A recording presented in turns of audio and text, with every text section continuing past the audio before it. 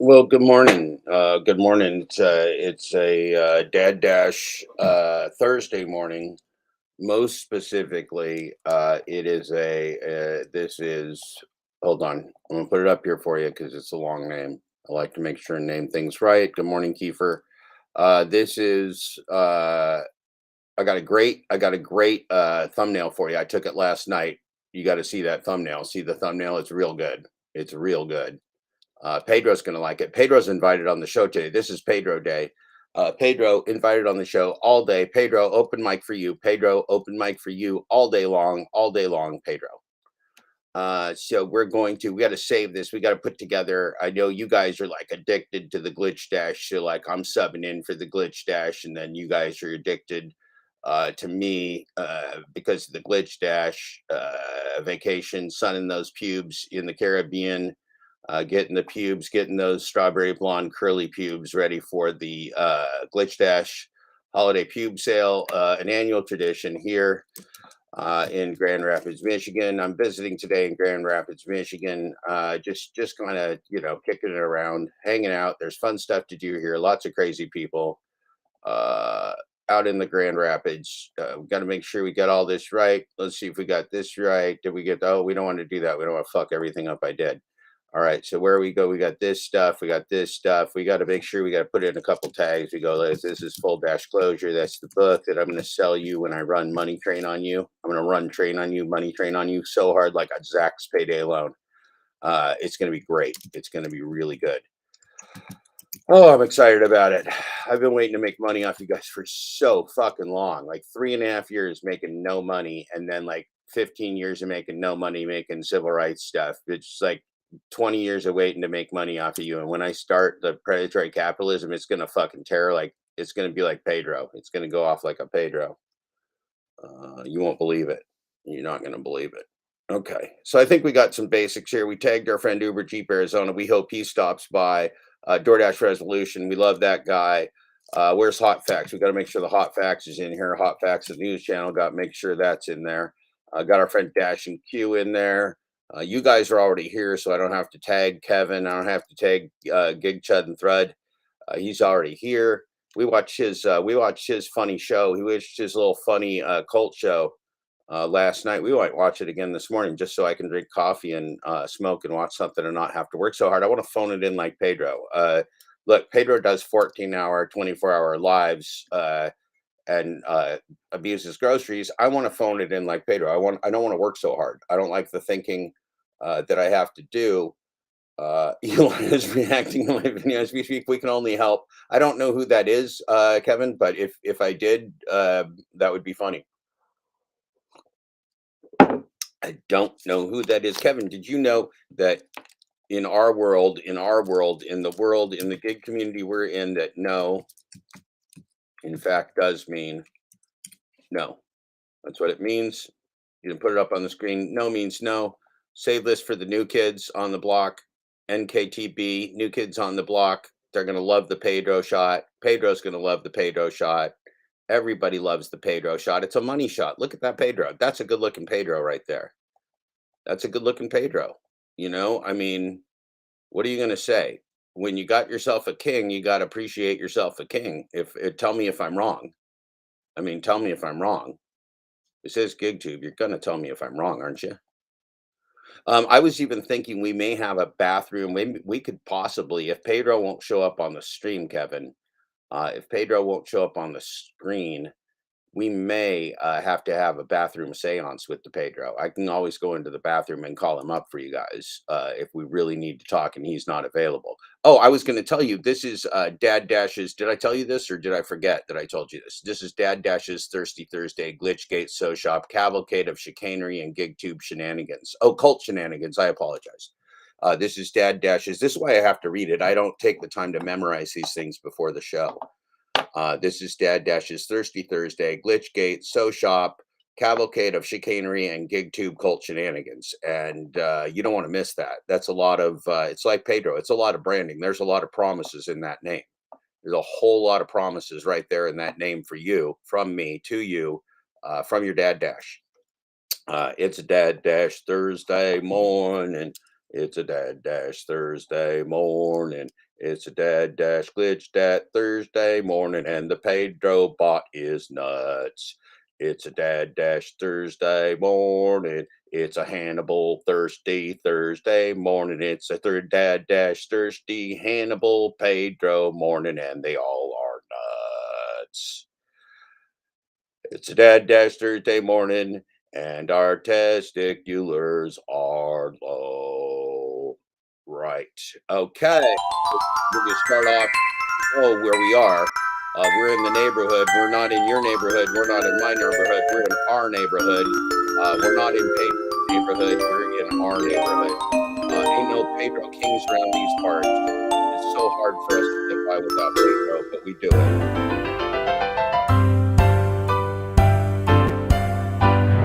Please come visit us today, Pedro. There's nothing more that we want than a Pedro day. It's a beautiful day in this neighborhood. A beautiful day for a neighbor. Would you mind? It's a neighborly day for this beauty wood. A neighborly day for a beauty. Would you be mine? Would you be mine? I have always wanted to have a neighbor just like you. I've always wanted to finger a neighbor just like you. So let's make the most of this beautiful day. Since we're together in the sky, would you be mine? Would you be mine?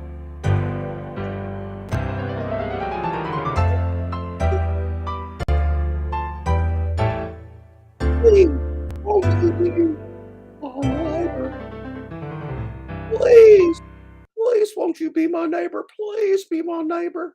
Please stop. Please stop and be my neighbor. Please stop. You can hear my voice is real scratchy this morning. Like broadcasting for 12 hours yesterday, I'm all fucked up, man. I can't even sing the Mr. Rogers song, but I'm real low. Now I also did just wake up, so I'm real low. I'm real low. Good morning, Damian Blaze. No does mean in fact no. We like that phrase. It's real important. We like it. We like that phrase a lot. Let's check in with Kiefer. Kiefer did. I need to phone it in for a minute. I want to go get me some more coffee. And so, since I'm going to phone it in, I like to make other people do the work. And Kiefer did some good work last night. Gig Chud and Thud, Jig Chug, Tug Chug, Gig Tug and Thrive, Gig Tug and Tive. He has a growing problem. We're going to listen to Kevin talk about his growing problem.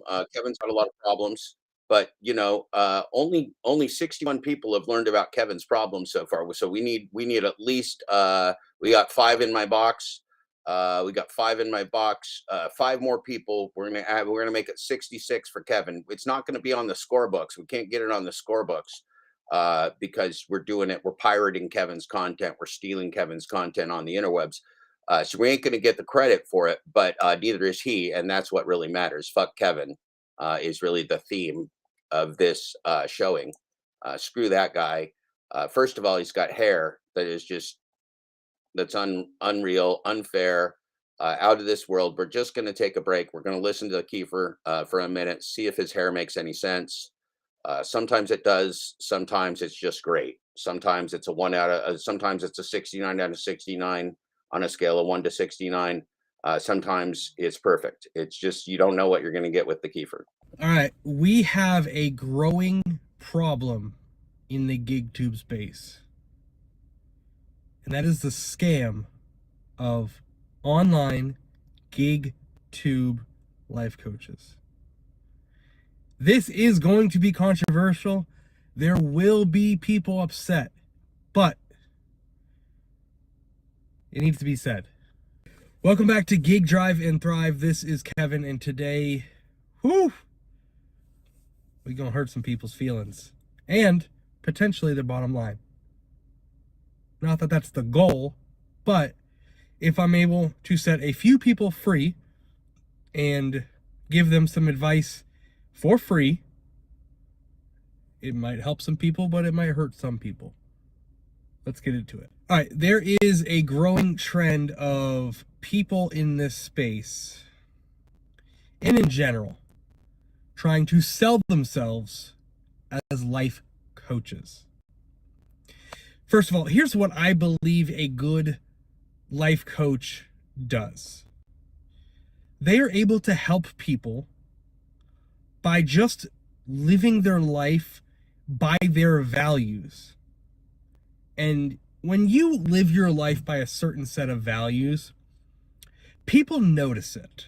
You don't have to charge them for it. It's something that people can pick up on and certain things that you do, key phrases you use, and just how you live your life is an example enough for a lot of people. Now, the problem we have right now in 2023 is everyone is so dependent and looking for that magic pill. They're looking for $29.99 abs. They don't exist. Just gonna let you know that. You don't get abs for $30. Believe me, I know. If I had them, if it were possible, I would own them. But the real secret to everything is there is no secret. There is no magic pill. It takes work. Now, this is where I believe the YouTube, GigTube life coach scam is taking advantage of a lot of people. I did some research, a very quick Google. Let me look here. There are 800 million YouTube videos. Most of what you need help with, you can already find on the internet for free. You don't need to pay someone 10, 20, 30, 40, 50, 60, whatever it is, to be your life coach. If you need to improve in an area, it is up to you to figure out what it is that you need to improve on. And you need to find the right resources. Now, sometimes that can be hard because sometimes resources, or if you've never looked for resources, it's hard to look for. But that's why Google is so valuable. You could type in what you're looking for and you could find it. You don't need someone to tell you that they will be your guru. That is a scam. You don't need it. Now, again, I know this is going to upset some people. They could get angry. They could feel hurt because they realize, wow, I could have done this myself. I could have figured out how to solve my issues myself. When it comes down to it, you really do need... The only person you can count on is yourself. You have to count on yourself to improve on certain things. But first, you have to make that decision. You have to make a decision that you want to get better in certain areas of your life. Now, sometimes YouTube videos, again, there's 800 million YouTube videos, roughly, plus. I can guarantee you could probably find what you're looking for. Now, me personally, I have some people that speak into my wife and I's life, and they don't charge us. What I would recommend is you need to find someone in whatever area you're looking for. So if you're looking to find someone who could help you with marriage advice, find someone who has a good marriage. If you want someone who has some financial success, pick their brain. Hey, what do you think about this? The majority of people, unless you're asking for like detailed stock portfolios or whatever, they're going to be very willing to help you. And there's a good chance you have someone in your life already that can help you. You don't need to go online. You don't need to pay someone money to fix your life. I could bet that the information they're giving you is the same information they've already said, or information that you can easily find somewhere else.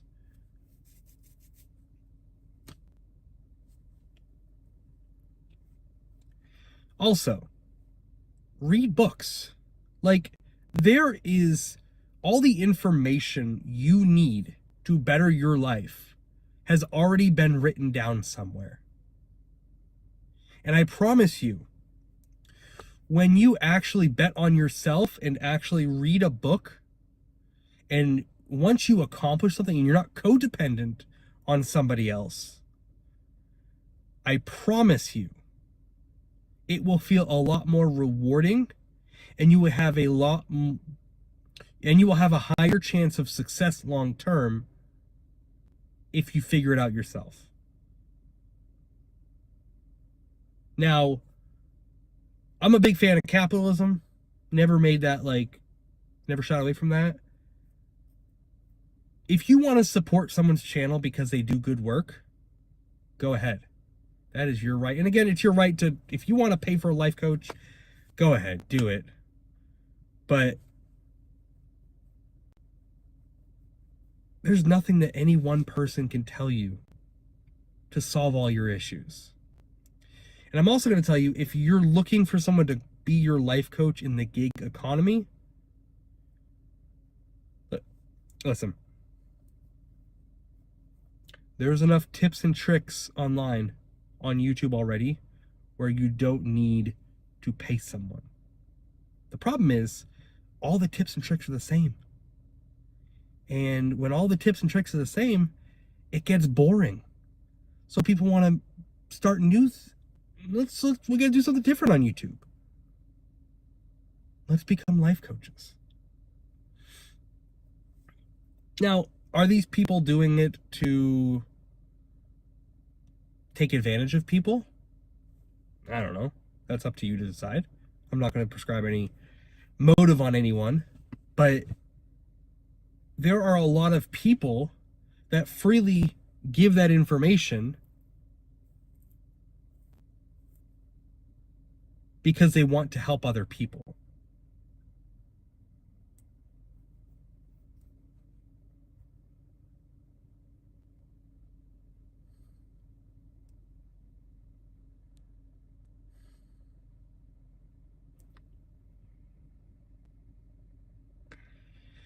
And you really have to look at the people that you're taking advice from. In general, what's going on here? In general, you need to look at the people that you're taking advice from. Do they have the life that you want to live? Do they react in certain situations the way you would react? You need to choose your friends wisely. You need to choose who you take influence on wisely. You need to, when it comes down to it, 99% of the time, you are the key to success in your life. If you want to get better in certain areas, you need to do it yourself. And if you can't do it yourself, you need to find resources that are usually available for free. And if that doesn't work, you need to either find a professional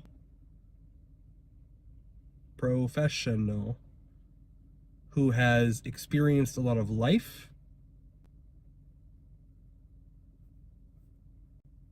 and actually has shown to help other people.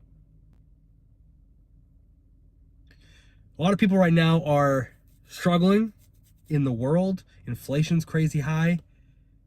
A lot of you probably can't afford to spend $30, $40 a month on life coaching. But if you want to support your content creators, $5, $10, $20 a month for just the content, I'm all for that. Again, you can spend your money how you want, but this is just a suggestion.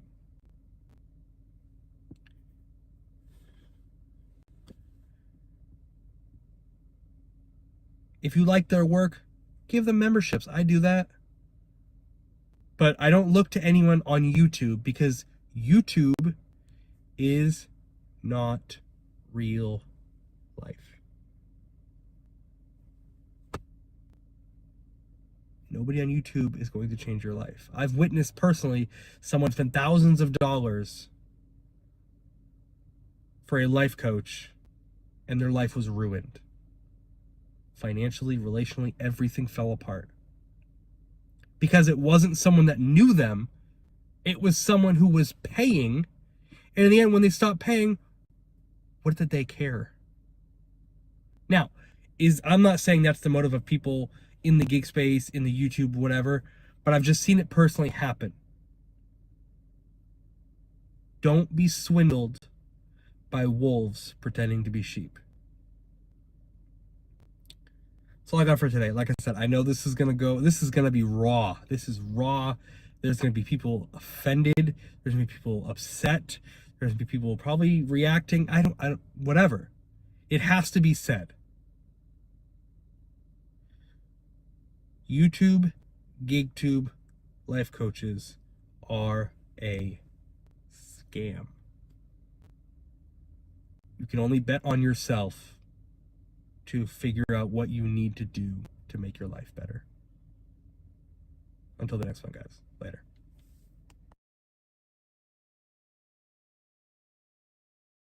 Thank you. Thank you for your time. Thank you for allowing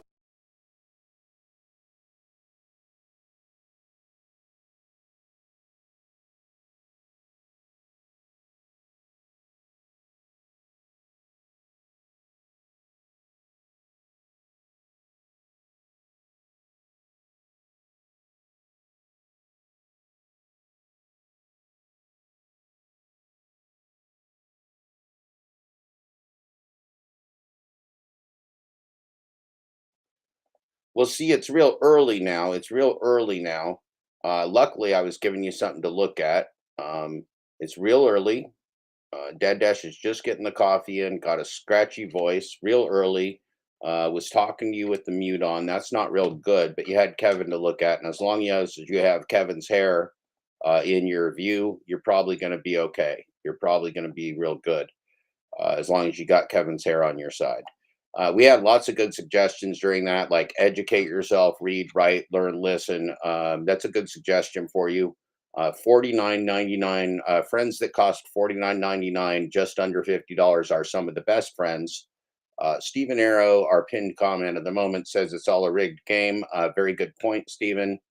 Um, he suggests that you don't get swindled. Uh, Money Can't Buy Me Pedro Love. That's a real good song. That was a Beatles song, and that is true. Money can't buy you Pedro Love.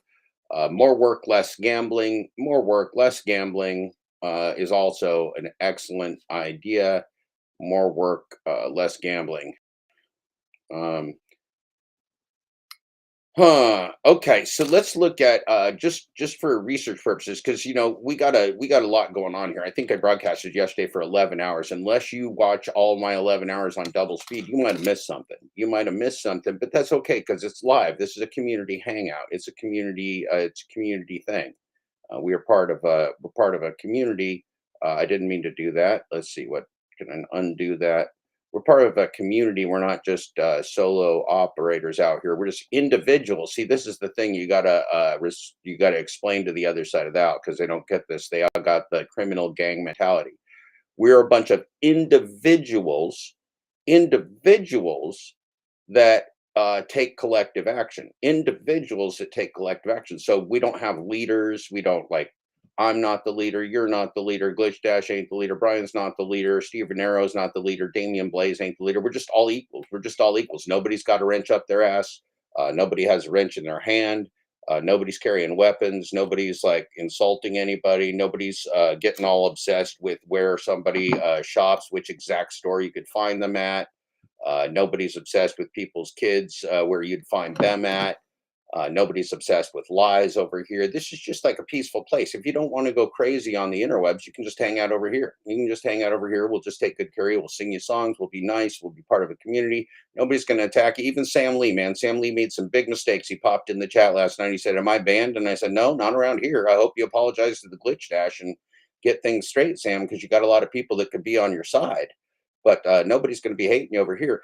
There's only a couple people that are, or, well, there's only one person actually that's not welcome in this chat. Literally one person that's not welcome in this chat. We even let that bastard asking for sluts catfish come in here just because it's entertaining and it's so bad at its job. It's fun to have it. It's fun to have it in here. There's only one person, one human being that we do not let on this stream. It's not because I particularly judge that person. It's because they wasted so very much of my time. Time is valuable. We don't have a lot of time left. Some of us could all be dead soon. Some of us could actually be, well, that's true, Patton. Some people know that. Some people know that. That's absolutely a fact. Because I'm here for business. I'm here for business. I'm not here. I am here for the chicanery because I like to entertain you. I'm here for you because I like you and I like to entertain you. This is Dad Dash's Thirsty Thursday Glitchgate Sojop Cavalcade of Chicanery and GigTube Cult Shenanigans. There's no doubt that I'm here because I like to be funny and entertain you.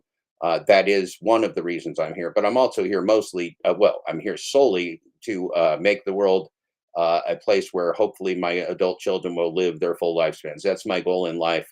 My goal in life, in case you're wondering, isn't money, status, fame, not even sex. I would love to have much, much, much more sex. That would be great, but that's not even my goal. My goal is just simply to have my adult children who are 28 and 22 live their full adult lifespans. And I don't see that happening under app slavery or under the current world war that we are enjoying, not enjoying.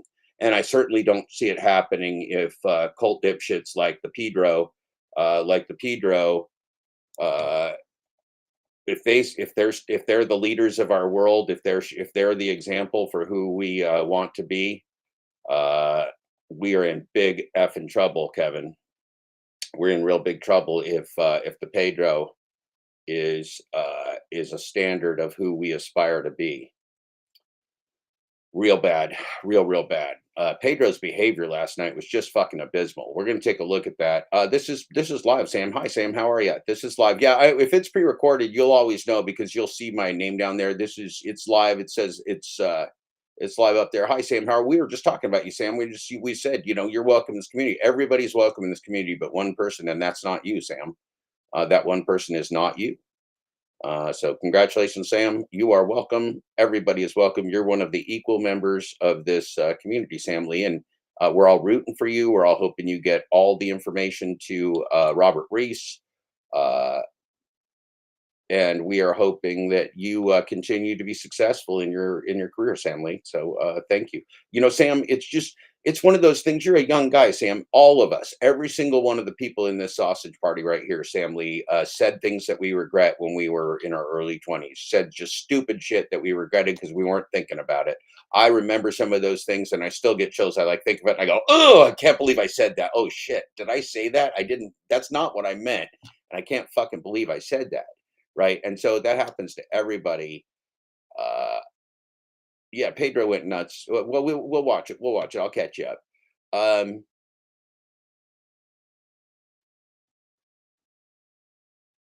yeah. So anyway, I'm just saying we all did stupid shit, and you just gotta apologize. You gotta go like, look, I didn't mean that. Like my mouth was talking, my brain wasn't thinking. I wasn't trying to insinuate that, and I can see how you might have thought that. I was really, really sorry, and it's just then it's over, Sam. It's not as hard as it thinks. You don't have to be like a Pedro.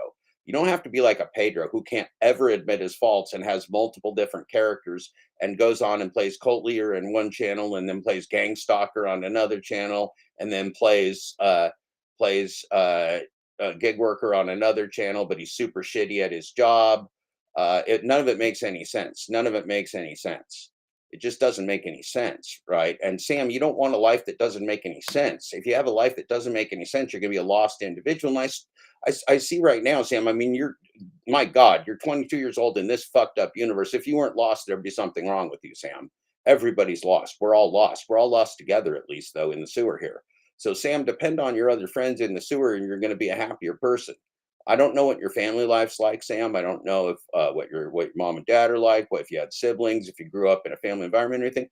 But you're just a young guy whose brain is just finishing developing. You're not seeing all of the world. You're just seeing a little part of the world, and that's okay, Sam. It's okay, but be patient with us like we're being patient with you. Just don't flip out. Don't think that don't think Dad Dash is stupid just because you don't understand him yet. I'm not stupid. I'm just old. I'm not stupid. I'm just fucking old. And so, Sam, I'm not as stupid as I look. I'm just old. And when you get older, you're going to realize, well, that Dad Dash wasn't as fucking stupid as I thought he was. Oh, oh, I love all the girls, Kevin. I'd say if I saw a girl right now, I'd go, I love you. I love you so much. I love you. I'm in love with you and I love you, is probably what I'd say. I remember saying I love you to girls who I didn't clearly love her. She's, well, Kevin, I didn't do that. I really was in love with them. I'm a lover, not a fighter. But Kevin, you and your hair probably had some nefarious days. Behind that hair, I can only imagine what you got up to, Kevin. Oh,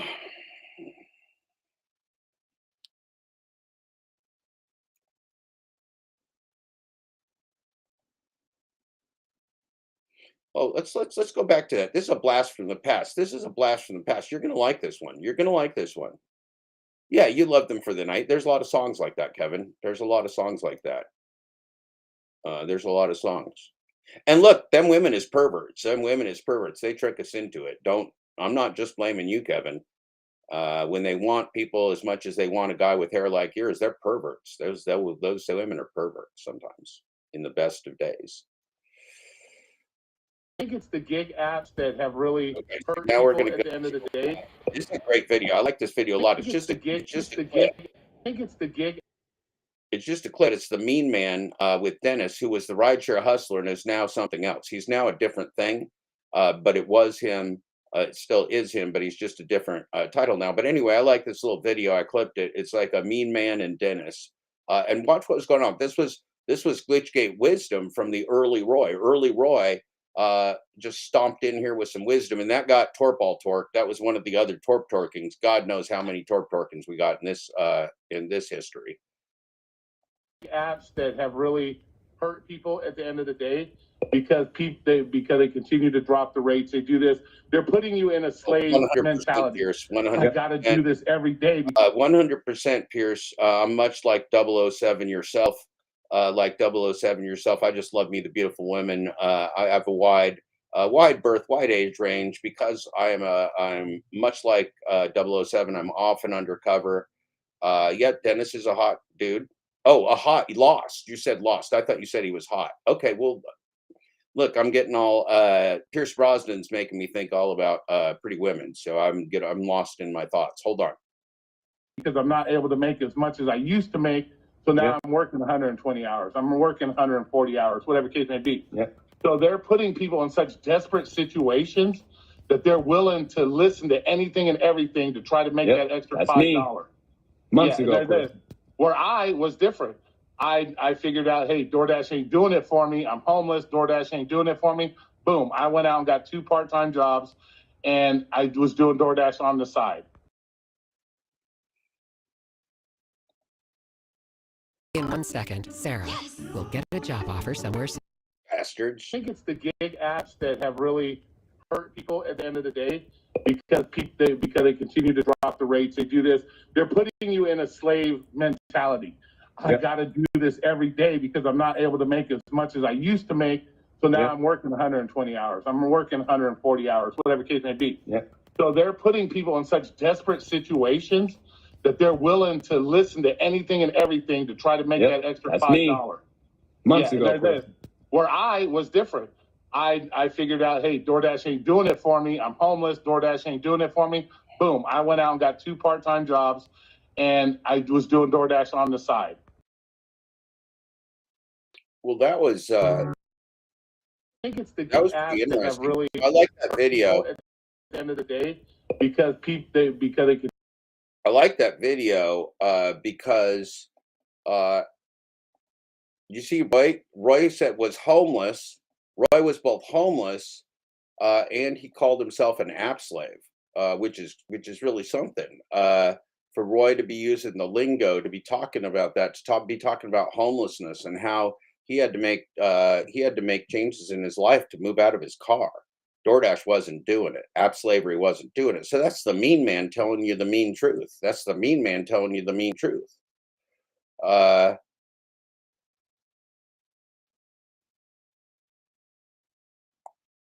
What else we got here? Oh, I wanted to show you. So we're going to look at last night's live. We're going to catch up a little bit on that. We're going to get you caught in the matrices.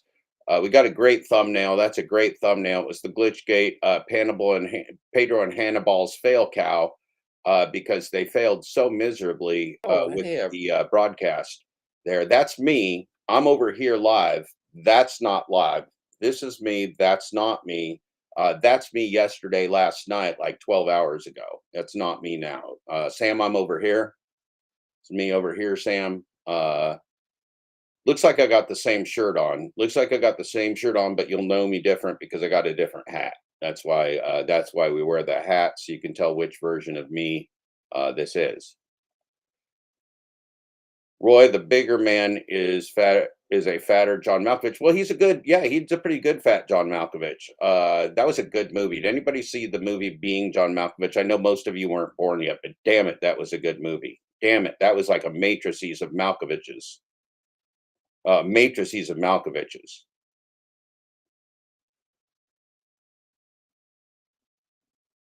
Which interview? Which interview would I be disappointed with? The one that didn't happen? Which interview? Which interview?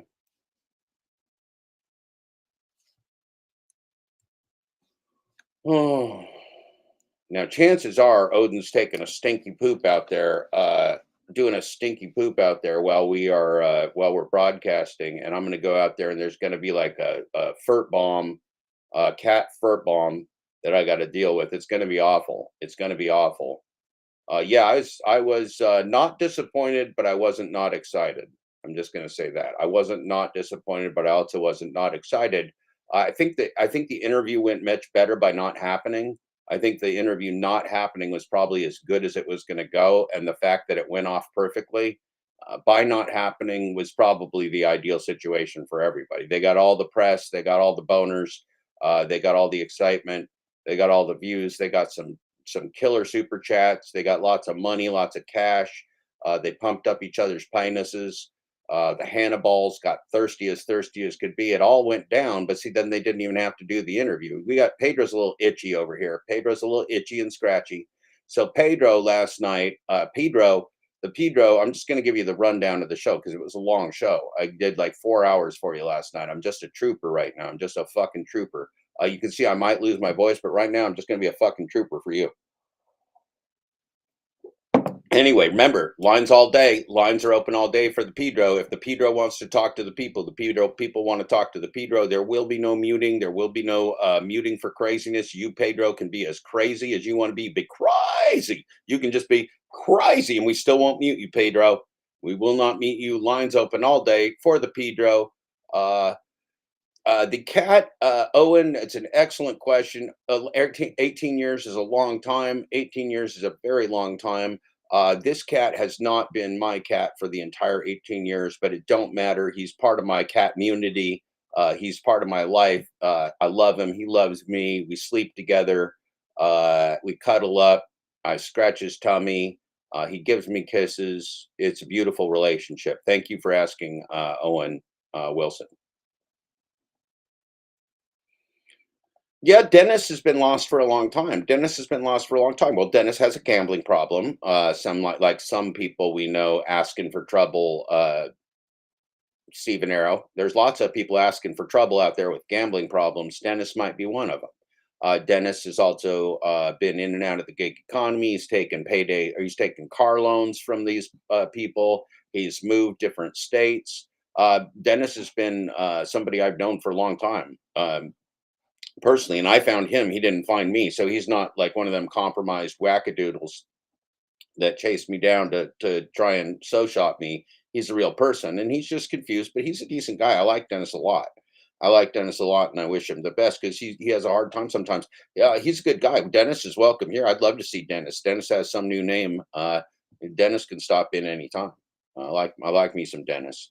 The Mean Man and the other people, they beat Dennis down because Dennis hung around with me and Dennis talked to me, and they had to beat Dennis up for a while because they had to make him renounce Jeff Thomas Black and go, I don't know about that Jeff Thomas Black. He's gone too far now. He spoke against the Pedro.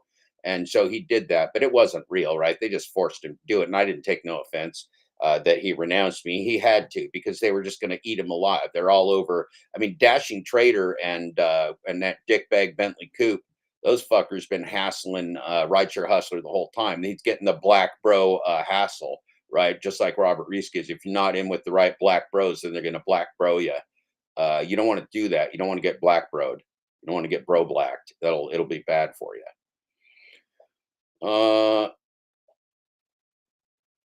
No point in bathing, get the glitch itch. Yeah, well, there's lots of ways to get itchy. There's lots of ways to get itchy organically and non-organically, Stephen. Organically and non-organically, you can get itchy. And sometimes when you're wearing your Super 8 uniform at the front desk with your Teletubby onesie, that's what Pedro was wearing last night. It was a great outfit, a Teletubby onesie with a Super 8 brand logo on it and lots of wrist beads and bands. It was excellent. It was a great look. We liked it a lot. Yeah, Odin is such a snuggler. He's so soft. He's such a sweetie pie, and he just likes to be scratched while he drinks. He just likes to be scratched while he drinks. He just wants to drink and be scratched, which I understand. And man, listen, if I could get me a setup where somebody would scratch me while I drink all day, can you imagine? You'd have no broadcast. You'd have no broadcast whatsoever. I'd just be out getting me scratched and be drinking all day long. I'd never do anything else. So I don't blame the Odin. I don't blame his fixation on being a cat. I think he's just got good sense. I think he's just got good sense as a sentient cat. Too many baby mamas. Well, that happens. That happens to a lot of people. We had a guy in here. He changed his name to Rage of Wagey, but we had a guy in here who was baby daddy number 4. That's a tough gig, being number 4. Number 4. Look. In some sports, they call that batting cleanup. In the baby daddy business, if you're batting number 4, it's not cleanup. It's just a fucking mess. It's just a complete fucking mess. There's no cleanup involved. If you're in the baseball team, if you're on the baseball or the softball, and you're up number 4, you're up number 4, you're in good shape. You're probably a big hitter. You probably got a big swing. You probably got a big bat. If you're baby daddy number 4, you might have a big bat, but you're not winning. You're not winning like the guy who's in the batting order number 4. I hope you guys are all picking up on this.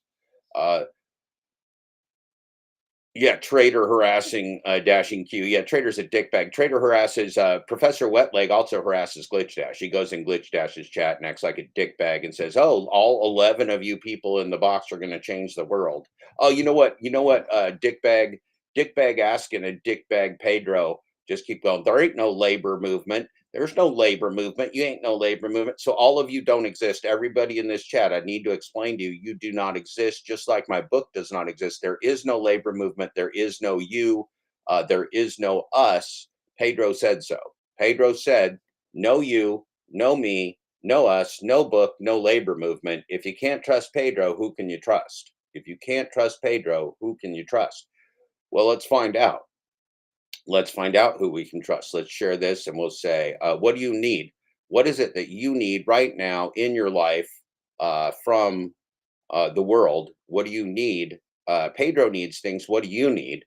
You need, this is you. This is you. I need, so your name here, need. You need either better drugs. Wow, everybody loves that in the sausage party. A lot of people looking for better drugs. That's a good move. I always stick the drugs that I stick to, you see, alcohol's not so good. It makes you fat. It gives you a little limp dick. It gives you limp dick or whiskey dick. You don't want that if you want to be a top fucker. You can't you can't be a alcoholic and be a top fucker. Here's one of the things that you need a dad dash to kind of tell you while you're young. You don't want to get yourself the whiskey dick and the limp dick while you're out there having a good time. You want to stick with the marijuana. You want to not drive. You want to be safe. You want to get home with your lady. This is like coach advice. If I was going to be a life coach for young men, this is what I'd tell them. I'd be like, lay off the alcohol. It makes you act like a dickbag, makes you violent. You don't want the alcohol. Lay off the alcohol. Have like 1 or 2 drinks. That's it. That's it. Just stop at 1 or 2. It costs you less too, because those drinks are fucking expensive as hell, right? And you don't have to get like all hammered in public, right? That's great.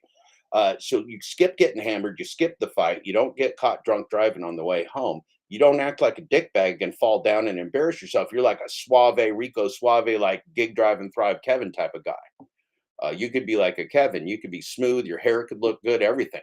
Now, see, you might go outside for a minute, just take a little puff of weed, chill yourself out, be all nice, be all peaceful. You're in there grooving to the music. You're grooving to the music. And you're enjoying yourself, you're feeling good, everybody's having a good time. See, this is a good time. This is how you have a good time. You're all hammered, drunk, puking in the alley, getting in fights at the bar. You ain't getting laid. You're not a top fucker. You're just a dickhead. You see what I'm saying? And you might get shot. These days, you might get yourself shot and never get home.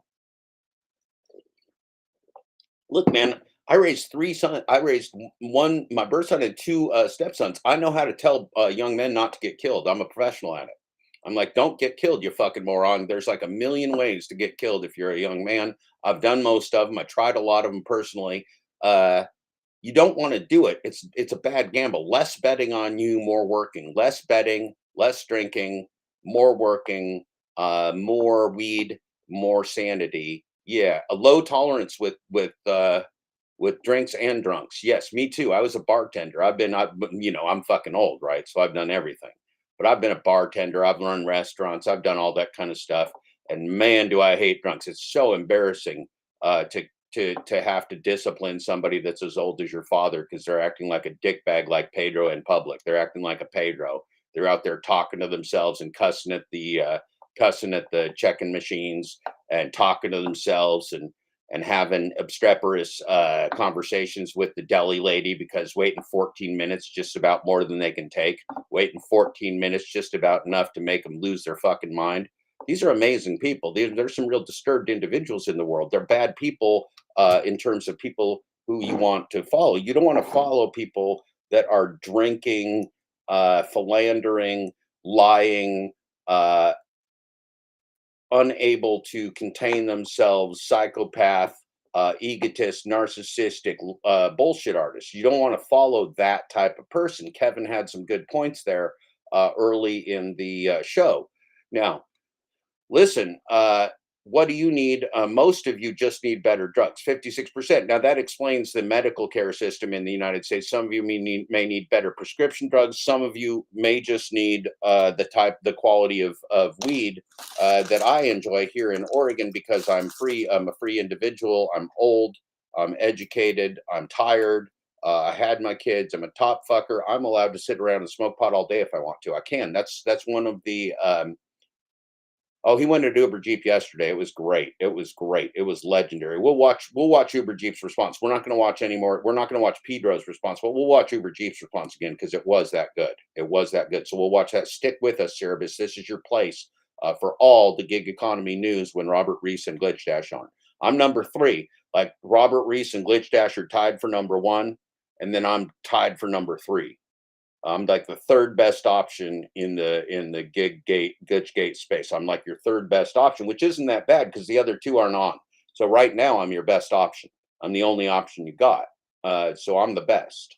I'm literally the king of the YouTubes right now. Alcohol is one of the worst drugs. Alcohol is going to make you fat.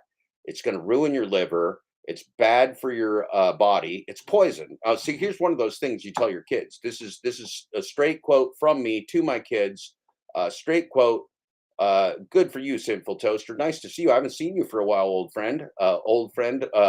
You are like me. You are the generation that I am. We understand each other. It's going to give you the diabetes, which sucks. That's right. That's why everybody's walking around with adult onset or early onset diabetes. It's got lots of sugar in it. It's real bad for you, real bad for you. Don't drink too much of the alcohol. Now, they're going to advertise it everywhere you go. Every club, every sporting event, every TV show, every celebration, every community event. Alcohol, alcohol, alcohol, alcohol, alcohol, alcohol, alcohol. Drink more alcohol. Now, don't smoke weed because weed's just going to mellow you out. It's not going to make you fat. It's not going to kill you. It's not going to make you punch anybody in the face. Weed is no fun. That's the point. Weed is just not as fun as some people want to have when they want to go out and act like a dickhead. See, with weed, you don't have no excuse for acting like a dickhead because weed doesn't make you act like a dickhead. Weed does not make you act like a dickhead. Weed just makes you act like yourself. Now, alcohol makes you act like a dickhead. I go out every once in a while, like once in a while, like once every few years or something, I'd be with like friends and we'll be sitting around a campfire or something. And I'll just have one too many whiskeys or something like that. Cause I like whiskey. I like good red wine. I love me a good IPA, but it's like 1 or 2 or something. I don't like being drunk. I never get drunk. Nobody ever sees me drunk. You could know me for 2 decades. You'll never see me drunk. It's just not going to happen. It doesn't happen. Anyway, we'd be sitting out there and yeah, alcohol brings out the worst. Everybody knows this, man. It's a tradition, man. What do the Irish do? They get drunk and fight. What do they do? What's the thing with Scrumpy Cider and the footballers, the soccer fans in the UK? They want to get drunk and fight. Alcohol is a fighting drug. Alcohol is a fighting drug. You drink and fight and fight and drink and drink and fight and fight and drink. Got to be the fighting Irish. You got to drink and you got to fight. You got to fight and drink. And I think that's what Pedro likes to do, quite frankly. I think Pedro's kind of a drunk who wants to fight and drink, or some kind of an addict of sometimes. He's certainly a rageaholic. There is no doubt whatsoever that Pedro is a rageaholic, because he's got rage just seething through his entire human form. So out of the 19 of you that have voted so far, there's 10 in my box. Out of the 19 that have voted so far, 58% of you just want better drugs. Totally sensible. I can't even criticize that choice. It's the right choice. Better cults, only 11% of you. Well, that's good. Most of you realize that the solution ain't going to come in cults. That's good. More sausage. Now, look, I like me some sausage a lot. We've got ourselves a community over here called Mount Angel. It's like a Bavarian themed community, like a whole Bavarian themed town. They have themselves an Oktoberfest. It's what they do. It's who they are. This Bavarian themed town called, if you ever come to Oregon, it's called Mount Angel, and they got themselves an Oktoberfest in October. And you drink a lot. The Oktoberfest. I've been to Munich, Germany, not during Oktoberfest, but I've been there, and love the beer, good stuff. Oktoberfest is a good time. Germans actually know how to handle their alcohol. They have fun with their alcohol. They're less about the fighting and the alcohol and more about the fun and alcohol, where the Irish and the English seem to be more about the fighting and the alcohol. Kind of a different alcohol culture. Nevertheless, what was my point? I don't know. There's a lot of fighting. There's a lot of fighting with the drinking. You want to be careful. Oh yeah, I know what I was going to say. So when you're raising your sons, if you got yourself any sons or daughters too, but sons particularly, because guys are particularly good at killing themselves.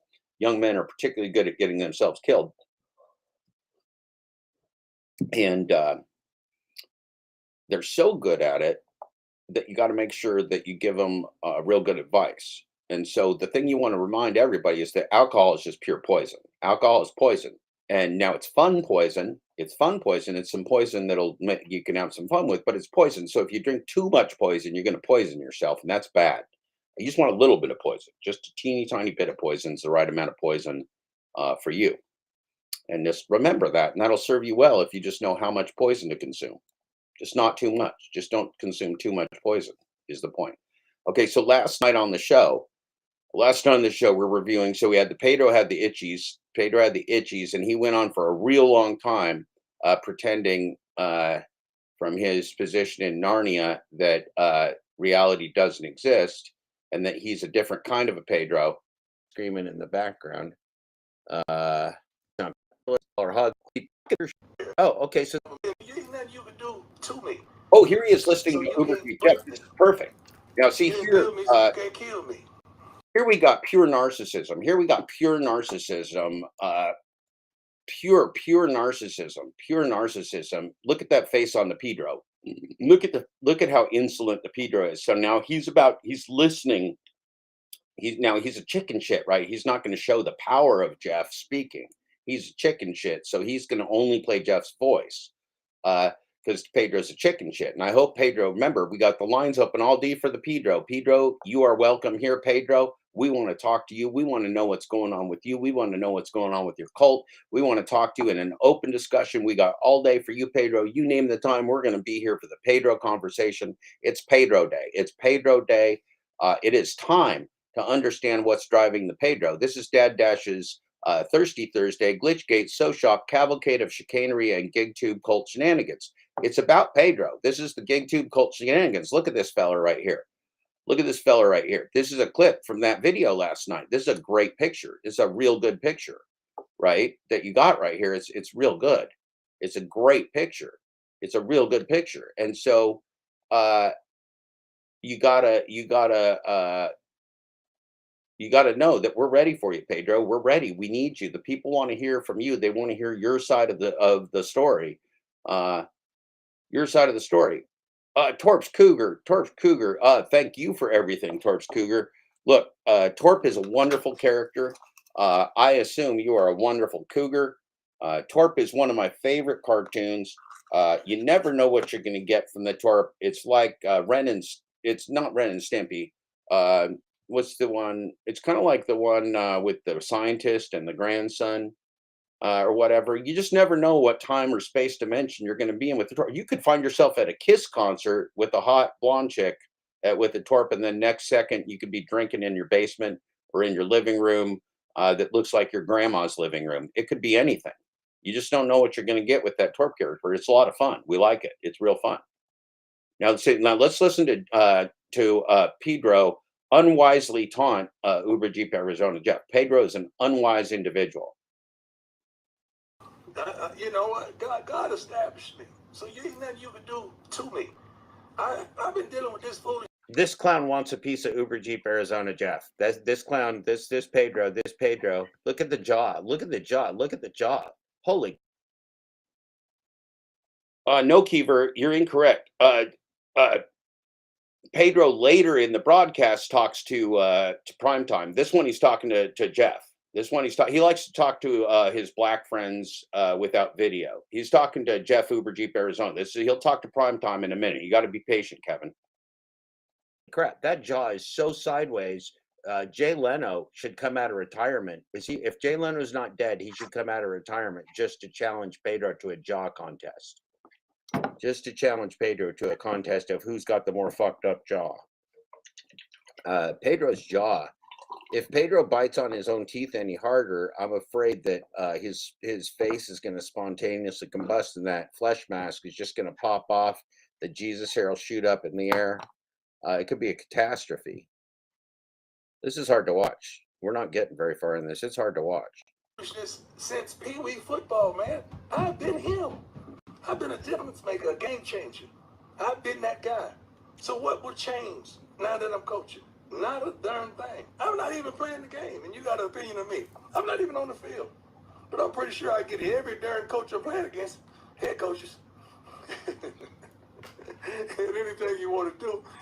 But I love it, but I don't care. And I wish the word. What makes you think your opinion of me is going to make me feel some type of way? Think about that. Think about the impact of that. Pedro, you are the whiniest, little shittiest bully in the entire gig economy space. Anytime somebody says your name or even thinks about you or says anything that you don't like, you show up and like bully them. And now you're pretending that you're above the fray. This is patently ridiculous. Just patently ridiculous. But keep going, Pedro. Let's see what's going on. Are you somebody that you spend too much of your time worrying about people you don't know on the internet or another content creator or somebody that you just ran into? Let's relate it to gig work for a second. And I can relate to this. Why should I care so much about what a customer feels about? Yeah, Pedro's kid was screaming in the background while his significant other was doing all the work. It was disturbing. So yeah, that was Jeff Uber Jeep Arizona. We'll watch that in a minute.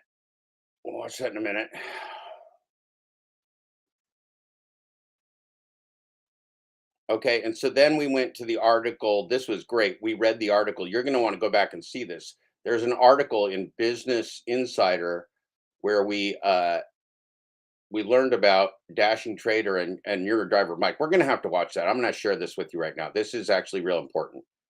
So I was asked to go to this article, and we did. Let's see what it says. This guy right here, so representative. That's what usually self-testing. The AI runs tests on you without a human being involved. It's automatically testing you. It's automatically running tests on us all the time to see what we do and to see how we react. Man, we're so beat by this. You got no chance. You got the same chance as a chess champion playing the chess computer that solved chess. You got no chance. We got no chance. We're out of our league. We are out of our league. Jeff got to read the Insider article about Dashing Trader. He says he wants to teach people how to trade stocks. That's hilarious. He is a bad idea machine, that guy. Is that an article? I didn't know about that. Is that Business Insider? Is it paywall protected? Because a lot of those Business Insiders are paywall protected. Let's see here. Oh wow, look at this. Is he connecting the people? Is he oh, he is what it's all about. Well, this is breaking news. Let's jump over to this wonderful page and see what's going on with our friend Professor Wetleg. Professor Wetleg, the destructive troll of the gig economy, he's the cure for loneliness. If you're lonely, you want to call yourself Professor Wetleg. And Professor Wetleg, Professor Blackleg, the dashing trader, the lawless, lovable, smiling feller of the gig economy. Look at how happy. First of all, I mean, look, this isn't propaganda. Look at how happy this feller is.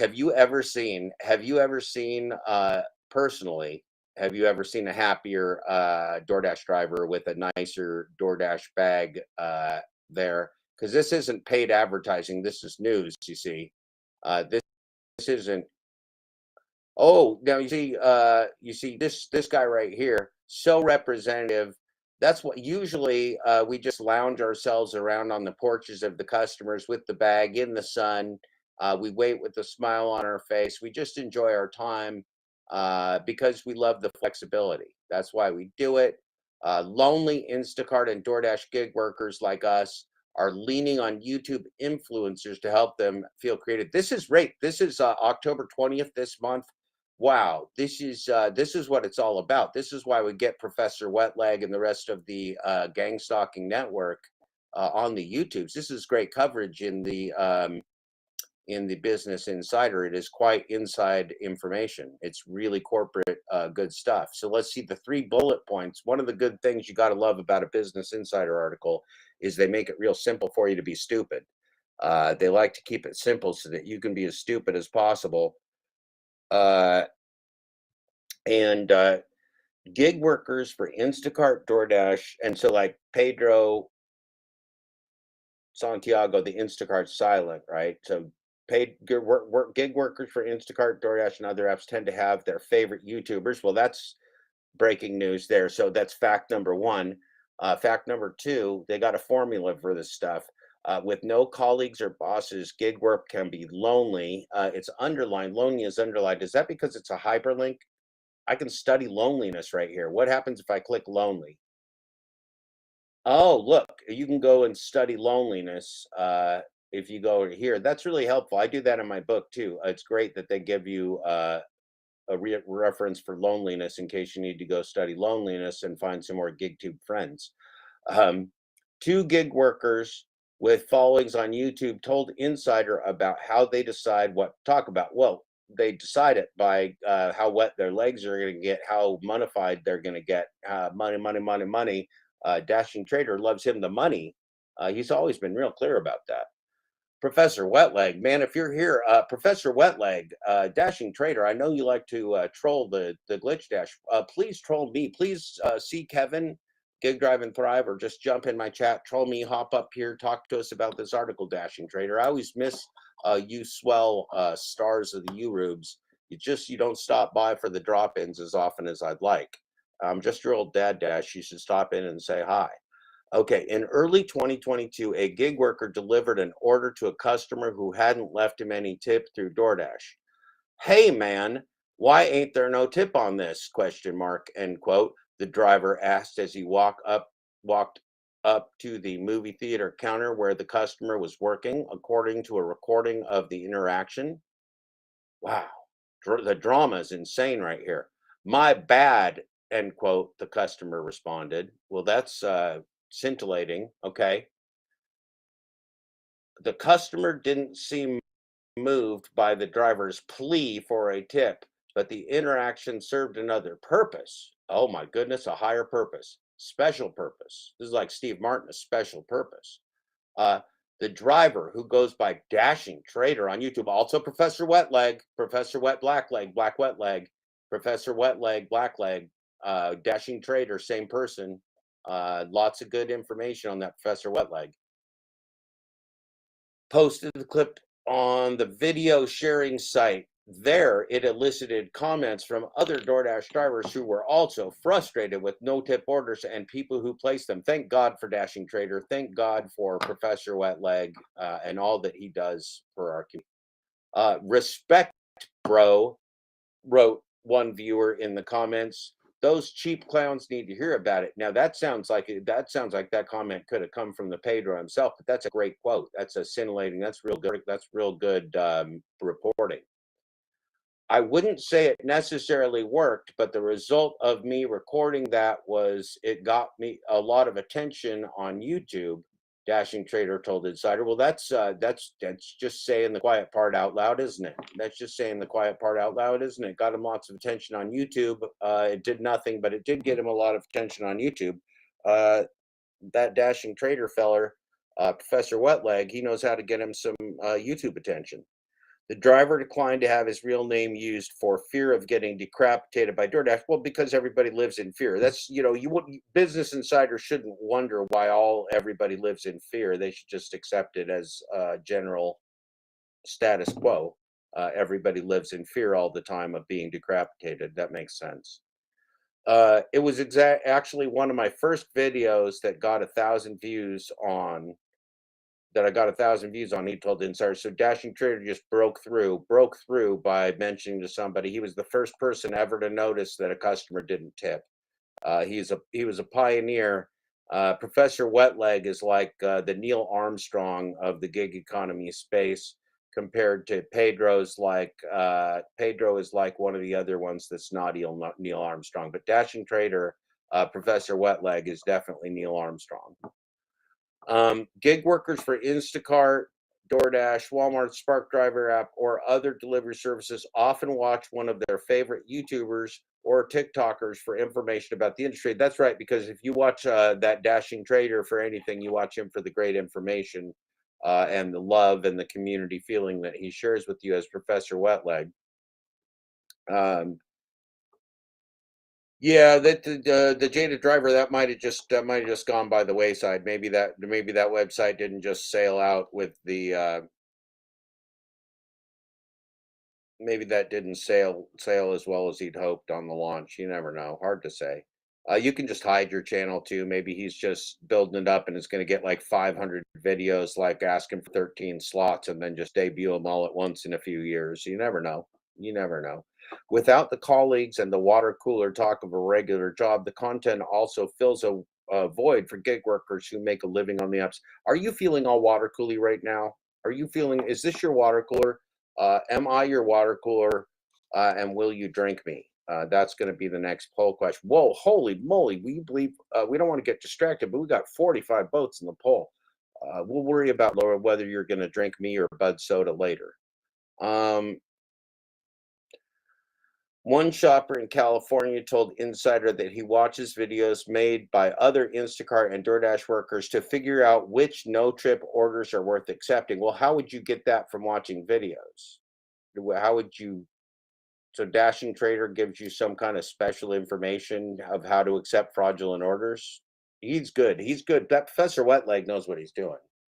If the client isn't tipping, I really have to fall back on my formula, he said. Well, what's the formula? Did they give the formula in the article? Where's the formula? I'm scrolling through. Anybody see a formula? What's the formula?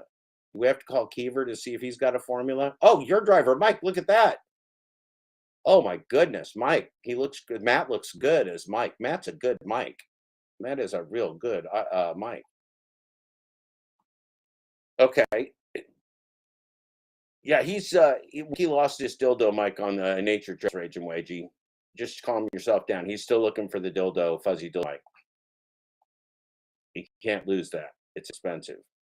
Dashing Trader has amassed 10,500 subscribers as he's uploaded 872 videos. That's 300 more than asking for 13 slots. That's impressive.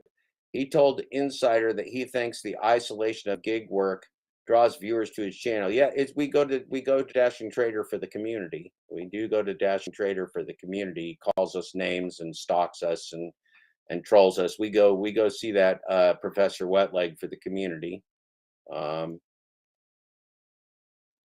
Did you get Raging Wager? You gave him the fuzzy dildo mic for his first date. That's a beautiful gesture. That's a beautiful gesture. That was really nice of him. Doing this at gig apps could be lonely. Dashing Trader, Professor Wetleg is here for you. We're in our cars sometimes 8 to 10 hours a day. Well, sometimes 16 hours a day, depending on who you ask. And having someone that's there every day doing the same thing as you can be really relatable and a benefit to a lot of viewers. Well, what's the formula though? What formula? He's going to fall back on his formula if the client's not tipping. What's the formula? Did they give the formula in the article, or am I going to read the whole article with no formulas? Where's my formula? I'm looking for algebra or calculus or something here.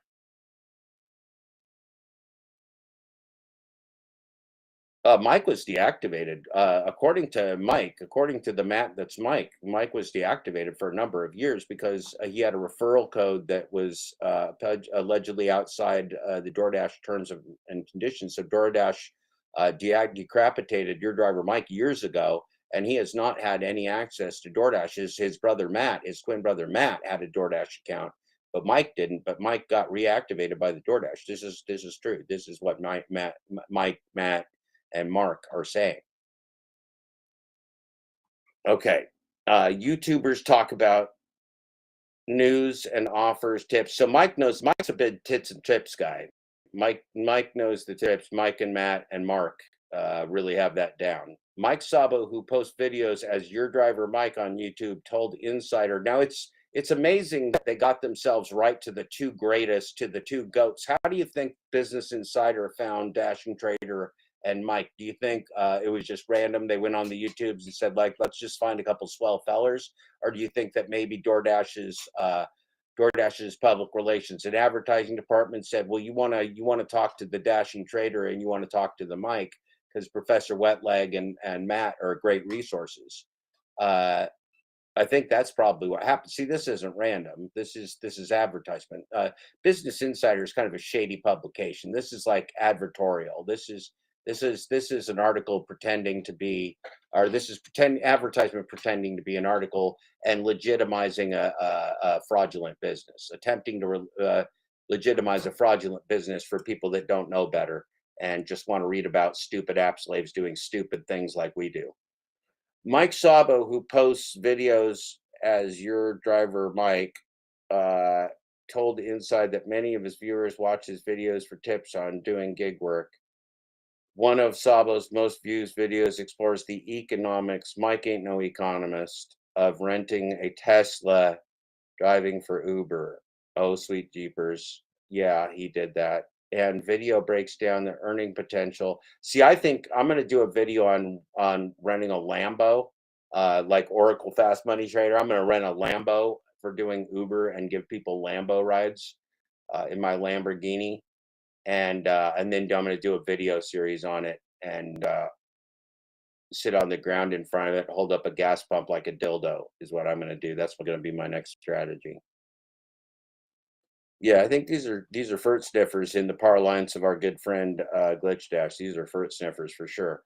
Other videos, he said, are meant to keep his viewers up to date with developments in the industry, such as Instacart's decision to cut base pay. You wouldn't have known if it weren't for Mike. Good thing Mike kept you up to date with the news. Mark and Mike and Matt keeping you up to date with the news of Instacart cutting your base pay. DoorDash's expansion of its rewards. Well, Mike really helped us out there. Mike really lets us know what's going on from the inside. Sabo started making videos about gig work in 2017. Since then, he's posted about 1,300 videos and attracted 146,000 subscribers. Yeah, that seems about right. He's got a great smile, got reasonably decent hair. He's no Kevin. I'm not even sure he's a Matt. That's Your Driver Mike before he retired. That's like an old photo. Matt, his twin brother, now plays Mike. I try to vet these apps to see how the driver worker's perspective. How it works from driver's perspective, Sabo told Insider. The key, he added, is finding the nuances of these platforms, how to make the most money. Well, certainly, Matt, Mike, you nail it there. In fact, the formula that we're going to go back to, which is not in this article, has got to be a great one, whatever that formula is. Love me some formulas. Wonder if they got any spreadsheets with macros. Oh, nice. So we got Chow Shows in the house saying the glitch is working fine. Look at that. Look at your community. The glitch is working. The glitch is working fine. Glitch life, glitch dash, glitch on, glitch on, glitch on, everyone, glitch on. Like many gig workers, Sabo started doing gig work full time in 2020 as demand for delivery shot up. At the same time, viewership on his YouTube channel went up as well. What a coincidence. As people figured out how to start making money through gig work. Okay. Well, is that what really happened? I don't think they figured out how to start making money. I think we had a pandemic is what happened, but whatever. This is an advertorial. This is not news, right? This is not news. This is an advertisement. Glitch it, Chow. Glitch up or glitch even. 5%. Make it happen, man. Glitch it. Glitch life. Glitch dash. Glitch for life. Glitch for life. I'm gonna get myself a glitch for life tattoo. Glitch for life. Glitch life. YouTube is Sabo's main job today, he told Insider. Well, that's incredible. Great job, Mike. But it's not the only way he makes money. He offers coaching. Oh, who's here? We got coaching. We got another coaching entrant for the Eli and the Pedro and the Hannibal's. I think Hannibal's teaches coaches dog poop scooping or dog pooping. But you got your Pedro, you got your Eli, now you got your Mike. You got a lot of coaches. This is good stuff. YouTube's main job, he offers coaching for others trying to grow their own YouTube channels. Oh, you get YouTube channel. I think Professor Wetleg will do that for you too. He'll tell you how to run the YouTubes as well. He's Professor Wetleg, Professor Blackleg. That's what he's there for. That's the Dashing Trader. He's the star of this show also. He also sells tools for new gig workers, important tools such as spreadsheets. Oh, goodness, to help them calculate their earnings. Yeah, because if you don't calculate the earnings yourself, the app will do it for you. You don't want that. This is great. This is a great article. If I was a person reading this about the gig economy, I think I'd really understand the economics of DoorDash from this article. Gig work has become a source of income. No shit. Did you know gig work has become a source of income for many people, sometimes replacing full-time jobs? That's amazing, incredible news-breaking story here. Well written, well done. Sabo himself turned to gig work after being laid off at a startup in 2014. Well, you got to love people that are in startups that mostly fail. Lots of people spend a whole career in startups. It's just fail after fail after fail after fail after fail, but somehow they get rich. All the startups fail, but they get rich. It's one of the great things about the corporate world. The unicorns die, but the money lives on. The unicorns die, but the money lives on happily. Some people are using this stuff to pay off bills. Some people are using this stuff to pay off bills. Some people are using this stuff. What stuff? Money or gig apps? Some people are using this stuff. Do you use this stuff to pay off bills? I do. I use this stuff, except I don't really pay off a lot of bills these days. So when I think about content, I'm thinking about that. So he's thinking about this stuff and that. Okay, I got it. I'm with you. Some gig workers are quitting the industry, citing falling earning potential. Well, that's not the only thing on many of the apps and slowing demand for delivery. Well, yeah, that's part of it too. Maybe, yeah. I mean, it's an entire criminal scam and parasite ruining the economy. But sure, that's prompting Dashing Trader Professor Wetleg to plan different types of videos for the future. He told Insider that his long-term goal is to make videos about day trading stocks. Well, that's fresh. Day trading is the hottest thing now. If you can't day trade artificial intelligence like Professor Wetleg Dashing Trader, you're certainly not the genius that he is. An interest reflected in his channel name. Well, that sounds great. I think more gambling, less work, more Professor Wetleg, less dashing, more dashing trader, more Professor Wetleg. It sounds great.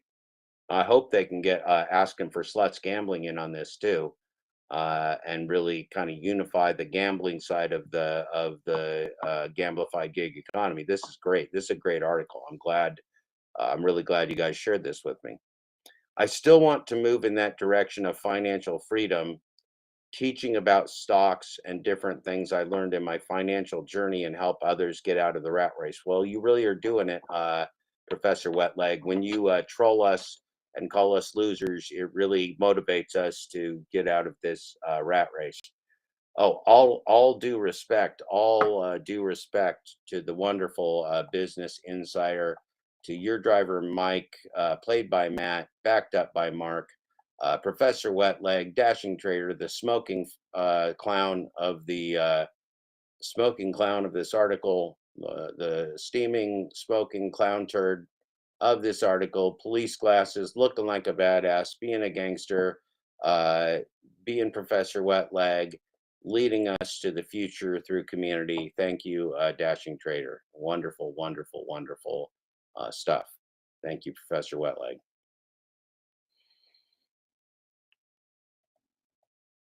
Yeah, no, he really doesn't, Stephen Arrow. That sounds like a bad idea. That sounds just like an incredibly, incredibly, hugely bad and out of date, too late idea.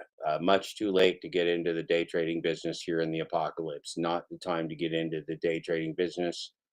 If there was a time to get into the day trading business, it would not be here today at the end of the apocalypse. Plus, day trading with moldy Cheetos is not really as lucrative as it sounds. Day trading with the moldy Cheetos, newsflash, not as lucrative as it sounds. Kind of like sex in a hot tub. Sounds great, doesn't work so well. It sounds great, doesn't work so well. Day trading in 2023, it sounds great, not going to work so well.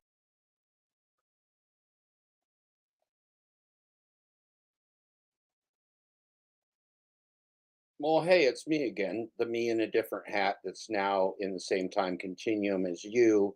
Uh, we got a poll update. We gotta butt into this whole thing with a poll update. We're gonna share this tab instead of that tab, so you can be up on the poll update with me.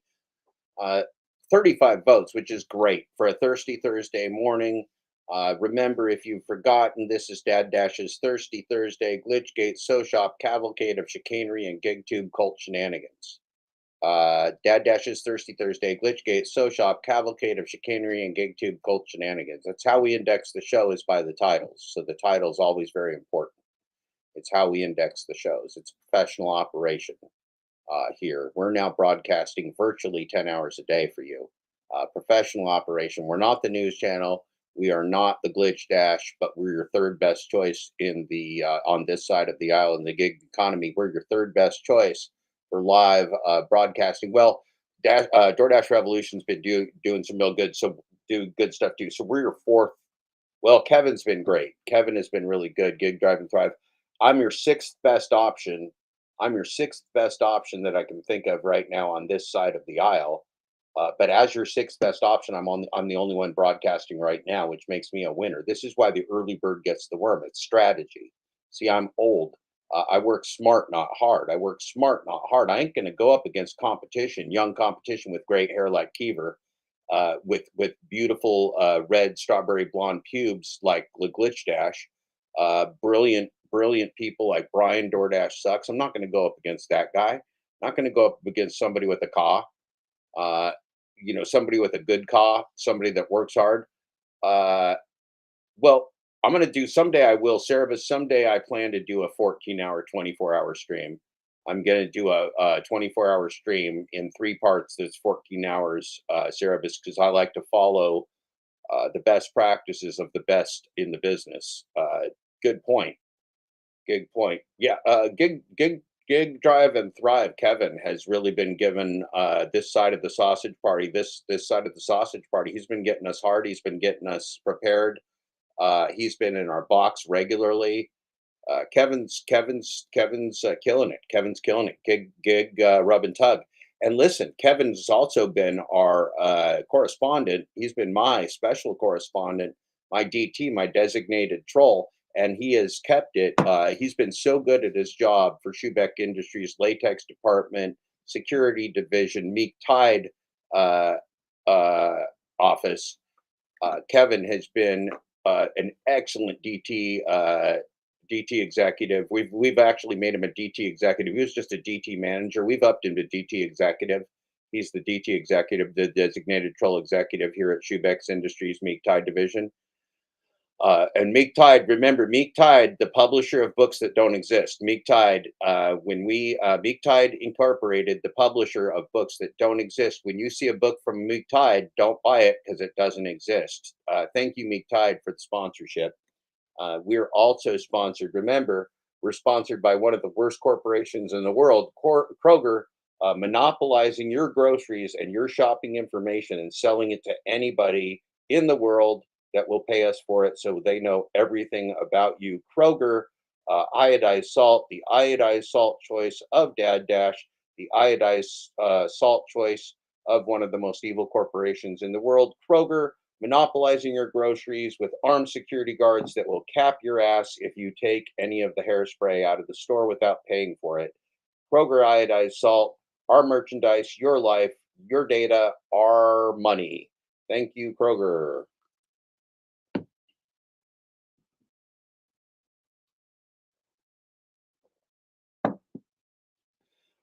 Right. So we're going to go over here to our polls. We got our polls that we're going to be doing.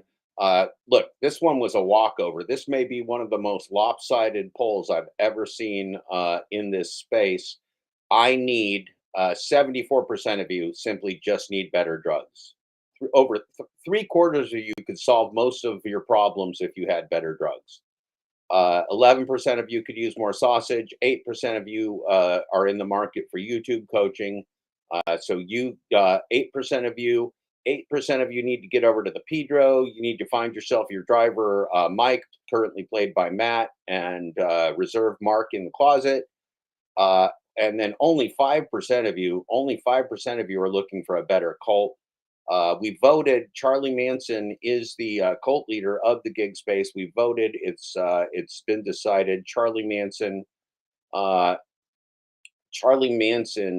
is our cult leader. He died in 2017. That's probably a good thing for us because he was so powerful. He could get women to go commit violent acts. And if you got enough game, if you got game like the Charlie Manson, if you got them kind of crazy eyes, and you can get yourself women to go do crazy violent acts and write blood on walls and shit, you're good. You're real good. You got game. I mean, that's what our favorite cartoon character, Torp Flintstone. It's like Fred Flintstone, but it's like the new. I think it's the cartoon Torp Flintstone. Anyway, Torp Flintstone, he gets all torqued and he goes running around going, "Wilma, Wilma!" And the Dino the dinosaur gets him all wrapped up. And that Torp Flintstone, he's such a cute character running around with the little legs in the car.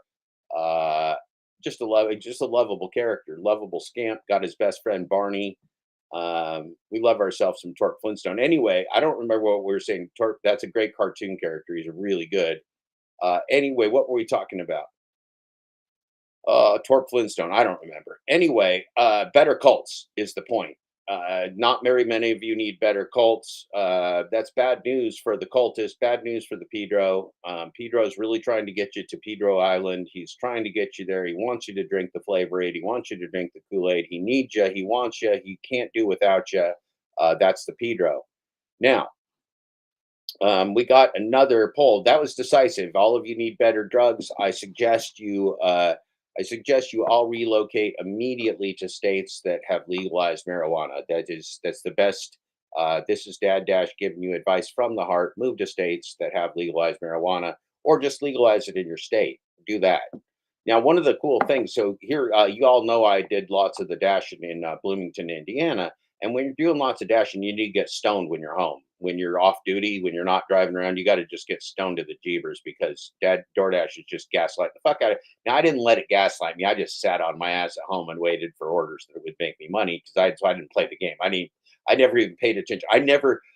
Before I started this book and stuff, I literally I like look every program they ever went. It just went like by my head, like I was an Asking for Sluts character. It's like I didn't even recognize any of it. I didn't pay attention to any of it. I literally never even looked at the app. All I looked at was the total dollars. I never thought of testicular overpay. Never thought of tips. No tip, anything. I just looked at the amount they were giving me and was I going to make that much money on that many miles. I didn't play any of the games. I was just no fun at all. I'm just a no fun guy, right? Because none of it made any fucking sense, and they were all like completely unsolvable equation, fraudulent offers. So I just ignored it, right? So I never thought of cheating the system. Never thought of working the system, anything. I just played the game by my own rules so that I could only win. Now, see, Asking for Sluts is stupid as fuck. He thinks, well, he doesn't think. There's nobody that really thinks behind that fried piece of catfish. But the theory of the Asking for Sluts catfish character is that I was so unsuccessful with my master's in business administration from a top business school. I just didn't have the wherewithal that an Asking for Sluts has to dominate the global gig economy space like an Asking for Sluts catfish fillet. Quite a theory. It's quite a theory that feller has, that catfish has. I mean, shit, it could be a bunch of females in Hyderabad for India for all we know. We don't know who's behind the trolling behind the Asking for catfish sluts account, the slutty catfish. Do you think there are slutty catfish? Do you think there are catfish out there that just got ain't no morals, and anybody that wants to just get in their eggs, get in their box, they're just this catfish just rolls itself over? You think there's out there slutty catfish? You think always slutty catfish, always asking for slutty catfish could be like a good channel? Asking for slutty catfish ain't bad. It's not bad. I'm going to think about that one. Asking for slutty catfish. Hold on. See, this is how great branding comes. You just brainstorm and you're just letting yourself go. You're just letting yourself go. Asking for slutty catfish. I like it. That's a good. And that could be a chapter of the book. If I was going to write a book, about this space, and I wanted to write about that Asking character, I'd like to title the chapter "Asking for Slutty Catfish," which would be really funny. Which would be very funny. Asking for slutty catfish. That might be the chapter name. That just might have to be the chapter name. We're gonna have to vote on that. Okay, so now look, you guys are torn apart. We've torn ourselves asunder. We have torn ourselves asunder on this Thursday. Hold on, I got to take a drink. I got to drink a drink of the coffee. Got myself a squirrel mug right now. Squirrel mug. This is a squirrel who's affiliated with Pedro and Flex, and it's a criminal squirrel. It's an organized criminal squirrel. It's got himself an ID. It's 9 inches tall. 9 inches tall. A 9-inch squirrel. He's wanted. He's wanted. Dead or alive, I assume. Again, looks like actually he's over 9 inches. Maybe that's just the 9-inch mark. I'm not really reading it properly. But if you see this squirrel, running from the FBI like Pedro, if you see this squirrel running from the FBI like Pedro, call your local authorities. Call your local authorities if that happens.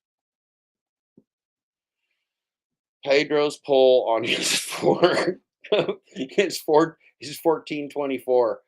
Whether people enjoyed, he got 40% like, 37% didn't watch, and 10% said no. Well, that ain't so bad. I'm going to take a poll on whether you like me. Hold on. Okay, we got to do this one first, but then we'll take a poll. I'm going to duplicate the Pedro poll. Because that to me is like, that's what integrity is like. That's what honesty is like. I need to know who hates me and who loves me at all times. Do you love me? Do you hate me? We're going to end this poll. Now, look, this is the next poll. I hope you voted. You got to vote faster, because I'm not going to sit here and spoon feed you all fucking day like you're a fucking Pedro. Okay, listen. Your favorite Mike. Okay, so who's your favorite Mike? Is the retired Mike your favorite Mike? No, he's not. Only 8% of you said that your favorite Mike is the retired Mike. 8% like the Matt, that's the active Mike. Now, see, this is if there's any football fans in the audience, it is football season. You know how the backup quarterback's always the most popular guy on the team? Backup quarterback. Bigfoot Dasher knows this because Bigfoot Dasher plays a lot of gaming, plays a lot of Madden. So even in Madden, The backup quarterback's the most popular fucking guy on the team. He hasn't thrown any interceptions. He's got so much potential. He's real handsome. He's tall. He's got a great looking girlfriend, fucking smoking ass girlfriend. The guy doesn't even got to go on the field. Smoking. He's got like Gazelle Bündchen level girlfriend game. Gazelle Bündchen, like my girlfriend, Gazelle Bündchen, I talk about her sometimes. Leave her alone. She's mine. We love each other. It's a highly developed parasocial relationship via the internet. Me and Gazelle Bündchen are like that. Anyway, so I lost my thought on the Gazelle Bündchen. Right. Okay. So the deal was, see, Gazelle Bündchen went for the starting quarterback. Gazelle Bündchen went for the Tom Brady, but Tom Brady's a fucking whack job. Tom Brady sounds like a Pedro. Tom Brady sounds very much like a Pedro. Pedro should be maybe Pedro could coach Tom Brady, or Tom Brady could coach the Pedro.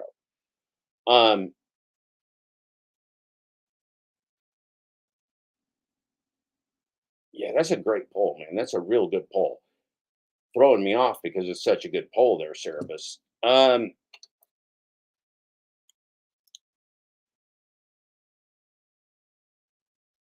a minute. I'm embarrassed. Dad Dash and embarrass himself. What does this say? Cerberus. Sorry, my greatest apologies to you, my friend. Cerberus. Dad Dash ain't wearing his glasses, and I can't see shit. So don't expect me to read shit accurately if I can't see it. Sorry, Cerberus. I'm flying blind over here. Cerberus. Is that kind of like Cerberus? That's good. It's a good name. It's a good name. I'll get it straight next time, Cerberus. I got a reasonable memory. I just can't see anything. So your favorite Mike over here. Okay, there it is. Your favorite Mike, Mark. You love Mark in reserve. Out of the three Mikes, the guy that doesn't even get on the field but has the hot girlfriend in the closet, you loving that Mark. You love the backup quarterback. It's just tradition. It's so American. It's so American to love the guy that doesn't have to get the shit kicked out of him on the football field. You love the reserve. Now, 58% of you. This makes me feel good because I love them all so much. I love all three of the Wonder Twins, the Mike, Mark, and Matt. Mike, Matt, and Mark. That's the birth order, by the way. They are Wonder Twin triplets. Mike came out first. That's why he got the show. Matt came out second from the mom. That's why Matt got the second shot at being Mike. And then Mark, the most popular guy in the family, hasn't even had to come out of the closet yet. He's still in reserve. The most popular Mike, but mostly I think because he hasn't thrown any interceptions. Matt's thrown a couple picks. Mike threw a lot of picks. Matt. Remember, Mike. So Mike is retired. Matt is active. Mark is in reserve in case Matt either gets injured in the game, or if Matt wasn't available. And someday we assume Matt's going to retire so that Mark can step in there. Mark was the third born triplet, came out after the other two, so he's just never really gotten to be in the game as of yet. Okay, so now we need a new poll. I need to know if you love me because I'm like Pedro. So you love me? Yes or no? It's just a yes or no question. No, we'll add it. We'll go. Not sure. Okay, so this is fair. Now, don't hurt my feelings. Okay, this is a Pedro poll. You love me? Yes, no, or not sure. You love me. I love Lamp. You love me. We love Pedro. Okay, we're going to go away from that. We're not going to show the live results. We're going to go to a different. We're going to go to a different page. We're going to go back to the review of last night's live stream, in which we covered so many good things. Okay, so we're going to skip ahead. We're going to skip ahead. So Pedro is explaining right now. This is just a summary of the 3-hour, almost 4-hour show. So we're skipping ahead. Pedro's like, I'm such a calm guy. I'm really cool. I'm so calm and collected. I never get angry. He's trolling Jeff, Uber Jeep Arizona. He plays Deion Sanders and pretends that he's a coach like Deion Sanders, because Deion Sanders is his idol, because Deion Sanders has a massive ego and was a GOAT. But here's the problem. See, Deion Sanders was a Hall of Fame cornerback and is now the head coach of a Colorado football team. Pedro is a hot dog salesman, is a hot dog delivery boy, a hot dog delivery Pedro that is a cult leader. So as far as coaching goes, when you talk about like the Jeff Uber Jeep Arizona, who's a badass, educated, corporate, successful, great speaker, great thinker, leader of the people, you got that guy. Then you got the primetime Deion Sanders, who's like the coach of Colorado football. He was the coach of another team before that. He was the coach of a high school football team before that. Coaches his own sons, is a real father. His sons aren't crying over in the corner. He's a father, got his own sons on his team, and he's a coach, and he came to Colorado, a team really struggling, and has done real well. Well, see, I can see how Pedro sees that prime time as somebody that might be able to accomplish a lot. But what has Pedro accomplished? What has the hot dog delivery boy who is sitting here comparing himself to prime time and criticizing Uber Jeep Arizona Jeff? What is the hot dog delivery boy, Jesus Pedro, Jesus Hair Pedro? What has he done for the world? What has Pedro delivered to the world besides lies and cult bullshit, fake cause positivity? I mean, this is a cavalcade of bullshit. This is a Pedro and Hannibal's fail cow that sucked law fest. That's what that was last night. It was the Glitchgate Pedro and Hannibal's fail cow that sucked law fest. And why was it a that sucked law fest? Because that sucked. It really sucked bad. It was terrible. It was just awful. And Pedro picking a fight with somebody in the rideshare space, Uber Jeep Arizona Jeff, is just fucking dumb. Plus, he's going to fucking whoop Pedro's ass. He's going to whoop Pedro's ass like Pedro never even got out of bed yet. Fucking, hey, man. Pedro, you're so out of your fucking league. You are so out of your fucking league. You'd have a better time coming after my Gazelle Bunchen, and you ain't getting anywhere near her. You are so out of your league with Uber Jeep Arizona Jeff. It's just fucking embarrassing, dude. It's fucking embarrassing. Stop embarrassing yourself, Pedro. Oh my God, Pedro. So he's just a train wreck, right? We're just scrolling through. He's a fucking train wreck. What do we have here? Oh, this was a great poll. This was an excellent poll, and I'm going to read it to you here because it was so good. This is one of my best polls ever. It was real clear. Why no Eli on the Hannibal's and Pedro? Why no Eli on the Hannibal's and Pedro? It was a good question. It's a question of the day. Some of you may still be asking yourself that very question. Why no Hannibal's? Why no Eli on the Hannibal's and Pedro? So one of the choices over here was that Eli went hard training and he overpaid. That was just not favored at all. And then another one, the fourth choice, coming in second place, was that Pedro is above normal human things. That's clear. It's clear to us that Pedro is, in fact, above all human things. And then coming in the third choice, it was my personal favorite. I'm going to be honest with you. I don't like to bias the polls, but this was, in fact, my personal favorite. It's my vote. If I had a vote, I don't get to vote in my own polls. That would be fraudulent, apparently. YouTube doesn't let you do that. YouTube is about integrity. I'm about integrity. I don't get to vote in my own polls. But the second place choice, which was my personal favorite, is that Eli. Why no Eli on the Hannibal's and Pedro? Is that asthma / non-related female problems, that Eli was experiencing asthma / non-related female problems. That was second choice. Your choice, the choice that Raging Wagey is still on this morning. He loves it. He's thinking about it. I think he might have dreamed of it. The reason that Eli, why no Eli on Hannibal's and Pedro? The answer is Fuzzy Dildo Mike lost on Nature Trail. Tragedy. Eli has been lost. Nobody has seen Eli since the Pedro and Hannibal's no show. So much advertising, so much excitement, so many super chats. so much drama, so much conversation, so much wasted time, so much wasted time, so very much wasted time, so much wasted time. Why no Eli on the Hannibals and Pedro? Well, the answer is Fuzzy Dildo Mike lost on Nature Trail. That's the answer. That's the answer. We figured it out. So anybody that's tuning in for the breaking news, Robert Reese will be covering this, I'm sure. That's the answer. Fuzzy Dildo Mike lost on Nature Trail. It's tragic. Those fuzzy dildo mics are expensive as fuck. You just can't get them everywhere. That's a giant fuzzy dildo mic, and those are not available. The supply chain may have not even have any fuzzy dildo mics in it these days.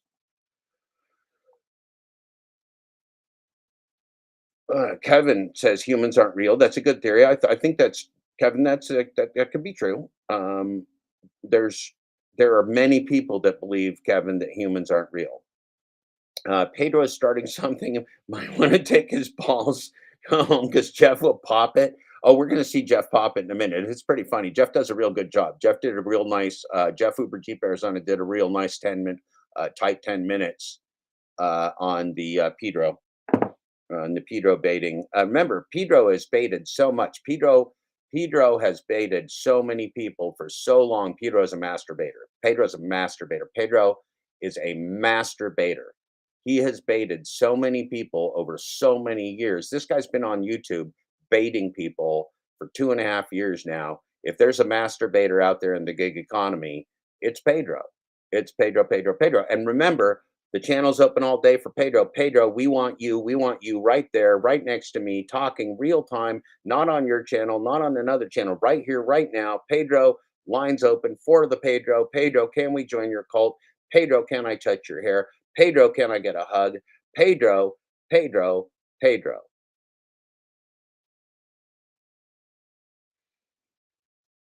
Well, no, it didn't. It wasn't that he chickened out, Wild Alaska. His fuzzy dildo mic was lost on the nature trail and he never made it home. He never made this could be scheduled for next week, Wild Alaska. You never know. The Pedro and the Eli and the Hannibals could be scheduling this for a future date. This could just be delayed, not canceled. We don't know. There was no answer. There was no answer that I know of. All that we know is that the fuzzy dildo mic was lost on the nature trail. That's all we know. And I don't like to talk about things I don't know about. So I just don't know why, other than that, it didn't happen.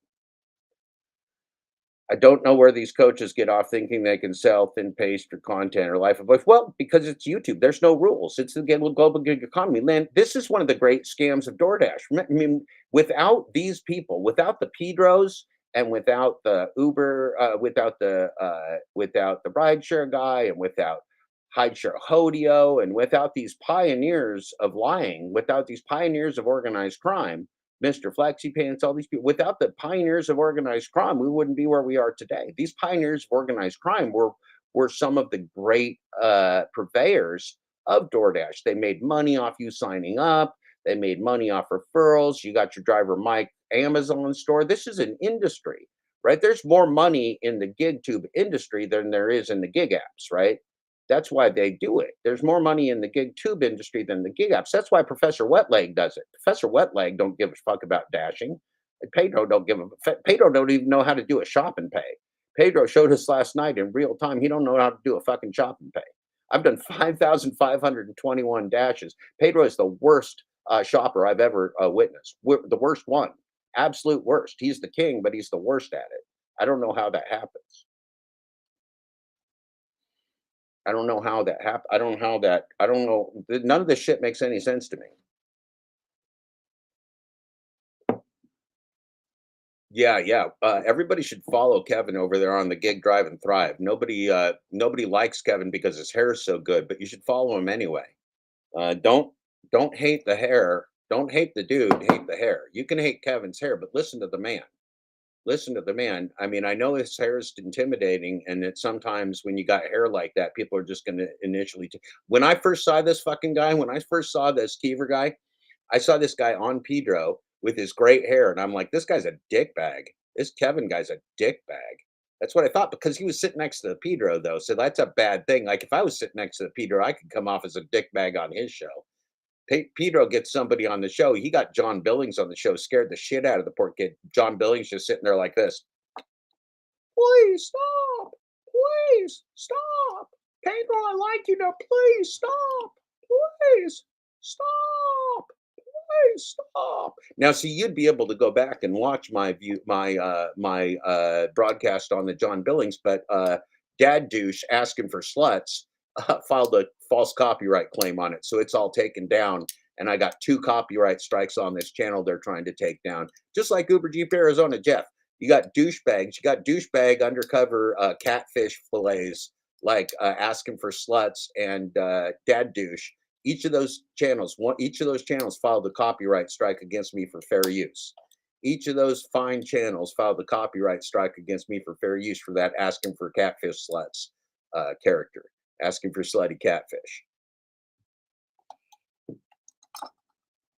Yeah, man. Well, see, this is what we talked about, Cody. This is what we talked about is that people that are predators put themselves in positions to find victims. That's what predators do. And we're not saying any particular person is or is not a predator. We don't know who the predators are. If we did, we'd be much better off in our society if we could just spot all the predators. But one thing we do know is that predators put themselves in position as teachers and coaches and pastors and ministers and Catholic priests and private school teachers and all kinds of different people, Boy Scout leaders, Girl Scout leaders, whatever, mostly Boy Scout leaders.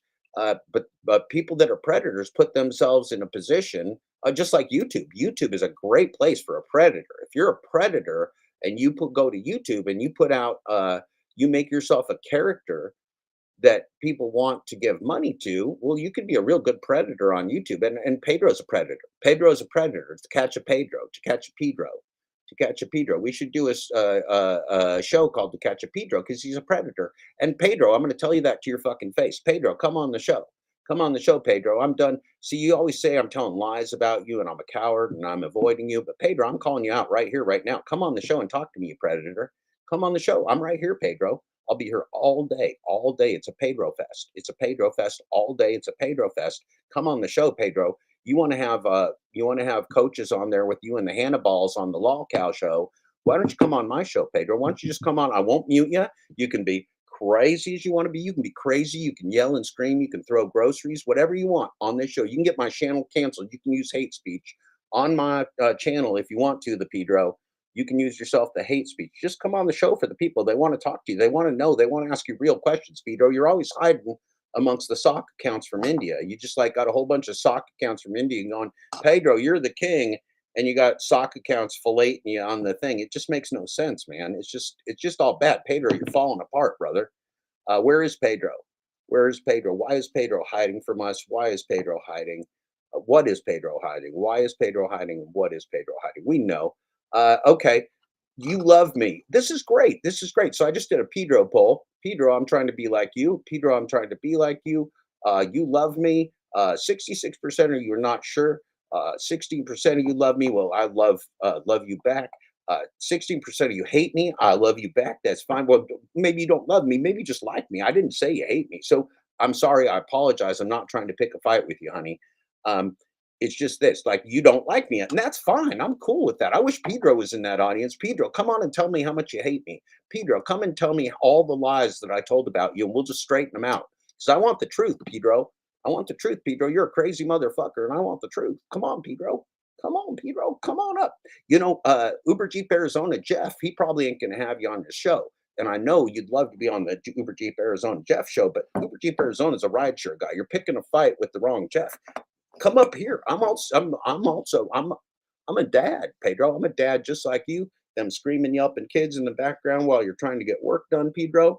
I'm talking to you, Pedro. Come in the chat. Come on in the chat, Pedro. I'm baiting you. I'm a masturbator too, Pedro. You're a masturbator. I'm a masturbator. I've been baiting people like you for a long time, Pedro. Today is Pedro Day. Today is Pedro Day. We've had it with the Pedro. Today's Pedro Day. Pedro been out just causing chaos like that, asking for slutty catfish. Everybody that knows Pedro, if you know Pedro, why don't you just send Pedro a message and say, Jeff Thomas Black's got a channel open for you. He's calling you out all day, Pedro. You better show up. Just like he did to me. That's what he did, had everybody do to me. They said like 500 people are like, Jeff Pedro's calling you out, you have to go on his show. You have to go. No, I don't debate. I don't debate a lot of people, Wild Alaska. I bait. I bait. I bait the fish. I bait the fish. I catch the little shit bags, right? And I beat them up. I beat them up because I'm a bigger bully than they are. I'm in a higher weight class. They think they're tough. They ain't as tough as me. That's the problem. That's the problem. Is see, you want to get in a war of words with a real man, you can just come up here and we can find out who the real man is. We'll just find out who the real tough guy is. We'll just use our words. We won't even yell at each other. We'll take turns. I won't talk over you. I won't mute you. Pedro, Pedro, Pedro. I'm going to go, look, Pedro, Pedro, Pedro. Bing! Pedro, I'm going to go in the bathroom. What I'm going to do, if Pedro don't show up, I'm going to go in the bathroom and have myself an interview with Pedro in the bathroom. And I'll get the truth from the Pedro in the mirror. Huh. No, if Pedro's concerned about how he looks, he should come up here on the chat. He should come up here on the chat. Every one of Pedro's fans, Dashing Trader, Professor Wetleg, you are also welcome on my screen today. I'm going to put up here right now. This is not for anybody unless I say your name. Here's a chat thing. I'm baiting. I'm a master baiter, Cody. I'm going to be baiting like a master today. So these are the people that I want to see on this chat. I want to see Professor Wetleg. Professor, I think his channel is actually called Professor Blackleg. Okay, Professor Blackleg. That's also called the Dashing. You call these people out for me. You let them know. Say Jeff Thomas Black's looking for you right now. We're going to get this done. We're going to get this done. Why don't you come on and stop being a big baby? Why don't you come on and be a man for once, Dashing Trader, for the first time ever, Dashing Trader, why don't you come on and be a man? For the first time ever, Pedro, why don't you come on and be a man? I don't want to talk to your lapdog Hannibal's. He ain't got nothing to say. He's just a pooper scooper. That Hannibal's is just a pooper scooper, and I don't need that pooper scooper. He's fine. Just Hannibal's, go off and watch some Beyonce videos. Hannibal's. Who we got up here? Oh, God damn it, Kevin. God damn it, Kevin. I was so excited. I swear to God, I was so excited. Like, if that's the Pedro or the Dashing Trader, I'm going to pee myself right now out of excitement. I just peed myself, so. Well, Kevin, you go ahead and yap, and I'm not going to mute you, but I am going to get my headphones so you don't fuck my show up. Okay, thanks, Kevin. Go ahead and talk. Just say something. Fill the airtime. Keep me dead there, Kevin. I got nothing to say. I was hoping to be a co-host here, there, Mr. Dad Dash. Try not to be too crazy. Well, see, people like you want the gravy train. You want to phone it in. That's why I played your video earlier this morning, Kevin, because I wanted to wake up, start earning the YouTube clicks and views, and just phone the fucker in. That's why I played your video without paying you. Well, I figured I'd do the same thing as well, so. Well, I appreciate that. So Kevin, what do you think the chances are if we were going to be playing Mr. Bet on you? If we were going to Mr. Bet on you, Kevin, if we were going to Mr. Bet on you, is Pedro or the Dashing Trader going to show up today, you think? I got the open channel for him, Peter. Yes, in chats. Okay, you don't think they'll show up on the screen here with me and actually take my bait? Because I am a masturbator, Kevin. I think we've all been masturbated in this space. So much baiting. There's so much baiting. It's like all baiting. It's like all bait, no fish. All bait, no fish. Yeah, I mean, like, look. I will never let this go because that bastard Glitch Dash did this. But I was masturbated by that hot blonde who kills guys. That's what you get when you do your own research, Kevin. That's why you do your own research. Look, do you think Gazelle Bunchen and I fell in love just because our stars crossed? No, we researched each other hard. Yeah, hard, fast, furious, one might say. Look, she's a beautiful woman. That Gazelle Bunchen. Have you seen her dance at that Brazilian festival? Because if you've seen her dance, Kevin, if you've seen that Gazelle Bunchen dance at the Brazilian festival, it's going to turn you straight, Kevin. Even with that hair, it's going to turn you straight. Yeah. I'm from New England, so I'm a Patriots fan. So I am well aware of the Giselle Bundchen. Have you seen the No. low cut tight tight pants that she's wearing during the Brazilian festival? Because dude, it's just not right. It's just not right. That shit shouldn't be allowed on the internet. Well, some might say it's not right, but many would say that it's very right. Yeah, if that's there's a song like that. If Giselle Bundchen is wrong, I don't want to be right. That's what I've heard. That is what I've heard. Yeah. I've got a treat for you. You and all of your fabulous sewer people on the My chat. Colt. Your Colt. My Colt. Yeah. They might get a chance to witness me do a live shopping. Can you hear me? Yeah, I didn't mute you. Did you mute Okay. yourself? No, Oh, no, I. This is not the Pedro show. There's no muting, Kevin. Yeah, so they might get to see me do another. That's 2 days in a row. They get to see me do a shopping order. Kevin, if you do any lives, will you be abusing the merchandise? We have Mary Poppins wants to know. She says, first of all, Mary Poppins says, "Good morning, Kevin. Your hair looks great and natural. We can see there's no product in there today. We appreciate the Mr. Natural." And then Mary Poppins also asks, "Can we watch Kevin shop and pay, compare it to Pedro's?" And then my follow-on question is, will you be abusing the groceries? Well, it's good to know. So it's a great question, Mary Poppins. This is a stacked order. I am going to pick up a pizza and some cat food. So it's 10 cans of cat food. So some might say that Microsoft went up 3 points. So you need to dent the cans. So you're saying, Kevin, I was not really paying attention to what you say because I generally don't Neither was listen I. to you. Yeah. Neither was I. Are you saying you're delivering cat food cans for a customer? Well, I'm going to pick up. You hear that? It's a beautiful sound. For those, that is a nice one. That's lovely. We'll listen. It's weird though. It's not 12 o'clock, so I don't know what they're doing. It's the 11:10. It's the 11:10 or 12:10 or 10:10 or 9:10 bells. Yeah. So I am going to pick up an order from Pies and Pints. It is a large street corn pie. Kevin, how many fingers are you going to take into that pie store? Well, is this going to be a 10-finger pie? I am going to use my strong hand. Okay. All right. I have heard that Professor Blackleg has a motto, and it says, "Keep your pimp hand strong." Do you keep your pimp hand strong, Kevin? Only the strongest. Okay. Professor Blackleg, I hear, how's it going, man? Is to keep that. DoorDash for Jeremy when you get a chance. Okay, so we're now watching. Jeremy. We're going to go only to Kevin. We're going to take. It's like 10 minutes. Oh my God. 15. Okay, I've got something else on the order. I'll do that and come back. All right, thank you. Holy shit, Kevin! Please tell us you're not going to spend 15 minutes working for nothing. No. Okay. So this is. Kevin, what will you do? Will you cancel that order, or are you going to wait like a bitch? No, this is a stacked order with a shopping order. So I'm going to go to that shopping order and then come back and pick this up because it. Kevin, how stacked is it? Is it as stacked as my girlfriend Giselle Bundchen? Is it just a small stack? It is quite stacked.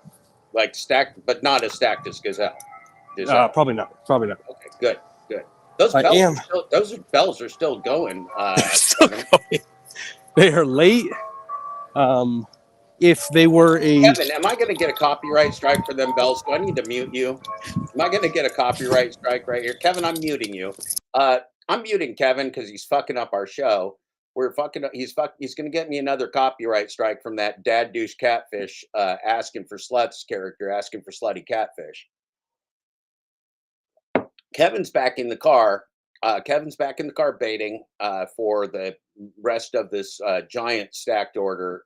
Kevin, did you not make $700 during the lunch hour the other day? I'm going to unmute you, Kevin, in just a second. Don't answer yet. I haven't unmuted you yet. When I unmute you, Kevin, I'm going to ask you, and if you don't answer the question or if you act crazy, I'm going to have to mute you. Kevin, when you earned $700 the other day at lunch, are you going to have a $700 breakfast shift this morning? No, I actually made $1,100, so you should get your facts straight.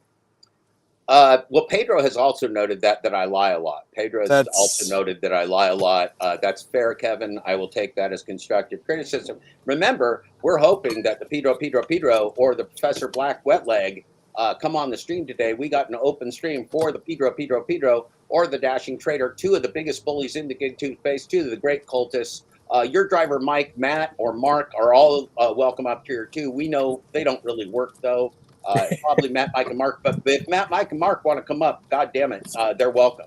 If they're around, if any of them are around, if anybody knows Matt, Mike, or Mark in real life, which I doubt, if anybody knows Matt, Mike, or Mark, you could tell them like, hey, Jeff Thomas Black wants to interview you. You went on the rideshare guy. You should go on the Jeff Thomas Black show. See, Pedro went on the Zach drives money trains and Kim drives money trains on people in poverty with payday loans. Pedro went on that show and he's like, hey, I'm Pedro. Why doesn't he come on? I'll interview him like a real guy. I'm going to ask him real questions, Keever. Now, listen, if Dashing Trader, Professor Wetleg, whatever his real name is, if your driver, Mike, Matt, or Mark, or if the Pedro, open channel all day for those three individuals. We want to get this shit straight, Keever. We want to know who the best cult leader is. We want to know who the best dasher is. We want to know who's the best business insider. We want the information. We want the straight poop, Kevin. I need this from you right now. Actually, first of all, you didn't answer my question earlier, so I'm going to ask you two questions. First of all, I did hear in the internal Slack channel that Torp will be appearing in the basement. Is that true? Kevin, I got to be honest with you. I haven't worked on a Torp impression. Torp has not been invited to my basement yet. Tommy gave me permission to have him visit the basement with the teenage girls when I want to. So we could visit Tommy. Tommy may stop in sometime. It's kind of like an Airbnb for GigTube wherewithal. GigTube. What do you call them? GigTube. I don't know, just GigTube people that need a home. I'm a community guy. So it's like it's good for people who are residentially flexible. It's like a halfway house. It's like a halfway house, Kevin. It's like halfway between hell and GigTube. It's like halfway between hell and GigTube. Here in the basement with me, it's kind of like purgatory. It's like halfway between hell and GigTube. So like you got my basement, you got the rest of the people in the basement, then you got GigTube. All right, so second question, very, very, very important question. When, because I'm going to speak positive here, when one of them come on, will you put up the poll again about the cult leader so we can get some fair results? We will take their input if they want. We're going to ask the guest. We don't like to abuse our guest, Kevin. We like to be fair. If they want a poll, we will let them help us craft a poll in real time because we're not the news channel, we're not the Glitch Dash, we're not Gig Drive and Thrive, we're not Brian. And we're certainly not DoorDash Revolution, but we're probably somewhere around the sixth best choice in the GigTube space in the mornings on Thursday. But are we Dad Dash 13 and or asking for sluts? That's not even content. That's just dog shit, man. That can't even be on the thing. But we're like legitimately the sixth best choice to watch, and we may be the only one live right now, making us in first place, Keever. But he does have, but in his defense, he does have 517 dog shit videos. Yeah, it's a lot of videos. It's like a carpet bombing of dog shit is what it is. It's like if you had a B-17 flying over your house and they carpet bombed like from one side of your backyard all the way to the mailbox with dog shit. Well, it's like if you were to imagine what Agent Orange looks like in person.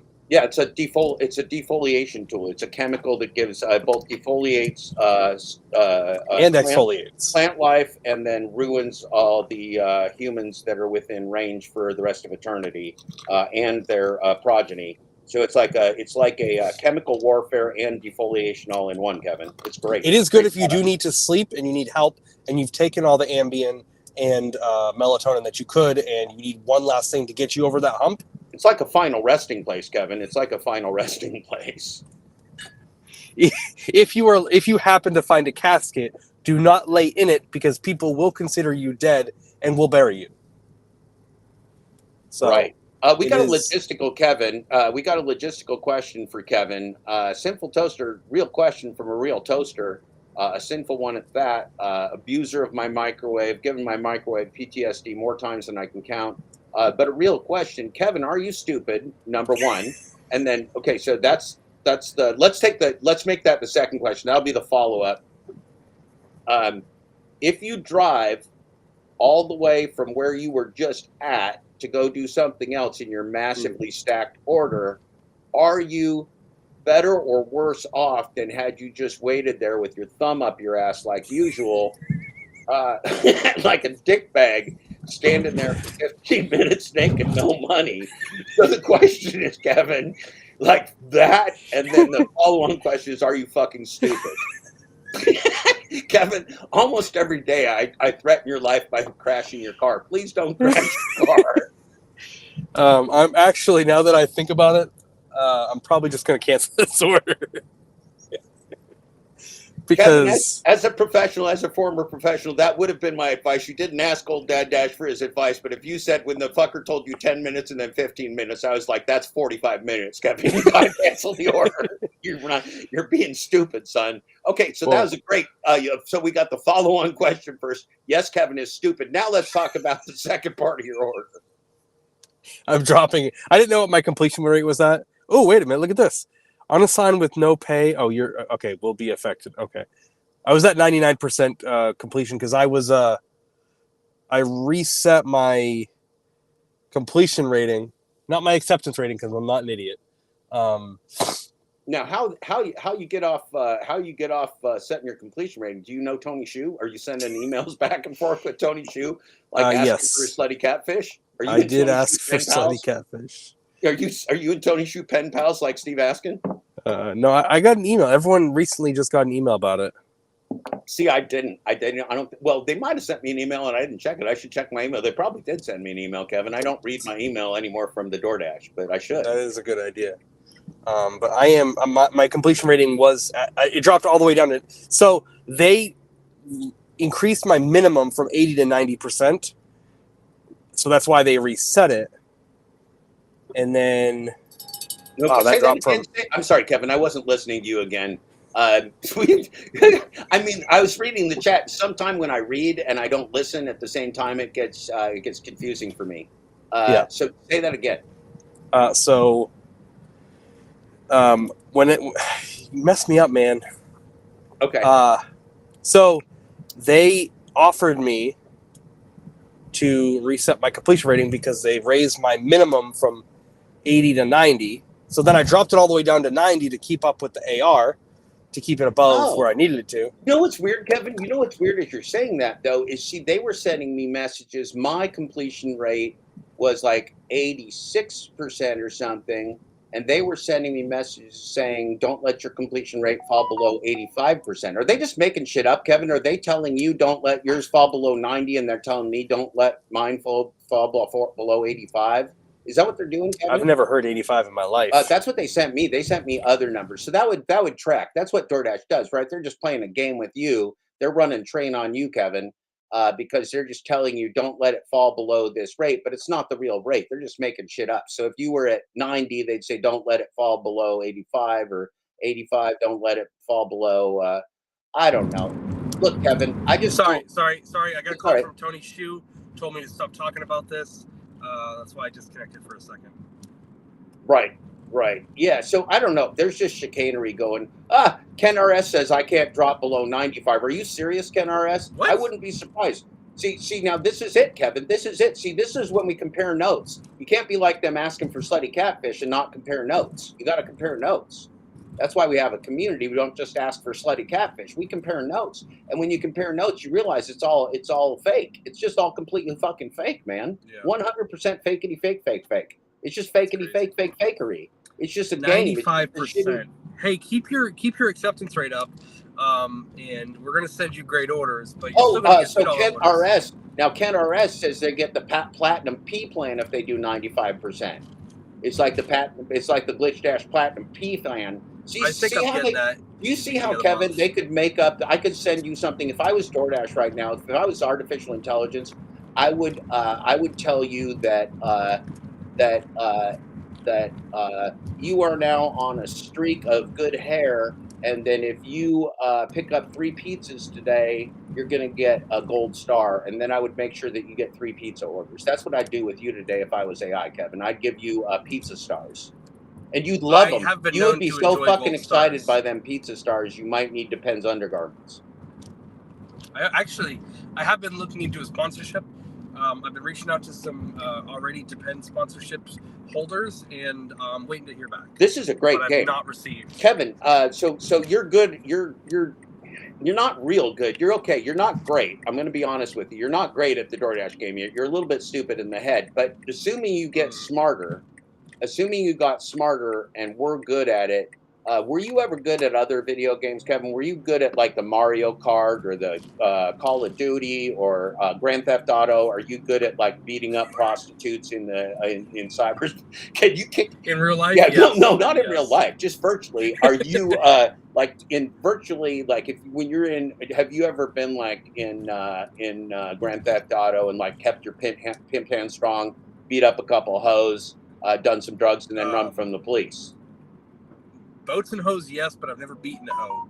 Okay, you're but not I in. You're did- not into hoe beating even in the video game. No, I played. I was more of a World of Warcraft or. Gotcha. first-person shooter Did you ever game. run into the Ozzy Osbourne on there? Ozzy Osbourne's reportedly a World of Warcraft. Did you ever play Ozzy Osbourne for your soul He's or an anything? orc. Pretty sure he's an orc or he's a troll. I can't remember. Did you actually play the Ozzy Osbourne though? No, you can't play him. I believe there was an Ozzy Osbourne NPC. No, kind but of like Dad Dash is an NPC. he claimed he's an addict. I mean, I saw him talk about it. He's addicted to the World of Warcraft. He just can't get enough. But that was a while ago. I've not been following the Ozzy Osbourne. So I've never played him, but I thought I could have sworn I remember an actual NPC like Dad Dash asking for 13 virgin sluts. No, this would be if I was playing Ozzy Osbourne in World of Warcraft, I'd be afraid he'd decapitate me on stage with his teeth. That's what I'd be afraid of in World of Warcraft. I'd be afraid he'd open his big Ozzy Osbourne mouth, and I'd be like a little bat in his hand or a little pigeon or whatever bird or whatever story you hear from the Ozzy Osbourne, and he'd just decapitate me like DoorDash. Yeah, that has not happened yet. I'm still, because I was a big Ozzy fan growing up. Oh man, all aboard, baby! All aboard! Maybe I should do an Ozzy Osbourne when my voice warms up. Well, I should do an Ozzy Osbourne karaoke for the people today, Kevin.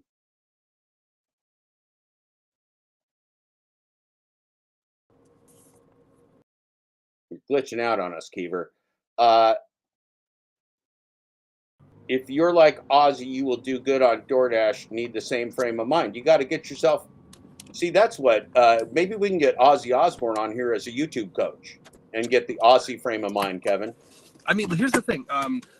You don't really have to do a whole lot to be a YouTube coach, so anybody could do it. You just need an internet connection. What kind of money you think you get for being a YouTube coach? What kind of money you think somebody can rake in for being a YouTube coach? I'm not sure. Probably a lot. Yeah, Probably and if I was going to charge to be actually, it depends on how good your hair is. Yeah. Well, see, I'm putting my hair under my hat for a couple reasons today. Number one, I just got up, Kevin. Yeah. But number two, I know you're going to appear on my show, whether I want you to or not, and every fucking day you humiliate me with your better hair. And I resent it. It's one of the reasons I refuse to learn your real name. Well, it's Kegel's, so. Yeah. Well, Kegel, it's a strong name. We know it takes a lot of work. Yeah. Hey, Kegel. Speaking of vaginas, which is one of my favorite subjects, we talk a lot about the vaginas. Vaginas can't get testicular overpay, but people with testicular overpay, like John Billings and Pedro, they can that testicular overpay can jump up and bite someone in the vagina. Kevin, speaking of vaginas, and speaking of vaginas that we love, most importantly, your mom. Yeah. Your mom gave birth to you through her vagina. Actually, no. Reportedly. Oh, through her belly? You were a C-section baby? That explains the hair. That explains the hair. Big ass head. She was in labor for 17 hours with me. Oh, that sucks, man. And you came out, but see, you came out with a perfect head and perfect hair. You didn't have like one of those vacuum heads or anything. They just brought you out with the perfect head, perfect hair straight out of the gate. Unfortunately, no cone head. Yeah, no cone head. So you came out of your mom's stomach, and you kept her vagina nice, which is real nice of you, Kevin. Not to stretch out the vagina. I bet your mom still thanks you for that today. Actually, we just had a conversation about it the other day. So Did you? You talked to Yeah. your mom about her vagina. That's excellent, Kevin. Now, speaking of your mom's vagina, God, I'm glad you're not driving, Kevin. Speaking of your Mary Poppins, Mary Poppins likes this conversation a lot. Speaking of your mom's finally, some vagina, relatability.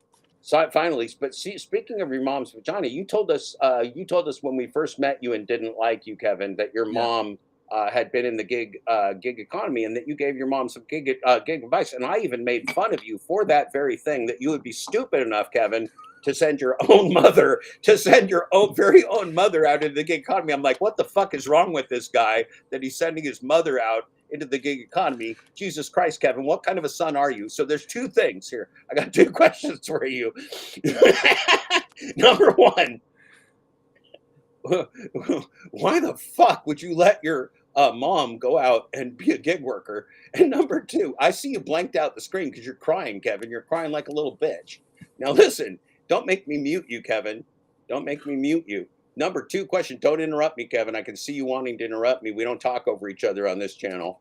I will mute you if you act crazy. Number two, why did you let your own mother, what kind of a, no, number one, the first question is, how stupid are you? And then two, what kind of a son are you? There you go. That's just, let's keep it simple. You'll just get, how stupid are you and what kind of a son are you to let your mother go in the gig economy? Thank you, Kevin. I'm going to mute myself now to curb my urge to mute you. Well, we already know how stupid I am because you pointed out every fucking minute. But she works full time, and she wanted some extra money, so she doesn't do it. That's how angry I am. She doesn't do it full time. She does it. Actually, that's not true. She works full time in both. So I didn't give her the life. She chose it. Just like all right, I didn't choose to live. We will not hold you responsible for your mother's choices. That's not fair. Just like your mother is not responsible for your stupid choices, Kevin. Now, Kevin, what kind of advice do you give your mom about the GigTube? And you talk about vaginas. Do you talk about GigTube do you talk about vaginas a lot? Do you talk about gig app strategy? Mainly, it was a lot of it with Instacart and Shipped. So you talk about Instacart and Ship strategy. So what are the Instacart and Ship strategies in her area? Well, she's in Orlando. And honestly, we don't talk a whole lot about it now. It was more so when she first started. Florida. Yeah, that's excellent. Orlando. That's got to be a lot of fun for everyone. No, it's not very fun. Yeah, no, she does a lot of Instacart, a lot of Shipped. She does some DoorDash and Uber Eats as well. But great story. As far as you know, like you grew up with this woman. No, actually, I didn't. Oh, okay. I'm getting real complex. I did not mean to go down an ugly road here. I'm going into vaginas and everything else, and I don't even know your life story. I apologize, Kevin. I'm not. No, she grew up in Florida. I visited her like 3 times a year. So okay. I lived in New Hampshire my whole life. And who raised you, Kevin? Do you mind telling us? It was the troll under the bridge. And my dad. Oh man, you must have one wonderful dad. Yeah. Yep. Is he a wonderful guy? He's pretty good. You know, just like everyone, we have our faults. Well, yeah, nobody's perfect. But nobody's perfect except for, you know, cult leaders. Right. Well, they say they are. And, you know, being a dad's changed a lot, too, Kevin. Being a dad's changed a lot, too, over the years. We're a lot more conscious. We know a lot more than we used to know. So people have the opportunity to be better parents than they used to be. It's a hard thing. I've dealt with a lot of kids who have a lot of bad dads, and it's or a lot of bad moms, and it's tough. There's a lot of our friends here in this space who don't have any parents at all, that grew up in the foster care system, that grew up on the streets. This is some serious shit here, Kevin. Yeah. And I think the biggest thing that is under appreciated or understood, if you get what I'm saying. The most misunderstood is how important having, not just mainly like having a strong, for men, having a strong father figure, but living up with both parents. And I think not enough attention is put on that. And if you've looked at a lot of the studies, when you look at, even looking at crime, a lot of the disproportionately growing up without a father tends to lead you down that path. And that goes across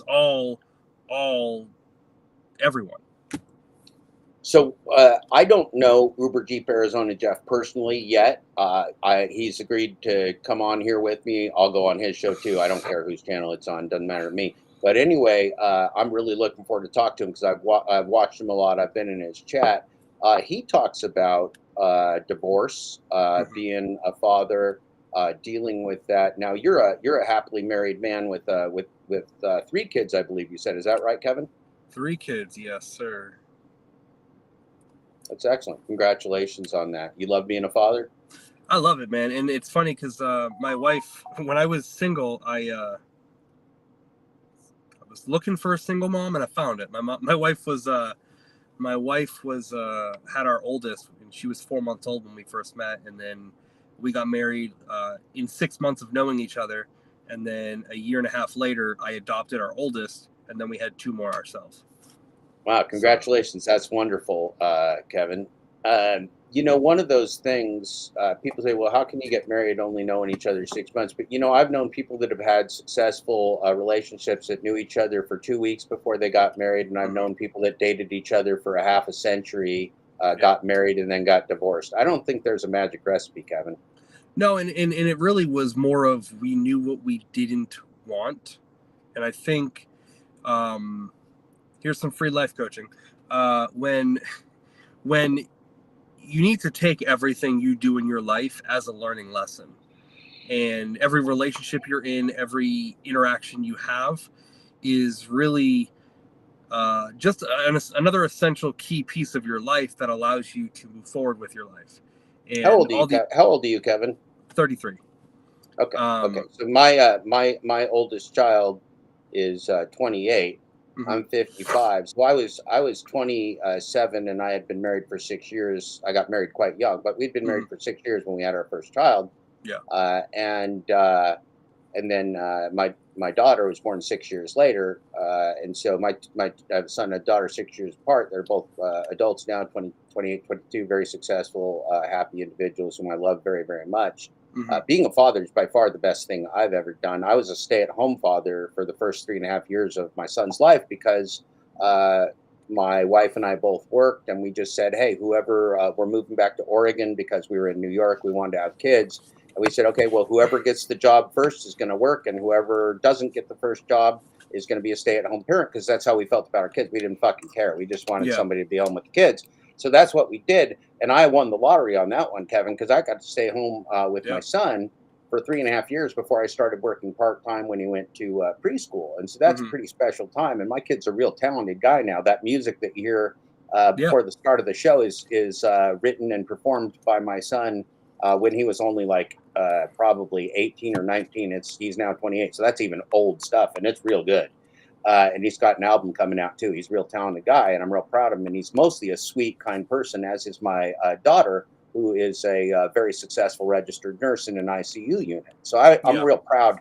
I'm a real proud dad with 2 adult kids. I know what it takes to do that. And one of my points about Jeff Uber Jeep Arizona, unlike the Pedro who was doing a broadcast last night while his daughter was screaming upstairs with his partner. See, Jeff talks about being a dad all the time, and he spends time with his kids and stuff. And Jeff also, Jeff talks about family a lot. He talks about divorce. He talks about what it takes to be a dad. He talks about how much, like you said, how much kids need all their parents, and that it's a business relationship, and that, look, if you got to get yourself divorced, get yourself divorced. Don't fuck up your kids. Don't fuck up your kids. Don't make it a kid competition. Don't use your kids as a weapon.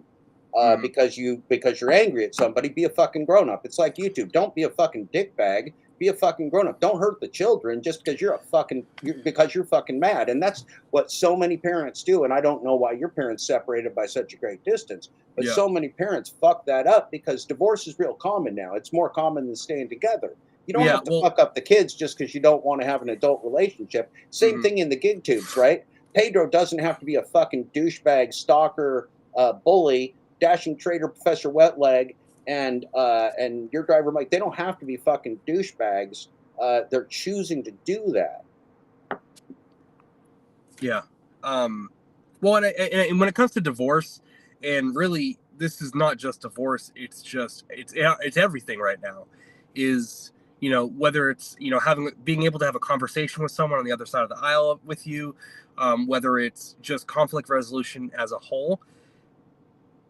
The majority of divorces, I feel like, could be worked out, because I'm not saying, my wife and I will be married 8 years this year, and Kevin, it's real hard to get a good counselor. It's real hard to get a good stuff. And a lot of times, those damn counselors, people go to their pastors. I know a couple people went to their pastors for marriage counseling, and you know how that pastor counseled the wife? With his penis. With his penis. He counseled the wife with his penis, Kevin. And I'm not joking. That's a lot of how this shit goes down, because you got a lot of predatory, horny pastors out there that just love themselves some pretty blonde pussy from a married couple. And so, it's real hazardous business choosing somebody to get involved in your marriage, Kevin. Well, and I think it's there is a lot more that needs to be focused on, just a conflict resolution with each other. Books, although they're not real, you can still find them on the internet.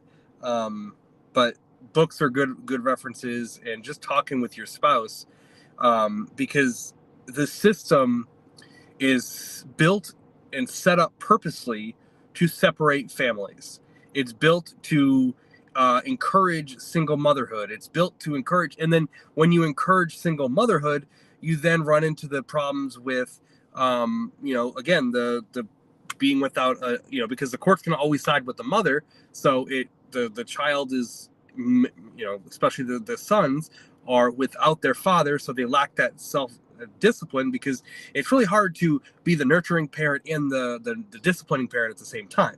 You can't be the best at both. So, you can try. You can be good. It's real hard, Kevin. It's real hard, Kevin. I mean, I was a. Well, it's harder when they monetize the system against the family. It's hard when the system is set up to purposely put a wedge between the family. That's everything in America now is designed to divide us and destroy us, not to keep us together. Kevin, I call it the injustice system, because it's all about injustice. There's no justice that's going to come out of that. A judge is not going to figure out how to separate your marriage well. It's just going to make it worse. Guaranteed, going to make it worse. There are rare instances where one parent's trying to play keep away or something. Parents trying to move the kid to Timbuktu. The other, there's times when you got to get involved in things. Even then, you don't really have to destroy the kid with all the drama. You can go like, hey, mommy loves you, daddy loves you, mommy's always going to love you, daddy's always going to love you. Studies show that being present, attendance counts, Kevin. As a parent, you can be almost a dipshit, but attendance counts. If you just show up and hang around, you're doing like 85% of the job there, Kevin. Yeah, well, and just like, it doesn't, just like shopping orders. It's just like shopping orders. It doesn't take much to separate you from the pack on being a good parent. And it's, you don't need to buy your kids, thousands of presents. You just need to show them that when they screw up, not if they screw up, when they screw up, you can discipline them without, beating them up emotionally and physically, obviously. But you can then hold them accountable for like, hey, that's not right, but I still love you. And, this is how we should do it the next time. And it's just, but that's rampant everywhere. Nobody wants to be, it's just, nobody's held accountable. Nobody wants to do the right thing. Everyone is trying to get one over on someone. There's so many things that need to be changed, and it really all comes back to like just being a good person. I want that out. I'll take that. So I mean, it's Government meddling, exactly, Stephen. The government is what did Ronald Reagan said? The 9 worst words you'll hear is "I'm here from the government and I want to help you" or something like that. Government trying to help you just means they want something else.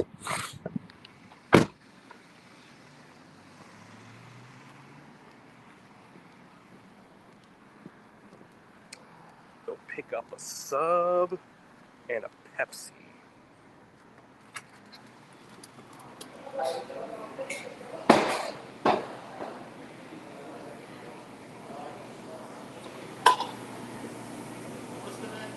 Randy. I appreciate you.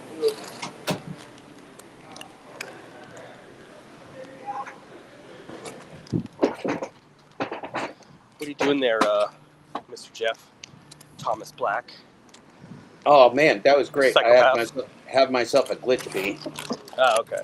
I I feel thought you were much being better. a psychopath. Crazy. Yeah, I went non-writer. crazy. I went crazy.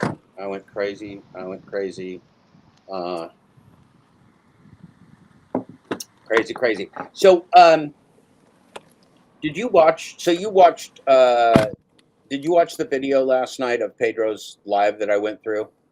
You were in there, right? I watched the replay of it. Are you talking Okay. about When he was basically acting like holier than thou, like you need to all be cool like me. I'm Pedro, and he had the kid crying in the background, and he was ignoring it. Yeah. And it was real distracting. Kevin, if you were doing a live from your house and your kid was screaming in the background, would you pause the live for the screaming kid, or would you just let the kid scream and let your wife deal with it? It really depends on the severity of the situation. I mean, and this comes down to different parenting. I don't think you should let your kid scream for 20 minutes. Yeah, it but was if a they're long like time. just whining, like you can't give your We lost Keever there for a second. That's all right. We're still here as far as I know. He'll come back.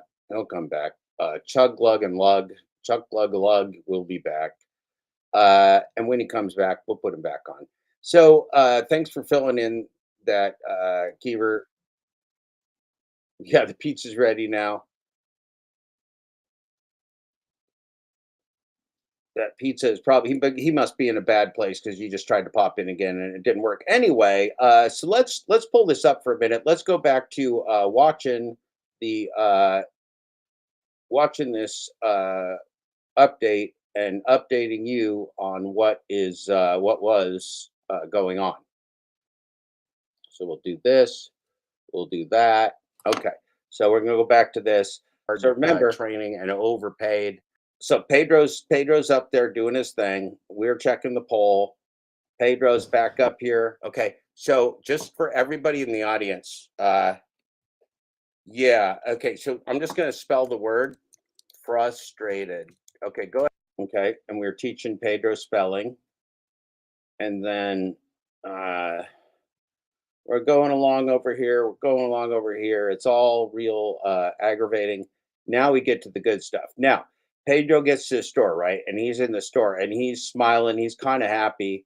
Then he's shopping. He's shopping more, and he just keeps getting angrier. Scan barcode. Stop playing with me. Organic. Got it. Okay. You want some organic bananas? All right, then over on the other side. Let's go. Stop playing with your boy. I know naps out here, man. Come on. These YouTube streets need your boy to go live. Well, at Aldi, you got to pay for your paper trash. Uh-oh. Okay. He's actually going to be in the freezer. To the field as a gig worker. Fuck up your entire day. I've never seen bags show up on an order like that before. Here's Aldi coming on Instacart. Little anal. Friend Gigwise. So he's going to tell his problems. He's got mental problems. Which is, there's nothing wrong. He's going to tell us his mental problems now. Things that happen.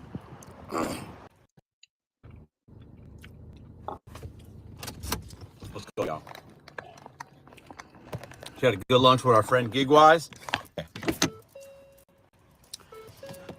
You're bound to run into things that happen. I'm a little OCD, and I'm a little anal, and I'm a perfectionist. So I want it all to be one stream. Okay, Keever. Did you hear that? Did you hear what the man just said, Keever? He says he's anal, he's OCD, and he's a perfectionist. That's like saying I'm a psychopath and I'm an insomniac and a drug addict. Pretty good combinations. It's a tough combination, Kevin. OCD, perfectionist. What was the other one? Anal. Anal. An anal OCD perfectionist. If you're dating somebody, Kevin, if you were a single man and the woman said, "Hey, I'm glad I met you, Kevin. You have great hair. I'm an anal OCD perfectionist." How fast would you run? Would you run like at full sprint speed, or would it be more of like a miler speed? Well, I would ask if depends on how anal she is.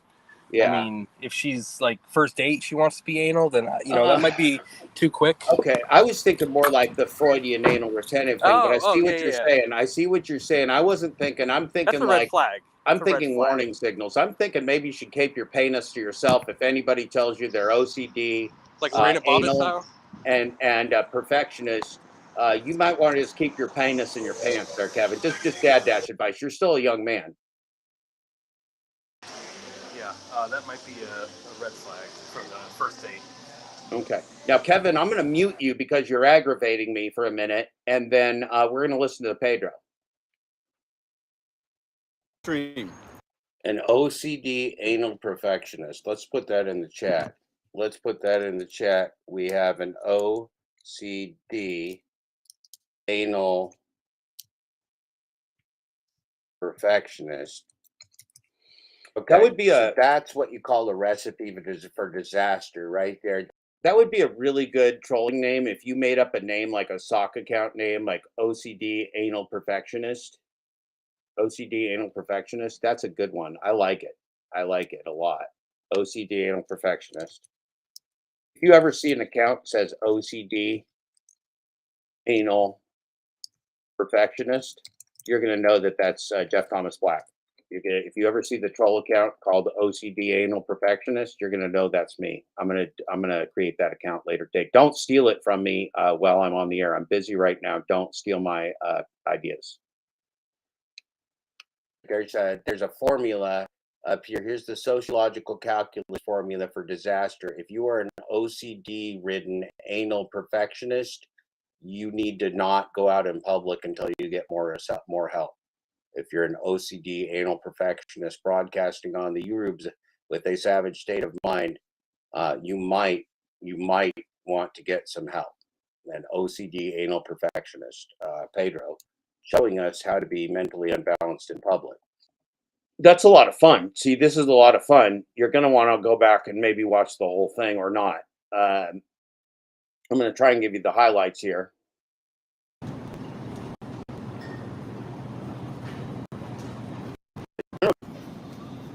World hands you lemons, you make lemonade. Let's make some lemonade. Okay.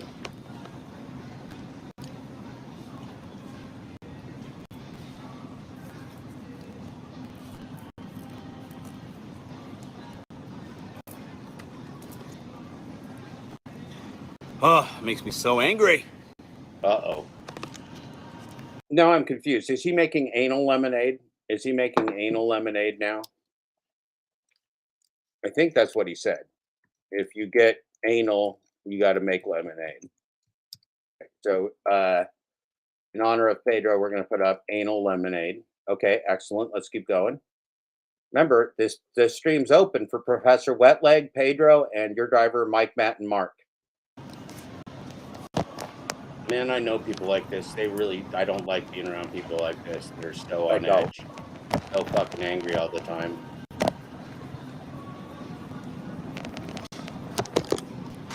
I gotta mute y'all. There's music here, and I don't want no problems from YouTube. So I gotta put you guys on mute. You don't want no YouTube problems.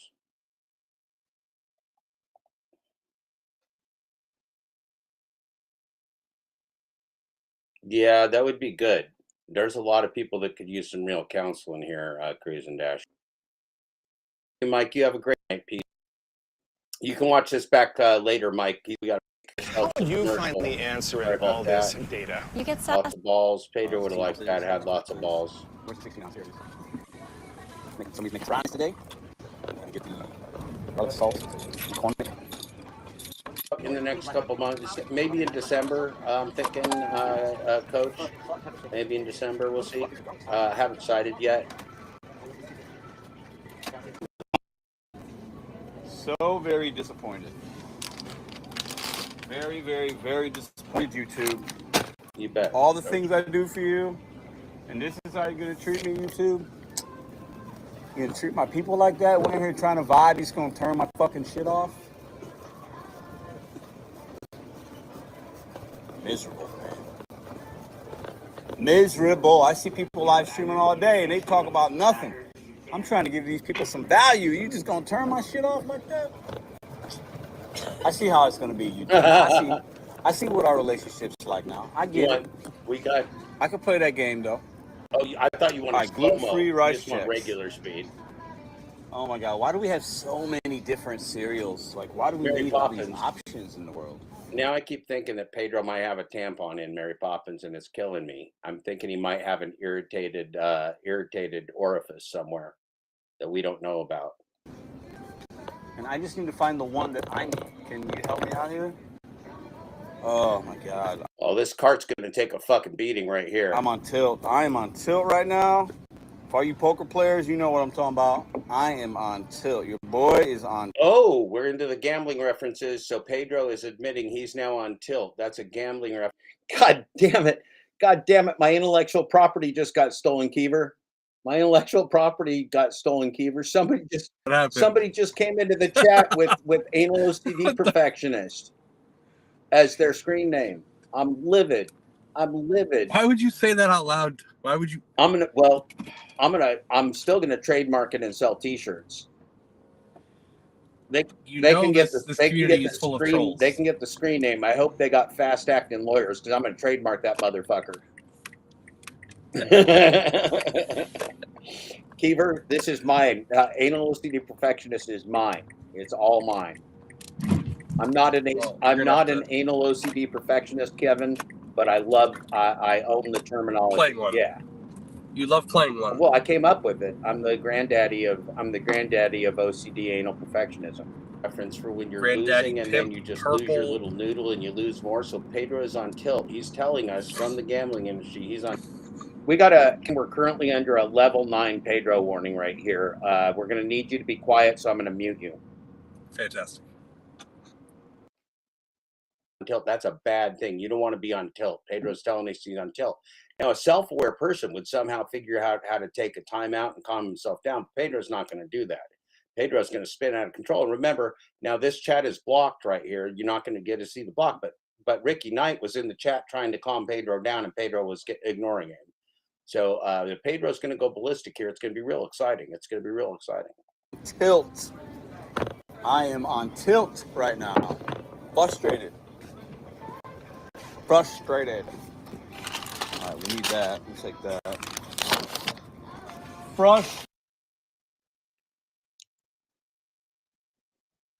Right now. Frustrated. There you go, with the R. There you go. You did it with the R that time. That was better. He's learning. All right, we need that. We'll take that. Frustrated. Your boy is frustrated. I am frustrated. That was better. He said the R this time. Is this it? Rice? I don't know. Why are the boxes like this? There we go. All right. We need some maple syrup. We need some Fruito dinosaur rounds. Blah, blah, blah. Oh, I'm so upset. That's like Always Sunny. Please stop. Please stop. You could have a Pedro and John Billings like, please stop. Please stop.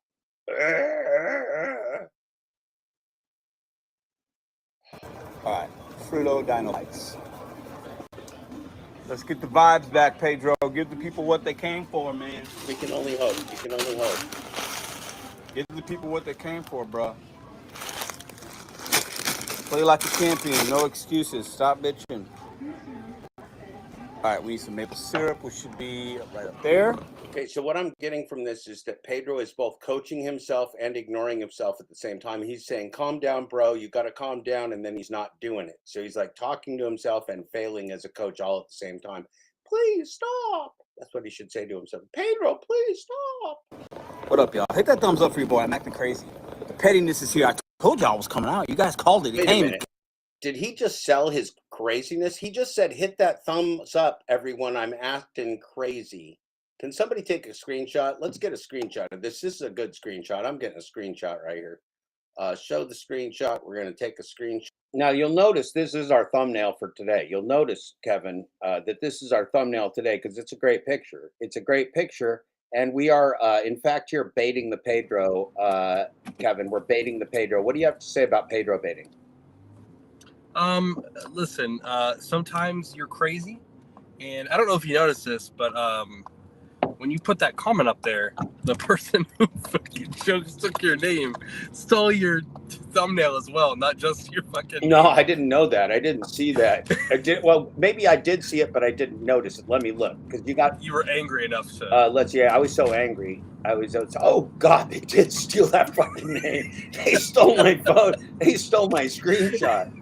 Kevin, They stole everything. Kevin, from that you. was like the T-shirt. That's the T-shirt logo. That's the T-shirt logo for OCD anal perfectionism.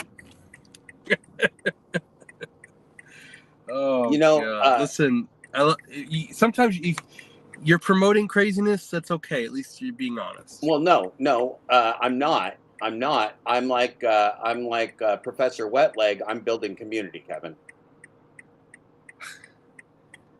This is community. This is community building, Kevin.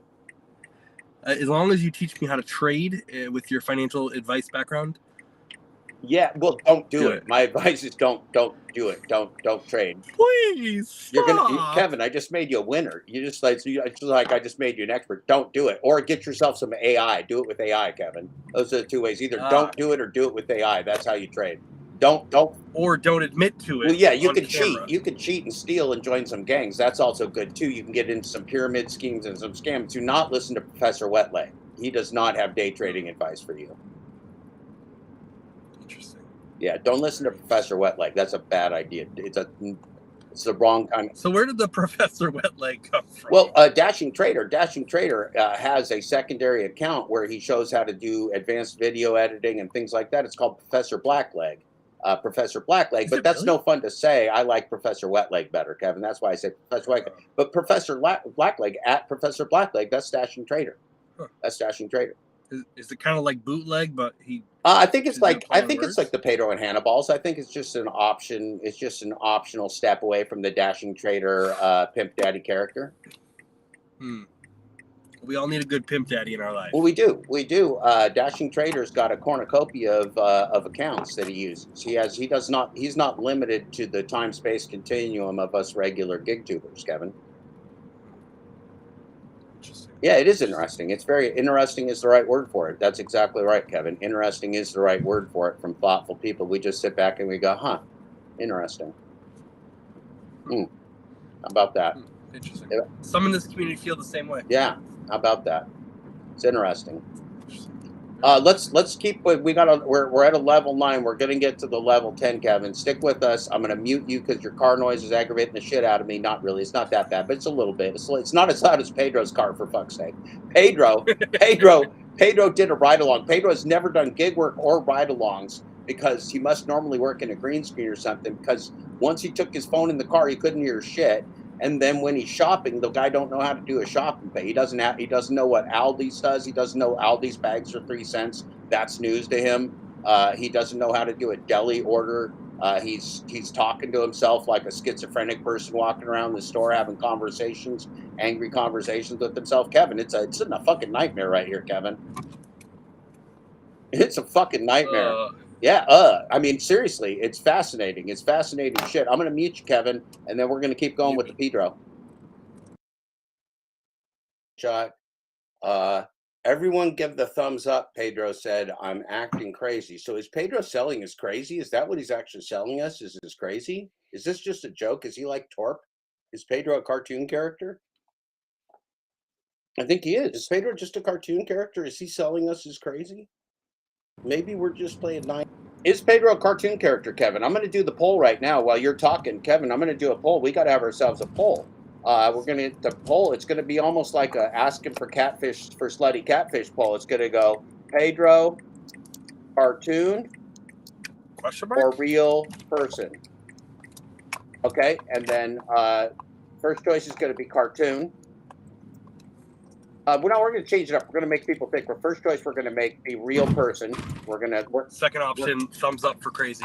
Second option is thumbs up. I love schizoid. Schizoid. How do you spell schizoid, Kevin? Schizoid. I love. Oh, schizoid. Oh, I can't even see straight here, Kevin. Schizoid.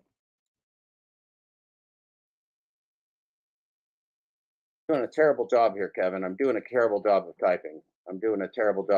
I see you, Kevin. You're back. Let's see. Thumbs up. I love schizoid. I love schizoid.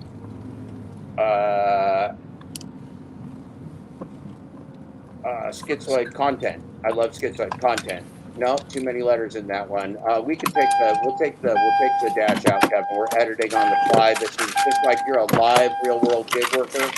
I'm a live real world not writer.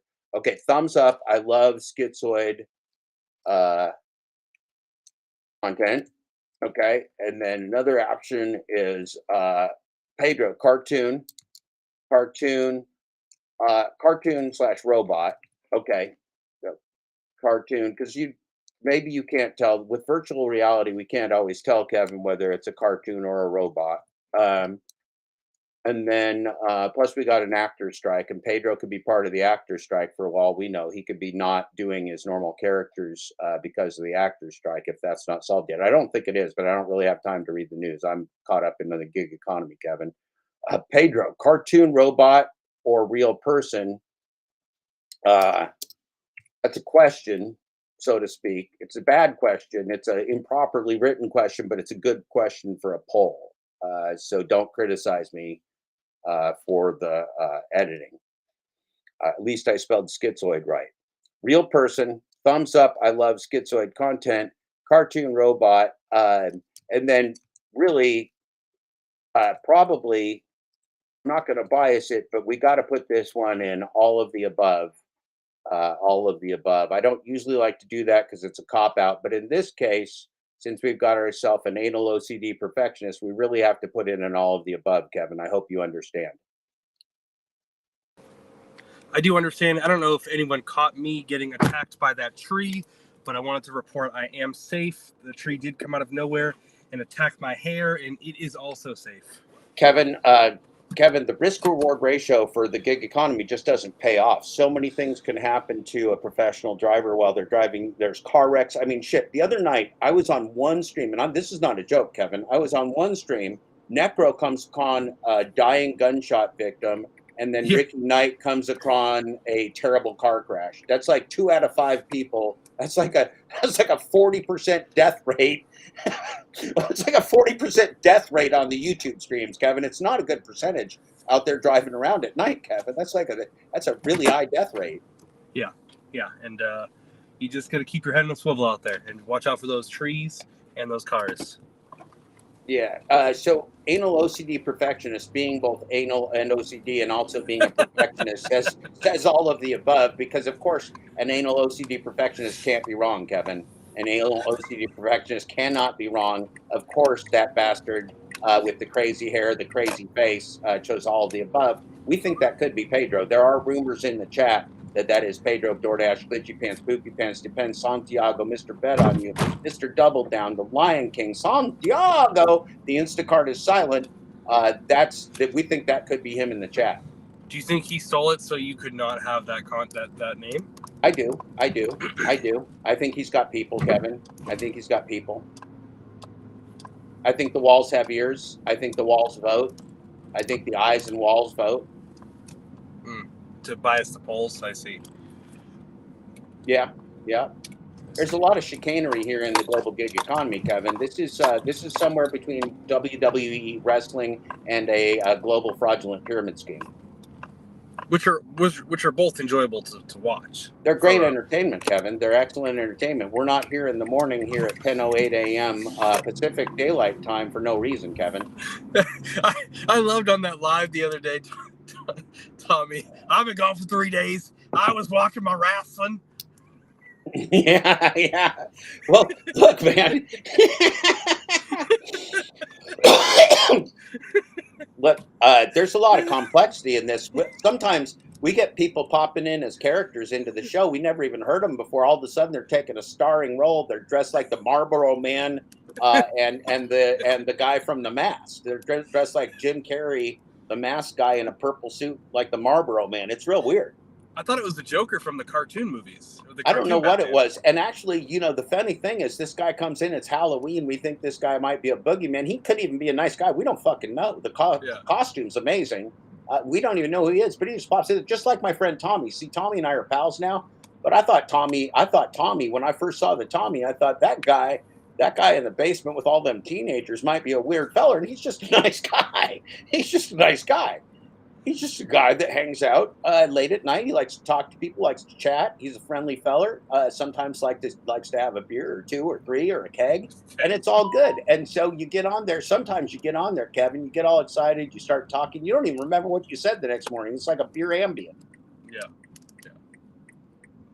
But all right, let's get to level 10 again. Let's get back to level 10. You want to get to the level 10, Pedro? It is a good thing. Now let's see how the poll's going, Kevin. We got to see how the poll's going. I don't want to bias anything, but we got to check in on the poll. The poll here, if we go to the poll, we share this tab instead of that tab. Kevin, Pedro, cartoon, robot, or real person. So it's kind of a combo cartoon robot. We're not sure if it's cartoon or a robot, but let's just say it's like either a virtual robot or a cartoon, one or the other. 0% of you right now, 0% of the countless votes, Kevin, 0% of people believe Pedro's a real person. That is a stunning result. Very interesting. Yeah, 38% just give a thumbs up for the whole thing because they love schizoid content. So they're just here for the morning entertainment, which is totally fair. I'm down with that. Down to clown on that one, Kevin. Down to clown on that one. 25%, quarter of you feel that this is a cartoon robot or a robot cartoon or an AI robot that is kind of in a cartoon world, some combination of those. And then 38%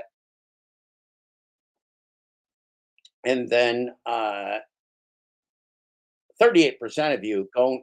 38% of the leaders of the gig economy here in this space, Kevin, 38% of the leadership council of the gig economy here on the chat this morning feel that all of the above fit, that Pedro is a real person, but that they also love his schizoid content and they believe that as a real person, he's a wonderful cartoon and robot.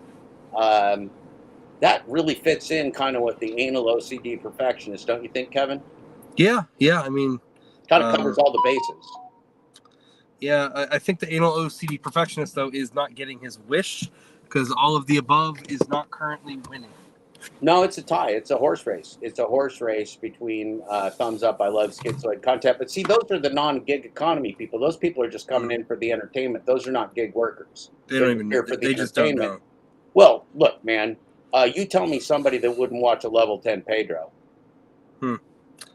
I mean, if you didn't want to watch a level 10 Pedro, then you would probably not even be a real person as well. You're probably a robot cartoon character as well. You could be a Torp or a Dad Dash. You could be a Torp. You could be a Catfish, or you could be another cartoon character like Pinky and the Brain or something planning to take over the world. That could definitely be the case, without a doubt. But in general, it seems like people really enjoy the schizoid content just as far as a YouTube demographic. Like if you just went with schizoid content on YouTube, that people would like it. Yeah. No, I think Is it possible, Kevin, that that's Pedro's key to success, is that he's a schizoid freak? You know, some in the community have felt that way. Yeah, let's leave the poll. Let's let the people keep voting. Let's let the sock accounts and condom accounts get involved. Let's let everybody should call their mother-in-law their favorite trolls. Call Bobby.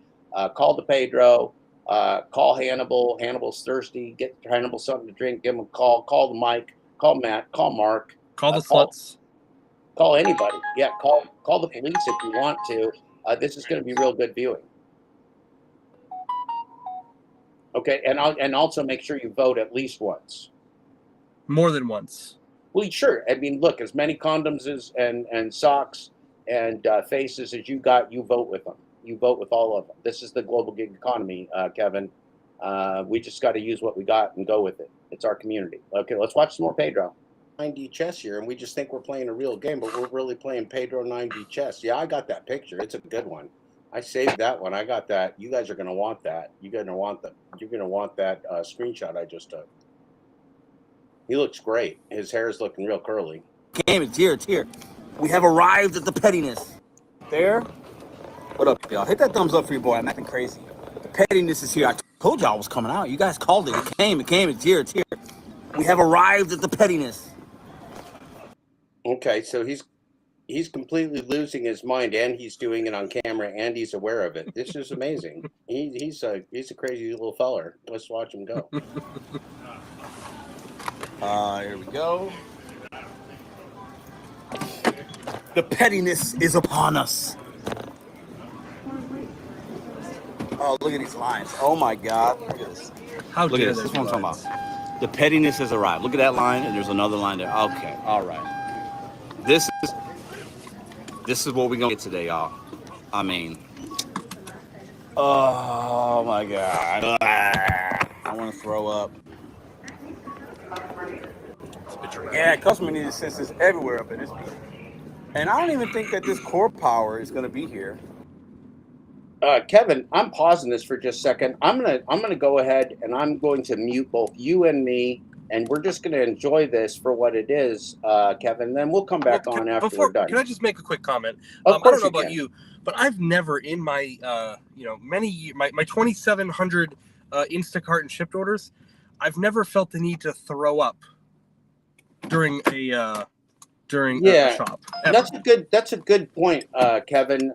This mental, But I did do it a lot. This mental midget cult leader melting down may be taking this all too seriously in his warped view of the world and himself, Kevin. That is possible. Okay. Now, Kevin, we're going to go ahead and mute you and me, and we're going to go straight to the Pedro. We're going to let Pedro. We got a level 10 Pedro warning. We're just going to sit back and storm watch, Kevin.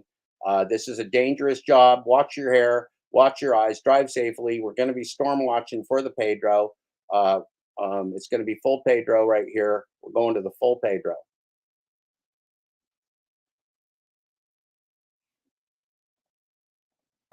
So why would it say aisle 6 when it's a cold aisle? Man, I'm not in the damn cold aisle.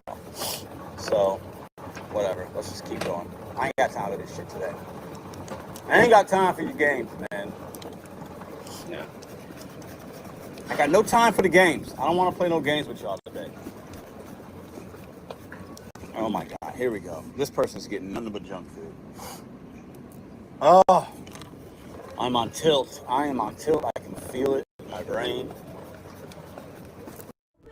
Big moment here for Charles, who ate a big old bowl of Raisin Bran Crunch and packed a downright immaculate carry-on. Here, look at this, guys. Robots are taking your jobs. So somebody used to have to go through the aisles to check the inventory. Well, Tally does that now. It's the way of the future. It's coming. It's coming. What is going on? Okay, can I just have a regular stream today?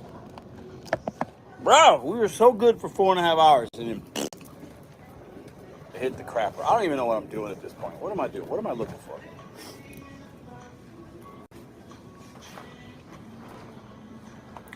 What am I looking for? Bro, I ain't got time for this shit. Classic mix. Classic mix. I have the right thing in my hand. Why are you saying it's not right? But Jaded Driver, that means he likes us, because Pedro will like us if we either fuck him, pay him, or feed him. So at least he's going to like us, a Jaded Driver. Pat and Oswald, big fan, man. So, yeah, Pedro mentioned multiple times that he thought this great life advice, Kevin. He thought this wonderful life advice. He repeated it over and over again, Kevin. Over and over again, he repeated this great advice somebody wrote to him, either as a joke or seriously, but that they don't do anything unless you pay them, fuck them, or feed them. Kevin, what do you think of that philosophy on life? Do you ever help people that don't pay you, fuck you, or feed you? Or do you fuck, take money, and take food from everyone, Kevin? Well, Jeff, it's a bold strategy, and we're going to see how it pays off for Pedro long term. We'll just say that. Yeah, it's a play. This is like a Pedro play. Good commentary, Kevin. We don't want to take away from the Pedro, but we do want to keep in mind, because I did not update the viewers, that Pedro's beloved philosophy of his life is pay me, fuck me, or feed me. He loves it. He said 99.9% of the time, Kevin, that's the way it should be done. Well, and for $49.99, we can keep tabs and see if it does pay off in the end. So again, bold strategy, and with the right subscription, we will be able to find out if it works out for him in the end. Do you think Pedro would feed us, fuck us, or pay us, Kevin? Maybe. For Kool-Aid. I love Kool-Aid. He did have a couple different con gigs, and I think he took money for one of them. I'm pretty sure at that one GlitchCon, he took their money, he took their food.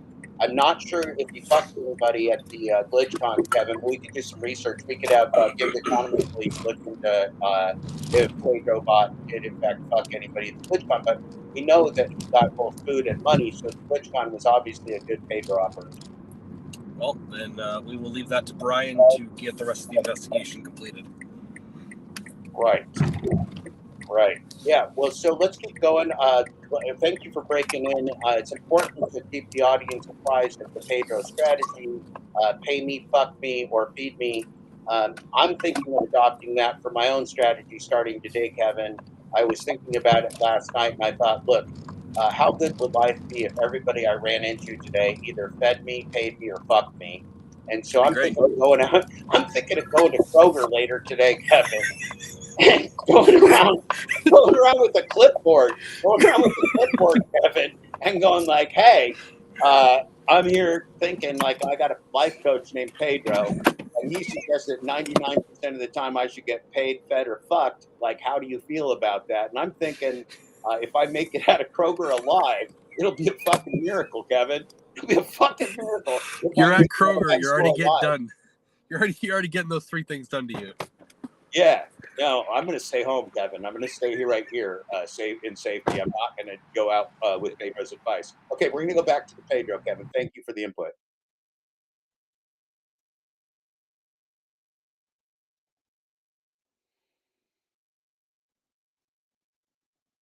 Sorry about your loss. I really am sorry about the loss of your wife. Hope you're doing well with your family, Patton. We could be long lost brothers. Also, thank you for everything. Yeah, thank you, Patton. We could be. We should hang out sometime when we're on the comedy tour. We should do that, Patton. You're a good dude. I enjoy your work a lot. We had Patton Oswald as a guest in the chat last night, so I was talking. Usually, when the stars stop in, when the A-list celebrities stop into the chat, we try and recognize them. They have egos. We need to recognize them for being here. They don't have to be in our community. They choose solidarity with us from that actor strike. That celebrities love us because we love them. Yeah. Well, he got some of them $49.99 super chats with the Hannibals tonight, Jaded Driver. He was raking in some of them $49.99 Super Balls happy chats with the Hannibals. He had to split them, so he probably only got like $24.98, but or $24.99 or something in that range. But okay, let's keep going. We don't want to get distracted from the greatness that we're seeing here. It's literally the same thing. Skip scanning, take a picture. Pissing me off. Whatever. YouTube just made me angry. You don't like when I get angry. Oh, I'm on tilt. I kind of like it when he gets angry, quite frankly. I wish he'd come. Pedro, come on my chat and get angry. Will you come yell at me? Pedro, come yell at me, please. It's only like 11, no, it's 12:17. It's 12:17 St. Louis time. Come yell at me, Pedro. We like it when we like you when you're angry. You're so cute. You're such a cute little feller. We're not sure if we want to fuck you, feed you, or finance you, Pedro, but we'd like you to stop by.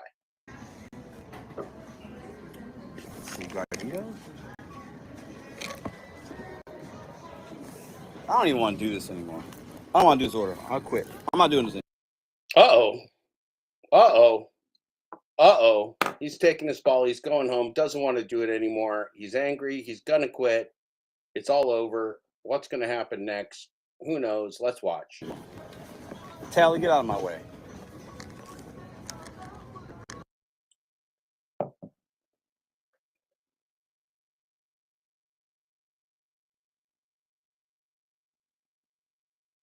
Now, the sound's a little weird because Pedro's muting himself when he's in the store a little bit.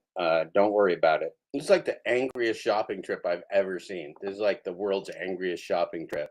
The world's angriest shopper. Pedro should do a show called The World's Angriest Shopper. People would love that. It really fit his whole thing.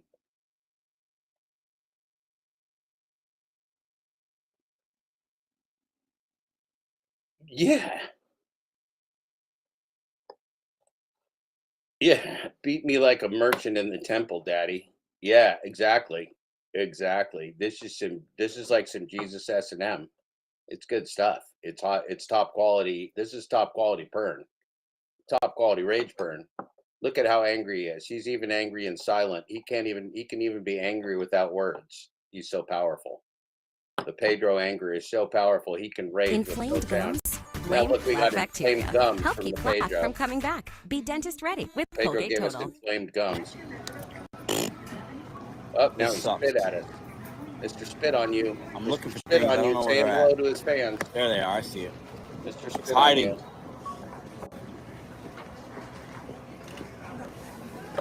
All right, I got to go get more weed in my jar. I'll be right back. You guys watch the Pedro for me. You guys keep an eye on the Pedro. All right, I need some mini pretzels. We should be here somewhere. Is that one right there? Oh Lord. Oh Lord. Here we go. Pretzel sticks. Mini pretzels. Mini pretzels. Mini pretzels. Bro.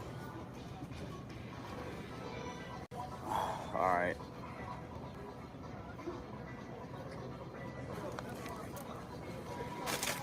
Sorry, Sally. I gotta get in front of you there, bro. All right. Still got to get the deli item. I gotta find that. We gotta go frozen. Dairy. Easy. One aisle right here. Getting some soda. I guess I'll go this way. Got a Liquid Death case and a Coke Zero. Okay.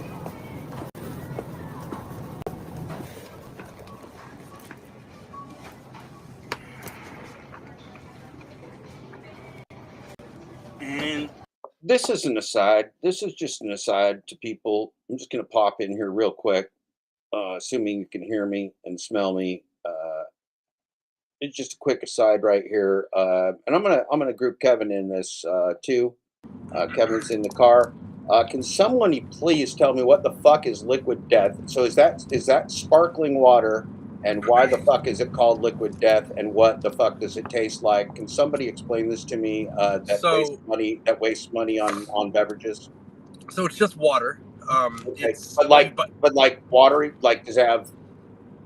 It's So in a there's can. many different forms. So it's in a can, and I think the death part means like death to plastic is really their message. So they put it in a can, and they charge, I think, $20 for a 12-pack. And then they do have seltzer as well. They have like different flavors, but it is. Well, I'm willing to pay. I'm willing to play more for some fizzy bubbles and flavors, Kevin. I'm willing. There's a premium as an economist. I'm willing to go above water price for bubbles and flavor. Yeah, but it's majoritarily you're paying for the fact that you're quote unquote saving the environment, which I'm sure they used a lot of stuff to make it anyways, so it doesn't matter. Couldn't you save the environment, Kevin, by using filtered water in your home? You actually, my wife and I actually use a little pure filter, and we just put water in it, and then we put it in our cup. Now, Kevin, yes, do you put any like cool death stickers on the water in your refrigerator? It's a clear container. Would you consider it if I got you some death stickers like skulls and cool shit? Would you in fact brand your refrigerator water? And if you did, do you think it would taste better? The only sticker I'm really looking for is an anal OCD perfectionist sticker. That's it. So that's all I'm looking for. Okay. All right. Well, thank you, because I have literally been for well over a year stumped about what the fuck liquid death is. For over a year. And Kevin, thanks to you and your explanations of both Colts and liquid death, I feel better about life this morning. Thank you, Kevin. We're going to go back to the Pedro. We got a level 10 Pedro warning. Remember, everybody who's a friend or an enemy or a contact of the Pedro, the Your Driver Mike, Matt, or Mark, or that feller, Dashing Trader, Professor Wetleg, Professor Blackleg, any of those three fellers, welcome in the chat right now. Just have a little one-on-one, one-on-two. Kevin may be here, Kevin may not. We'll see. But man, you guys are welcome. You guys are welcome. What if the dad dash comes on? Is the dad dash welcome? Like with the face and everything? Show his face. He's got to show his face. You're talking V1. A real person. No, you're talking asking for Catfish Sluts V1, Kevin. Can we just get one? Just one of them. I don't care. Right, but you're talking about version 1. You're talking about the one that's not a dumbass. Well, there's different versions. There's one now. Like the latest one is just like a troll farm in Hyderabad, India. It just doesn't have anything, Kevin. The latest one's just completely worthless. Yeah. But I think it would be, although they don't probably all know each other and they don't know. There'd have to be a lot of phone calls, Kevin. It takes a long time to arrange the whole thing, to get the people ready, to set up the whole thing. It's not a Dad Dash 13 asking for sluts. It's not a spontaneous operation. Well, I think as long as one of them could give us some answers. Even just a little. If the V1 showed its face, if the V1 showed its face, that'd be cool. Now, see, here's the thing, though. Here's the thing. Like when I talked to V1, quite frankly, when I talked to V1, it wasn't a video call. It was just a phone call every time. I've never had a video call with V1. So, there's possibilities that, you never know what all kinds of games could be being played, Kevin. They could have started it back then. Well, I think part of the plan. One would think, Kevin, because remember, Dad Dash came into my life. I didn't come into his life. He came into my life through nefarious sources. Remember that I know things other people don't know, Kevin. He tried to come inside you, and you. He did. He came. Well, he came in my phone. He came in my phone. That's for sure. He came in my phone. He put them little swimmers right in my phone, and I still got them, Kevin. I froze them. I froze that Dad Dash jizz, that first V1 Askin jizz, and I don't even think the other characters that are playing the Askin today have access to that information, Kevin. I think that might have been lost. They're not good note takers. They got to run a better troll farm, Kevin. You are our DT. You're the DT of the Jeff Thomas Black Dad Dash Morning Show. You're the DT, a DT executive, Kevin. You would most certainly be expected to provide better trolling than the Dad Dash Consortium.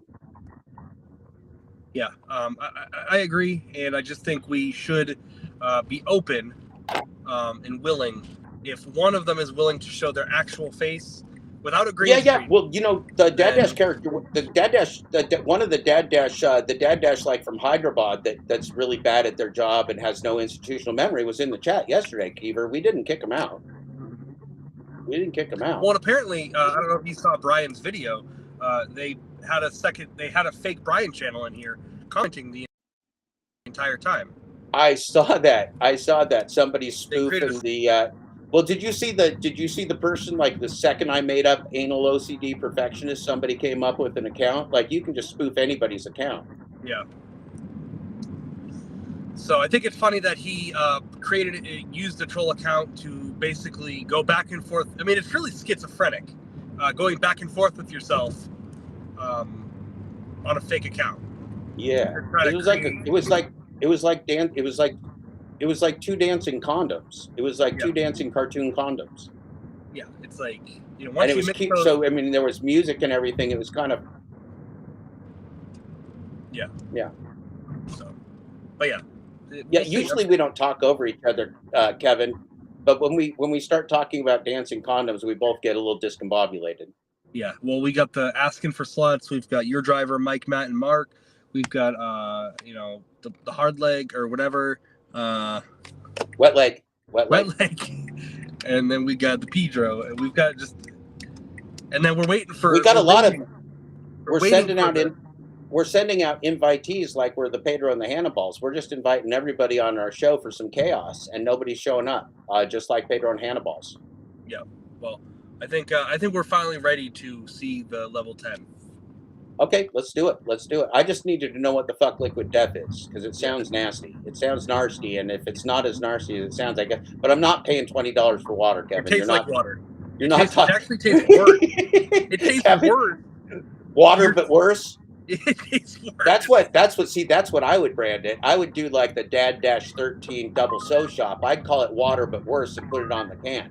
That's what tastes like and then everybody'd buy it. People would buy my water just because I double so shopped them. It'd be like water, but worse, and people would pay $35 for a case.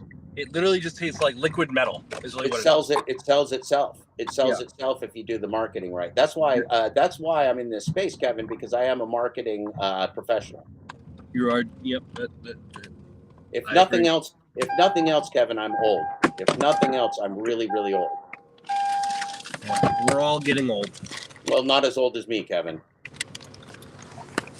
I'm going to take up the Thomas Schubeck and start running to my drop-off. Make it happen, Kevin. Be a professional out there. We're going to go back to the Pedro. Be a professional. Don't abuse any food, Keever.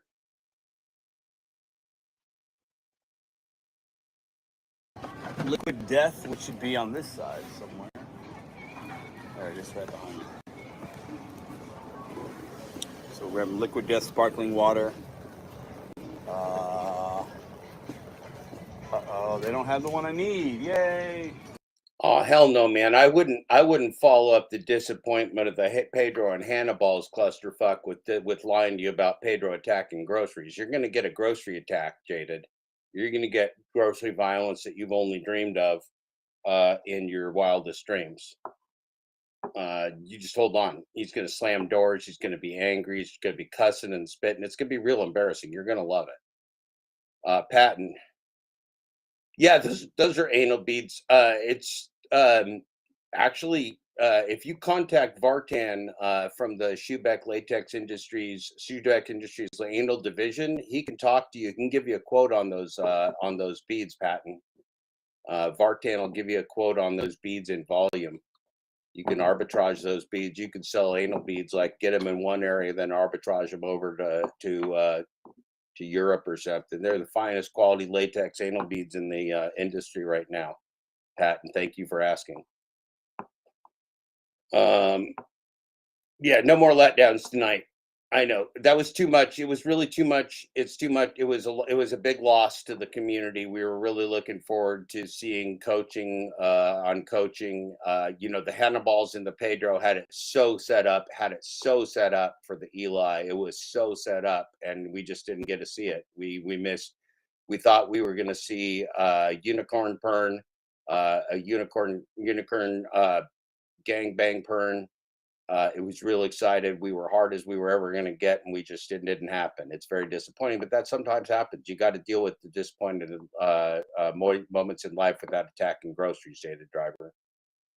You can't take all your problems out on the groceries, and you can't beat on shopping carts and argue with deli people either. It's just not.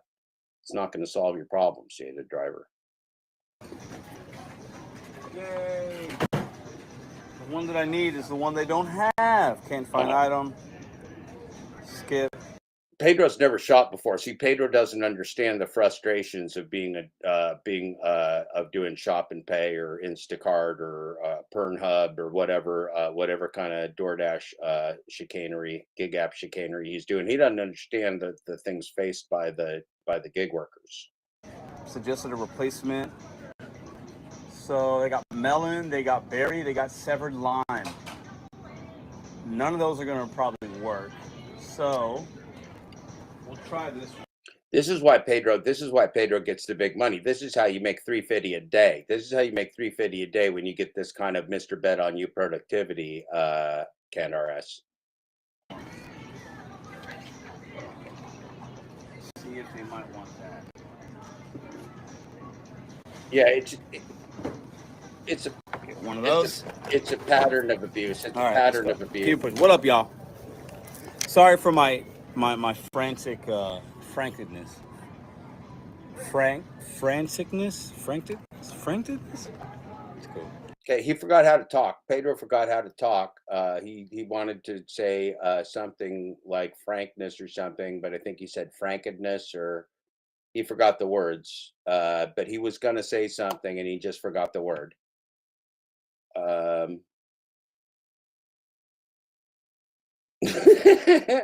You think he has PTSD from his first shopping order a few years ago, Mary Poppins? Still, you think he's still suffering from his first shopping order?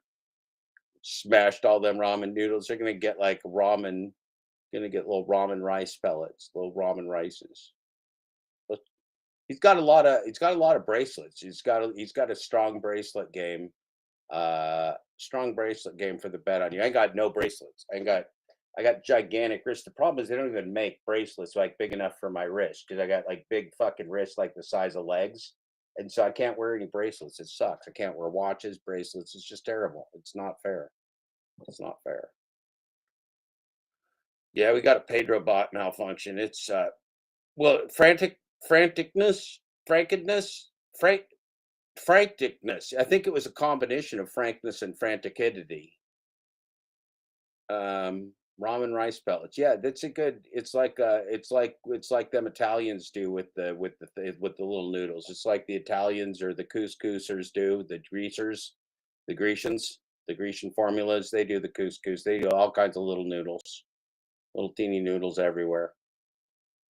All right, we only got to do 9 more items. We're almost done. I'm just gonna. Pedro, 9 more items could take us another like 6 hours with how you're doing right here. We could be here till morning with 9 more items, Pedro. You're gonna have to pick up the pace. End at the deli. Let's just find these other items. The deli is kind of close-ish to where we got to check out. It's fine. Oh shit! No, $25. I don't care. Oh shit! He ain't even gone to the deli yet. I'm afraid this is like a level 6 Pedro warning. Now we're like a level 6 Pedro warning. He's heading for the deli. He don't even know what's in store for him yet. We do. This is going to get terrible. I'm scared. I'm going to need somebody in the audience to metaphorically hold me. If you'll metaphorically hold me, please give me your critical support in the chat. Thank you. So we're grabbing some sour cream, some butter, some cream cheese, the deli item, 2 frozen items, 3 frozen items, the chocolate milk, which will be up at the front, and let's get this Cascade aisle 12 real quick. So hey, hit the thumbs up. We were tracking to get the 400 thumbs up on that first live stream. I wanted everything to be together. I wanted it to look all nice and pretty. He wanted it to be perfect. And now it's all fucked up. He wanted it to be a perfect live stream. Now it's not perfect. I appreciate y'all though. I'm just a little, I like everything to be a certain way. My biggest strength, my biggest weakness. I'm a perfectionist. I like things to be a certain way. I work really hard at it. And when it doesn't happen, I don't like it. Especially when is something silly like YouTube just crapping out for a second. So let me mute this for a second. Please.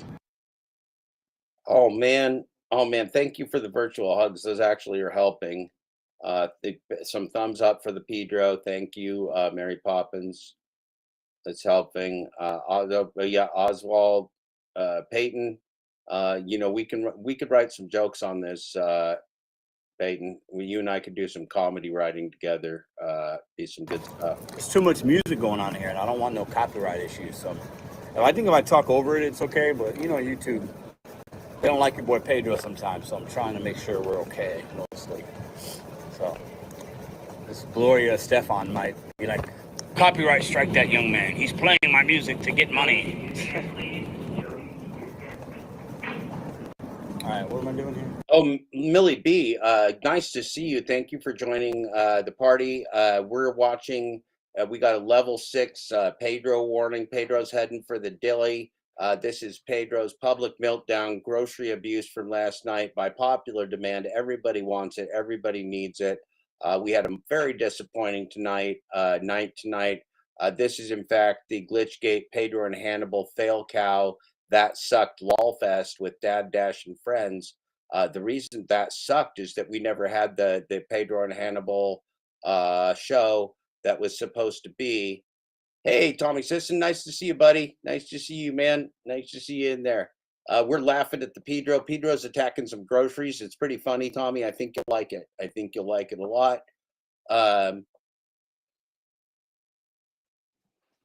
Kevin, are you eating the popcorn? Yeah, we're laughing at the Pedro. He was attacking groceries yesterday. It was good. It was good. Kevin, are you in fact eating popcorn while you're watching the Pedro? No, I'm watching. Yes, I'm eating the popcorn. Excellent, excellent. It's very entertaining, is it not, Kevin? Uh-oh, he went dark on us. You go to Kevin, he lets us down. He just went right off the air. Okay, that's fine, Kevin. Good stuff. We got level 6 Pedro warning. Butter's over there, sour cream. It's gonna be there. Cream cheese. So let me just grab this sour cream right over here. Chow shows. I have absolutely no doubt that if Pedro is the king of DoorDash, you must be something otherworldly. Chow shows, because you actually know what you're doing.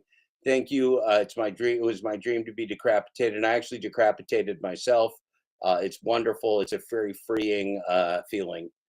Decapitation is the best thing that can happen to anybody, really. Sometimes it seems scary when you do it, but it's a good thing for everybody.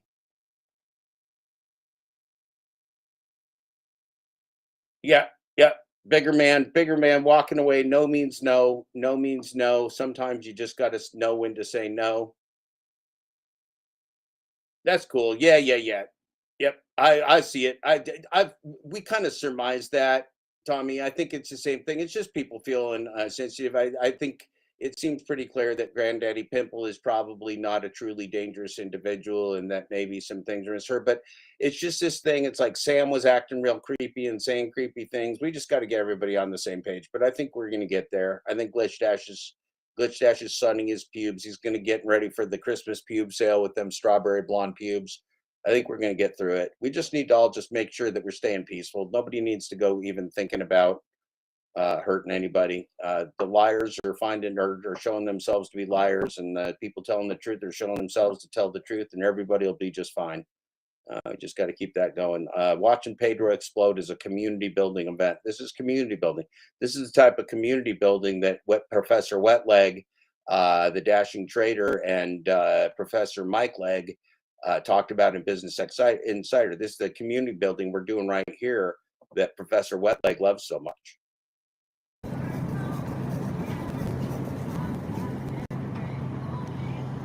Just stay right here. I'll be back. There's too much going on in here.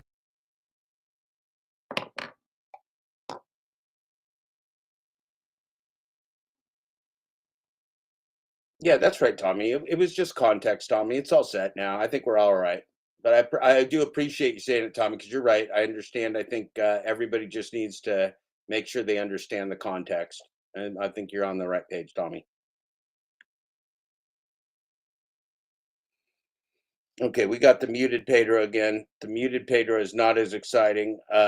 Pedro's a really slow shopper. We want to get to the action here, but Pedro's really a slow shopper. Now, I think he might be distracted by the deli lady at this point. Maybe. Oh, nice. So we got 1, 2, 3, 4, 5, 6 items. So we need one more item for customer B, which is the deli ham. And everything else is customer A. So almost done. Salted butter. Looks like a nice little woosah moment after we do this order. Reset my batteries. Cream cheese. Then I just walk by the cream cheese. The best part about this is really the suspense. Like, we're waiting for the Pedro explosion. We know it's coming, but we don't know when it's coming because I haven't seen it yet. There's a cream cheese right over there, and I just walked by. Of course it was. It's right by the side. Oh yeah, here we go. Appreciate y'all 126 for coming back. Where's the cream cheese? Am I tripping? There it is. God, it's taking forever, Wagey. How do you make money at this? They don't even have the regular cream cheese. They got light cream cheese, 2-pack cream cheese, another brand cream cheese. I never shopped this in my life. But they got replacements, so she'll get the Philadelphia. She'll get the good stuff. All right, Eggos, drumsticks, and Stouffer's lasagna. And then we'll go get the boar's head roast beef, and we're done. We've been in here 20 minutes. Not awful. Not awful, not awful. So let's go this way. So Stouffer's is going to be, okay, this will all be right here. Except for the drumsticks. Should be down there.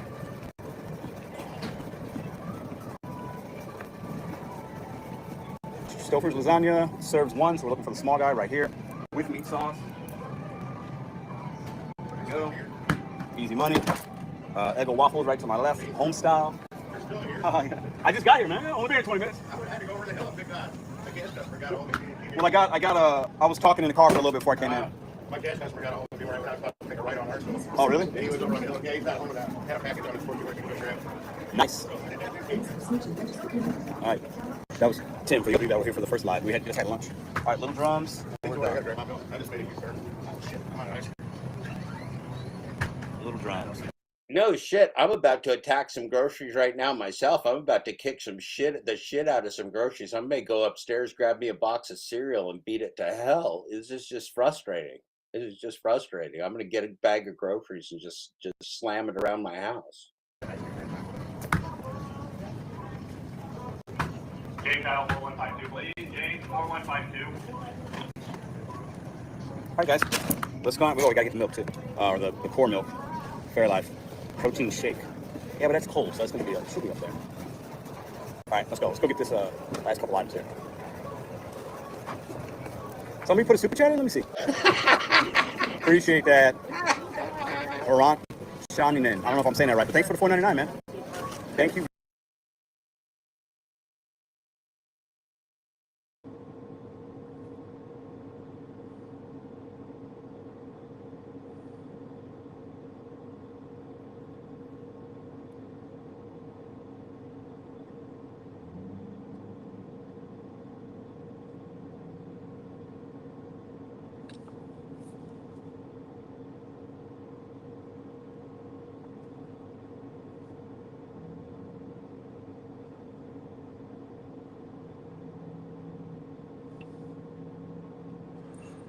I see. Busy. I'm busy.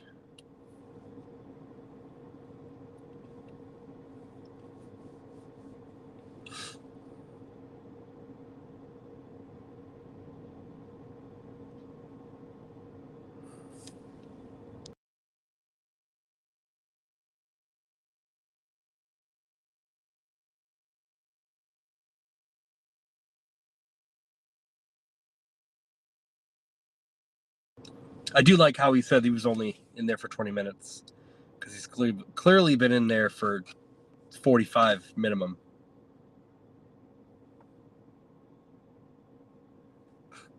If it delivers. Oh. That was real good, Keever. That was a test. That was a so shop. I ran a so shop train on you. Did I pass? Yeah, you did good. You did good. It was a curveball. It was a curveball. I just went like all you, no me, no Pedro, just to see what would happen. It was exciting. Everybody loved it. Did they? Yeah, I everybody do like loved the it. sniff and delivers. That was a very good take by Pedro's nostrils. So look, sometimes you got to just sneak up on people from behind and take them by surprise, Kevin. But no still means no, right? I mean, for me, it does. I mean, for me, no has always meant no. But you know, Kevin, I'm just that kind of a guy. I'm a truth and transparency guy. That's not everybody's into the truth and transparency. Yeah, I'm waiting. I'm excited to see the car moment. I'm waiting for it. Are we gonna go 2 times speed once we get to the deli part where he's waiting? The people feel like you may have missed your shining moment, that I put you front and center and you didn't even pick up on the vibe. You missed your shining moment. Kevin, would you like a second chance? No, I want to see level 10 Pedro. Okay. All right. I want to All get right. to the car. I want to get to it. Well, Kevin, I mean, you've basically taken up for the Glitch Dash family, just like I have. We're picking up the slack for our great friend who's sunning his pubes, getting ready for the holiday Glitch Dash pube sale. Those strawberry blonde curly pubes, everybody loves him. Everybody wants him. We don't even know what the price is going to be. There's a limited supply. He's growing those pubes. He's sunning those pubes. So Kevin's stepping in.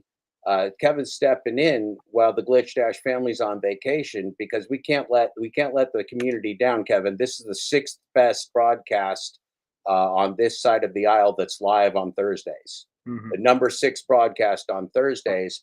And Kevin, you've stepped in as a co-host in absentia, in the absence of our beloved Glitch Dash. You've stepped in as a co-host. You're really picking up a lot of the slack, Kevin, allowing me to pee more often, allowing me more coffee, allowing me really to phone it in, instead of working so hard. Because really, I need to phone more shit in. I'm getting real tired.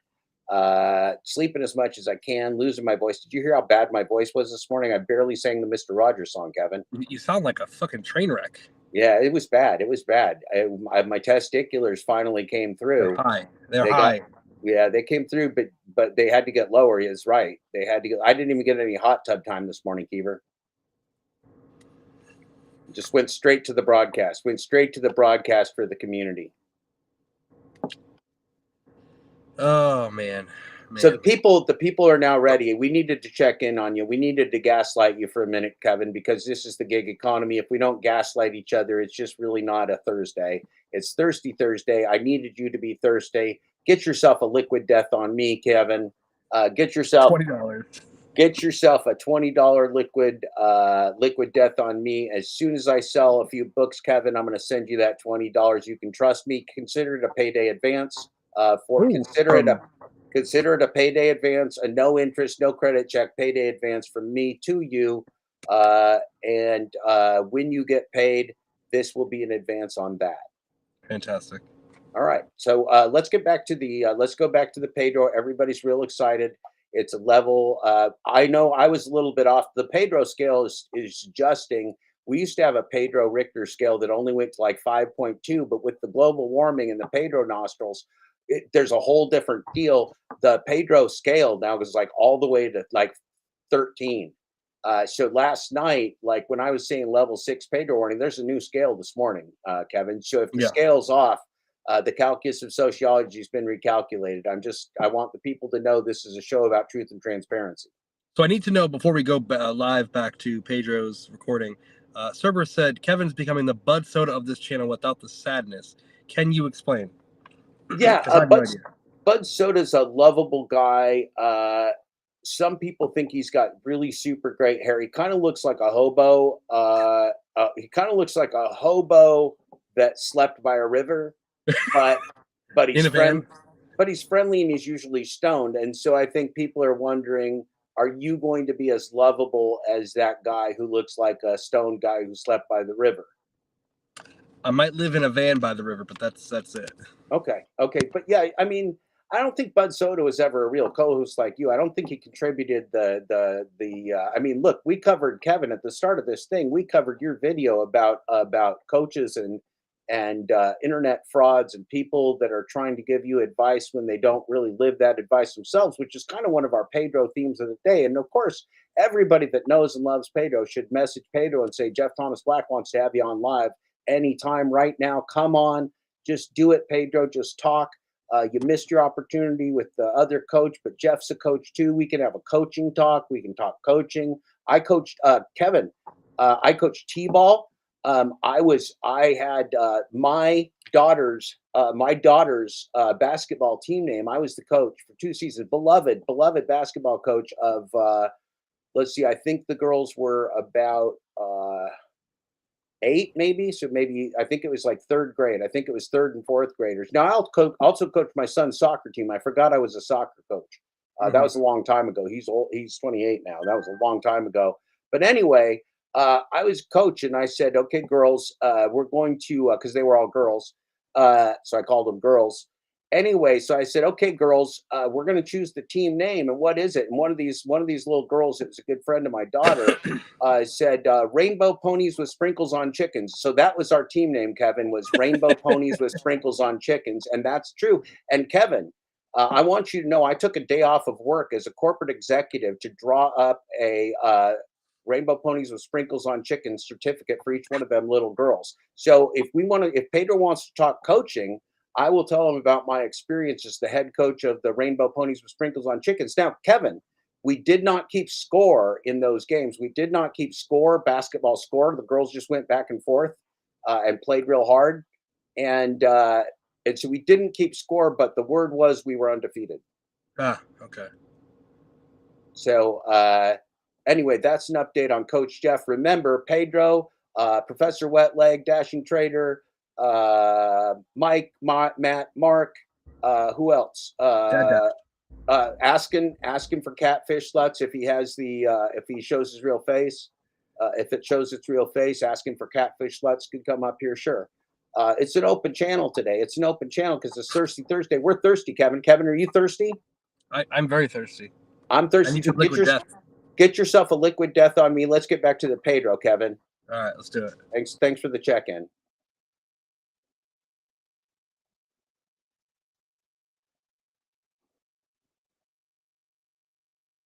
Or the core milk, Fairlife protein shake. Yeah, but that's cold, so that's gonna be should be up there. All right, let's go. Let's go get this last couple items here. Somebody put a super chat in. Let me see. Appreciate that. Oran Shaninen. I don't know if I'm saying that right, but thanks for the $4.99, man. Thank you very much. All right, so the milk should be.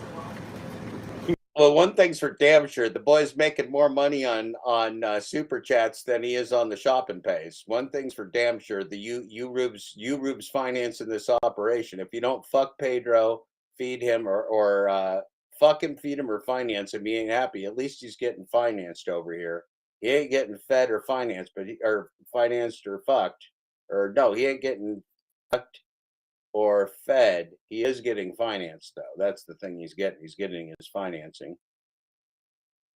I think it's like 10,000 items. It seems like it seems like somewhere around 10,000 items that he's shopping for right now. Somewhere between 9 and 10,000 items. Yeah, Pedro. Yeah, he's very. It feels like a lot of items. This is real painful. It's real painful. Millie, don't make Mary Poppins tell you some of the theories about why Pedro might be so uncomfortable, because it's female stuff that we don't want to get into. Millie, it's more vaginal type stuff, but it's uncomfortable. There we go. Yep.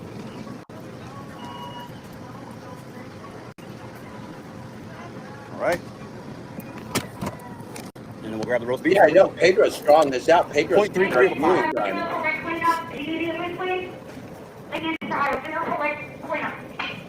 Don't forget milk. Best chocolate milk ever. That's VR computers. You're right. Fairlife's a really good chocolate milk. I like Overweiss as well, though. Protein shake. You don't go for the Jesus hair for nothing, Raging Wagey. It takes a long time to wash that hair, but you got to be dedicated to your craft. You got to be dedicated to your craft. Brings all the boys to the yard. The protein shake brings the boys to the yard. Uh-oh, there's another line. Oh, Lord.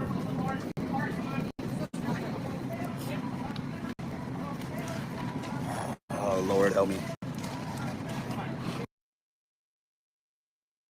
God, Lord help us. We're the ones suffering through this, Pedro. You were like ostensibly working. We're supposed to be watching this for fucking the entertainment. It's killing me.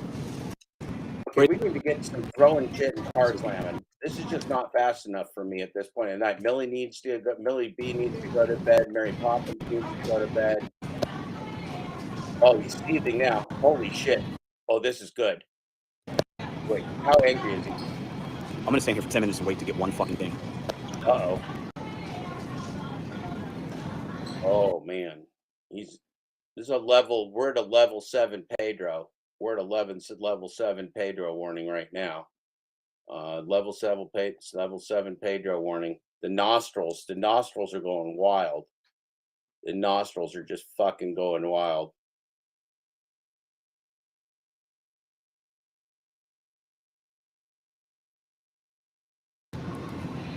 This absolutely fucking sucks. Welcome to the gig economy. If you need money, Pedro would like to remind you there's some good opportunities out there for you here in the global gig economy. Pedro's a big fan. If you need to try some things, be like Mr. Bet on You. Sometimes he does need nostril tampons, Mary Poppins. I've never seen nostrils more in need of a tampon than we got right here. We need a double plug. We need a double nostril tampon plug right here, Mary Poppins. That's an excellent point. Thank you for making it. We can't always figure these things out as men, but sometimes when we get the right people in the audience, we learn how to solve problems.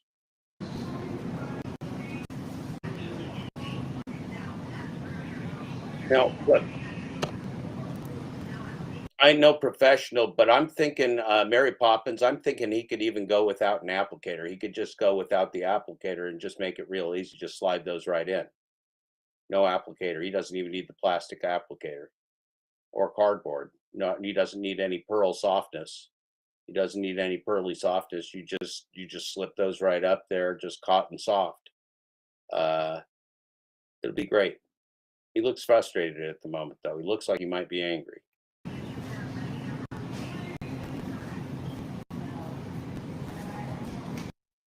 Can we call him Mr. Serenity now? Remember the Seinfeld? He's going to be Mr. Serenity now.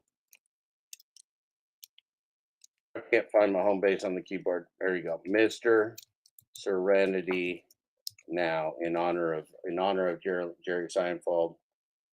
We can call him Mr. Serenity now. Please, Serenity now.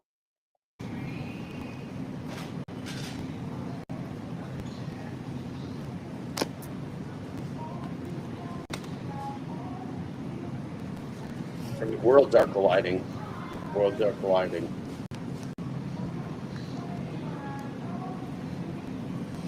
Pedro has met Pedro Instacart. One item. Do you think is it possible that Pedro Instacart ran into Pedro DoorDash and worlds collided? Is this Instacart or is this DoorDash? Which is he doing? Is he Pedro Instacart or Pedro DoorDash right now? I can't see anything on the app.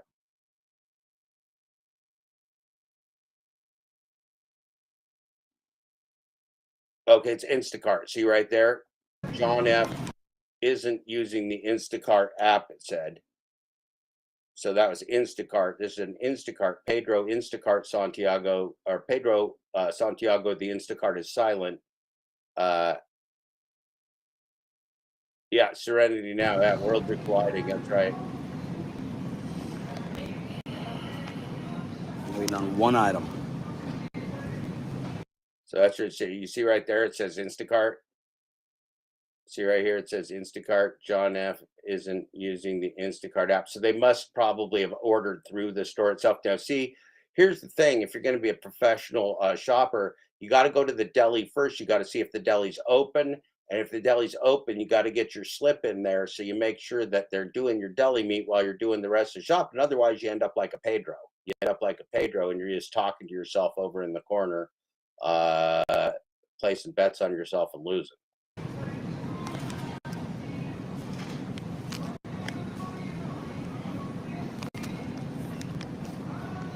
It's been 8 minutes. This may be the longest shopping trip of my life.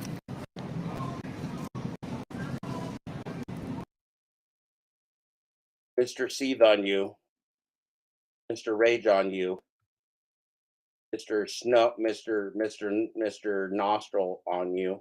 Thank you. We've got a savage state of mind. Look, it's asking me if there's a problem with my badge. That's how long I've been waiting. You see that?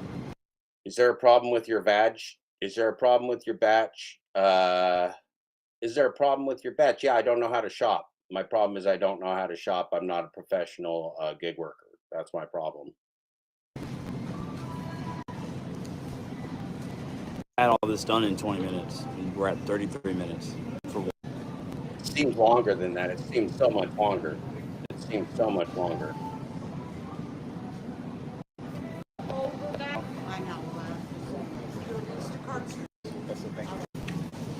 That's the longest I've ever waited for one deli item.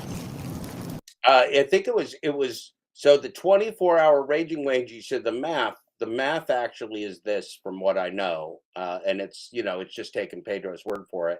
But the 24-hour live stream was a 14-hour live stream in 3 parts, is what I got out of it. So it's like the 3-part, 14-hour, 24-hour live stream. Pedro doesn't really follow through on things. He was going to do a website once. He decided not to do that. He doesn't really follow through on things.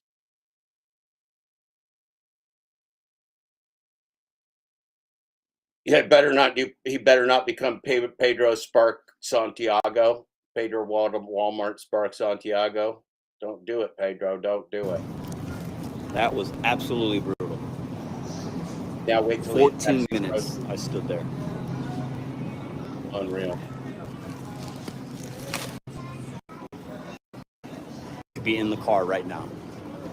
I hate coming to the Schnucks. Every time I come, I regret it. But then when I see dollars, I always tell myself it'll be okay, and it's never okay. Never had a good experience here. Now, so he fell for the old "fuck you, pay you, or finance you" trick. He fell for the old "fuck you, pay you, finance you." He thought he was going to get paid and fucked or financed or something over here, or fed, or fucked or financed or fed. Fucked, financed, fed. Yeah, that's the 3. Fuck, financed, or fed.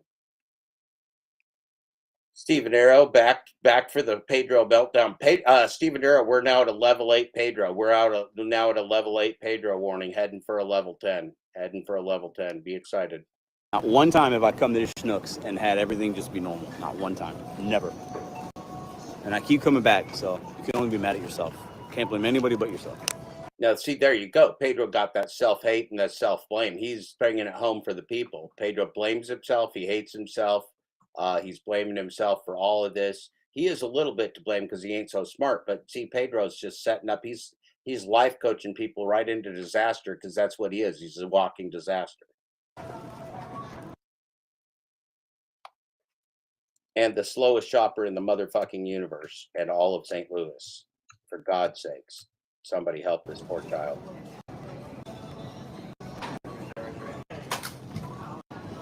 I don't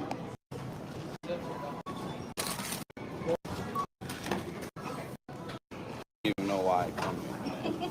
I don't know why I come here. Now he's that guy that's standing. He's now the guy standing in the store talking to himself, mumbling to himself. He doesn't know why he comes to the store while he's checking. I've seen guys do that. Like they're at the store checking their stuff. Like, I don't know why I fucking come here. I don't know why I fucking come to the store. I don't know what's going on. He's one of those. He's one of those. I don't know why. Every time I come here, it's like not good. I don't know why I keep doing it. I have two. Please proceed to register line. I mean, you could just walk faster. You just walk faster. I mean, look, I don't want to rub any salt in any wounds, but does anybody think that Pedro needs to walk with more purpose? Does anybody think Pedro needs to walk with more purpose here? I'm not looking to rub any salt in anybody's wounds, but Pedro just seems like he ain't walking with much of a purpose right now for a coach. You have 14 minutes. 14 minutes. Oh my God, Brian, it's a horror show. It's a horror show. We haven't even got to the level 10 Pedro meltdown. It's taken us like 6 hours to get to level 8. 6 hours to get to level 8. We're heading for the level 10. Why do I come? Oh my God, he's the crazy guy talking to himself. He's at the checkout line, embarrassing all the fellow customers, making all the fellow customers uncomfortable. He's like checking things out, going, why do I come to this store? What's wrong with me? Why am I talking to myself at the grocery store? Why am I checking things out? Why am I here? Pedro, man,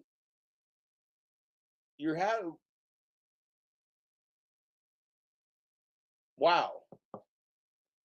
Have you seen crazy people like this at the grocery store, and you just sit there and you think to yourself, like, what is wrong with this individual? They really need to get assistance before they go out in public. This guy's sitting here checking groceries out, talking to himself in front of the families. Why? If I wanted a job, I'd fucking get an application. You know what I'm saying? Like, I don't know why I come here. Every time I come here, I like get mad at myself. It's not your fault. I just don't understand like why I come here. Like, it's such a stupid idea. Like every time, I'm disappointed. Like, every time.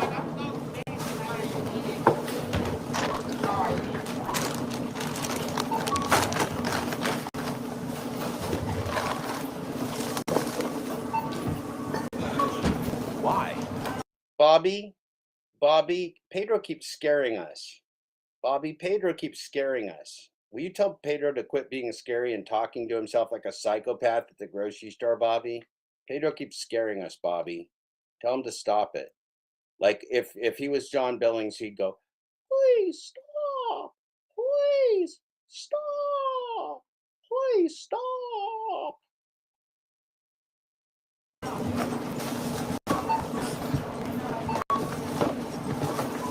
Gotta bag my shit. Like,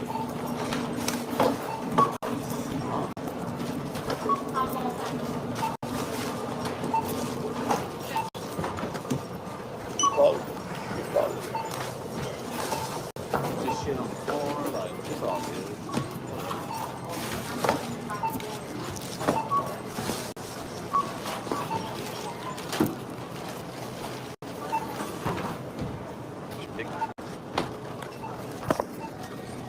Here's the second one. It's such a waste of time.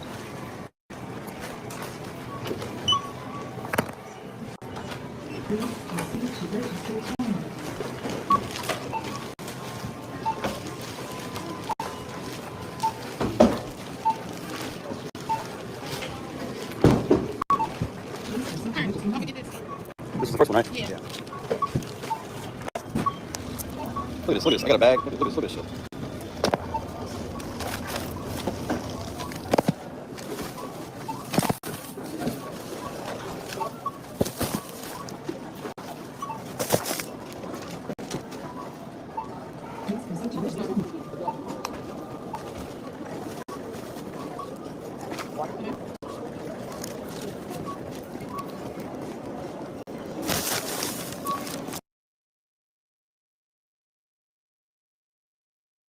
Look at all those poor people in the store that had to listen to this maniac yell at himself while he's checking out his groceries. Those poor people must have just been really embarrassed for him.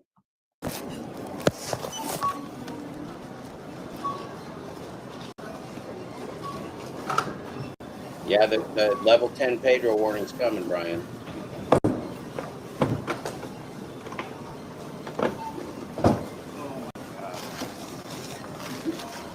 It's not worth my time. Oh, not worth my time.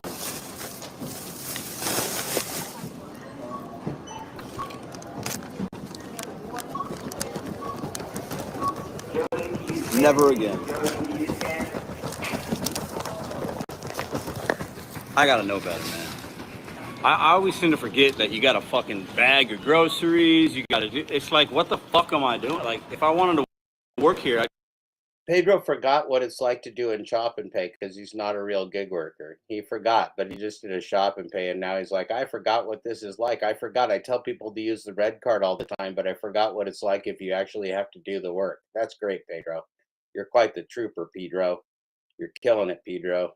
get an application.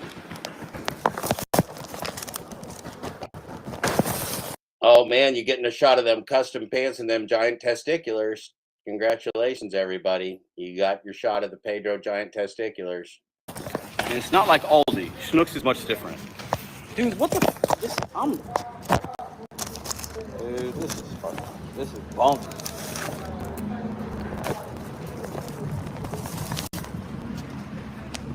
Waste of motherfucking time, man.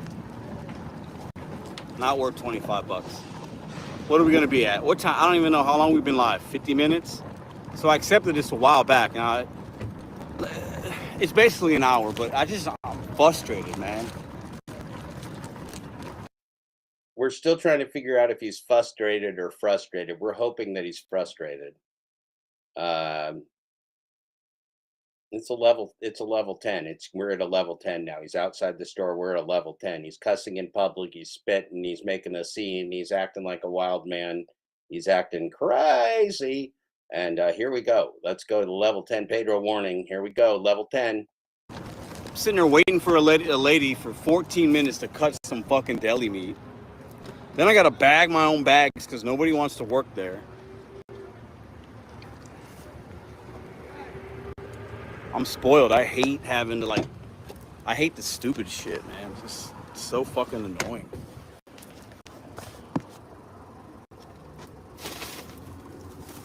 God, I hate getting in a bad mood.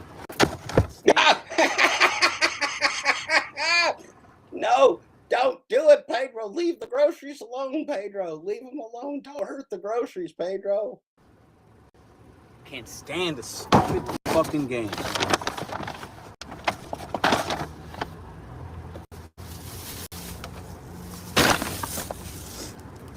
Now, all you ladies in the audience, all you ladies in your audience, I know your underwear is probably, I don't want to talk about what's happening, but I mean, you must be getting turned on by this virile man showing his testosterone, showing his manliness, showing his testiculars. If you're a female in the audience and you're thinking Pedro looks just delicious right now, just like a Puerto Rican anger sandwich, like a Puerto Rican rage sandwich, like a Puerto Rican rage popsicle. If you're a woman in the audience, are you looking at the Pedro just going, that rage popsicle, man, I wish I was at the store with that guy. Who wouldn't want to be hanging around that sweet, handsome man with Jesus hair, just going out shopping with rage porn? And man, what a swell feller. What a swell feller. This is not worth my, I'm way better than doing this fucking kind of shit. Fucking bagging groceries and shit. Like, what the fuck is my life come to doing this dumbass shit? He's too good for this. He's too good for this. He's too good for me. He's too good for you. He's too good for all this. You see, this is the problem. Pedro shouldn't be having to stoop down to this. Pedro shouldn't be having to stoop down to this. Mary Poppins, you can't see yourself with the Pedro. Just enjoying your time as a couple, spending time together, yelling at yourself during checking out at the grocery store. I'm scared too, Scrimpy. He's a frightening individual. What the fuck?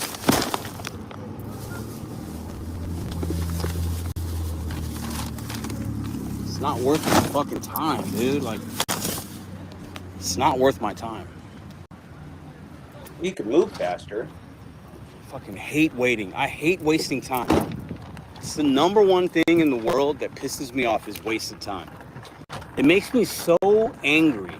It's a personal thing, I know. And I'm just being honest with you. I don't give a fuck. Like, I am always going to be myself. I hate wasting time. Pedro, could you be less yourself? Could you just start being slightly less yourself in public? Because it's not good. I hate sitting somewhere for 15 minutes and just standing there. I can't stand it. It's nauseating.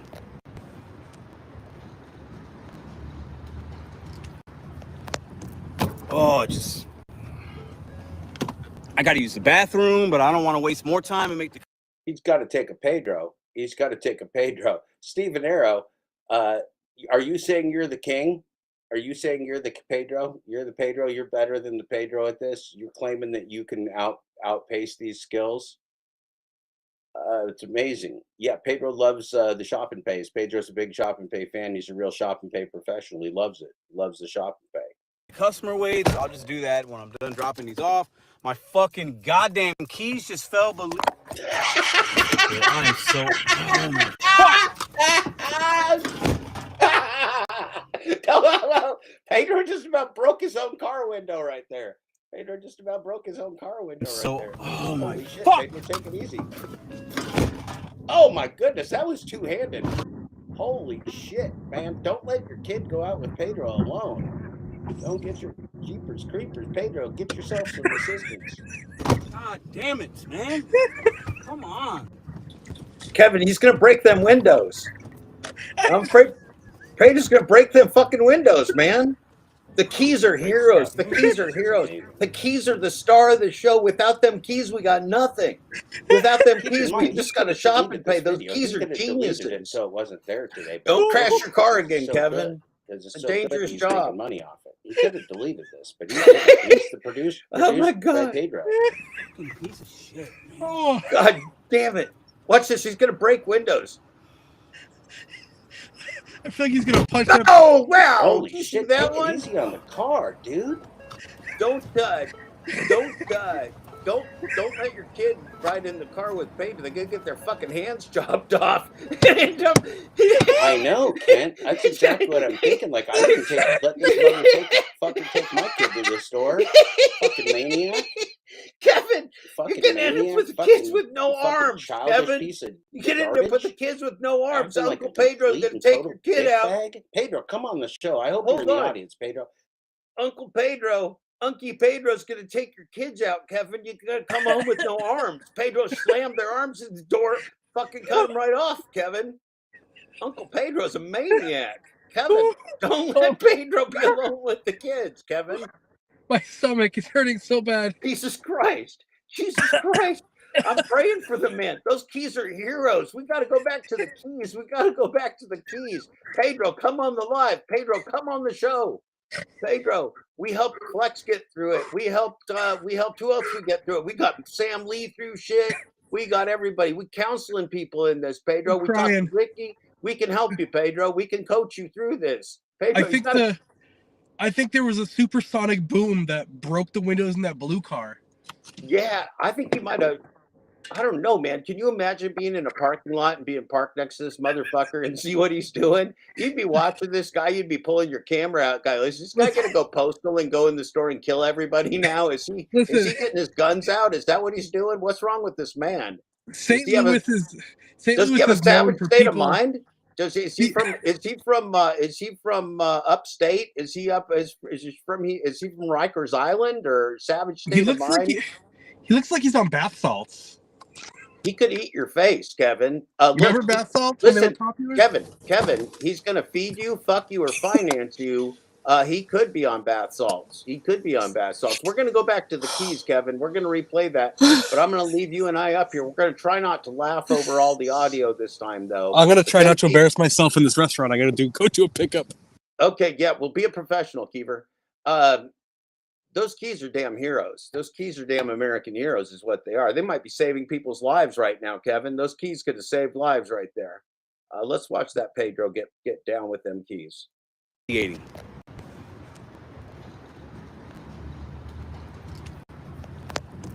Oh, I got to use the bathroom, but I don't want to waste more time and make the. He's got to take a Pedro. Stephen Arrow, are you saying you're the king? Are you saying you're the Pedro? You're the Pedro. You're better than the Pedro at this. You're claiming that you can outpace these skills. It's amazing. Yeah, Pedro loves the shop and pays. Pedro's a big shop and pay fan. He's a real shop and pay professional. He loves it. He loves the shop and pay. Customer waits. I'll just do that when I'm done dropping these off. My fucking goddamn keys just fell. I'm so. Oh my No. Pedro just about broke his own car window right there. So, oh my Holy shit, fuck. Pedro, take it easy. Oh my goodness, that was two-handed. Holy shit, man. Don't let your kid go out with Pedro alone. Don't get your jeepers creepers. Pedro, get yourself some assistance. God damn it, man. Come on. Fuck.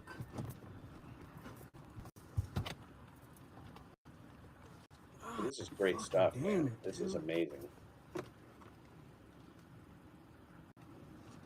keep in mind, he could have deleted this video. He could have deleted it so it wasn't there today, but he didn't because it's so good. Because it's so good and he's making money off it. He could have deleted this, but he didn't. He's the produced by Pedro. Fucking piece of shit, man.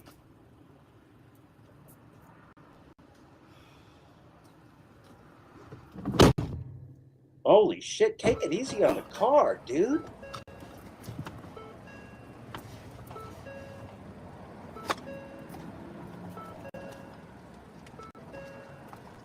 I know, Kent. That's exactly what I'm thinking. Like, I wouldn't let this motherfucker take my kid to the store.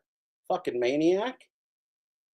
Fucking maniac. Fucking childish piece of garbage. Acting like a complete and total dickbag. Pedro, come on the show. I hope you're in the audience, Pedro. Pedro, come on the show. Let me talk you through your problems. Let me talk you through your problems, Pedro. Jesus, man. God dang it, man. That guy's hard on the car. The guy's hard on the car.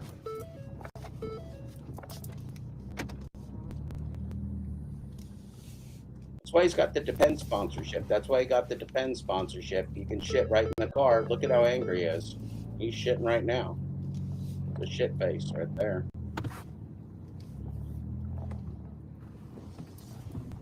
God damn, that guy's angry.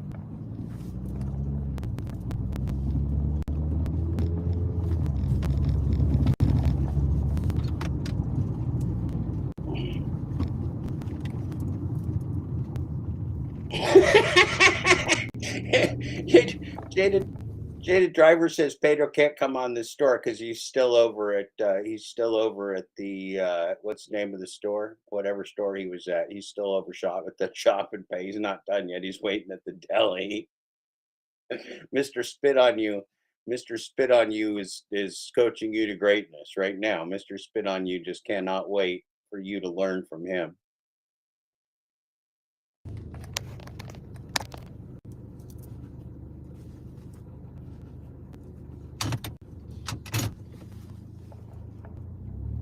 How long does it take Pedro to recover from this?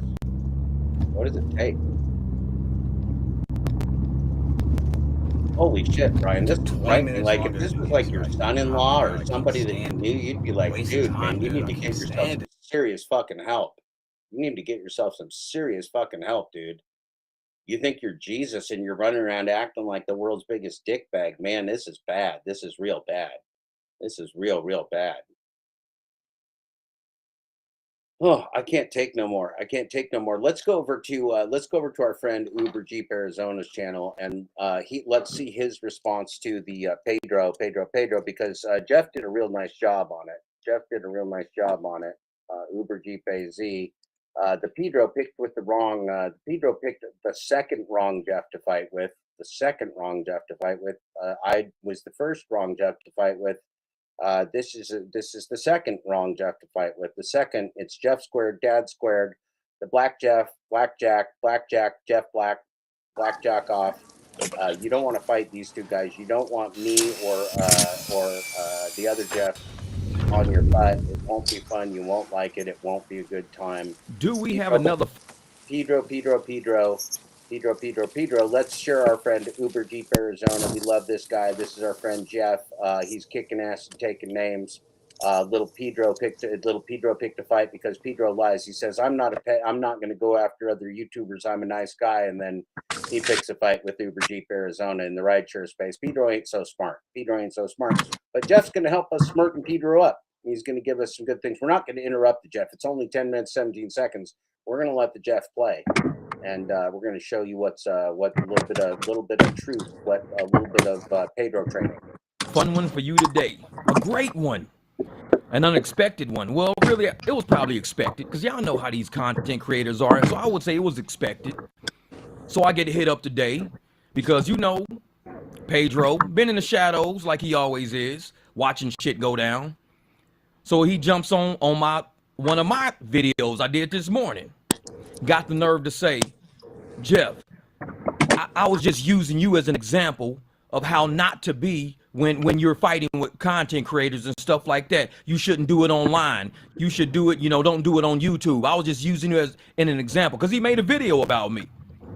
Oh no, that video wasn't about you, Jeff. It wasn't about you. I was just saying how content creators shouldn't be. You know, I was just saying they shouldn't be fighting online. You know, and then I just use you as an example. And I'm like, motherfucker, why don't you use yourself as an example?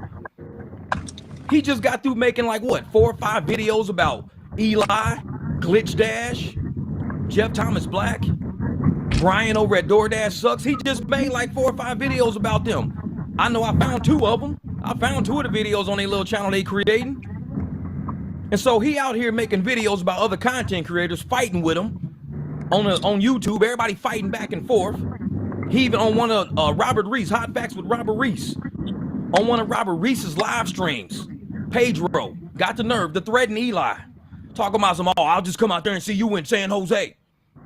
I'm just have to come up there and see you. I'll see you in San Jose. That's what he was saying on live stream, threatening this dude that he was gonna come there. And Eli started laughing like, man, I get threatened all the time for people to come beat me up. If I had a dollar for every time somebody threatened to come beat me up, I'd be a millionaire by now. That's what Eli was saying on the live stream. But yet Pedro got the nerve just yesterday or the day before to make a fucking video talking about, yeah, YouTubers shouldn't be like this. They should be more docile. They should be more, you know, even. So holier than thou Pedro don't want to let all his users know how he really is. He wants to put it on me. Oh, I'm going to use Jeff as, ooh, this is an opportunity. What I told y'all this motherfucker's an opportunist. He's an opportunist. If he was a realist, he would have realized, man, if I'm gonna make a video about content creators fighting with content creators on YouTube, why don't I just make it about myself? I just had a fight with Eli, with Brian, with Torp. I just had a fight with all these people. I could use myself as an example of how not to be on YouTube. What a great idea. Use my own life to tell people how not to be on YouTube. Instead, no, he's an opportunist. He sees some shit involved with a big content creator and a little content creator, so what does he do? He hops on it. Like I said, Pedro's that type of way. He sees an opportunity. He tries to capitalize. Like I said, he don't want this smoke, but he wants this smoke. Because I didn't ask shit from Pedro. Nobody asked Pedro to get involved. He wanted to be involved because he wants the views. He wants the followership. He didn't have to make a video about me and a professor and what we was going through. He could have made one about himself. He just went through the same shit with like 4 or 5 content creators. And they were making videos back and forth about each other, just like me and the professor are doing. They was doing the same shit. Only difference is I never physically threatened the professor. Professor never physically threatened me. He just threatened me with a lawsuit. That was it. But that shit's laughable. But Pedro physically threatened another content creator. Physically threatened him. Oh, I'm gonna come out to San Jose. I'm gonna have to come see you then, I guess. I'm gonna and hurry up and turn this thing off, mad as shit. But yet he don't tell his people on his channel that. Because he wants to make it seem like when you look at the little comments on his little, oh yeah, some people shouldn't be content creators. They're gonna be that upset at somebody. Some people don't need to be involved in content creation if that's how they're gonna be. But he never put his own shit on there showing how he is. But that's Pedro. Holier than thou motherfucking Pedro. Because he will sit up there and try to make somebody else look a certain way to take the heat off his own ass. Same thing happened with the glitch. He was pointing the finger at every fucking body else. Oh, I didn't. Oh, I didn't. But I know who did. And this person here told me. And this person here so. Pedro, this motherfucker never takes responsibility for nothing. But he calls himself a leader. No. People are following you. But I don't really think you're a fucking leader. I think it's like the blind leading the blind. A bunch of motherfuckers walking around with handkerchiefs around their face, not knowing where the fuck they going. That's what I think. So when you sit up there saying you're gonna use me as an example, I want to use you as the example, Jeff. Putting my picture up on his fucking video. Why don't you just put your own picture next to Eli's picture and say, hey, when I was fighting this content creator, put your picture next to Brian at DoorDash Sucks. Put your picture next to Torp, next to Glitch Dash, next to Jeff Thomas Black. Put your picture why you putting my picture up there? I ain't got shit to do with you, but you want shit to do with me, which is why you put your picture up there. My picture up there. You're an opportunist. Like I tell everybody, he's a fucking opportunist. He sees something, he tries to capitalize on it. He had his own situations going on YouTube. All motherfucking summer. All summer. Fighting YouTubers, back and forth, arguing, threatening to come into San Jose. But he never wanted to mention none of that shit in the video he just dropped the other day, talking about me. Oh, people shouldn't be fighting on YouTube. People shouldn't be doing this on YouTube. It shouldn't be like that between content creators. You know, it's like these small content creators just want to be at the table with the cool kids. That's the shit he was saying. But yet he got the nerve to comment on my shit. I wasn't talking about you, Jeff. I was just using you as my example. Motherfucker, use yourself. How the hell you just gonna come? Like, that shit don't make no sense to me. That kind of shit don't make no sense to me. If you know what you see going on between me and the professor is some shit you just went through all fucking summer. And you know that. Everybody knows it. How you gonna sit up there and act like you so fucking holy? That you would never, I would never fight a YouTuber. I would never argue with YouTubers online. No, I'm fucking Pedro. I would never do that. No. And everybody's clicking like and love. And yeah, Pedro, you're way more stand-up than that. Yeah, Pedro, you would never. Yeah, Pedro, you're a very cool, calm person. You'd never do that. And he just taking all that shit in. Oh, yeah, give it to me, give it to me. That's what I like, give it to me. Pumping his motherfucking ego up, give it to me, yeah. Yeah, Pedro, I've never seen a cooler YouTuber than you. You're so cool and calm. You never argue with a YouTuber. You never threaten to fly to San Jose to kick somebody's ass. That wouldn't be you, Pedro. And he's sitting there reading all them fucking comments. Feeling zero fucking guilt for lying to these motherfuckers. Because he know he exactly like that. Exactly what me and the professor are doing is the same shit he just did. But he's sitting there acting like he ain't nothing like, oh, I would never. I'm telling y'all, these motherfuckers will mislead you because they ain't keeping it real. They not keeping it 100. Because when you keep it 100, you tell a fucking truth. That's what it means by 100, not 50. Don't give them half the motherfucking story. Yeah, you can talk about me and the professor if you want to, but at least on the back end say what him and the professor going through is what I just went through all summer with Eli and Jeff Thomas Black and Glitch Dash and Brian and Torp. I just went through that myself, so I know what it feels like to be going through this, y'all, and this is how I resolved it. He never resolved it. The funny thing is, he sees Eli now as content. So he's inviting Eli to his channel to do interviews and shit like that because it's for content. So they can argue and fight and have, because Eli does his own thing on his channel. Pedro does his own thing on his channel. And now they want to create some content together because they need more views and they need more traction. I get it. Because that's the YouTube game. I don't play the fucking YouTube game. I'm here for drivers. I'm not here for you motherfuckers. I don't know y'all. But y'all want to sit here and play this goddamn game with all these people, misleading all these people. All you had to do is put your own story in the mix, Pedro. That's all you had to do. Put your own story in the mix. But yet, he's sitting on his channel, taking it all in. Oh, Pedro, you're so amazing. You're cool as a cucumber, Pedro. You would never. I'd never see you fight with YouTubers online. I'd never see you threaten to fight some. Oh, no, I never. This is crazy. These guys don't even belong on YouTube with the way they're acting. You belong here, Pedro. They don't. Mislead motherfuckers. And I'm just sitting there reading these comments like, this dude is so full of shit. He's so full of shit. And I tell him to his face, man, you full of shit and you know it. Because you know everything I'm saying is true. You know everything I'm saying is true. I ain't got to lie to you. You ain't even got a lot of other people. You lie because you like to lie. That's what you do. You lie to get by. Motherfucker, the truth will set you free. But you lie to get by. You wanted to make a video because you wanted to capitalize on the traction the professor and I were having with our shit. You want to capitalize on that traction and say, oh, I'm going to make a video about these two in the proper way on how to handle YouTube things without fighting on YouTube. I'm gonna sit and make a video about, man, you should have made a video about your own shit. Because you know when you threw me under the bus, putting my picture up there, then you're gonna comment in my shit today, talking about some, oh, I was just using you as an example, Jeff, that's all. I'm like, wait a fucking minute. This motherfucker right here got the nerve to say I'm his example for how not to be on YouTube if I got beef with another content creator. When this motherfucker just fought 5 of them all summer. Threatening these motherfuckers and shit. I'm gonna come fight you. Shit like that. Man, if you don't get the fuck out of my face, Pedro, for real, man, miss me with that shit. I see you, motherfucker!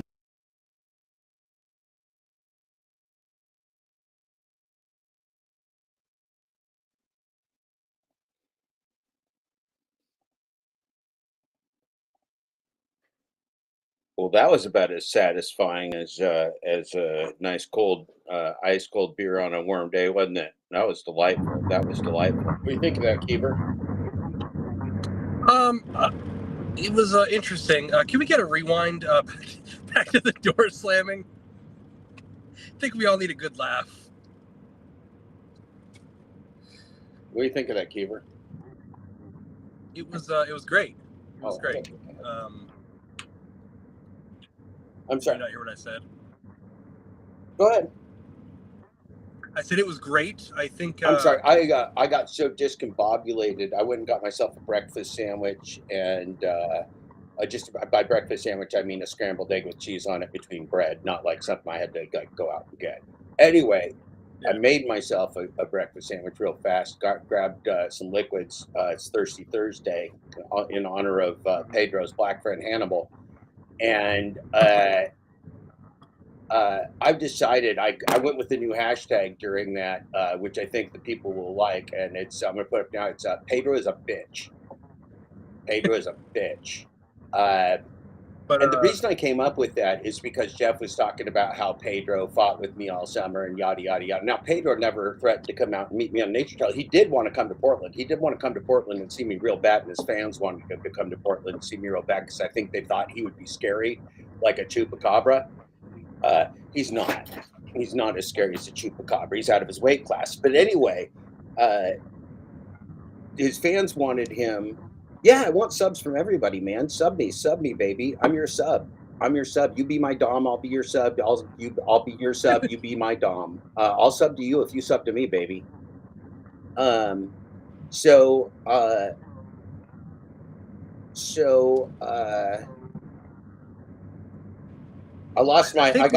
got all lost in that for a second, but I think, Pedro's a bitch. So I was thinking about, because Jeff was saying how Pedro fought with me. So Pedro's been trolling me ever since I tried to tell him the truth about the gig economy, right? He's been trolling me, and then I'd be in his chat, and he'd tell people I didn't want to come on, and he'd call me a coward and stuff, gaslight me and stuff, just being a bitch, just being a total bitch, Kevin. And I don't usually like to call like a full-grown man or anyone else a bitch, but Pedro's a bitch, man. He's such a bitch. I mean, and so if he wasn't, he would come on. He'd come on today because I got an open line. And see, he's a total bitch, though. He can't even handle himself like amongst the grown people. He talks to like India. His chat is like bots from India or something, according to what I've heard. I don't even fucking know. But anyway, that's just some embarrassing shit, isn't it, Kevin? Well, and in honor of Domestic Violence Awareness Month, it's also Door Violence Awareness Month. And I think we saw a good display of that. And the fact that we have the opportunity to do a funeral for these doors, I think we should remember them for all they've done for the community, for Pedro, for other groceries that did not get slammed in the car. And we just got to thank the Keys. Yeah, we have to thank the Keys. Did a yeoman's work on that. The Keys really broke the Pedro. The Keys really broke the Pedro. We do appreciate the Keys. So, Kevin, we're looking at the poll here. We're trying to decide. We've had 27 votes. Is Pedro the cartoon robot? Is he a cartoon robot or is he a real person? We're going to go ahead and end this poll right now. It's too late for all of you. If you didn't get here, remember the early bird gets the worm in the gig economy. It's always been that way. It'll always be that way. Our poll should have ended. I can't see it. I don't know why. Here it is. Here it is. A little bit delay, Kevin. All of the above. Okay, so that's not going to mean much if I start with that one, Kevin. So 7% of you think that Pedro is in fact a real person. 22% believe that Pedro is like a robot cartoon or a cartoon robot, or potentially like an artificially intelligent, like a special effects robot cartoon combination. That's 22%. A full 33%, just love schizoid content on YouTube. So we just had somebody say, Jeff, do I have to be in the gig economy to subscribe to your show? And I said, absolutely not. You don't. This show's for everybody. Everybody that lives in the sewer, which is all of us. Everybody in the sewer is welcome to the show. It's a free show. It's a show for you. Now, a lot of those people that aren't into the gig economy, they love the Pedro because they love themselves some schizoid content. A third of those people. And then 37% of the people really nailed the whole thing down, saying that Pedro is a real person who's a cartoon robot and that they love schizoid content, all of the above, which really brings it home, Kevin.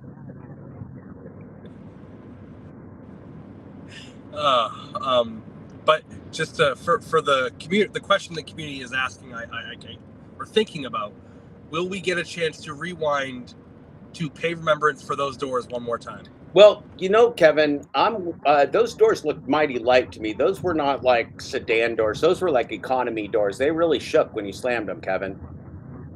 Well, did you hear the last time he slammed the door? You could hear the inside. Something was shaking on the inside. Yeah, somebody said, Kevin, he's going to potentially screw up his windows by slamming doors that hard. If you slam your door that hard, some of the automatic windows might slip off their tracks and stuff. Yeah. Well, oh, that was a dead bird. Them be the consequences, I guess.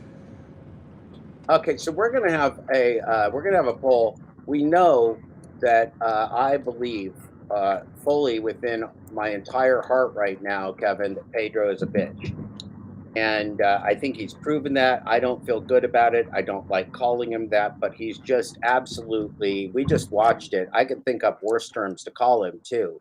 Like there's terms like people say "see you next Tuesday," all kinds of things that I wouldn't want, terms I wouldn't even want to use. But that was just despicable behavior, Kevin. He just looked like a maniac in the store. Do you think this person's okay, Kevin?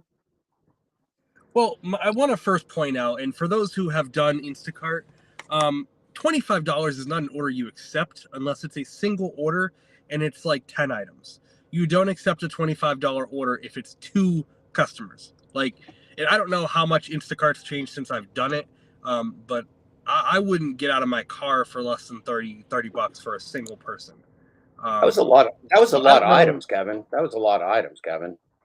It was 1,000 items, took an hour and 45 minutes. He also doesn't know which order to go to the deli in. You got to go to the deli first, put your slip in, Kevin, get your order in, see if the deli's open. A lot of times, when I'd go to Fresh Time, a lot of times they were down staffing, right? They were trying to minimize. So a lot of times the deli be closed. So there's things you're going to go in there. You got a deli order that's going to fuck up your whole thing. It's going to take you a while to get a hold of the customer. If you go to the deli first, you know what your issues are. You know, are you going to get your deli order? Is there a line? Is there a person? Is it open but there's nobody behind the counter? And you got to run around the whole store going, does anybody work in this fucking deli? I've done it all, Kevin. That's how you do it. But see, Pedro doesn't seem to have ever done this job before, Kevin.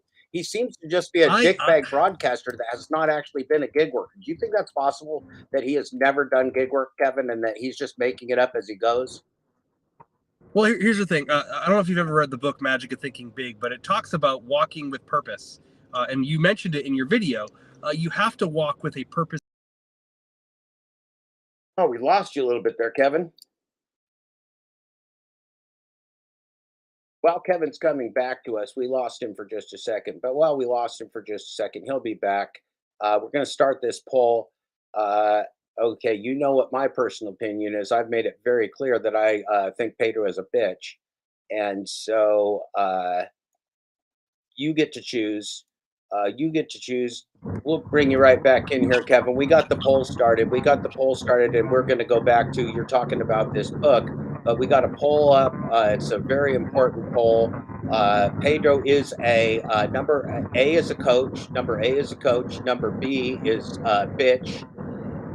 And then number C is maniac. And then D is both B and C. So you get to decide if Pedro is a coach, a bitch, a maniac, or a bitch maniac.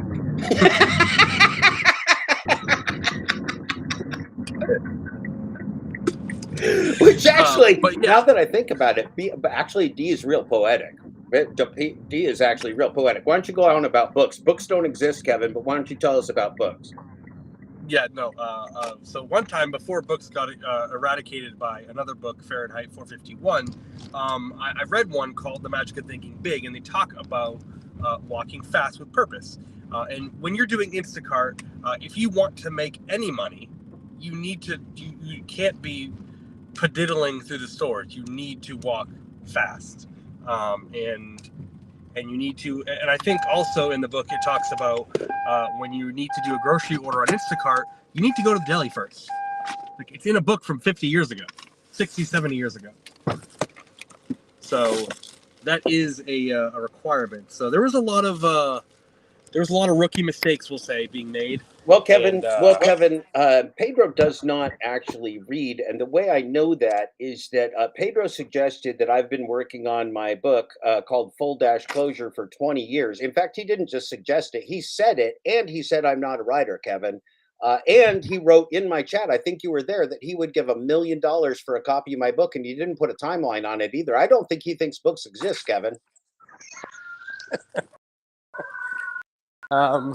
Do books exist? Does that book that you talked about actually exist, or did you just make that up? It does exist, but I have heard that some people have the ability to make things disappear. So your book could exist, but with the simple act of proclaiming it that your book does not exist, he could make your book not exist. Well, interestingly enough and tragically enough, Kevin, I actually wrote a book in jail on paper with prison pens, which are like the inside of a pen, and then use your soap and use paper, and you curl up the paper with the soap until you make a big enough pen to actually hold in your fingers. Then you can write with it. And if you borrow enough paper from the cellmates around you, you can write a book, which I did. And then, Kevin, I got the book stolen. Somebody stole my bag, my passport, my wallet, everything I had in Canada, right from next to my head while I was recuperating from solitary confinement. There's some people that think that's funny, Kevin. Do you think it's funny I got robbed of tons of my work and my wallet and my passport in a foreign country with no way to get home? Reported to the Royal Canadian Mounted Police and in the newspaper. Do you think that's funny, Kevin? Do you think it's funny that I lost all that work? I would just like to first, before I comment on that, like to praise my savior, Mr. Dad Dash, Mr. Steve Askin for Sluts, who may or may not have said this. But no, I also denounce him in all the things he says, because violence is not the answer, and I don't wish anyone to get beat up and their stuff stolen. So that is my statement. And what an awful lying human being. I mean, what a and it's not a human being. This is the problem we got, Kevin, is that it's a compilation of personalities known as a troll account or known as a catfish. That is correct. And then this troll account goes to the next level and creates a second troll account to try to tell people that Gig Apps Exposed is having an argument with him. So that is a next level troll, and they're actually pretty good at trolling. Just to clarify the story, I can pull it up on the interwebs real quick here, because it is a real story on the real interwebs, which don't exist. You're right. Internet doesn't exist either.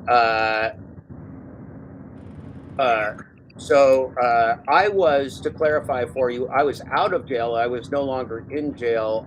I got out of jail in solitary confinement, and I needed some rest and recovery time. So I went up to Vancouver Island to Nanaimo, spelled Nanaimo, British Columbia, otherwise known as BC, which is the western province of Canada. It's right off the shore of the big city, which is called Vancouver, which is kind of the Los Angeles of Canada. It's a real freaking big city, and that's also the largest Chinese population in the world outside of China is in Vancouver, if I remember my remembrances correctly, Kevin. Very interesting. I was not aware of that. Yeah, facts are usually interesting, Kevin. Facts are often interesting. That does happen, that facts are interesting. Now, some people think facts are funny. Some people even like to pretend that facts do not exist, which is just super, super bizarre. Because, Kevin, when I had my stuff stolen, I was in my friend's porch, in an enclosed porch. It didn't have a lock on it, but I was in my friend's enclosed porch waiting to go get on the ferry, and I fell asleep on the couch with my bag and my passport, my wallet and everything right next to my head, everything in there. The only thing that wasn't in my bag, Kevin, was my phone, which was plugged in charging. And so I had this sense as I fell asleep on the couch, I was just sitting there asleep. and I had this sense that there was somebody around me, but I was just like, I mean, it was this big enclosed porch down a big alley, far away from the street. Like there would be no reason you would think anybody would bother me. But I woke up and I looked down, and there was nothing there, and I kind of just looked, and I'm like, where's my bag? Where's my bag? And I looked around, and I looked around, and I kind of looked at myself, and I looked at the ground. It's just like one of those nightmares, right? Like, what the hell just happened?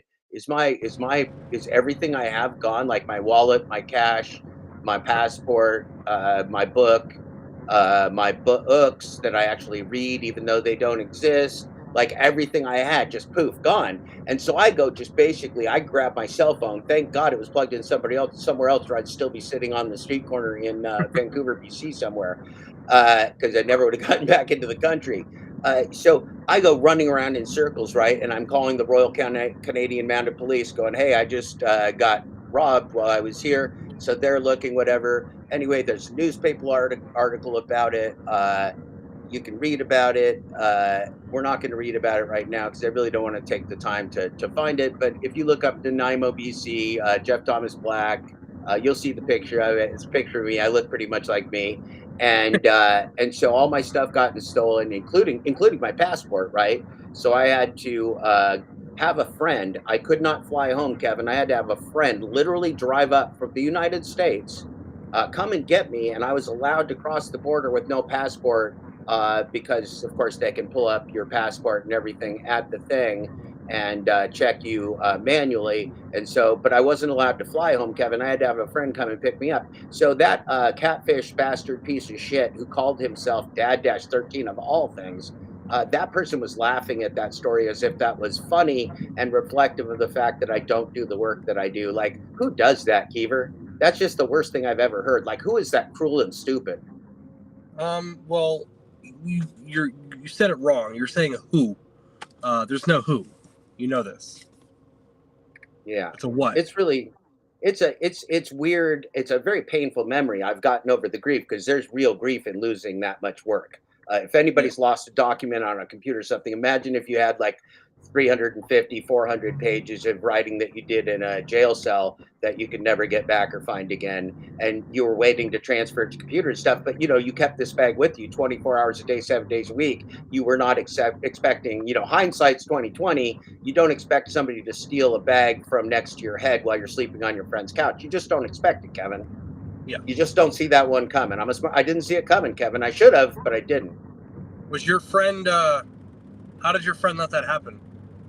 My friend was not out there with me. No, no, I was my friend. I was leaving real early in the morning, and I was just hanging out, and he said, "Hey, if you want to crash on the couch before you leave for the ferry, just go ahead. It's no problem. Just let yourself out." And I said, "Hey, man, that's great. That'd just be a great place instead of me having to sit here and like keep myself awake to go get the real early ferry. I'll just sit here." And I fell asleep on the couch, and I got robbed, Kevin. So your friend should change the locks. Is what you're saying? Oh, there's no lock on it. There's no lock on it. It was a gated outdoor porch on a condo in Nanaimo. Now, Nanaimo is called the city with no pity. It's a blue collar city. It's a dangerous city. There's some dangerous people. I may have made bad judgment in not being more scared or careful of my possessions, but I never got any of it back. I still don't have a passport to this day. I never did actually get another passport because nobody's flying anywhere these days. I do have the real ID, driver's license now because they did that in Indiana. Everybody's got a real ID now, so I got that. I guess I could fly if I wanted to, but I don't very often. There's too many probably fake airplane parts out there. That's a different story. Anyway, so this weird douchey character that was like friendly to me, and we I don't know talked. if just I can't hear you. Can No, somebody can you hear me first of all? I can hear you, Kevin. Thumbs up if you can hear me. Okay, I can't hear you. Can anybody else hear JGB, or is it just me? Somebody give a thumbs up if you can hear me, or if you cannot hear me, please give a thumbs down. I can hear Kevin. Can you hear Kevin? Can you hear me? Tommy, can you hear me? I'm gonna refresh. Tommy, can you hear me? Can you hear me near you? Tommy, can you feel me? Can I help to heal you? Ooh, Tommy. Tommy? Tommy? I can hear you now. Okay, cool. I sang Tommy while you were gone. A little bit of the Who rock opera to keep everybody. So it was just you, Kevin. It was just you. The audience heard you. I heard you. You didn't miss anything. You just couldn't hear me for a second, I guess. Probably your headphones, Kevin. That's what I'm guessing. I'm gonna troubleshoot that to the headphones. Well, I'm troubleshoot it to your ears then, Kevin. Your hair looks great, Kevin. You're going natural today. That's good. Um, you went natural for your last video too. Now, see, that makes you look like an old man who doesn't have great hair, and you do have great hair. You don't want to mess it up like that, Kevin. It's disillusioning. Here's something that happens when you're somebody as powerful and as influential as yourself. It's like Mickey Mouse taking the head off. You're going to ruin people's dreams, Kevin. You can't let us see you without the hair at a 69 out of 69, because the hair scale for humanity is actually a scale of 1 to Kevin, which is 69. On a scale of 1 to Kevin, there's a 69. Kevin is the standard. Kevin is actually the gold standard of hair at a 69. I'm a 57. I feel pretty good about my hair, especially for being a 55-year-old guy. To be at a 57 at my age, a lot of guys don't have any hair at all to even be a 57. So I'm well above average on that, and I am a top fucker. Got two great kids. Top fucker. 57 is not a bad hair score, Kevin. I would agree. Typically, a 55-year-old has a score of about 38. So you are indeed above average. Yeah, the thing I'm scared, Stephen Arrow says a passport's the best $100 investment anyone can make. That's probably a good thing. The problem is, Kevin, I think I'd get so excited if I got outside the United States, I'd never come back. I'm afraid to do it to myself. It's like a sabbatical. I'm afraid if I take that, if I cross that boundary, I'll just never want to go back. Mm-hmm. Yeah. Question from Thunder: do you think he is a troll still? No, I don't think about trolls anyway. I love me some trolls. Troll me harder if you can. No, I don't think about anybody as a troll. Literally, I don't. I don't even think about Flexi Pants as a troll. The only person I would think of as a troll would be like the Dad Dash troll account, the Catfish, because it sucks. It's not even funny. Who else is a troll? I mean, a couple troll counts had bounced in that like aren't even connected with the fact like they still think I'm sponsoring life coaches or something. So if they're completely and totally confused, I guess maybe I'd call it, but I'd still give them a chance to understand that I don't endorse life coaches on the internet, any of them. So that makes it real easy. It makes it real easy. Yeah. I just don't endorse any of them, Kevin. Yeah, no, I mean, you can watch videos and take advice from it, but if somebody asks you to charge that, if somebody says, I will charge you. Well, you know who has some good advice? I've watched Glitch Dash give some really good advice. I've watched you Dash be real stupid about it. And so we learned from you being bad at it, Kevin. You blanked out again, but I'm going to talk about you even though you're not there. It's not my problem. So Kevin, you've taught us by being real bad at the job. Glitch Dash has taught us by being in Grand Rapids and being fairly good at it, real good at it, actually. He's back. He's back.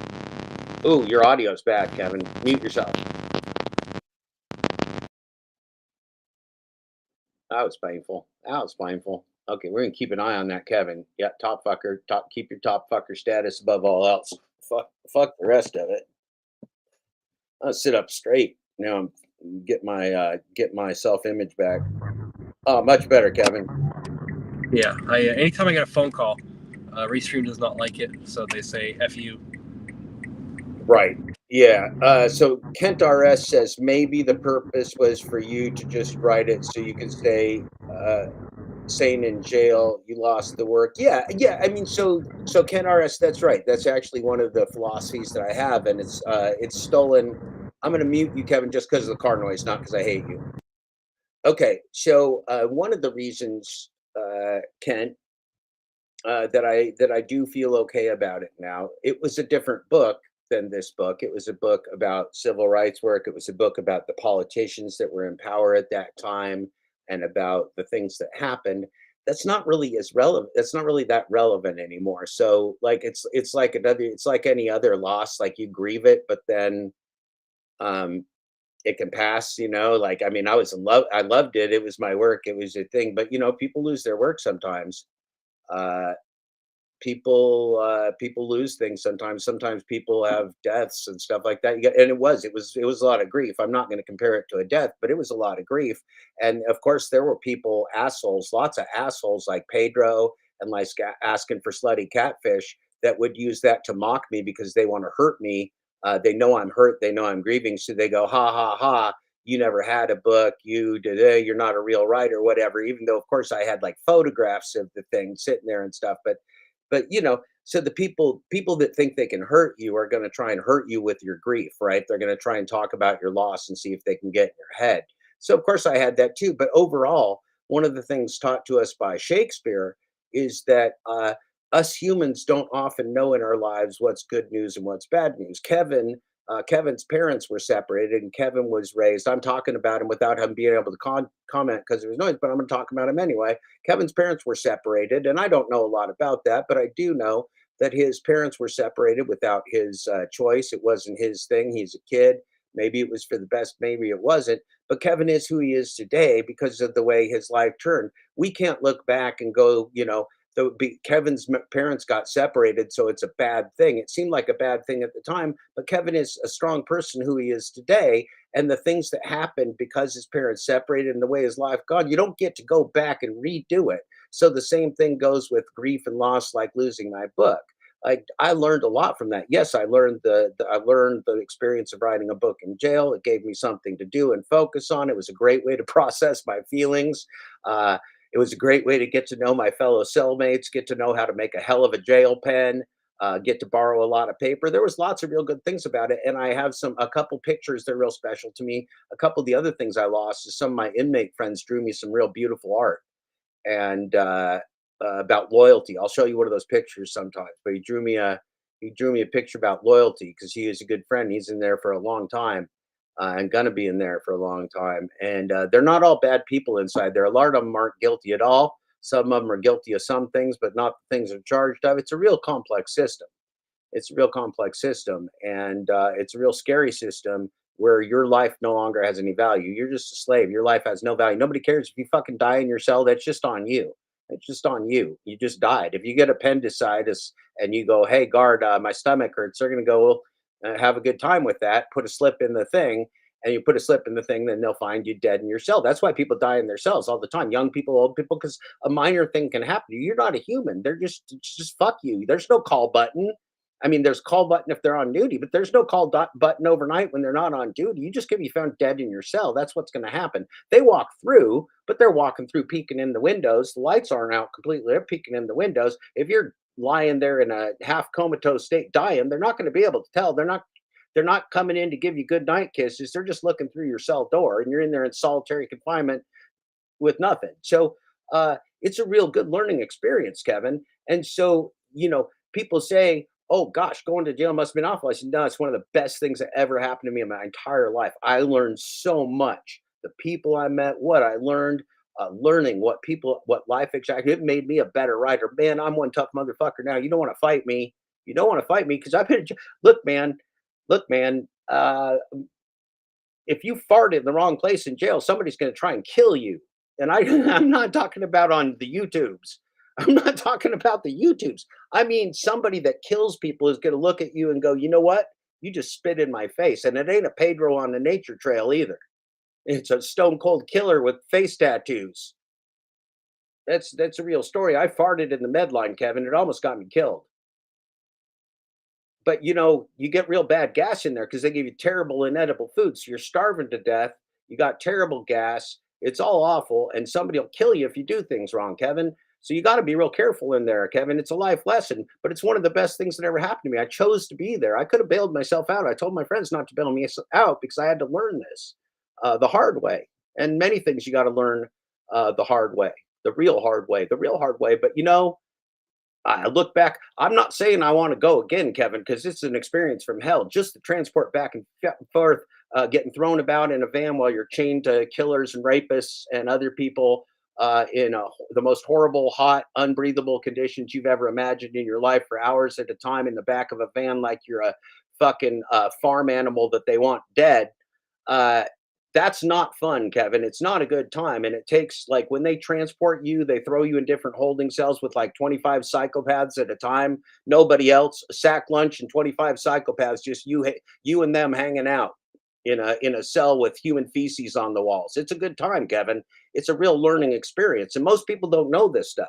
Cody knows this stuff because Cody is a correctional officer, a trained criminal justice professional.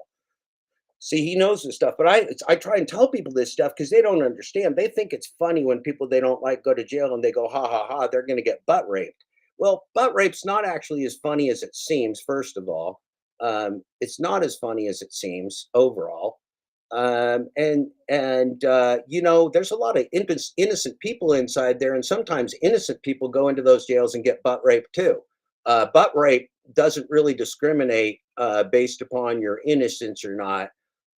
So you gotta just be careful. I mean, you want to be a big burly 230-pound guy like me, then you ain't gonna get butt raped. Nobody wants to butt rape me, Kevin. I'm just not a fun guy to try and butt rape. Even in jail, I'm just not the right guy to try and butt rape, Kevin.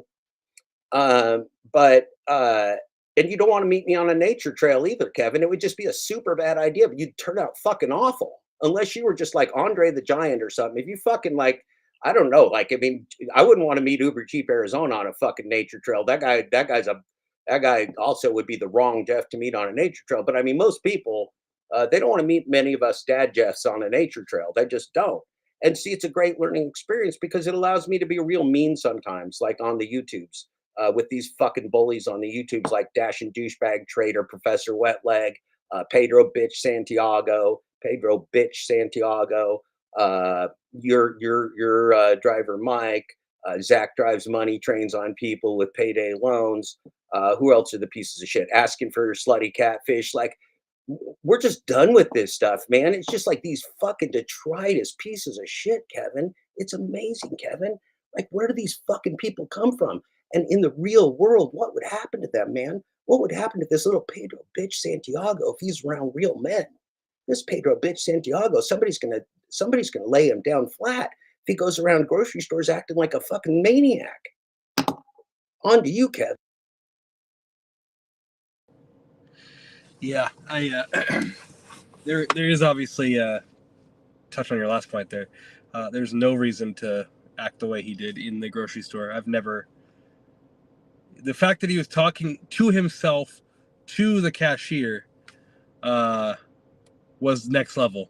Like, I've talked to myself in the grocery store, or I've talked to somebody, but it's another level to talk to yourself to somebody else.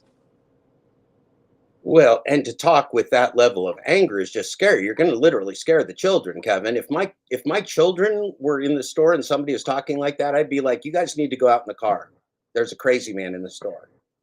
I'm not joking, Kevin. I have sent my children to the car before. I was at a basketball game for my stepson, and the parents were acting so bad. I told my wife, I said, you and the kids need to go to the car right now. You need to go to the car right now. You need to leave this building. And I stopped the game and took my kid off the court and left. So, sometimes when you're a dad, you got to break the fucking shit up because you got to know when to say when, buddy. You got to look around and see when people are acting totally fucking insane and erratic. And you got to get the fuck out of there, Kevin. Yeah. Yeah. You can be upset about like what's going on in the gig world, but like you can't take an order and let it get to you to that point. You have to understand that, like, you have to go into it thinking that something's going to happen. Like, the fact that he went into it, like, again, he said it. It's a store he hates going to. He never goes to. There's always issues. And Kevin, in my neighborhood, the Kroger security officers are armed tac vest security officers. In my neighborhood, the Kroger officers are armed, off-duty, or retired police officers. We don't got that Kevin, if you act like that in a Kroger grocery store in my neighborhood, it's not going to go well for you, Kevin. Kevin, this is really bad behavior, man. This is a father with a kid upstairs screaming while he's doing broadcasts, acting like a fucking maniac, and then telling people he's a born leader, and they should give him $49.99 for phone calls and hugs. Kevin, it's awful, man. We got to stop this thing. It has to stop. Can we get the trolls that have been following Eli around for 6 years? Can they just switch to Pedro? Because Eli's No, cooked. they're on the same. Nobody cares about that dude anymore. I don't even remember what his name is. But can they just go after Pedro? Because he's hazardous to people's health, man. He's hazardous to himself. He needs a mental health break, man. Well, he's too good for this. He's too good for the gig work. So you should find something else. I swear to God, I got a dad headache right here, Kevin. I swear to God, I got a dad headache. I shit you not. I'm not shitting you, Kevin. I'm not shitting you. I'm pouring it out. I'm telling you about my kids, my family, how I keep my kids alive, man. I get my kids the fuck out of bad situations. I've been in bad situations with my kids. I'm like, you get the fuck out of here right now. And I told my kids that when they were teenagers too. I'm like, if somebody's acting erratic or going to do something stupid, don't like sit around and wonder what's going to do. Just start running any Don't direction. pull out your phone and record it. No, not even that. This was before phones. This was my kids didn't have none of that shit. I'm just like, start running, get as far away as you can, then call me and I'll just come pick you up. But don't like wait. Don't even stand around for like 10 seconds and see what happens. Just start running before the shots fire, before anybody starts swinging. Whatever. Just take off bolting, and they'll go, "What the fuck's wrong with that kid?" And they go, "I don't know, but he's fucking fast." He's fucking kid took off like a shot. And it's like, well, okay, shit's gonna go down, but he ain't here. That's what I told my kids. I mean, get the fuck out of there. You want to be dead, or do you want to be a live person? Because there's lots of dead rock stars. Lots of my favorite musicians dead as fuck, and they died real early. Yep. Kevin, I'm getting all huffing and puffing like I'm a dad of a teenager again. Kevin, why is it?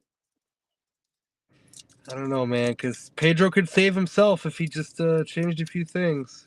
Boy, I'll He tell could do you. it. If I was Pedro's father, I'd be calling him on the phone going, "You need to stop broadcasting, son. You need to stop broadcasting right now. You need to shut this thing down. You don't like the gig economy game.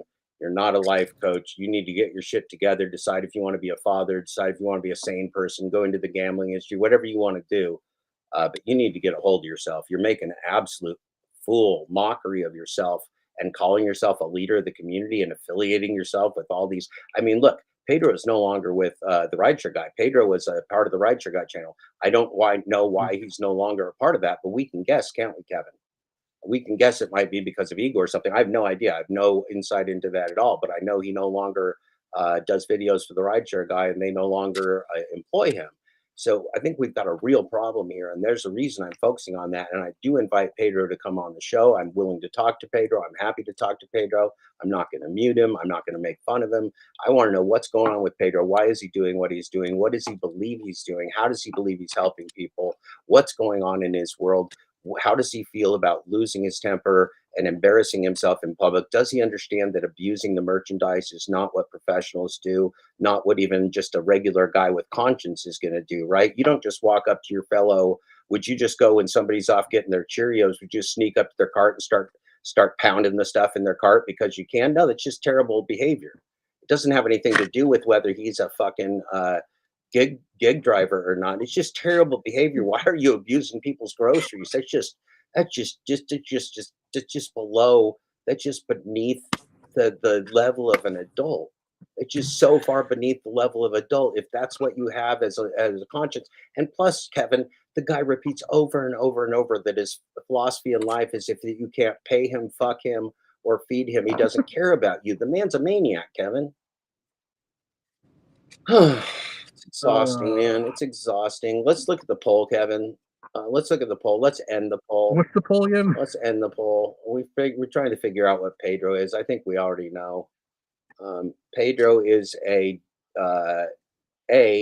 6% of the viewers, 6% of the countless viewers believe that Pedro is a coach. A full 6%. That's 6 out of every 100, Kevin. 13% believe Pedro is a maniac. 20% are solidly in the Jeff Thomas Black category. They believe Pedro's a bitch. And then D, I can't argue with D, but I really like B a lot. The majority of people, 60%, feel like Pedro is a bitch maniac. The consensus is bitch maniac. Really, actually, in that order, it's D is B and C bitch maniac, and then the second place is bitch, and then C is maniac. So Pedro is a bitch maniac coach in that order. Kevin, Well, the people have spoken. they have. It's. I'm not going to say it's not painful. I'm not going to say it's not painful. Is that a condom you got there, Kevin? No, it's a Dove chocolate wrapper. Oh, it looks like a condom, Kevin. I was wondering if you It does, right? was wondering if you were getting your condom accounts to vote. It looked like a condom from here, Kevin. No, it's I crinkled it up like a week ago, and then I just found it and I uncrinkled it, and it looks very nice. Yeah, you know Without the thing, like not on the teasing Pedro part. One of the things that we see, Kevin, is that uh, when you're doing something that you literally hate, you're not going to be good Mhm. at it. And Yeah. Pedro was really bad at his job, like his job performance, just judging his performance, not his attitude. He did a terrible job at shopping. He was real bad at it. He took too long. He doesn't know how to do the job, and and most importantly, I think contributing to that, Pedro probably has the ability to be a decent shopper if he wants to, Kevin. But Pedro hates his job, Kevin, and if he Yeah. hates broadcasting, he could only make 14 hours of his 24, so he can't even bet on himself and win, Kevin. He doubled down and he lost. So Pedro's losing He bets. busted. He busted. He got a king on a 14. Yeah, he busted his nuts. He he bet on himself and he lost. He didn't make it. He melted down. Well, I had a question. Uh, Gosh, No tease. I lost my question. But No like, teasing. yeah, why would? Oh no, I know what it was. I know what it was. I mean, the obvious point, the obvious human point, and I kid you not, this is me being totally serious. I've had to fire a lot of people, Kevin, because I've been in senior management for a very, very long time, and I've had to let people go. And the first thing I talk to about people about, Kevin, is not to humiliate them, tell them they sucked at their job, but it's to say, you know what, Kevin, I can tell you're not happy here, and you don't like what you're doing. And you know what the answer is every fucking time ever, Kevin? Yeah, you're right. Yes. Yeah, you're right. And then we have a conversation because I didn't tell them they suck balls, Kevin. I didn't say they're stupid. I didn't say they're losers. I said, I can tell you're not happy. You see how I'm good at firing people? I was told I was the best person. I was the best at firing people ever. That's a good way to do it. Well, it's a perfect way to do it because if people were happy, they wouldn't be acting like dickbags, would they, Kevin? Most happy people don't act like dickbags. People act like dickbags when they're not happy. So I know that Pedro's not happy because I'm a dad. I understand these things. Yeah. No, I agree. I agree. And you could tell just by the anger and by the change in content. You'd think after getting remonetized, the content would be more positive. No, because he said before he got remonetized, he said he was bored and he couldn't stand this anymore. And so I already knew it was over. I said, "Oh, yeah, he just quit. He just quit on this. Now he's just phoning it in for the money, and it's not working, Kevin. It's falling apart." Yeah. Yeah. Oop, what happened?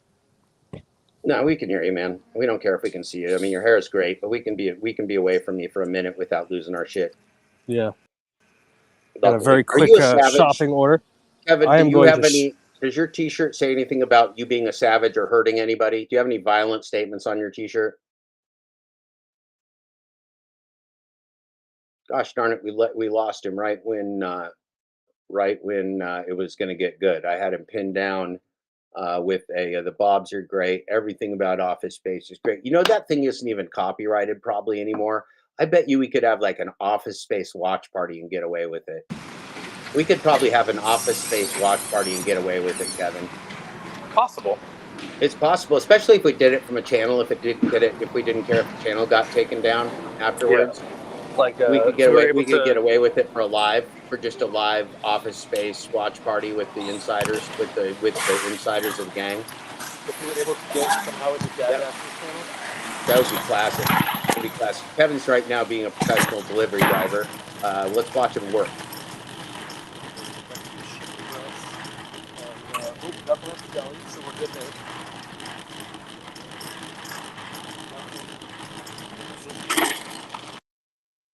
Unmute me. Okay, so we couldn't hear Kevin for a minute, but we'll see if Kevin.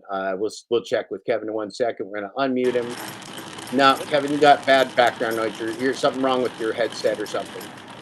Okay, so anyway, so what we want to do today, what we really want to do today is well, let's look at some of your comments. Let's look at some of your comments because I we've been getting so deep in conversation. I don't mean to ignore y'all in any way, and I really do want to see your comments here. Okay, get my wait a minute. Dump the comments. Okay, let's see. I got Kevin muted for a minute. Let's go to Kevin and go. Uh, hey Kevin, if you can hear me, I'm going to go ahead and cut you off for a minute. I'm going to go through our comments and do some other stuff. You do your shopping, and we'll be back with you. All right, buddy. Thank you. That was our correspondent, Kevin, best hair in the business. No questions asked. Never a question from Kevin. Who's got the best hair? Who is a valuable member of our community and our reporting staff out in the field? We have not yet seen any sighting of Professor Blackleg, Dashing Trader, Pedro, DoorDash, Santiago, your driver Mike, Matt, or Mark, or asking for slutty catfish. We have not seen any of that yet. We're hoping, we're wishing. Let's take a look here at what we've got for your comments. For some reason, my comments got dumped over here, but we're going to go over here and we're going to read them for a minute. Somebody comment in the chat there because for some reason I went to a full screen and it dumped the comments. I don't know why Restream does that, but you can see me and hear me and smell me, right? Everybody can hear me and see me and smell me. Yep. Okay. Okay. Yeah. Okay. So Red Pill says, excellent. So DoorDash gig economy police. Well, Brian, we'll just go over there and we'll watch Brian's video live in 30 minutes. That'll be great. Is that coming up at the top of the hour there, Brian? That must be okay. That's good. That's good. Oh, take a big breath here. It's Thirsty Thursday. Oh, you critiqued the Pedro meltdown. Well, that sounds fun. Everybody should enjoy that. And look, if Pedro comes on the show, remember, Pedro is welcome on the show. Kevin, Pedro is welcome on the show. Can we hear you, Kevin? Can you hear us? Okay, gotcha. All right. Remember, Pedro is welcome on the show. We're hoping Pedro shows up. We're hoping to have a conversation. Nobody's going to mute anybody. Nobody's going to talk over anybody. Right now, you're seeing the performance of Kevin live shopping without throwing any groceries. He's not yet thrown a bottle of wine. Last night, we had Kevin with a chicken pot pie, and Kevin was able to shop without abusing the pie, without sticking his fingers in the pie. It was an excellent job by Kevin. Kevin delivered the pie in perfect shape.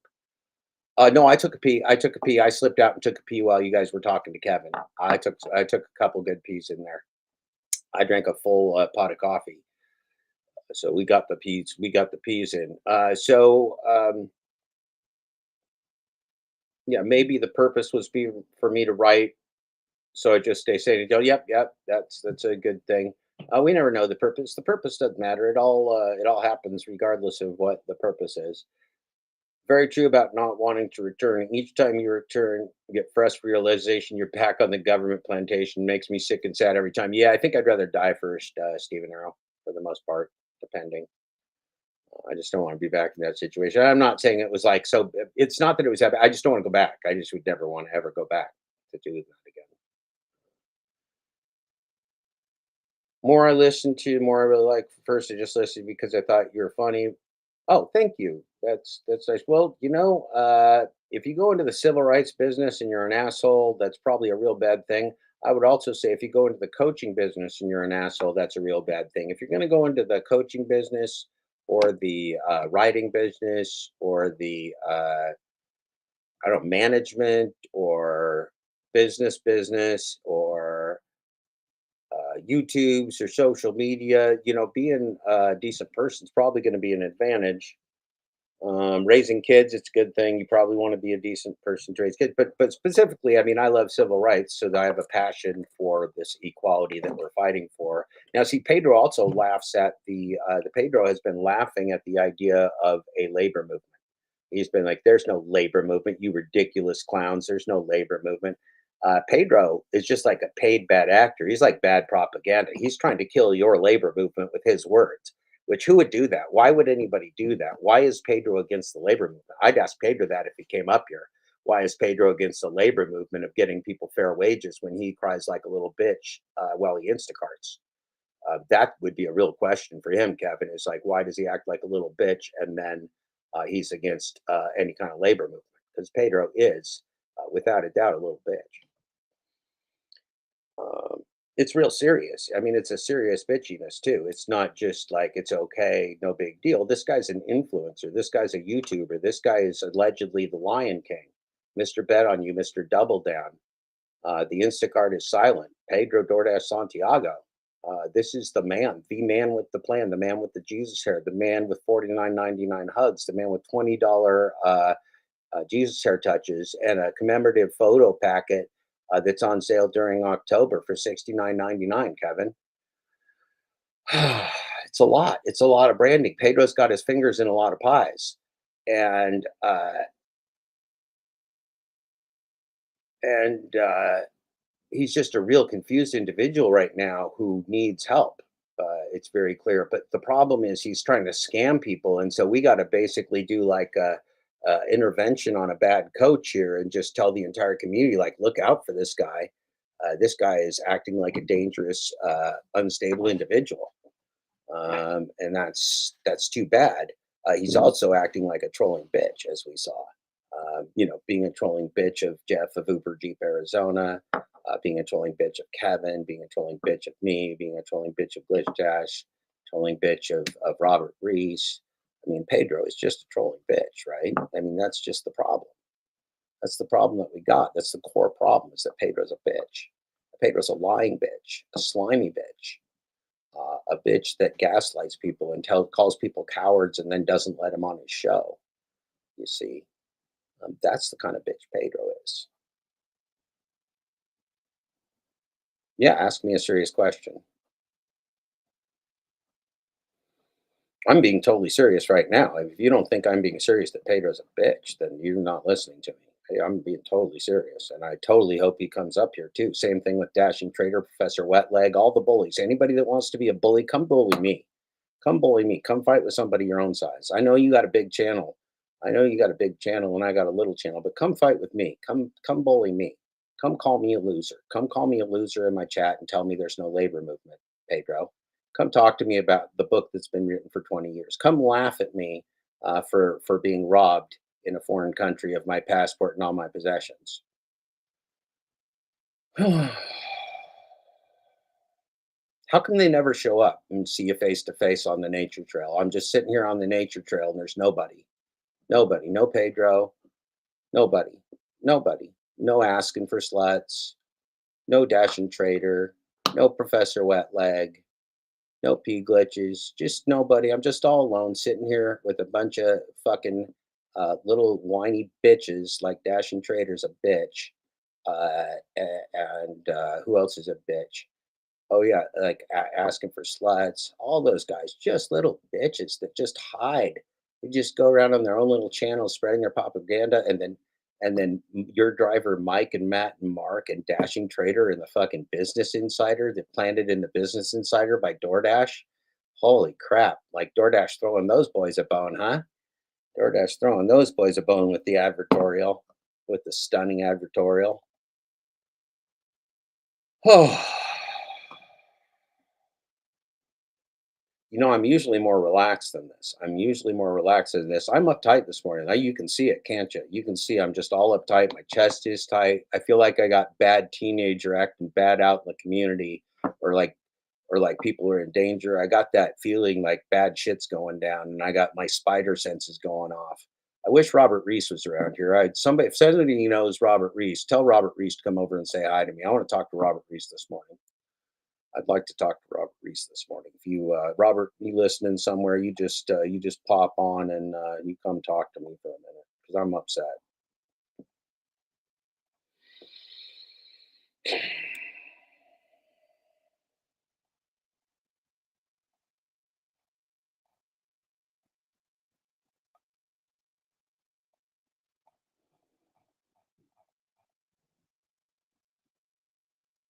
Yeah, yeah, yeah, yeah.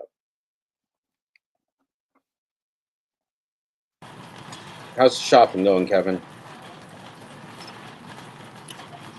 Kevin successfully shopping without damaging any groceries. We're glad to see it. It's okay. Well, you know those views.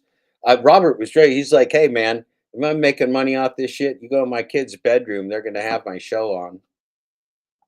Kid's bedroom, they'll be playing the Hot Facts with Robert Reese. Be playing in the bedroom. He's great, man. Robert Reese is the great. His wife's the greatest. His wife's the greatest.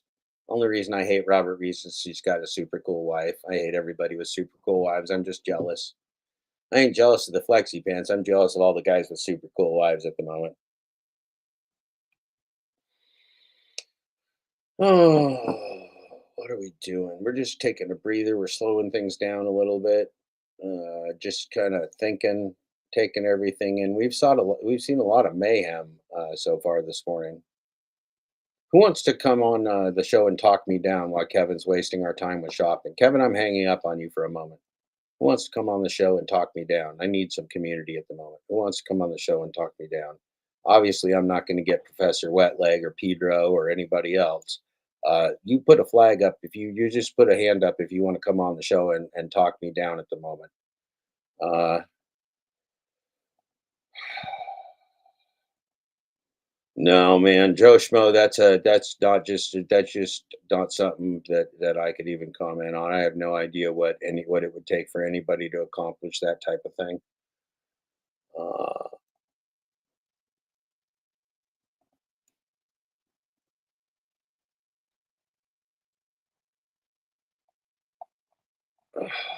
Brian, do you want to come on for a minute? Brian, what are you doing? I'm having like a dad headache. Who's gonna save me? No, Brian. Hey, Brian, you want to come on for a minute?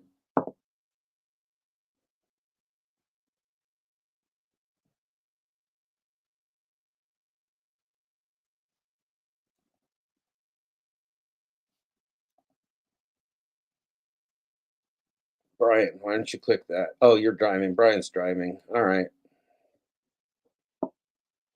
If you want to come on, click that link. Whoever wants to come on right now, surprise me. Click that link.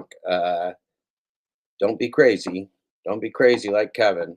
But if you want to come on right now, click that link. This is your first time. This is an open link for you, a la Robert Reese. If you want to see me, you want to talk to me, you want to see me, you want me to see you, you want Kevin to see me seeing you, and me see Kevin seeing you. You come on, you click that link. Show me who you is. You got to show your face. No fruit sniffers. No anonymous fruit sniffers. Got to show your face. Ay, ay, ay.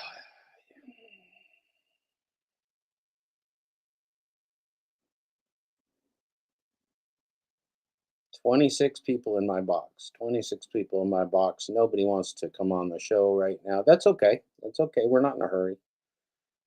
We're not in a hurry. I might sing you a song. Maybe I'm going to look for a song while you guys are deciding if you want to come on the show or not. I'll sing you a song. Oh, we need something.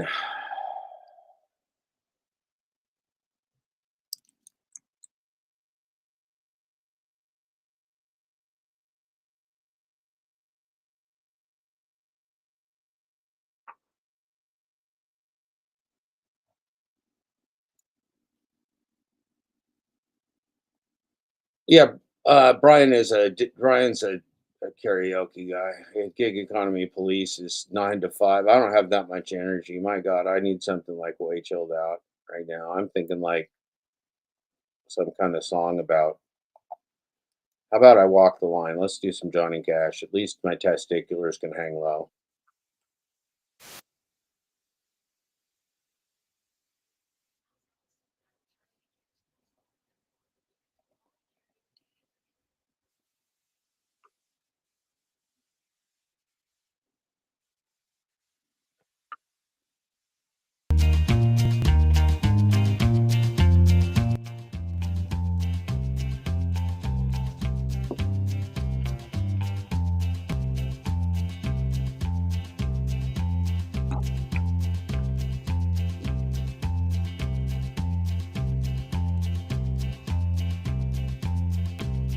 I keep a watch on this heart of mine.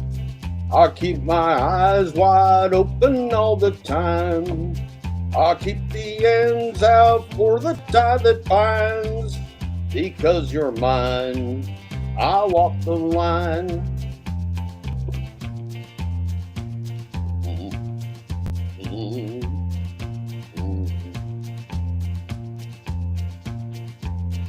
I find it very, very easy to be true.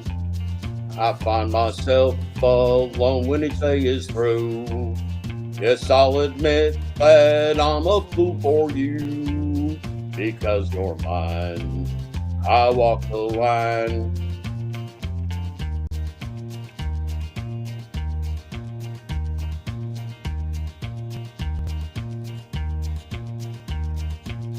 As sure as night is dark and day is light, I keep you on my mind both day and night. Happiness I've known it proves it's right. Because you're mine, I walk the line. Because you're mine, I walk the line.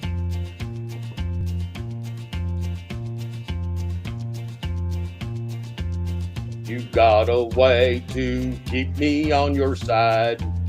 You give me cause for love that I can't hide.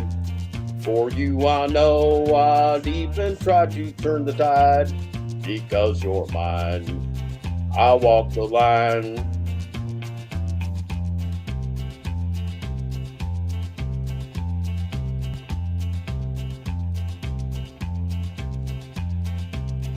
I keep a watch on this heart of mine. I keep my eyes wide open all the time.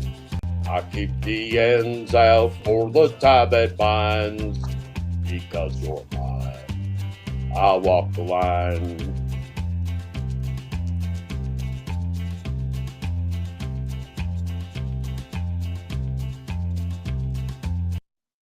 Well, that was fun. I'm not gonna lie, Keever, that made me feel a little better. I was feeling a little low.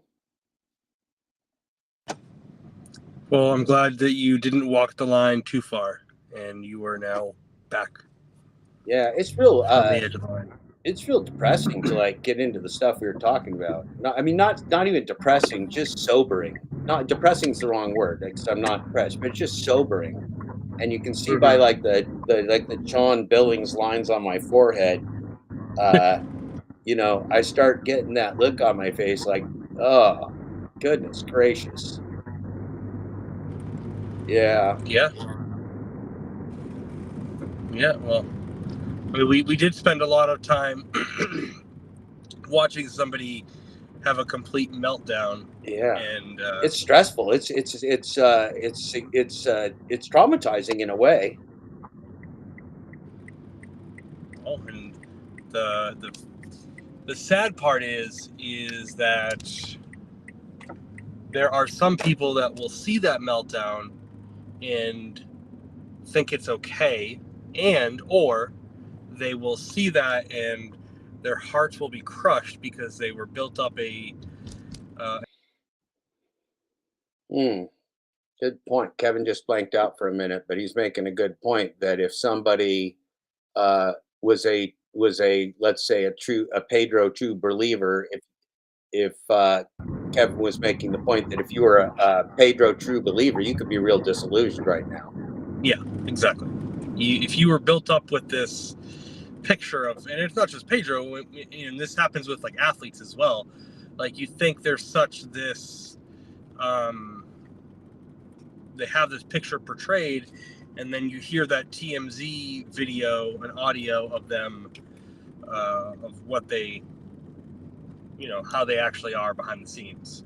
Well, especially if their persona is like the Pedro persona of just macho, large testicular, deep voice, manliness, and stupidity. If that's their thing, they're really setting themselves up for a fall. Well, and here's the thing too: nobody's perfect. Everyone, you know, we've all had those moments, but that's when you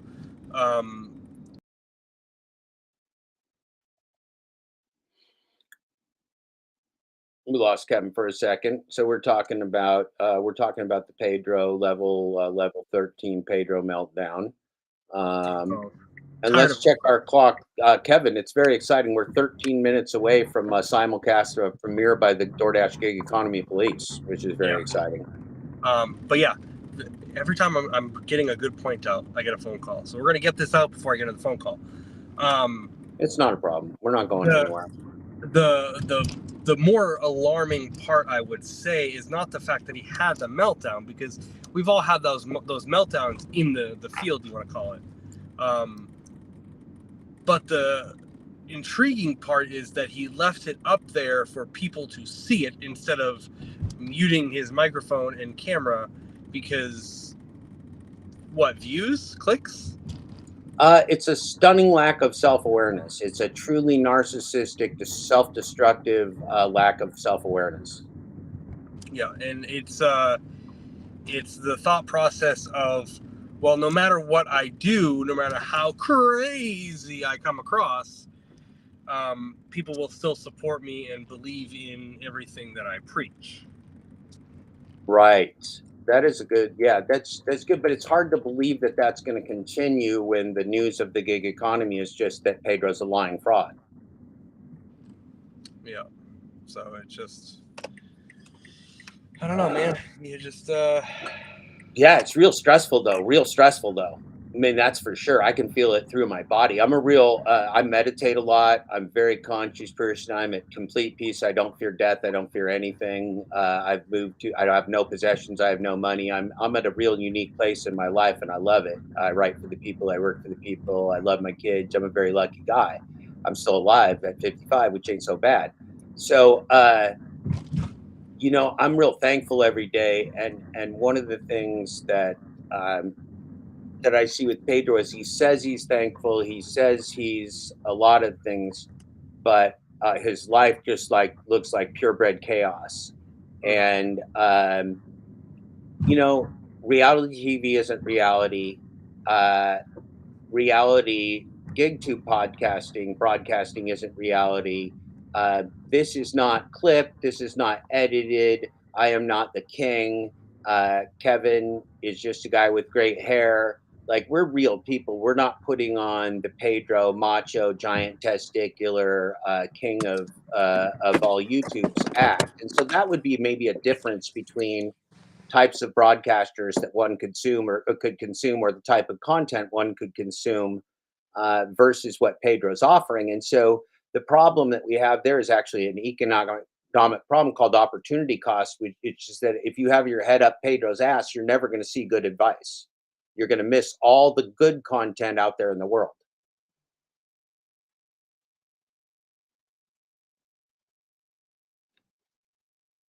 So it looks like Kevin doesn't have his audio for a minute, or maybe he does. But so that's the opportunity cost that we're talking about. So we had a request, and it's a good request. It's a smart request. It's a good request. I like it a lot. It's Roger Miller, King of the Road. It's a karaoke request, which karaoke requests in general, if they can be addressed properly within the context of my voice and capabilities at the moment, then they will be. Okay, so here we go. We're gonna get this. I don't know this song real well, but it's also real simple if I remember correctly. It's just King of the Road. Okay. Okay, so let's unmute it. Oh, we got to share it. All right, Kevin's backstage. That's great. We'll make it big so you can see me smile at you. Here we go. Kent, for you, for all the ladies, all the favorite ladies of the sausage party. King of the Road. There's an old Roger Miller's song.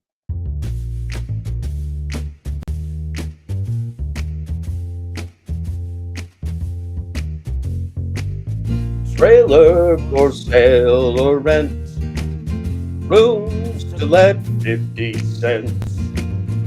No phone, no pool, no pets. I got no cigarettes. No. Dancing broom. my 12-4-bit room.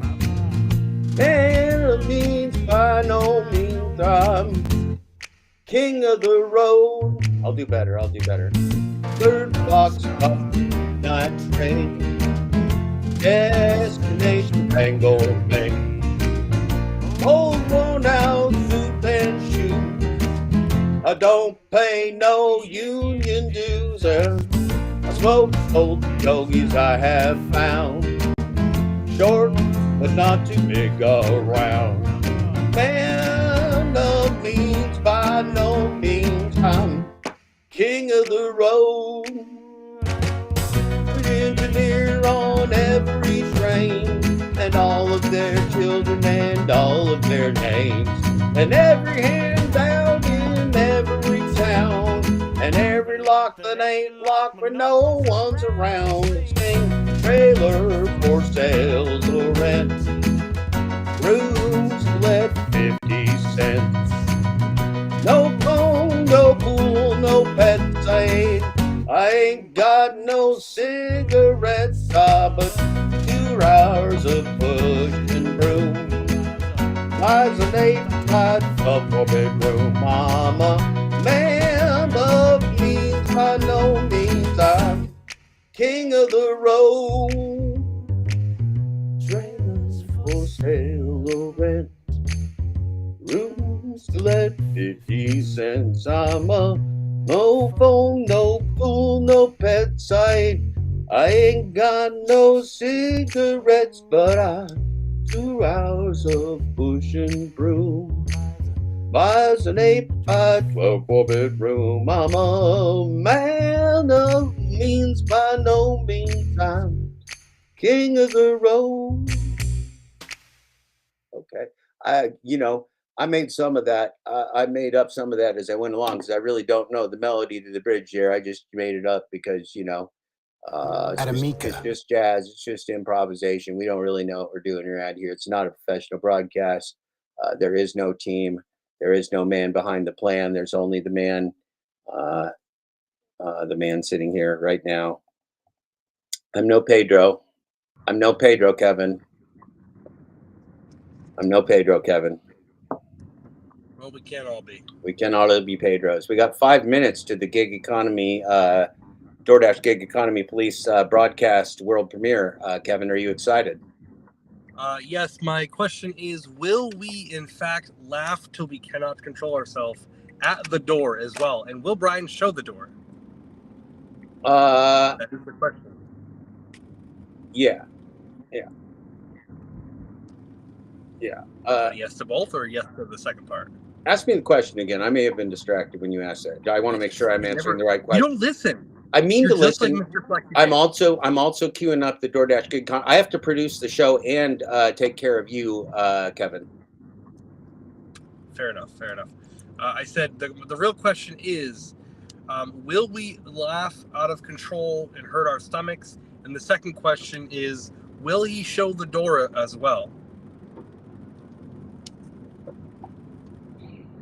Kevin, ask me that one more time. No, look, here's the problem. I'm getting criticism. I'm getting trolled from the crowd. And I'm like, Eli, when you're trolling me, and it's not you, Kevin, it's somebody else. It's that bastard Raging Wage. I don't know if he's been hired yet, but he obviously wants the job.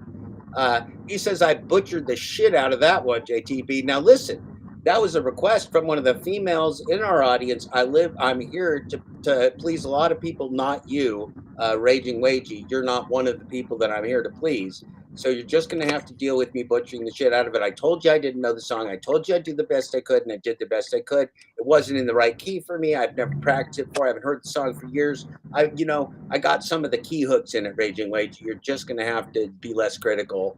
I feel like you're judging me like I'm judging Pedro, and I don't want that. So I'm going to ask one more time. Do you think we will laugh uncontrollably and hurt our stomachs and or our cheeks while watching this? Gotcha. And second part, will he in fact show the door and comment properly on the door? Gotcha. The door slamming. See, I was missing the context. This is the problem when you got no producer, you got no editor, you got no money. You're basically like a homeless guy living in a van down by the river, but you got a basement, and you're trying to produce a show. It's a lot going on, Kevin. Yeah.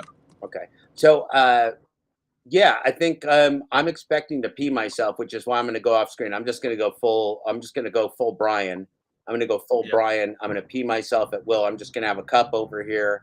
I'm just going to have a cup over here so I don't have to leave the room. Maybe a piss jar, piss jug. I'll see. I got to go find something real fast. So we're going to go to we'll go to the Brian. We're 2 minutes away. It's exciting. I'm going to bring it up here on the screen with us, Kevin, because we'll probably have a countdown. This is the kind of excitement you get on a Thirsty Thursday morning here on the show. Yeah, it'll start exactly at 4:02. No, this isn't like a life coach. This starts on time. Oh, it's not an instant premiere? Yeah. Starts on time. Like clockwork, not like a life coach. Let's see. I'm all confused. Let me see. I got to share the right screen. Share screen. Instacart app, Psychotic Maniac. Well, see, it's named well. It's named well. We got a good start on this one. We got a good lead in. Pedro flips out in a psychotic episode. Wow. That's great. We got a top chat over here. We've got live chat.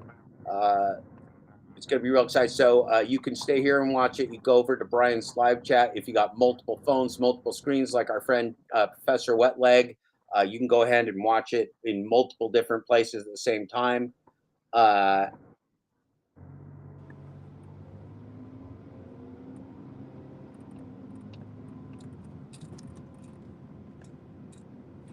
Okay. All right. Jeff Rubio. That's great. That's great.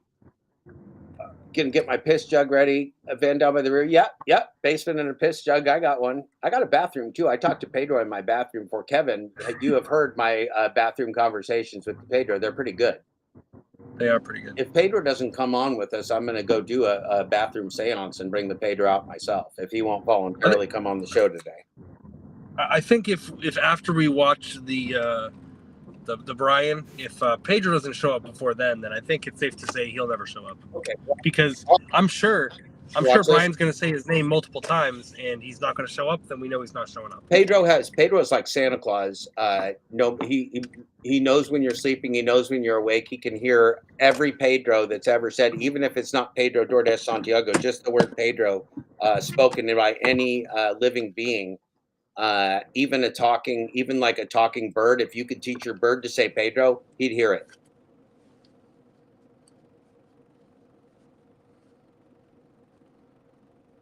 Did I knock you into silence, Kevin? Did I shock you into silence?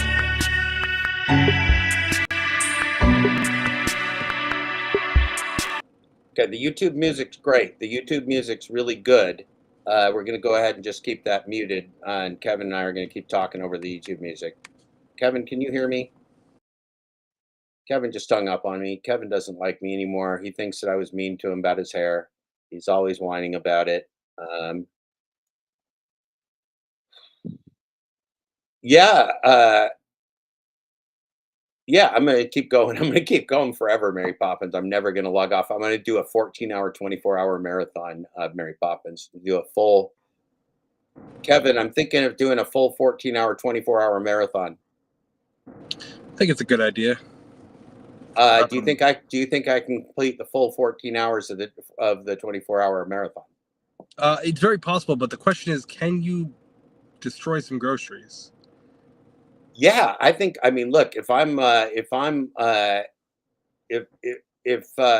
the air for 14 straight hours, I think I'm ready to beat the shit out of some cereal boxes, Kevin. Well, and the funny thing is, I didn't notice in the first time I watched it. Was he threw? No, he didn't throw. He whaled a 12-pack of Coke into the trunk. Well, 12 packs of Coke don't weigh very much, Kevin. No, but the fact that it had an arch and it fell pretty well, and I know one of those busted, and that's probably why he dropped his keys and forced him to go out of the car and slam the door. Kevin, can I just say, God bless those keys? God bless those keys. God bless those keys. Those keys were, people thought the shopping was the main attraction, but it was really the keys. It was the fucking keys that were there all along. All right. This is fair use, Kevin. We're going to screw Brian out of this deal, though.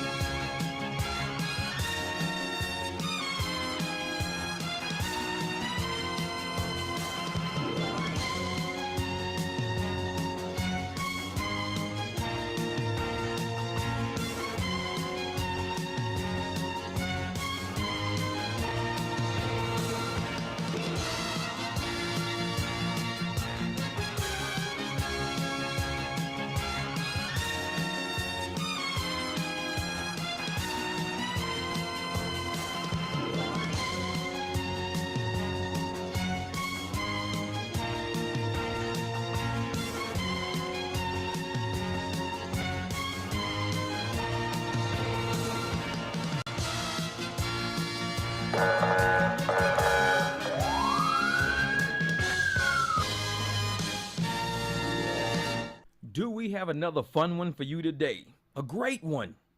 An unexpected one. Well, really, it was probably expected because y'all know how these content creators are. So I would say it was expected. So I get hit up today because, you know, Pedro been in the shadows like he always is, watching shit go down. So he jumps on one of my videos I did this morning. Got the nerve to say, Jeff, I was just using you as an example of how not to be when you're fighting with content creators and stuff like that. You shouldn't do it online. You should do it, you know, don't do it on YouTube. I was just using you as an example because he made a video about me. Oh, no, that video wasn't about you, Jeff. It wasn't about you. I was just saying how content creators shouldn't be. You know, I was just saying they shouldn't be fighting online. You know, and then I just use you as an example. And I'm like, motherfucker, why don't you use yourself as an example? He just got through making like, what, 4 or 5 videos about Eli, Glitch Dash, Jeff Thomas Black, Brian over at DoorDash Sucks. He just made like 4 or 5 videos about them. I know I found 2 of them. I found 2 of the videos on their little channel they creating. And so he out here making videos about other content creators, fighting with them on YouTube. Everybody fighting back and forth. He even on one of Robert Reese, Hot Facts with Robert Reese. On one of Robert Reese's live streams, Pedro got the nerve to threaten Eli. Talking about some, oh, I'll just come out there and see you in San Jose. I'm just have to come up there and see you. I'll see you in San Jose. That's what he was saying on live stream. Threatening this dude that he was going to come there. And Eli started laughing like, man, I get threatened all the time for people to come beat me up. If I had a dollar for every time somebody threatened to come beat me up, I'd be a millionaire by now. That's what Eli was saying on the live stream. But yet Pedro got the nerve just yesterday or the day before to make a fucking video talking about, yeah, YouTubers shouldn't be like this. They should be more docile. They should be more, you know, even. So holier than thou Pedro don't want to let all his users know how he really is. He wants to put it on me. Oh, I'm going to use Jeff as, ooh, this is an opportunity. What I told y'all this motherfucker's an opportunist. He's an opportunist. If he was a realist, he would have realized, man, if I'm going to make a video about content creators fighting with content creators on YouTube, why don't I just make it about myself? I just had a fight with Eli, with Brian, with Torp.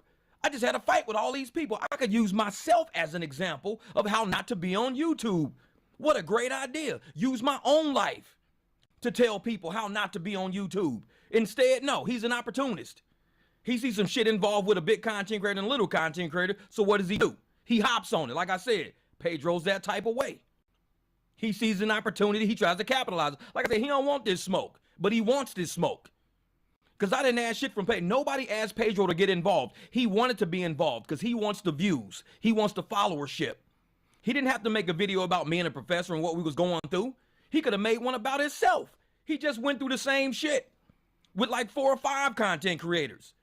And they were making videos back and forth about each other, just like me and the professor are doing. They was doing the same shit. Only difference is I never physically threatened the professor. Professor never physically threatened me. He just threatened me with a lawsuit. That was it. But that shit's laughable. But Pedro physically threatened another content creator. Physically threatened him. Oh, I'm going to come out to San Jose. I'm going to have to come see you then, I guess. I'm going to... And hurry up and turn this thing off. Mad as shit. But yet he don't tell his people on his channel that. Because he wants to make it seem like when you look at the little comments on his little... Oh, yeah, some people shouldn't be content creators. They're going to be that upset at somebody. Some people don't need to be involved in content creation if that's how they're going to be. But he never put his own shit on there showing how he is. But that's Pedro. Holier than thou motherfucking Pedro. Because he will sit up there and try to make somebody else look a certain way to take the heat off his own ass. Same thing happened with the glitch. He was pointing the finger at every fucking body else. Oh, I didn't. Oh, I didn't. But I know who did. And this person here told me. And this person here so. Pedro, this motherfucker never takes responsibility for nothing. But he calls himself a leader. No. People are following you. But I don't really think you're a fucking leader. I think it's like the blind leading the blind. A bunch of motherfuckers walking around with handkerchiefs around their face, not knowing where the fuck they going. That's what I think.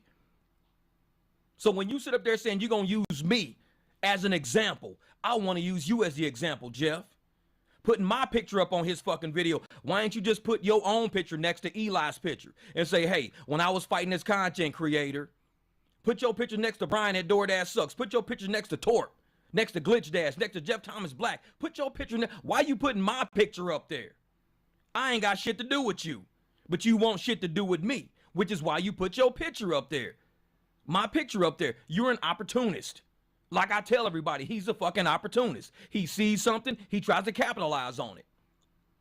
He had his own situations going on YouTube all motherfucking summer, all summer, fighting YouTubers back and forth, arguing, threatening to come into San Jose. But he never once mentioned none of that shit in the video he just dropped the other day talking about me. Oh, people shouldn't be fighting on YouTube. People shouldn't be doing this on YouTube. It shouldn't be like that between content creators. You know, it's like these small content creators just want to be at the table with the cool kids. That's the shit he was saying. But yet he got the nerve to comment on my shit. I wasn't talking about you, Jeff. I was just using you as my example. Motherfucker, use yourself. How the hell you just gonna come? Like, that shit don't make no sense to me. That kind of shit don't make no sense to me. If you know what you see going on between me and the professor is some shit you just went through all fucking summer. And you know that. Everybody knows it. How you gonna sit up there and act like you so fucking holy that you would never, I would never fight a YouTuber. I would never argue with YouTubers online. No, I'm fucking Pedro. I would never do that. No. And everybody's clicking like and love. And yeah, Pedro, you're way more stand-up than that. Yeah, Pedro, you would never. Yeah, Pedro, you're a very cool, calm person. You'd never do that. And he just taking all that shit in. Oh, yeah, give it to me, give it to me. That's what I like, give it to me. Pumping his motherfucking ego up. Give it to me, yeah. Yeah, Pedro, I've never seen a cooler YouTuber than you. You're so cool and calm. You'd never argue with a YouTuber. You never threaten to fly to San Jose to kick somebody's ass. That wouldn't be you, Pedro. And he's sitting there reading all them fucking comments. Feeling zero fucking guilt for lying to these motherfuckers. Because you know he exactly like that. Exactly what me and the professor are doing is the same shit he just did. But he's sitting there acting like he ain't nothing like, oh, I would never. I'm telling y'all, these motherfuckers will mislead you because they ain't keeping it real. They not keeping it 100. Because when you keep it 100, you tell a fucking truth. That's what it means by 100, not 50. Don't give them half the motherfucking story. Yeah, you can talk about me and the professor if you want to, but at least on the back end say what him and the professor going through is what I just went through all summer with Eli and Jeff Thomas Black and Glitch Dash and Brian and Torp. I just went through that myself, so I know what it feels like to be going through this, y'all, and this is how I resolved it. He never resolved it. The funny thing is, he sees Eli now as content. So he's inviting Eli to his channel to do interviews and shit like that because it's for content. So they can argue and fight and have, because Eli does his own thing on his channel. Pedro does his own thing on his channel. And now they want to create some content together because they need more views and they need more traction. I get it. Because that's the YouTube game. I don't play the fucking YouTube game. I'm here for drivers. I'm not here for you motherfuckers. I don't know y'all. But y'all want to sit here and play this goddamn game with all these people, misleading all these people. All you had to do is put your own story in the mix, Pedro. That's all you had to do. Put your own story in the mix. But yet, he's sitting on his channel, taking it all in. Oh, Pedro, you're so amazing. You're cool as a cucumber, Pedro. You would never. I'd never see you fight with YouTubers online. I'd never see you threaten to fight some. Oh, no, I never. This is crazy. These guys don't even belong on YouTube with the way they're acting. You belong here, Pedro. They don't. Mislead motherfuckers. And I'm just sitting there reading these comments like, this dude is so full of shit. He's so full of shit. And I tell him to his face, man, you full of shit and you know it. Because you know everything I'm saying is true. You know everything I'm saying is true. I ain't got to lie to you. You ain't even got a lot of other people. You lie because you like to lie. That's what you do. You lie to get by.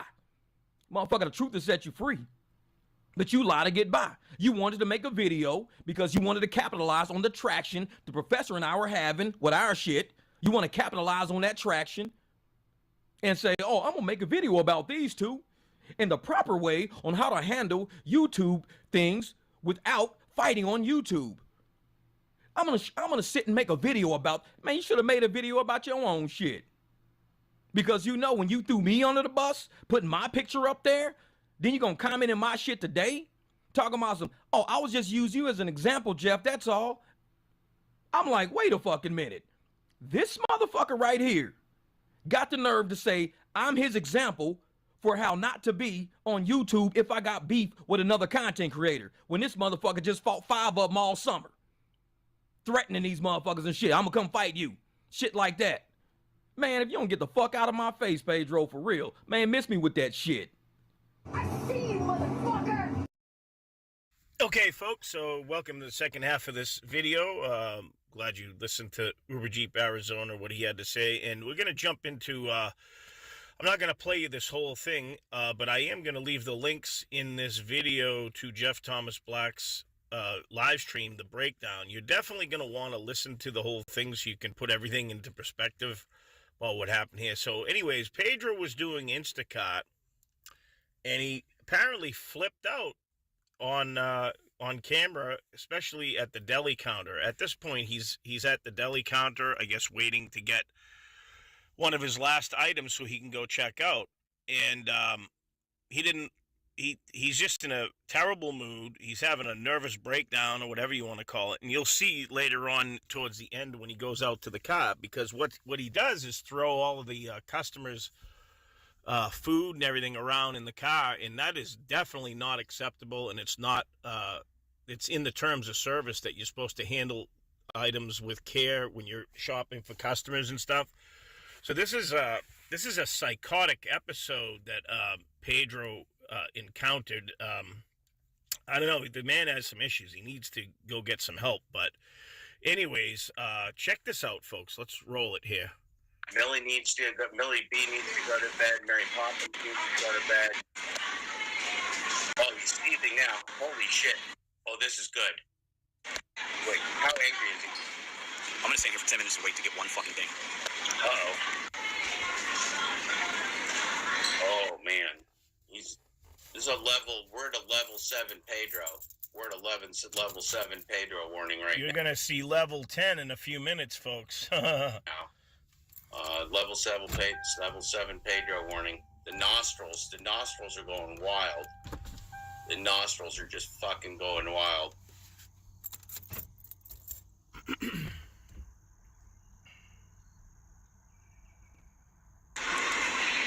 This absolutely fucking sucks. So leading up to this point, he was walking around, and you haven't seen nothing yet, but he was walking around in the store, and he was bitching about everything, bitching about how it was taking him too long, and it was just he had a psychotic break. It's unfortunate. Welcome to the gig economy. If you need money, Pedro would like to remind you there's some good opportunities out there for you here in the global gig economy. Pedro's a big fan. If you need to try some things, be like Mr. Bet on you. Right. So in essence, Pedro, when he makes his videos, he edits a lot of his videos to make them all look nicey, sort of like how Trevor's Deliveries does, to package it all up in a nice red bow and sell it to you so you can think that, oh, everything's wonderful with the gig economy and this is how I make money. And, so this particular thing, he was doing a 24-hour live stream, which he disappointed his subscribers because he only did 14 hours out of the 24. So it's not a true 24-hour live stream. And you get to see how he really acts. And imagine if he wasn't even on camera, he'd probably be punching out the people at the counter when he was checking out and stuff. He actually tells the person at the counter, like, what the hell am I even doing here? I shouldn't be here, and this and that. And it's not her fault. It's not her fault he's a dumbass and doesn't know how to shop. The only reason Pedro's doing these shop and pay orders is to try to bring in some super chat money while he's live. And one or two people did super chat him during this whole thing, but a lot of people thought he was a maniac, which you need to see the full video in context. So like I said, I'm going to leave the links in the description so you could watch it or listen to it while you're driving. I mean, it is unbelievable what Pedro does in this video. But anyways, you get to see who he really is. And he doesn't care about the drivers. He only cares about the money he makes. All right, let's play it. Times he does need nostril tampons, Mary Poppins. I've never seen nostrils more in need of a tampon than we got right here. We need a double plug. We need a double nostril tampon plug right here, Mary Poppins. That's an excellent point. Thank you for making it. We can't always figure these things out as men, but sometimes when we get the right people in the audience, we learn how to solve problems.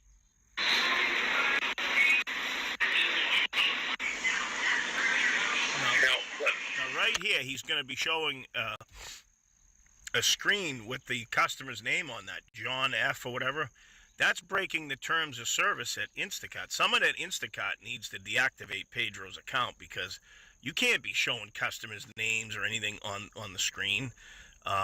He's all upset about the delivery, about this order, because it's not going his way, and he had to stand in line for 14 minutes, and he's working for $25, right? But he may have some gambling debts he's got to pay off, because he worked for a casino and stuff, and he did make $860,000 over the course of 3 years.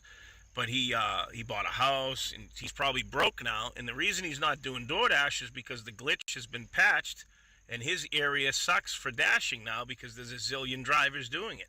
So he's trying Instacart thinking he's going to do something, but he's getting all frustrated and aggravated. But he also has some mental breakdowns here. So, anyways. I'm no professional, but I'm thinking, Mary Poppins, I'm thinking he could even go without an applicator. He could just go without the applicator and just make it real easy. Just slide those right in. No applicator. He doesn't even need the plastic applicator or cardboard. No, he doesn't need any pearl softness. He doesn't need any pearly softness. You just slip those right up there, just cotton soft. It'll be great. He looks frustrated at the moment, though. He looks like he might be angry.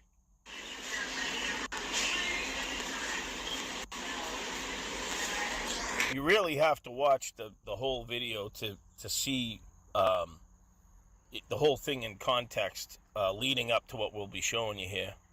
Can we call him Mr. Serenity now? Remember the Seinfeld? He's Mr. Fast forward this a little. He's all right. Here mine. Look, it's asking me if there's a problem with my badge. That's how long I've been waiting. You see that? Is there a problem with your badge? Is there a problem with your badge?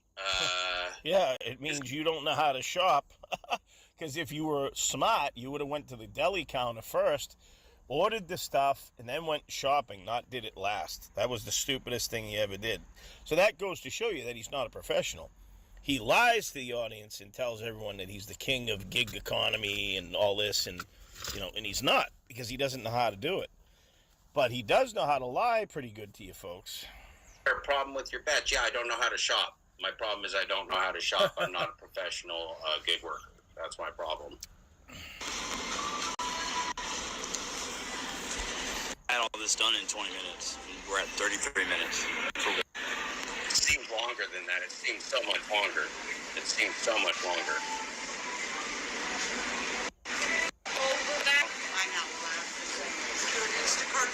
That's the thing. That's the longest I've ever waited for one deli item.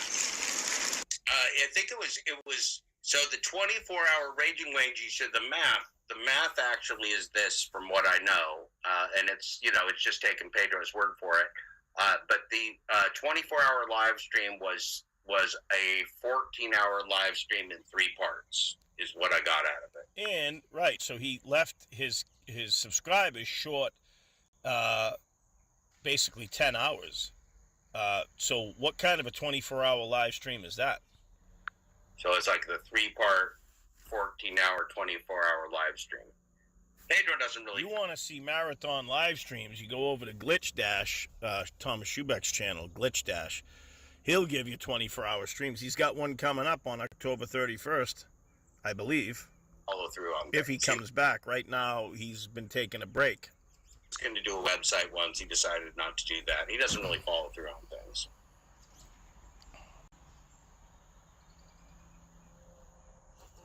All right, let me go towards when he gets out to the parking lot here.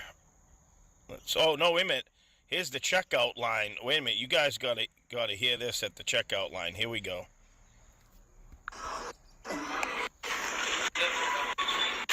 He basically says, why do I come here? Why do I keep doing things over and over again? And the definition of insanity is to do things over and over and over again and expecting different results. And that means he's insane, literally. And that's why he acts insane and also throws the people's food around in his car, like smashes things. Wait till you see the end of this. I don't know why I come here. No, he's that guy. He's telling the person at the checkout, I don't know why I come here and this and that, as if she just thinks this guy's like out of his mind, you know? He's now the guy standing in the store talking to himself, mumbling to himself. He doesn't know why he comes to the store while he's checking. I've seen guys do that, like they're at the store checking their stuff, like I don't know why I fucking come here. I don't know why I fucking come to the store. I don't know what's going on. He's one of those. I don't know why. Every time I come here, it's like not good. I don't know why. Every time I come here, it's not good. Good or not good is what you make it. I mean, the fact that he flipped out on these people and stuff and did what he did when he got out to the car just shows the real person he really is, folks. Like, I mean, I would not want him to be shopping for my food. And it's a shame, too, because the person probably got broken eggs and all kinds of stuff, and they paid for the stuff, and he took it out on the customer. It isn't the customer's fault. He accepted the order, right? And then he goes berserk. You guys got to see that whole video, by the way. I'm just showing you excerpts and clips. I don't know why I keep doing it. I have two. And JTB, Jeff Thomas Black, gives you the full breakdown in this video, so I'm going to leave the links in the video for you. You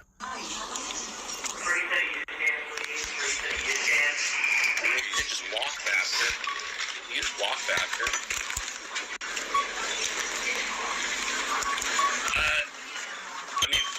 Look, I don't want to rub any salt in any wounds, but does anybody think that Pedro needs to walk with more purpose? Does anybody think? All right, let's fast forward to the car part when he goes out to the car. All right, let's see. Oh, wait a minute. Let's play here. Oh, not worth my time. Hear what he's saying? It's not worth his time to do the orders. But you accepted the order, right? All right, here we go. So at this point, he's bagging his own groceries, and he's upset that he's doing that. So why are you doing shopping pays?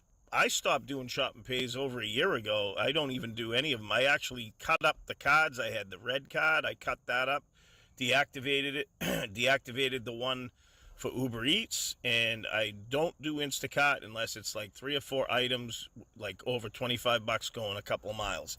If that comes in, yeah, I'll do them.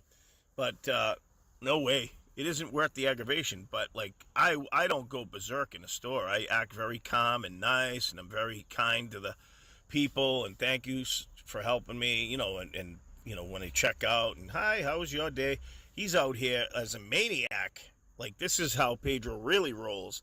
And I'm surprised he actually kept this live stream up, because it shows the real character of how he really is. And he goes around making videos about everyone else, telling everyone that they're mentally ill and psychotic and stuff.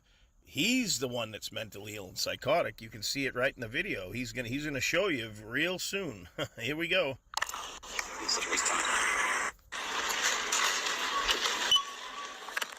In Uber Jeep Arizona, Uber Jeep AZ was exactly right of what he said at the beginning part of this video. Big shout out to you, Jeff. Uber Jeep AZ.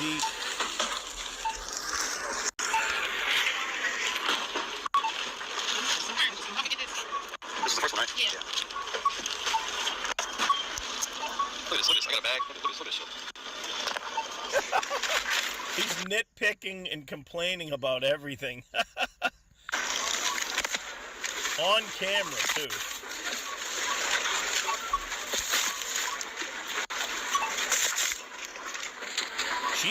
That girl that's checking him out probably just thinks he's psychotic, you know? Which he is.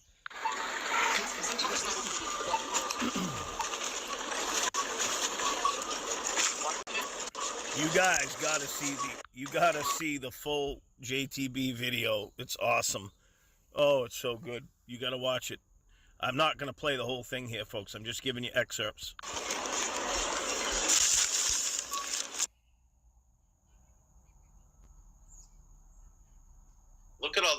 people in the store that had to listen to this maniac yell at himself while he's checking out his groceries. Those poor people must have just been really embarrassed for him. It is embarrassing to do that type of stuff.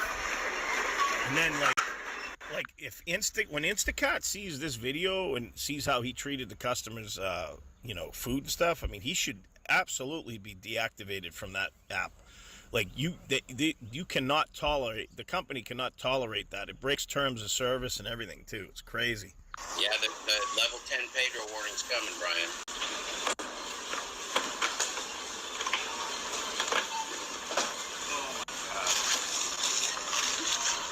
It's not worth my time. Oh, not worth my time.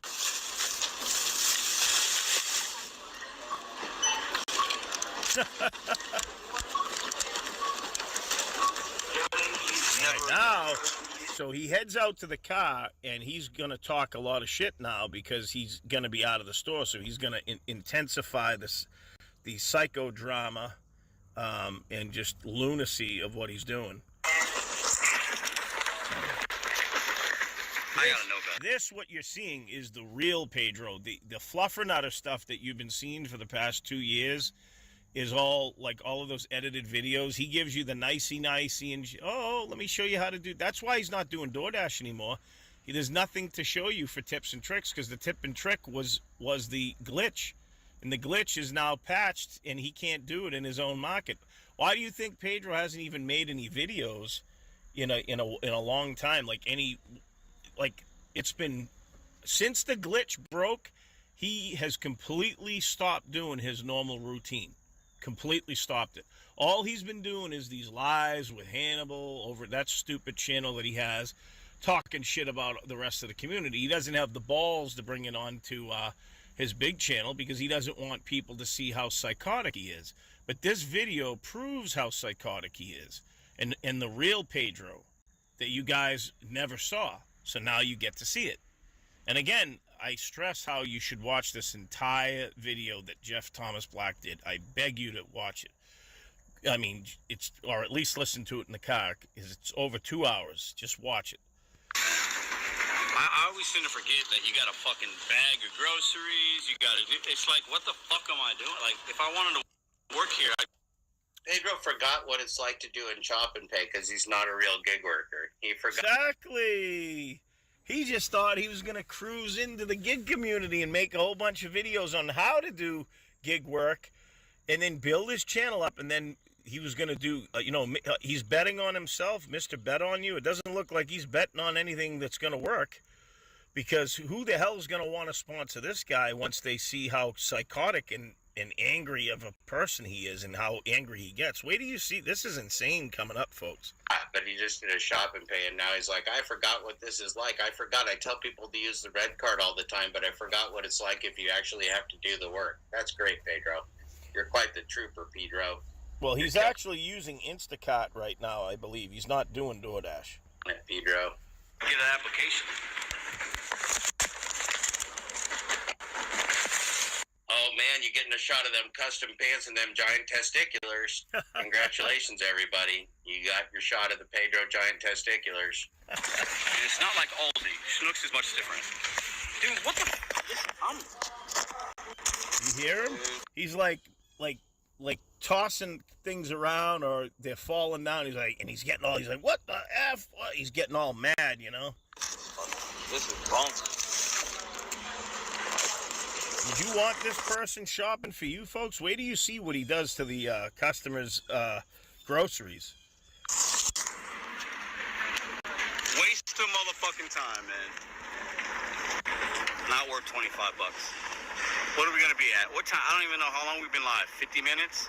So I accepted this a while back. Now, it's basically an hour, but I'm frustrated, man. What's the matter? You don't like working for your money, Pedro? You like it just handed to you on a silver platter, golden platter, where people are just he thought he was gonna make all this super chat money and everything else while he was shopping, and just, I mean, who wants to watch this anyways? There's no value. He's not teaching anyone anything. It's just a guy walking around with a camera showing, walking and showing you that he's shopping, but he's not even telling you any tips or tricks because there are none. it's called hard work and labor that you have to do for very little money, and which he doesn't want to do. He just wants to sit back and collect ad revenue and all of that. But the secret to the whole thing is that he's actually a psychotic man, and he has a psychotic episode coming up. We're still trying to figure out if he's frustrated or frustrated. We're hoping that he's frustrated. It's a level 10. We're at a level 10 now. He's outside the store. We're at a level 10. Oh, He's yeah. cussing in public. He's spitting. He's making a scene. He's acting like a wild man. He's acting crazy. And here we go. Let's go to the level 10 Pedro warning. Here we go. Level 10. Sitting there waiting for a lady for 14 minutes to cut some fucking deli meat. Then I gotta bag my own bags because nobody wants to work there. Oh, poor Pedro. You had to actually work to make the $25 that you're making, but you didn't like that, huh?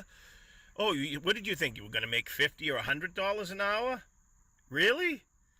Oh, that's what the real people are out here making $7, $10, and $14 an hour, which is basically slave wages and labor, and that's what you're engaging in. You don't like it? Well, then what are you doing it for? I'm spoiled. I hate having to He's spoiled because he made $861,000 through Google AdSense, through getting super chat money and subscriptions and Solo and Buckle and all of these third-party apps that were paying him.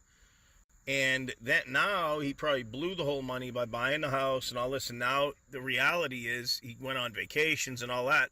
And the reality is now he has to work for it. But the problem is he doesn't have the glitch backing him up anymore on DoorDash. So now he has to go out and work just like the rest of the slaves like we do every day, right? This stupid shit, man. It's so fucking annoying. I mean, if you're a subscriber of his and you're seeing this, do you not see how crazy this guy is? Like, why would you want to be subbed to this channel? Like, he offers no value. Like, early on, there was a little bit of value just because the economy was better and there was things that made sense. But when that glitch came out and he found out about it, he used it and never told the rest of the community. It's the same thing as glitching. He lied to everyone. He's a big liar, just like Uber Jeep AZ was telling you at the beginning of the video. I just added this in for a bonus clip. Now watch what he does here, folks. He's going to toss like really hard into the car these bags of groceries. This is unacceptable. Like, he should be deactivated. Like, if I was an Instacart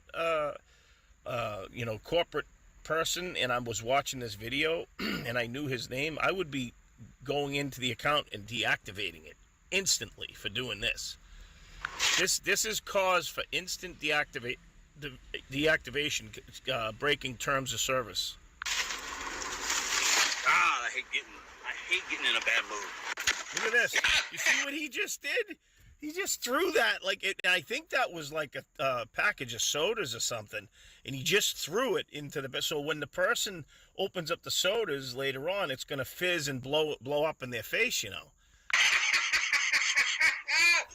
No, don't do it, Pedro. Leave the groceries alone, Pedro. Leave them alone. He's taking out his anger on the groceries.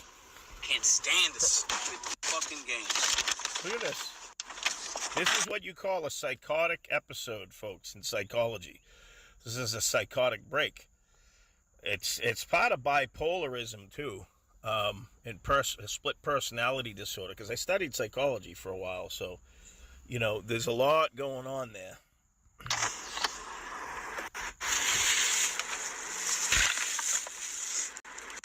Now, all you ladies in the audience, I know your underwear is probably, I don't want to talk about what's happening, but I mean, you must be getting turned on by this virile man showing his testosterone, showing his manliness, showing his testiculars. If you're a female in the audience and you're thinking Pedro looks just delicious right now, just like a Puerto Rican anger sandwich, like a Puerto Rican rage sandwich, like a Puerto Rican rage popsicle. If you're a woman in the audience, are you looking at the Pedro just going, that rage popsicle, man, I wish I was at the store with that guy. Who wouldn't want to be hanging around that sweet hand? If like a girlfriend or a woman was with him, I would be so embarrassed to be with him, like acting like that. It's not even bordering being childish. It's actually it's mentally ill. It's being mentally ill. Like, people don't act like this. You know what I mean? It's like a kid taking a temper tantrum too. Man with Jesus hair just going out shopping with rage porn and man, what a swell feller. What a swell feller. This is not worth I'm way better than doing this fucking kind of shit. You hear what he's saying? He says I'm better doing this without I'm better than doing this. So in other words, he's above everyone. Like, he's only doing the work to get you guys, the subscribers, to watch the video so he can make more Google AdSense. But who wants to watch this crap? Like, I mean, he's not even convincing. He's not, like, doing a live stream shows the reality of what gig work is.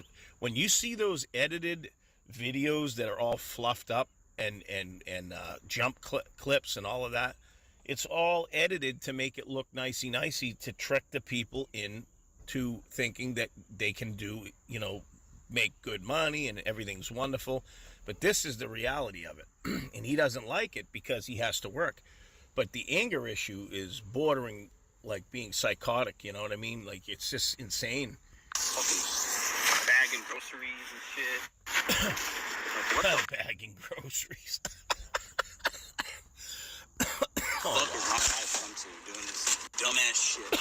He's too good for this. He's too good for this. He's too good for me. He's too good for you. He's too good for all this. You see, this is the problem. He thought he was just going to fly into to Google, become some superstar on YouTube, and then just have millions of dollars coming in, and he's never going to have to work again.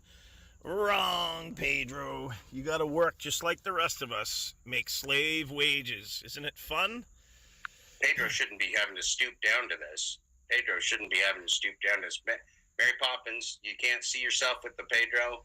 Just enjoying your time as a couple, spending time together, yelling at yourself during checking out at the grocery store. I'm scared too, Scrimpy.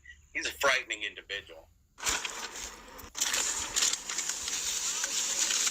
What the fuck? Look at this. He's throwing all the bags in real hard. Watch. It's not worth my fucking time, dude. Like, it's not worth my time. He could move faster. Now watch what he does to his own car. He does double-handed slamming of his doors because he drops his keys inside the car. Watch this. This is how psycho he is. Watch.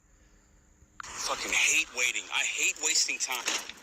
It's the number one thing in the world. If I had been a subscriber of his, I would have unsubscribed like immediately. Like, I haven't been subscribed to him for a while. I haven't even watched any videos in a while, except I do scroll down sometimes to see what he put out, and there isn't any content. Like, his middle name is DoorDash, right? Pedro DoorDash Santiago, and he's not doing any DoorDash for you because there's no value in it for him anymore.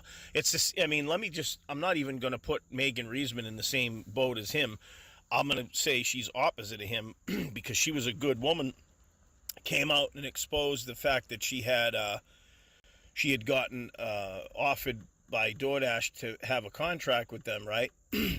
And when she saw how it was going to be and everything was going to be, the way the DoorDash wanted, she says, I'm not going to do that. And the thing is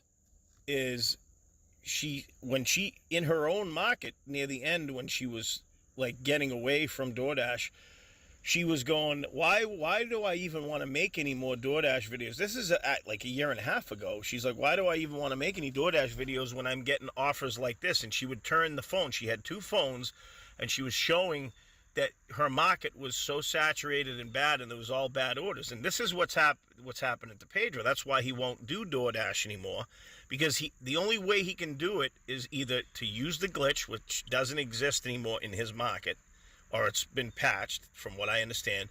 And the other thing is, the only way he can do it is to make videos like Trevor's Deliveries. But now, why won't he make the Trevor's Deliveries videos anymore? Because he knows that people now know that the way he made and the way these content creators were making their money was lying by putting out edited videos showing these clipped together, edited shots of screenshots of good orders, which Trevor does. I don't know if Trevor does. I'm not saying he uses a glitch, but he knows how to trick everyone to think that you can make, 300, 500, 700 a day. So if Pedro started doing that, everyone would be calling him out, and they'd be unsubscribing from his channel like crazy. But there's still a lot of cult members that are still sub to him, and they don't care what he does. They just love him so much. But do you love him now to see how psychotic he is? Waste of time. It makes me so angry. It's a personal thing, I know, and I'm just being honest. And he's over on Hannibal's channel, Pedro and Hannibal's channel, making videos on a whole bunch of people. That's what Jeff was talking about at the beginning of the video. You know what I mean?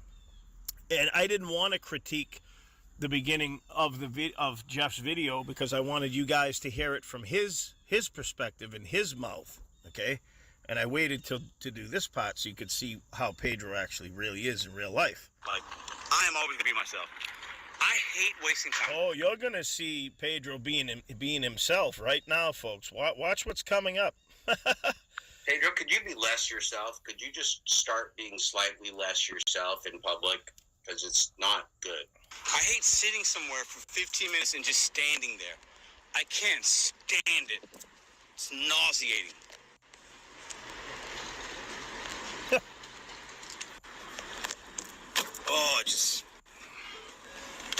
I gotta use the bathroom, but I don't want to waste more time and make the... He's got to take a Pedro. Stephen Arrow. I'm gonna fast forward this to the part where he's gonna bang the car. Okay, so he drops. Hold on. He drops the keys in his car at some point. Oh yeah, right here. It's coming up. Hold on. He drops the keys in his car and he goes berserk here. Watch this.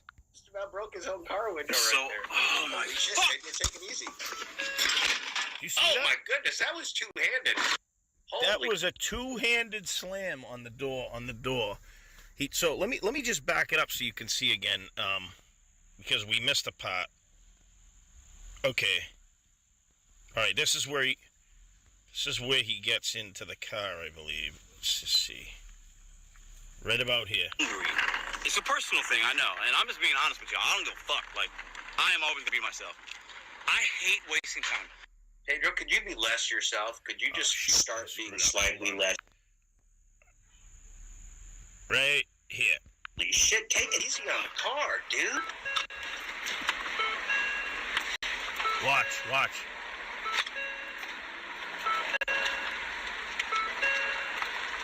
I know, Kent. That's exactly what I'm thinking. Like, I wouldn't let this motherfucker take my kid to the store. Fucking maniac. He's a maniac, that's right. Fucking maniac. Fucking childish piece of garbage. So if any of you come across, Pedro DoorDash Santiago's channel, just know that this is how he is in real life. I mean, I would not subscribe to his channel. I would stay away from it like the plague. Because he has nothing to offer you but lies. Acting like a complete and total dickbag. Pedro, come on the show. I hope you're in the audience, Pedro. Pedro, come on the show. Watch the two-handed slam of both doors, and then watch what he does when he gets to the second door. Watch. Through your problems. Let me talk you through your problems, Pedro. Jesus, man. God dang it, man. That guy's hard on the car. The guy's hard on the car. Oh, wait a minute. Did we miss it? I think I did. Holy crap. Let's back it up. I got to back it up. Sorry. Popsicle, man. I wish I was at the store with that guy. Who wouldn't want to be hanging around that sweet, handsome man with everybody? You got your shot of the Pedro giant testiculars. And it's not like Aldi. Schnucks is much different. Dude, what the... This is bonkers. Hold on. Spending time together, yelling at yourself during checking out at the grocery store. I'm scared too, Scrimpy. He's a frightening individual. All right, I'm just gonna play. I'm gonna play it through because we missed. For some reason, I missed the video part of that because it was a long stream and it's hard to just grip it. So we're just gonna watch. Here we go. What the fuck?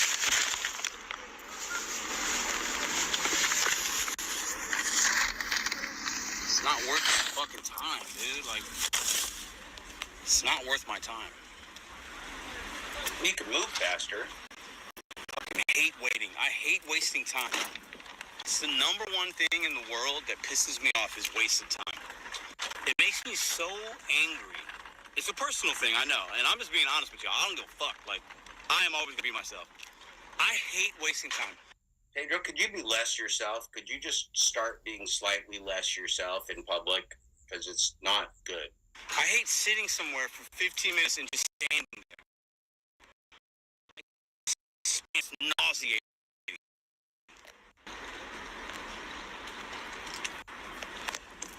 Oh, I gotta use the bathroom, but I don't want to waste more time and make the... He's got to take a Pedro. He's got to take a Pedro. Stephen Arrow, are you saying you're the king? Are you saying you're the Pedro? You're the Pedro? You're better than the Pedro at this? You're claiming that you can outpace these skills? It's amazing. Yeah, Pedro loves the shop and pays. Pedro's a big shop and pay fan. He's a real shop and pay professional. He loves it. Yeah, well, whenever he did Instacart videos before, they were all edited videos. He had never done lives except, well, he did a couple of them, but like the ones that were edited, they were all edited to make him look like Fluffernutter stuff. So the general audience would say, "Oh, that's great. I want to do shop and pay orders." But the reality is the things that he's been experiencing. And he doesn't like working as a slave anymore, right? Because he's above everyone, right? He doesn't want to, and that's why, like, he's not a real gig worker. He's not. Shop and pay. Customer waits. I'll just do that when I'm done dropping these off. My fucking goddamn. So he says, "My fucking god," and right, it's his keys. He dropped his keys. Watch what he does. He's gonna, like I said, he's gonna slam the doors, both doors, and go berserk here. But the thing is that the only reason he's doing this is because he always did these edited now this is a live video, but he did the edited ones that drew a lot of those people into his channel. But now there's no value anymore because the way he was making his money and showing all this stuff on the screen was he was using the glitch, and he was editing the screenshots to make you think he was making $200, $300, $400 in a couple of hours. Remember all that stuff, folks? If you've watched my other channel and other people's channels, DoorDash sucks, Gig Apps exposed. Keys just fell below. Watch.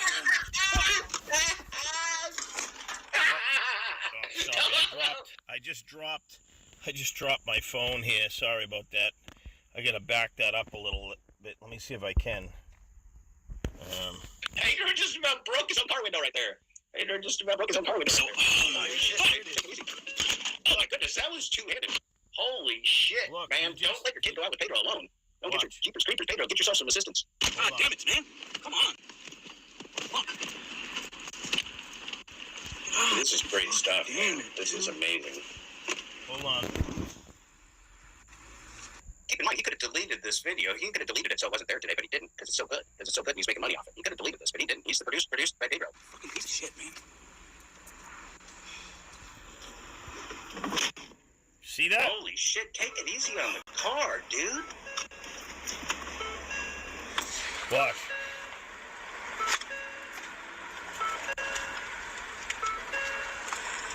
I know, Kent. Oh, man, I screwed it up again. Let me see if I can get it to that part. Right here. These skills. It's amazing. Okay, yeah, here it Pedro comes. loves Here it comes, the shop folks. and pays. Pedro's a big shop and pay fan. He's a real shop and pay professional. He loves it. Loves the shop and pay. Customer waits. I'll just do that when I'm done dropping these off. My fucking goddamn keys just fell below.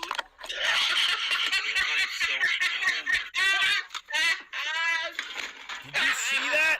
That was a double-handed slam. Double-handed. He does the same thing to the back car. Watch. Listen to him. Pedro just about broke his own car window right there. Pedro just about broke his own car window right there. Oh my shit, Pedro, take it easy. Oh my goodness, that was two-handed. Watch the back shit, door. Man. Watch Don't this. let your kid go out with Pedro alone. Don't get your jeepers creepers. Pedro, get yourself some assistance. God damn it, man. Come on. fuck?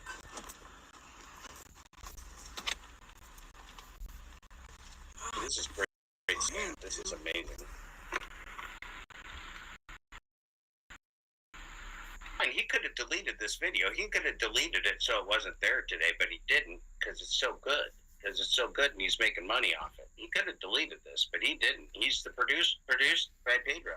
Fucking piece of shit, man. Watch, he's gonna slam this door too. Watch. Wow. Holy shit! Do you take see it that? easy. That is one violent individual in that's psychosis. That's psychotic right there. Now watch his face when he gets back into the car. Dude? He's got the likings of Charles Manson, the look of Charles Manson.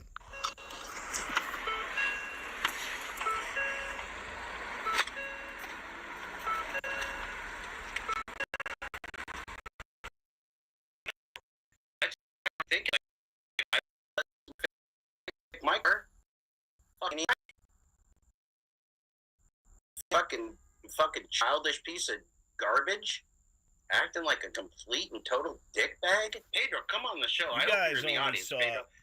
You guys have only saw part of what transpired during the whole episode. You need to watch the whole thing. So, like I said, these are just clips. So I'm going to leave the link in the description here, but we're almost done here. Come on the show. Let me talk you through your problems. Let me talk you through your problems, Pedro. Jesus, man. God dang it, man. That guy's hard on the car. The guy's hard on the car.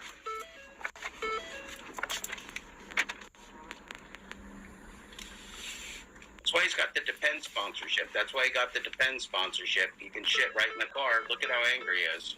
He's shitting right now. I mean, even if I ever was like that, which I'm not, but if I ever was, I would never let my audience ever see that. Because right there, and plus, Instacart, like he's doing an open order for a customer who he put on screen on his phone, which is against the terms of service also. So, I mean, that's all of these things he's doing are meant for deactivation. The shit face right there.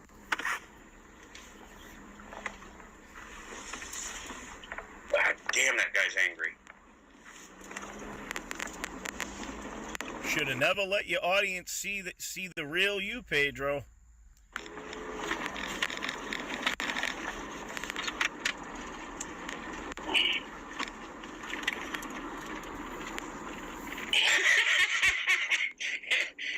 Well, that's the end.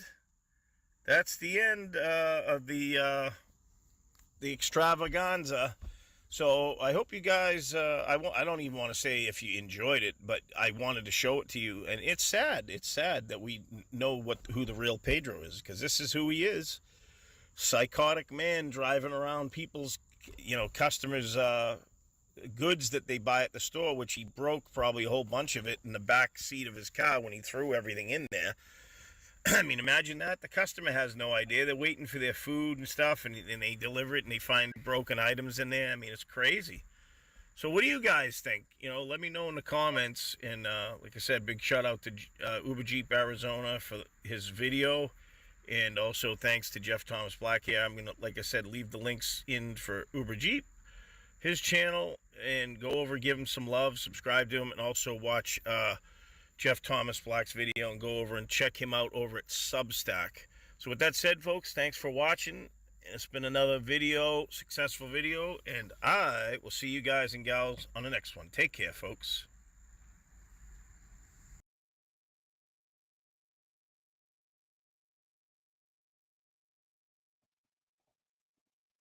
Well, thanks for sharing, Brian. That was real good. That was real good.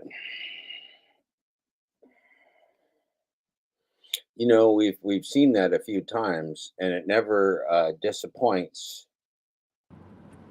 It never fails to disappoint and leave us speechless, Kevin. Yep. So I was thinking during that whole third time of watching that video, against my sanity, I might, for the good of Schubeck Industries, with our faithful leader being out of commission,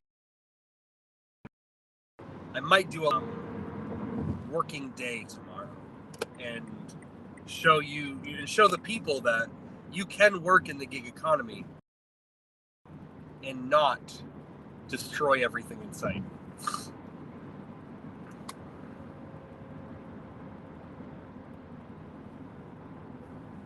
I muted myself just on Pedro's behalf. That would be really good, Kevin. I think that would be good to see if a man could get through a day of gig work without abusing the merchandise. You muted yourself again somehow. Did I? Check. Who can hear me? Kevin, no? Can the people hear me? Who can hear me? I think Unless it's it just could be me. just you. Can anybody else hear him? I think it's just you. Put a 1 in the chat if you can hear me. Put a 7 in the chat if you can't hear me. Can anybody else hear Mr. JTB? When the man comes around. Let me refresh. Hear the trumpets, hear the pipers. Okay, so you can hear me. They can hear me. They can't hear Kevin. Okay, gotcha. Fair enough. I would have hoped that would be the case. Not because Kevin. Yeah, Kevin. So it was you, not me. You, not me. It's not me. It's you. But anyway, No your means hair no. your hair looks great, despite being part of the way through a gig work day.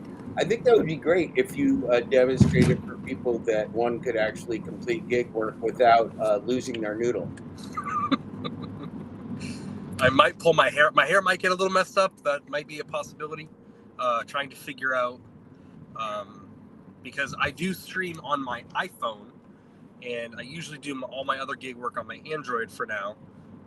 But when I do Amazon Flex, I do it on my iPhone. So I don't know.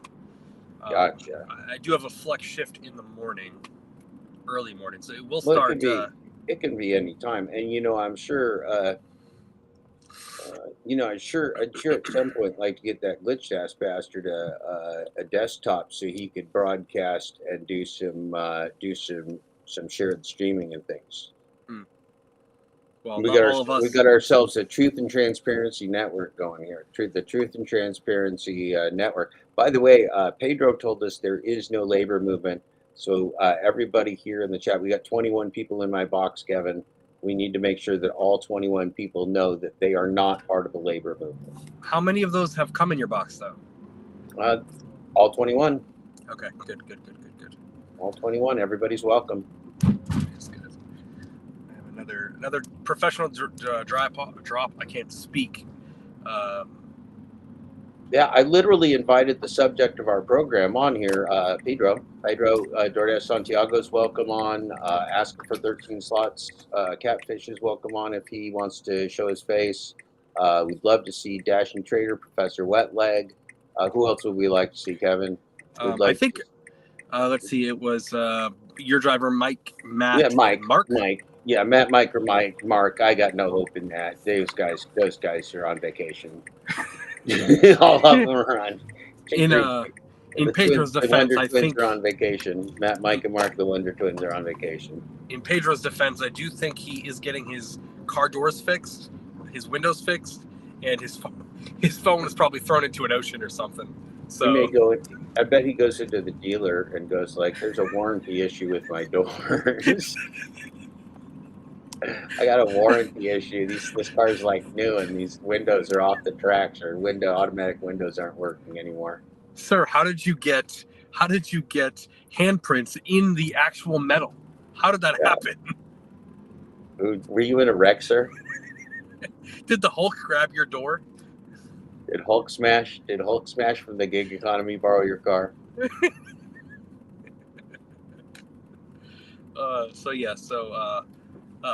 Bear with me tomorrow because it won't be a full through 24 hours. It won't be 24 hours anyways. It'll be pretty much as long as I decide to work.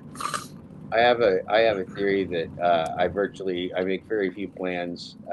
Chances are I'll be here tomorrow. You never know. I could get whacked off tonight and take the whole day off, or forever off. You never know what could happen, Kevin. We got to value the present moment. Yes, that is true. So Yeah. Let's see when my shift actually is tomorrow. So Kevin, do you know that this broadcast has been going for 7 hours and 10 minutes and 47 seconds now? We got 23 people in our box. So many boxes. Yeah, it's a lot. Where are we? We are at That's- 6868 Down Street. I'm gonna go get this driver's license scan because it's got some sake in it. One moment. Yeah, let's jump over and look at that poll. Let's jump over and look at the poll. Look at this poll. We got to share our screen, share the screen, share that one. We got to look at our poll. This is exciting. You guys are going to like this. It's important. It could be the biggest poll of the day. We keep getting smaller. Oh, come back in. Okay, so after viewing all of that, with what you know now, with everything that you know in this very moment, 33 of you have voted. 33 of you voted. That's more people than are in my box right now, so that's great. 33 of you have voted. 33 people voted, Kevin, and it's just virtually just a statistical tie, Kevin. It's crushing. No, we really don't have any decision. We don't have any consensus at all. In fact, coming in last place is my personal favorite. Pedro should retire from being a bitch. That's the biggest thing. Just personally, for me, Jeff Thomas Black to Pedro. If I could ask him to retire, I would ask him to retire from being a bitch. The other ones are just a statistical tie with 24%. 24% of people would like to see Pedro now retire from YouTube, and then 27%. It's an absolute tie between Pedro retiring from cult leadership and Pedro retiring from being a douche. So it's an absolute tie. So we really don't have any consensus, Kevin. What do you think? Let's see. There might be some other votes that need to come in. Do you think we should close the poll or keep the poll open, Kevin? I don't know if I voted yet. Let me look. I can't figure out how to. You can't vote on restream. No, you can't vote on the restream. You got to be looking at it on the YouTube, so you can only see it on the YouTubes. Has Dash and Trader ever gone live other than Pedro? Oh yeah, Dash and Trader's been on other stuff. Dash and Trader goes all over. He was trolling Glitch Dash, making fun of Glitch Dash, making fun of all of you, bunch of losers who are not a Pedro, not a labor movement approved by the Pedro. So, you know. Okay, well, Kevin, we're going to keep the poll open for a little while. We feel like people want to keep voting on the Pedro. What should Pedro do? Should Pedro retire from being a douche, retire from being a bitch, retire from YouTube, or retire from cult leadership? We're going to keep that open. My personal favorite, not to bias anybody, it's just my opinion, and everybody's got one. I want Pedro to retire from being a bitch.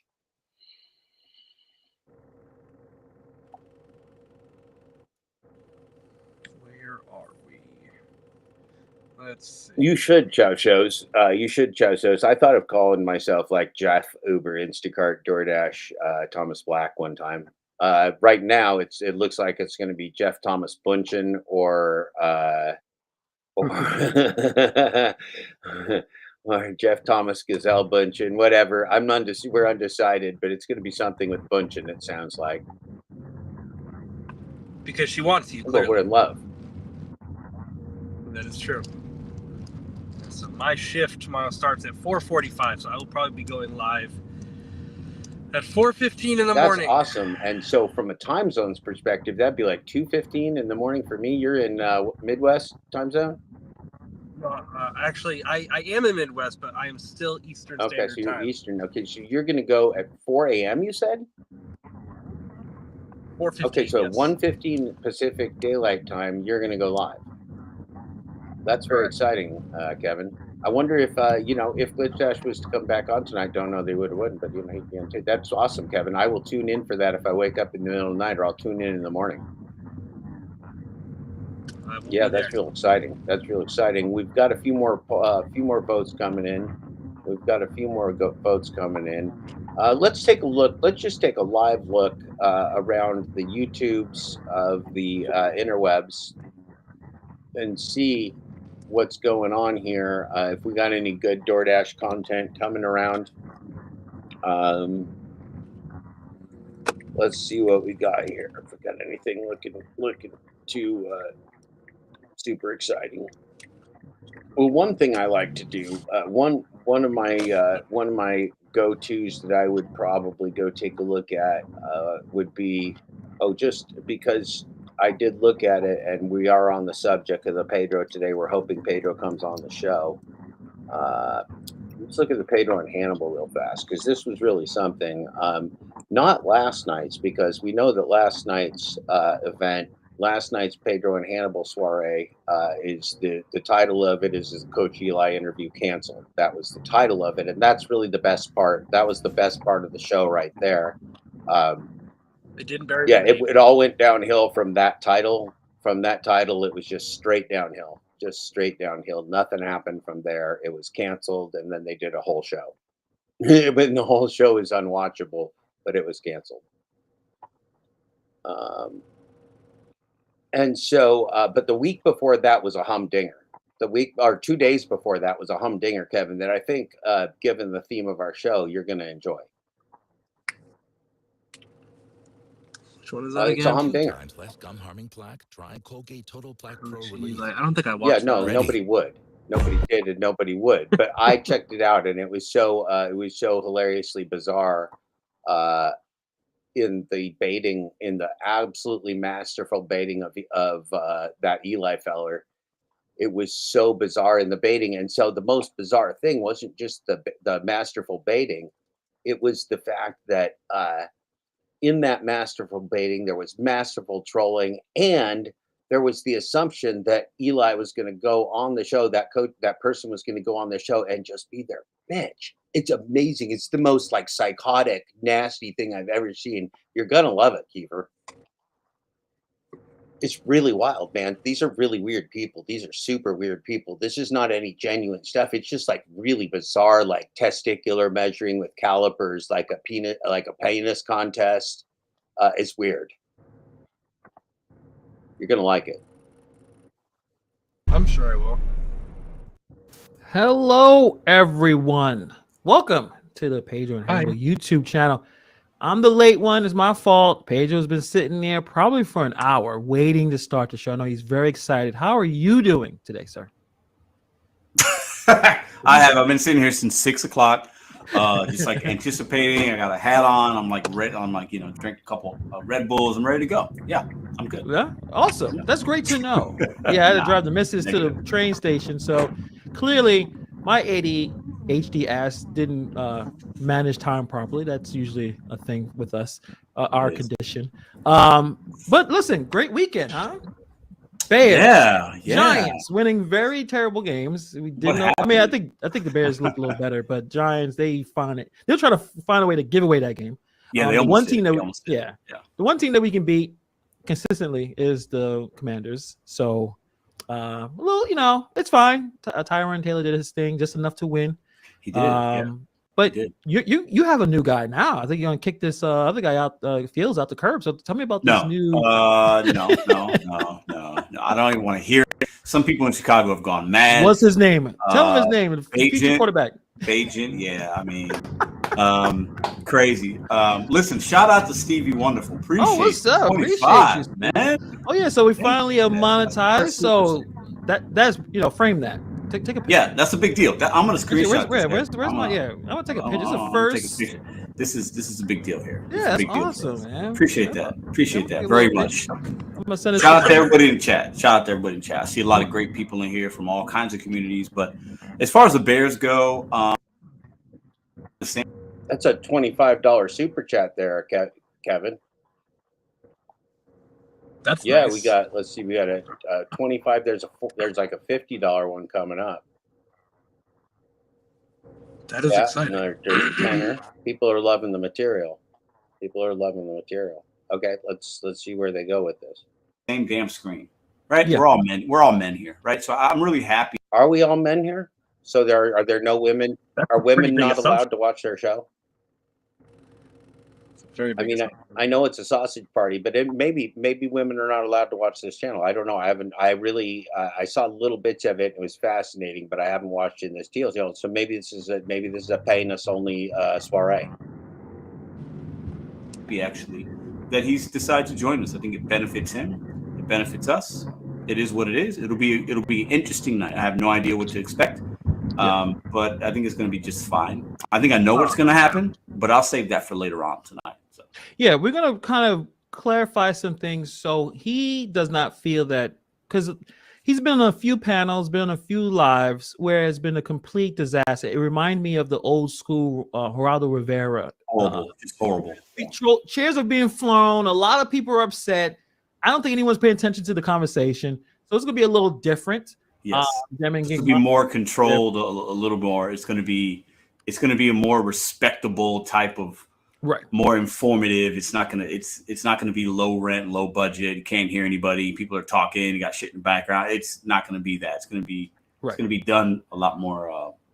It's going to be better. So, and I see your comment, Joe, about certain things. So that's why we're going to kind of bring this, because he's talking about certain things that's happened in the past. So first of all, we're going to discuss what he said in a couple of lives ago about, okay, I want to do this, but these are my terms. Then we'll talk about what he emailed today. It won't be word by word, but there's some changes. But we want to make sure that everyone is on the same page, and also the expectations I have for you guys who are checking out the content and checking out the conversation. We're all going to have to, I don't know the best way to reel it in, but we'll talk about that later. We'll get into that. Yeah, Pedro brought this to my attention. I saw a little bit of videos about this as well. You know, we love football, obviously, and we love Michael Irvin. I mean, I think he's fantastic. I mean, sometimes I know he's on something. The amount of energy he pushes out in his pores. He's Hall of Famer. You gotta love it. Playmaker. He's got a lot. Playmaker. Yeah. So he has a son, and his son is a rapper. Now, no problem with that. Everyone rapping. We all love rap. Rappers amazing, right? It's my favorite genre of music. The problem is Michael Irvin. I don't know what his net worth is. I don't know if he got broke and made money, but I think he was probably always comfortable. You know, multi-millionaire. Probably his whole, from what, 18, 17, whatever he became. His son, and I'm not going to play the video because it's all about, we call it, copyright and all that nonsense. But I want to see a little bit of his, maybe like a video of him rapping. You guys have at least a visual of what he does. Maybe I can figure out if he's even, does he have a page or something like that? I'll put the video of what Michael said right off the bat. I mean, I felt like he was doing it like he's trying to reach him the way. But before we'll just play it real quick on. Is it the caramel, the cinnamon, or the pumpkin spice that'll make you?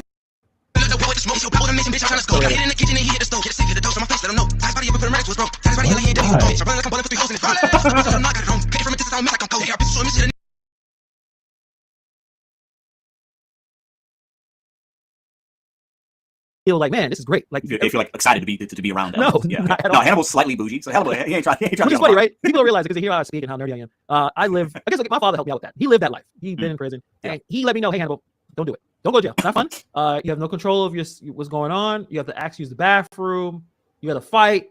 Not fun. And I was like, all right, Dad. As I'm playing my video games, no problem. You can see me in jail. But I think I have the video, at least a short of Michael Irvin when he says. I think I put it on the mains. Yeah, let me see. His rap name is Tut Tarantino. If you ever listen, now this brand. Why are you trying? He threw away $100 million over the life. Is it crazy? Occupied vehicle. He should have just necessity to high school pick up. So it's unfortunate, but I think there's a good comment here from Barbara. This is what media and culture are pushing on our children, is romanticizing a toxic lifestyle, and kids are now emulating it. Well, the music that's popular, hip. Well, Kevin, you would not want to encourage a unhealthy lifestyle. Yes, I agree. Pedro's, this is the upstanding citizens lolcow brigade over here. So let's keep watching. I agree. Hip hop is the most. If you go to TikTok or if you go to your pop radio stations, they're playing hip hop. They are romanticizing. Not really Side of the fucking street. No, it's the best shows ever. I love that show. Up there. Came to man, he shot up the other boss. Found his son, or maybe the gated community was at his mom's house, so his son.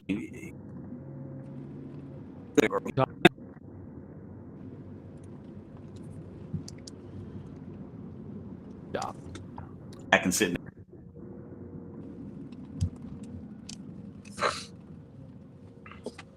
go on his channel, he'll go on ours. So it was always like we wouldn't say we would never talk to you ever or whatever. We always said, hey.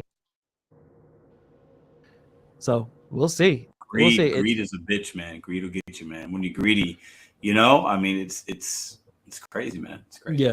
Yeah. So we'll definitely keep you guys. Greed will get you, Kevin. That's what I've heard. That is what I've heard. The greed will get you. Abreast of that situation, but let's get into Wednesday. Let's get into Wednesday. Let's get into it. I know you've got. This gets exciting because they're going to talk about the interview that didn't happen, and with that hindsight, it's all the funnier. It's much funnier in hindsight because this interview didn't happen. Because according to our vote, the fuzzy dildo mic was lost on a nature trail. Oh. Yeah, we skipped over the sports talk, Damian Blaze. I couldn't take it. We're here to hear about their coaching seminar. Because Pedro's a coach. This is a Pedro day. This is a Pedro day. We're hoping Pedro comes on the show and has that conversation he wants to have so badly. I want you to take the lead on this at first because I know you've got some things to say. So, well, I think we always said we had no problems talking to him. Yeah, we said the very that beginning. Yeah, we said, well, if there was a conversation, if you want to do a live stream, I will go and say we'll go on his channel, he'll go on ours. So it was always like we wouldn't say we would never talk to you ever or whatever. We always said, hey, if you ever get an opportunity, we can talk. So I know Eli was very interested from the very beginning, even though when he offered it, it was always like a backhanded thing, like, hey, you guys suck on these views. No, join. We'll have 400 in the box. I'm like, all right, bro. Like, we will not have 400 people here on Wednesday. But he's like, hey, you guys. He will like, we'll do a show, and he's like, that's not enough. Like, all right, cool, whatever. Like, that didn't bother me because this is a second channel. And I want to before Hannibal goes, I got to. So Kevin, it's a second channel. Yes. Why is it a second channel? You think because it's dog shit? You think that's why it could be a second channel? What I think is funny, how we never talked about not having you on, but first we need to make as much content as we could about trashing you, and then when people were tired of it, then we'll have you on. Let's not try to rationalize our thoughts and feelings and not fight in public. First, let's not be adults. Let's fight like children, and then we'll be adults. Oh, this is the thing, and I'm wondering if this is why Eli maybe got smart and didn't go on, because they're basically on here using him as a lol cow pincushion, making fun of him mercilessly, just shamelessly in his absence, in the idea that he's going to be dumb enough to come on their show after they do it. And I mean, honestly, thumbs up to Eli in terms of just good decision making. The fact he didn't go on that show is probably one of the best moves I've seen him make in a very long time. Very smart, Eli. Very damn smart, Eli. So I'm going to let this play for a minute. I got to take me a glitch pee, but I'm going to let this play for a second. Kevin, you talk the people through it here. I'm going to do a pickup. So say this. I want to make something very clear. We, as content creators, both Hannibal and I, we have other channels and we have this channel. This channel is different in a way that we're not like we're monetized now. We love it. Making lots we love it. We're going to make some money. We're going to be able to provide more value for you guys. It's fantastic, right? You guys can support if you feel like supporting. It's great. Nothing wrong with that, okay? Because we spending time to do this, so there's okay with that. However, we're not like we don't need to have all these people in the box and all this. We've been doing this show for a while, and there were weeks we'd had 6-7 people watching, and we had a great show, and we had a great time, and the people that were watching had a good time in the chat. We're good with that. We don't do things here we don't clickbait, we don't do crazy stuff. We want the truth, and we talk about news things on this channel. We bring up opinions, we only give our clickbait opinions, with Eli. we talk about things because we want to bury the truth within relationships, men and women, hip hop. We want to do that. And what happens in this community that Eli is a part of is nobody really knows the truth. And I think there's a lot of questions and there's a lot of assumptions and there's a lot of bullshit going around and name calling. And He dragged himself into the From us, community that maybe. Hannibal and I are a part of on the other channels. He did that. He said my name. Eli has said my name, I would say, 10,000 times over the last year. 10,000. That's not an exaggeration.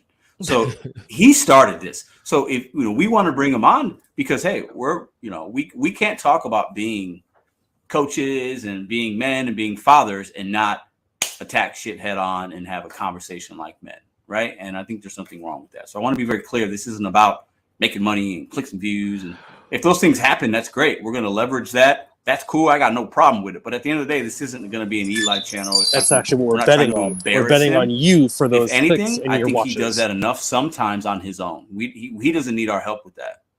So we Yeah, just want to have a yeah. conversation, and he can ask us anything. We can ask him stuff, and that's where we're going with this. I hope you guys understand that. Sorry. Well, yeah, I would say for the actually, we got our first member. I got to take this picture too. The first member, in the house. Big Carl. Appreciate you, man. I appreciate it. Also the fact that you've been here for a few streams. I've checked out. He's been rocking I've seen. with us. Yeah, you've been hanging out with us for a while, so I really appreciate you being the very first member of again. Well, We'll the come up with funny some better thing is, names for the tiers, but but Hannibal and everyone's taking advantage of this. Robert Reese has said it. well, you At least Robert could Reese have done can it admit it. anyway. Well, let's not You know, fight. he's with going I'm to lazy. cover I'm lazy. him Hannibal does all because the it's work. going I to just get show up. views. So I'm just giving him shit. Robert Reese can admit that. But we appreciate you coming and really supporting us. So we're gonna have a lot.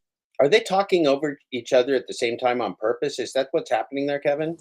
That's what it seems like. It's what good I'm real co-hosts do, confused. because we were doing it. I was doing a glitch pee, and then I was like paying attention to somebody else for a minute, and then like all of a sudden these guys sounds like I got two audio streams on. Yeah, it could have been me as well. Oh, you were screwing it up? I was talking as well because. Okay, all right. Well, as long as it was you. Yeah, they were talking about. They were talking about how they don't need to make money and Eli doesn't need attention, and I said, and Damien said, the whole point is these clowns don't realize Eli's not changed, and I said, well, and the thing is, and Robert has at least admitted it, that Eli brings views. Pedro and Hannibal are saying they're acting like they're not doing it for the views. Yeah, that's the only reason they're doing it, I assume. Yeah. They're clearly not genuine about being friends with Eli. They're sitting here stabbing him like a pincushion while they assume he's going to be on the show in 2 days. Like they're literally just trolling the crap out of him while pretending he's coming on the show to be interviewed in some genuine way. It doesn't make any sense. It's real psychotic. Yeah. A lot of we have some great ideas. I like this. I like this comment too, right here. I like this one.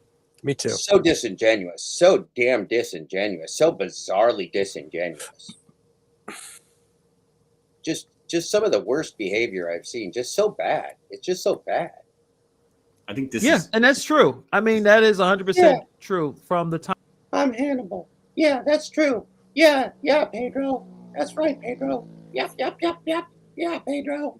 Let's pull the curtain back. So there's a lot of speculation. Again, we'll talk about Eli's, I guess, terms and things he's decided to do or not do. But so I think, right now, a lot of people think that Pedro is the puppet master. He has Tony Shu on the line. He has all these people. He's telling that's Dad Dash. Nobody in the world thinks Pedro's the puppet master, but Pedro, that made him so happy to have Hannibal say that. Look at the smile on his face. I think he just came. I'm pretty sure he just came. His balls are just a tiny bit smaller today. He's like, fucking Hannibal's talking about Tony Shu blowing me. I'm the puppet master of Eli. I'm the master of the universe. My psychotic break is coming true. It's amazing. It's good stuff. Good stuff. It's a cavalcade. This is a full cavalcade of Pedro fun today. all of us what to do. Yeah. The reason why Eli's even got to this point is because, I'll just say it, because of me. What? I remember. Paige. What? What? Did the Hannibals just take credit for birthing Eli? Did I just hear what I think I heard? What? Rewind that. We didn't hear that right. I'm so confused right now. We didn't hear that right. Rewind I'm it. gonna slow these bastards down. They talk too fucking fast. They're supposed to be professional broadcasters. Maybe they just scoop poop. I don't know. I thought they were supposed to be broadcasters. Pedro had a live because of me. Got to do. Yeah. The reason The whole thing. We got to hear right Pedro now, too. a lot of people You know how happy he think is. that Pedro is the puppet master. He has Tony Shu on the line. He has I all know, these people. right? He's telling all of us what to do. Yeah. The reason why Eli's Looking for something new. I just spazzed out. I don't even know why that happened. I was trying to do something. I just completely spazzed out. Hold on. a couple outfits, they're traveling. You know, they're doing pretty well for themselves. $100,000. I'm sorry. That was my bad. If those things happen, that's great. We're gonna leverage that. That's cool. I got no problem with it. But at the end of the day, this isn't gonna be an Eli channel. It's not gonna. We're not trying to embarrass him. Trying to. Well, just remember, I got to take this picture too. The first car in the house. Big car. Sorry. So we Yeah, just want to have a yeah. conversation. It's gonna be an Eli channel. It's not A little bit further. We're not trying to. Well, you streams I've checked He's out. been rocking. Yeah, we'll come up with some better names for. No, I'm lazy. No, we're gonna have a lot of shit. I just show up, so I'm just giving them shit. You know. Yeah. But we appreciate you coming and really supporting us. So yeah, and that's true. I mean, that is curtain back. So I guess terms and things he's deciding to do or not do. Now, a lot of people think that Pedro is the puppet master. There we go. He has Tony Shu on the line. He has all these people. Right. He's telling all of us what to do. Yeah. The reason why Eli's even got to this point is because I'll just say it, because of me. I remember Pedro had a live where he was destroying everyone. But anyway, he was in a live talking about basically going back and forth. So Pedro had a live, Kevin, where he was destroying everyone. So that makes sense. It was Hannibal's fault. Makes sense. I don't get it. So he just said, "Why are these boys are incoherent?" Did he just say he started Eli because Pedro had a live? Okay, let's try it again. Let's try it again. Third time's a charm. The reason why Eli's even got to The reason why Please stop. Please stop. Please stop. Please, Hannibal, stop. Please stop. I'm so thirsty. Please stop, Hannibal. Please stop. has Tony Shu on the line. He has I all know, these people. right? He's telling all of us what to do. Yeah. The reason why Eli's even got to this point is because his mom. I'll just say it, because of me. I remember Pedro had a live where he was destroying everyone. But anyway, he was in a live talking about Why is Pedro so destructive? Why is he destroying everybody in the live? Groceries, people. Why does Pedro have to take so many lives? How many calories has he killed? Why was Pedro born to take lives and steal people's children? I don't understand. How many hands has he taken? That link to Charlie Manson that's hypothesized? I don't know, but how many hands do you think have those doors taken? I don't know, but Hannibal seems to really admire Pedro's ability to be a psychopath. Hannibal's just a huge admirer. He's like, Pedro, you were just like taking multiple human beings and humiliating them on the internet, and I was loving it. I just sit here just balls my balls off. And it was so good. It was so good.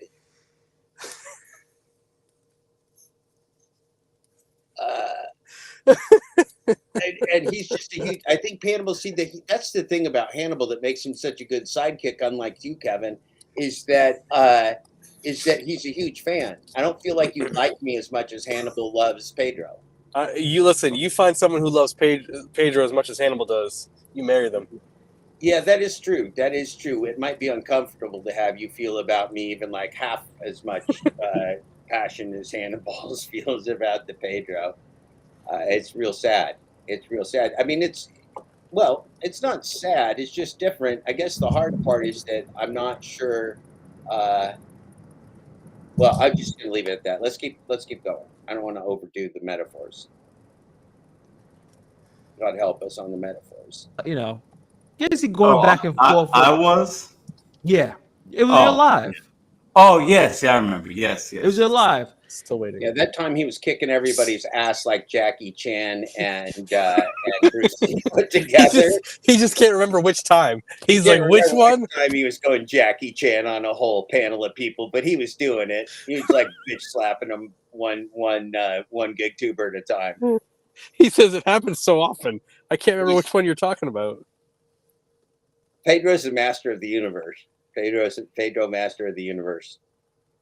And you're talking about, hey guys, you have any proof for the fact that you think that Tony Hannibal is actually the fluffer and the fluffer nutter. Did you know that when Brian came up with that name, it's like Hannibal is thirsty. Hannibal's inspired a lot because he loves Pedro so much. Hannibal is the fluffer and the fluffer nutter. Shu called me and told me about this Yeah. thing, and no one came Yeah. with proof. People really embarrassed themselves on that live. It's a really good live. That was a really good live. But it was Coach. Well, who called and said Tony Shu called him? And no one came Yeah. with proof. Talking about, hey guys, you have any? I was. Yeah, it was live. Oh yes, yeah, I remember. Yes. It was live. And you're talking about, hey guys, you have any proof for the fact that you think that Tony Shu called me and told me about this thing? Yeah. And no one came Yeah. with proof. Okay, so Pedro was dispelling a rumor I never heard of, which is that Tony Shu called him on the phone. I never heard anybody say that, but That was Dad Pedro Dash. thinks it's funny to make that up, Kevin. Yeah, well, that was Dad Dash, anyways. Yeah, that was Dad Dash that said Tony Shu intervened on his behalf. I never heard the Pedro say that, but that would be funny. People really embarrassed themselves on that live. It's a really good live. That was a really good live. The more they embarrass themselves, the better the live, Kevin. It's an inverse relationship. More embarrassed. So good. Oh, it's a positive relationship. It's a positive correlation. The more embarrassing the live, the better the more embarrassment, the better the live. True. Yeah, it's The more the gaslighting, the better. Yeah, exactly. It's typical physics. It was Coach J-Rom. He came onto your chat and talked about Eli. And I'm sure you didn't really know a lot. You knew a little bit. You did. You actually, maybe a week before that, you hit me up and told me what he was talking about. Yeah. And I think I said, ignore it. I was like, whatever. Like, he's, whatever. Which is But it usually your response when I come to you. Right. With something, that's usually your response. Yeah, Just it was ignore about it. Fuck those guys. Like, yeah. Yeah, Stevie, appreciate you, man. You're the R-star today, man. You're the most valuable player here, definitely today.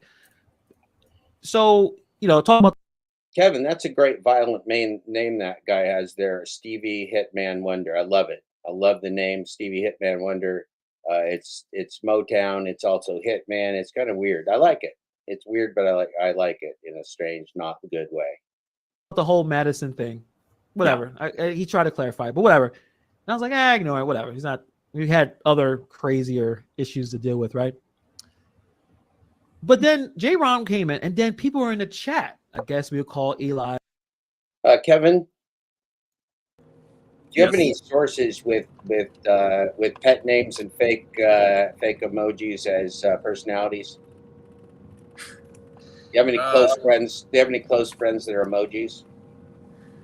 No, I don't. All right, I was just checking. Good to know. Thank you. And I'm not calling them haters anymore. I'm going to use what DSP calls it, detractors.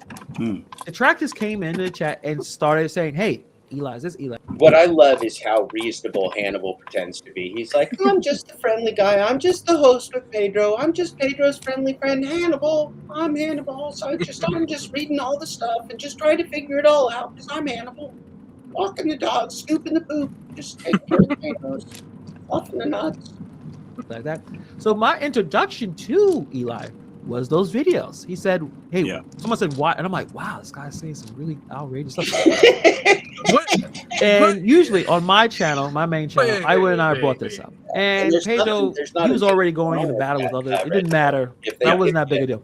If they did get a room for manly gay love, it would be fine. I'm confused. would be What is has he showed any proof that he had anything to do with this? Who? Hannibal? I don't know that. I don't know what Hannibal's talking about. He could be on acid because I have no idea.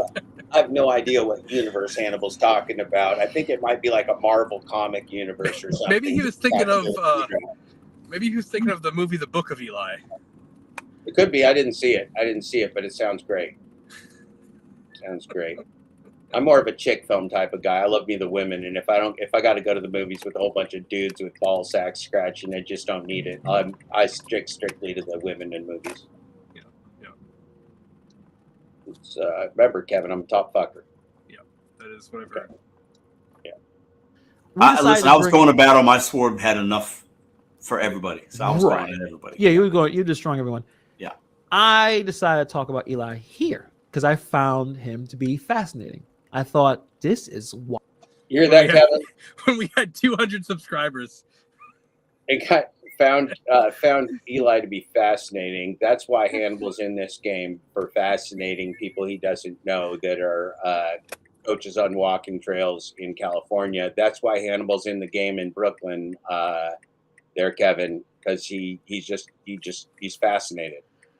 well, on a channel that probably had 200 subscribers at the time, was the one who blew Eli up. This was last night. Last night's canceled show was their monetization debut. Fabulous. They went all monetized. Oh, there's our friend Cody. How about that? Let's say hi to Cody.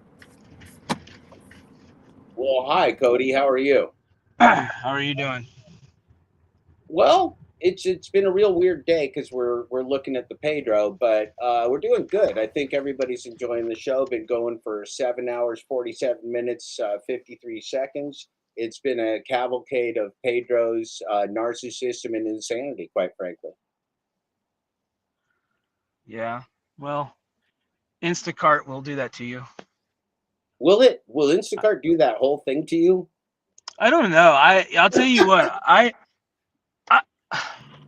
don't know how to say. I didn't like smash up my car like that, but I just got to the point where I got so irritated, I just canceled the whole damn thing and shut it off and never looked back.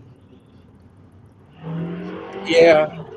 Oh yeah. I mean, look, we've all been gaslighted by the gig apps. So that's what they're for. That's what the AI is there for, is to turn our little brains into pretzels so that we can't make good decisions anymore with the impossible equations they're throwing at us. That's the purpose of the thing. And so of course we get gaslighted, but you can't scare small children in the checkout lines, and best not to act like a psychopath and damage the merchandise while you're broadcasting on the YouTubes, Cody. Yeah, I wouldn't. Well, I don't do that anyway, so you know. Right. That's kind of what I was saying. Like, does Instacart really do that, or do you do that to yourself? I worded it wrong. I mean, Instacart will piss you off. Like I'll say that it'll flat piss you off. But at that point, I remember the very last Instacart I did. I had it. I shut it off. I canceled it, and that was the end of it. It was a wrap. And I deactivated myself and deleted the app from the phone and never looked back. And that was in early 2022. I'm gonna go ahead, Cody. I mean, go ahead. What's your name? Kiefer, whatever. I enjoyed Instacart. It's not for everyone. You do have to do a lot more, and as we have witnessed today, using more than about 7 brain cells, it can be challenging, especially if you have a rage problem. More so when you have a rage problem. Not saying that Cody has a rage problem. Yeah, that's not Cody, I don't. Cody's actually one of the most level-headed people that have a criminal justice background I've ever met, and I really enjoy that about Cody a great deal. I think the the challenge here is not that we are judging just a member of the community or judging some individual having a challenging time. We're judging the person that literally demands that he is the king of this space and we will not move forward without him. And then he's out there acting like a dickbag and obviously doesn't even know how to do the job. But that's two different, that's like an A and B. Number one, he was terrible at doing the job. He was completely incompetent at it. And then B, he acted like a complete dickbag in public. And then C, I guess he failed as a reasonable independent contractor. We'd fire that independent contractor because he damaged the merchandise. So it was like a 3-part fail for the guy who calls himself the king. That's a real problem. I mean, have you tried walking faster? Jeez. Move with a purpose. Ugh. I always say. Yeah, go ahead, Cody and Kevin. You know what I always say to people? Number one, I'm always firm, fair, and consistent with, with my contacts that I make in my professional life. And even raising my kid, my daughter, my 16-year-old that is 16 going on 30 and she knows it all. Sometimes, I have to, teach the whole firm, fair, and consistency thing with her. But I also, try to tell her in personal life situations or, situations professionally that in the face of something dangerous, in the face of something that'll make you incredibly angry, that no matter what, we're going to remain calm. We're going to be cool, calm, and collected, and we're going to make rational thoughts. Time is on your side. Slow down, and it'll be okay. So Cody, because we're having fun here in the community, and this is a community gathering spot while our friend Glitch Dash is on vacation, sunning those curly strawberry blonde pubes ready for the Christmas sale. Everybody should be excited. The Glitch Dash strawberry blonde pube sale is coming for the holidays. If you don't know what you're getting for your loved ones yet, you're gonna want some of them strawberry blonde curly pubes from the Glitch Dash. Now, Cody, I got you on the full screen right now because you are in the great state of Alaska, the northernmost part of the United States, and we're seeing the sun up there. You're driving towards the mountains. Tell us where you are, where you're going, where you're headed in general there, Cody, and what you're going to do today for your work. All right, so this is so I'm on what's called the Glen Highway. I am southbound. It is about 1:45 in the afternoon here. The sun is actually really low in the sky. We're moving into this dark season. It doesn't even get light here till after 9 o'clock in the morning now, between 9 and 10 a.m. right now. These are the mountains out here in the Matsu Valley. And we're soon going to be coming up to the Kinnick River and the Kinnick Arm. And the Kinnick Arm that's over here by these bridges is kind of some of the northernmost reaches of the Pacific Ocean, of the bay, in this region of Alaska. So this area is generally referred to as the Flats. Really scenic, lots of moose. The problem is in the wintertime, it's wide open, so it gets a little bit colder out here, and the winds kick up, and you get some really dangerous snow drifts. Sometimes this road is not passable, so this road will close sometimes in the winter. And then I'm heading southbound to Anchorage to my work location, and we'll see what today brings. Every day is different. Some days are calm. Some days are just pedal to the metal. Some days are scary when someone doesn't get their way and they pull a knife and they threaten to do bad things. So yeah, we'll see what happens. Talk about that for a minute, Cody, because if there's been any trauma, I think you know that in general the things that have gone on, I think for the most part, people are feeling like nobody at this current moment has any, assuming except for the anonymous ones that I've received, of course, which of course are anonymous. Nobody with a name or a face or any type of personality seems to be threatening anybody else, and I think that's just great. Talk to us about just a little bit about your perception of some of these online threats that we've had, and even some of the ones that were mistaken for threats when they weren't. Like I think it seems pretty clear to me that Sam Lee and Granddaddy Purple did not intend to upset the Glitch Dash family, but they very much did. Can you talk to us, just as somebody who understands criminal justice, about that? What people should look out for, what people should think or do, because I think this is one of the most important issues in the community. I don't know Sam Lee other than on YouTube. I don't get the impression that he was doing anything like intentionally trying to intimidate or harass Thomas. As far as the Grand Purple, that's an awfully weird character, and the unknown is always the unknown. And I would say probably proceed with caution with somebody like that. A lot of online threats end up to be nothing, and a lot of online threats end up materializing into something. And I'm the kind of person, because the line of work that I've always worked in, I take everything at face value initially.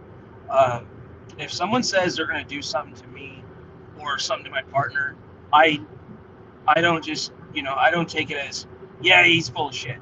All right, cool, cuff up till we figure out what's what, and then we'll decide whether you're going to be charged with a crime or you're going to be kicked loose. I think as far as these online threads, I think people are that's what they resort to because they don't have anything else left. Is it possible that they could crowdfund something and try to go find Thomas? Maybe. I mean, there's some creators that have openly discussed crowdfunding and driving west to go after Sam. That hasn't happened as of yet. Right. That's right. That both Sam and Robert Reese were named, and then of course you've seen the anonymous printed threats directed at me personally. So right. But as far as if you don't have any experience with it, it should be extremely alarming, and I think you should. I mean, it's not like buy into everything you hear. I think pickup is intoxicated or high. That's why I'm just kind of following a little bit here. Anyway, so the thing is, when I have a wife and kids, and as far as my personal safety, I'm not scared of these people. I'm like, whatever, you're gonna do what you're gonna do, and I'm gonna respond accordingly, right? They dictate what I will and will not do. But when you have a wife and kids, such as Thomas does, it adds a whole different element to it, and it is alarming for someone that's never been down that road, or maybe they don't understand. Well, the problem is you don't know really deep down who these people are. So I just say, throw caution at the wind, and just be really vigilant. Yeah, I think that's a good point. And I think we're getting to a point. Robert Reese is working real hard. I'm working real hard. You're working real hard. What's his name? Peter on here is working real hard. There's a lot of us that are really going out of our way. Ricky Knight, Bobby, Necro. There's a lot of people that are being real good to each other, opening up a little bit and going like, we don't want to spend our time in this space talking about business with people that we pretend we hate. We're done with those kind of games. We don't want to do it anymore. Like nobody wants to do it anymore. Exactly. And I do know this. that grow appears to give everybody a chance on his channel. I mean, he allows you on his channel. There's other content creators. You as much as say their name and they want to 86 you or block you. You know, and I don't. And Bobby, I don't really know Bobby. I've only had a couple of brief conversations with him. He's married, so he could relate to.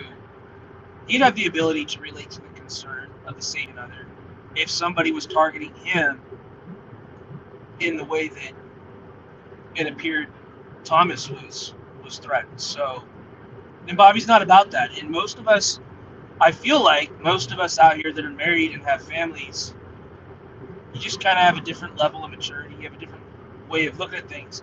What some like some very young, inexperienced people say, well, I don't think I owe Thomas an apology. I don't think it's a big deal. Well, but if you had a wife and kids and someone was trying to figure out where you were and their whereabouts and talk about, well, this person goes to this mall and whatnot, you would, any kind of conscience at all, you would be scared for the safety of your family. Yeah, it's just we just don't. Nobody can sit around imagining something happening to the ones they love. That's like all of our worst nightmares. So when you're tapping into that, the rationality goes out the window. It's just like you're triggered as hell. Like, because I'm like you, like, yeah, if you know whatever you're gonna do, and then I'm gonna do what I'm gonna do. But if you start talking about my family now, that's not in my control anymore. And now I'm gonna lose my motherfucking mind because you're talking about the people that I live for, and now you just crossed a line into now I'm going to have to like take this more seriously than anything else because you crossed that line. So you just can't cross that line. You just can't. No, it's wrong. It's kind of like what that one guy did to my wife with that video deal. That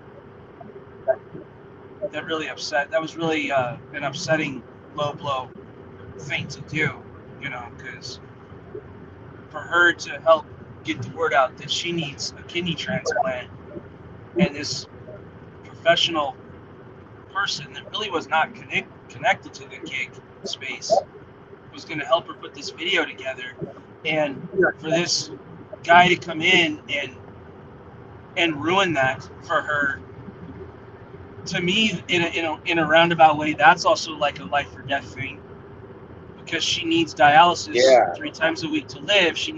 We all need a kidney to survive. So that's like taking away one potential avenue, at least one avenue to help spread the word a little bit further. Yeah, and I mean, so I'm going to clarify. Since you brought it up, I'll clarify what happened. There's a person named Steve Johnson of High Chirhodio who, for some reason, undermined Cody's credibility when he was working with a potential large media company that was going to help him campaign to find his wife a kidney. For some inexplicable reason, Steve Johnson started undermining Cody's credibility with fear, uncertainty, and doubt that was unfounded and untrue. And it destroyed that opportunity. And for Cody, that's a real sore point. So I'm just explaining that. So Cody, you can say whatever you want about it. I guess the question I have for you, when we're dealing with all this crime, organized crime, scumbags, people that are stabbing people in the back, people pretending to be your friends and not being your friends, like it's not our responsibility to figure out the motives of why people do bad things. If we know they do bad things, that's enough. But do you have some sense of why this individual did it? Because I don't understand, other than money. I mean, money explains everything. But in your case, I know why that person stabbed me in the back, because his financial interest or his personal interest said he should. Why did he stab your family in the back, do you think? Or do you not even know? Well, the only thing I know is, so the last time that I did anything with him on his channel, we had been talking about whether or not gig workers were independent contractors or not. That's like one of the great debates, and I said there was some case law out of Alaska a 1980s ruling about a stripper that was considered to be an employee because of the constraints that the strip club had put on her. And so you could make some inferences with that ruling to what these gig apps do to people. So that's all we were talking about. And I was just saying this could help maybe provide a little bit of direction.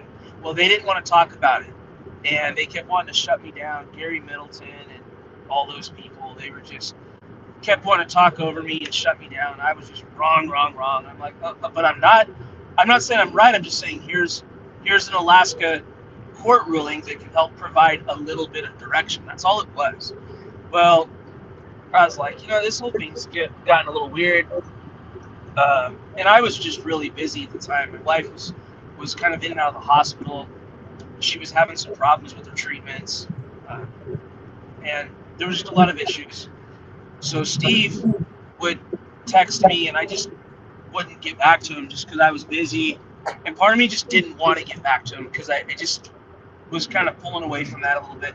And then, so then I had talked to Robert on Robert's channel, and I didn't trash on Steve or any of those people. I just gave my opinion, my experience of kind of being wrapped up with that group, and just kind of how it felt and the way it seemed.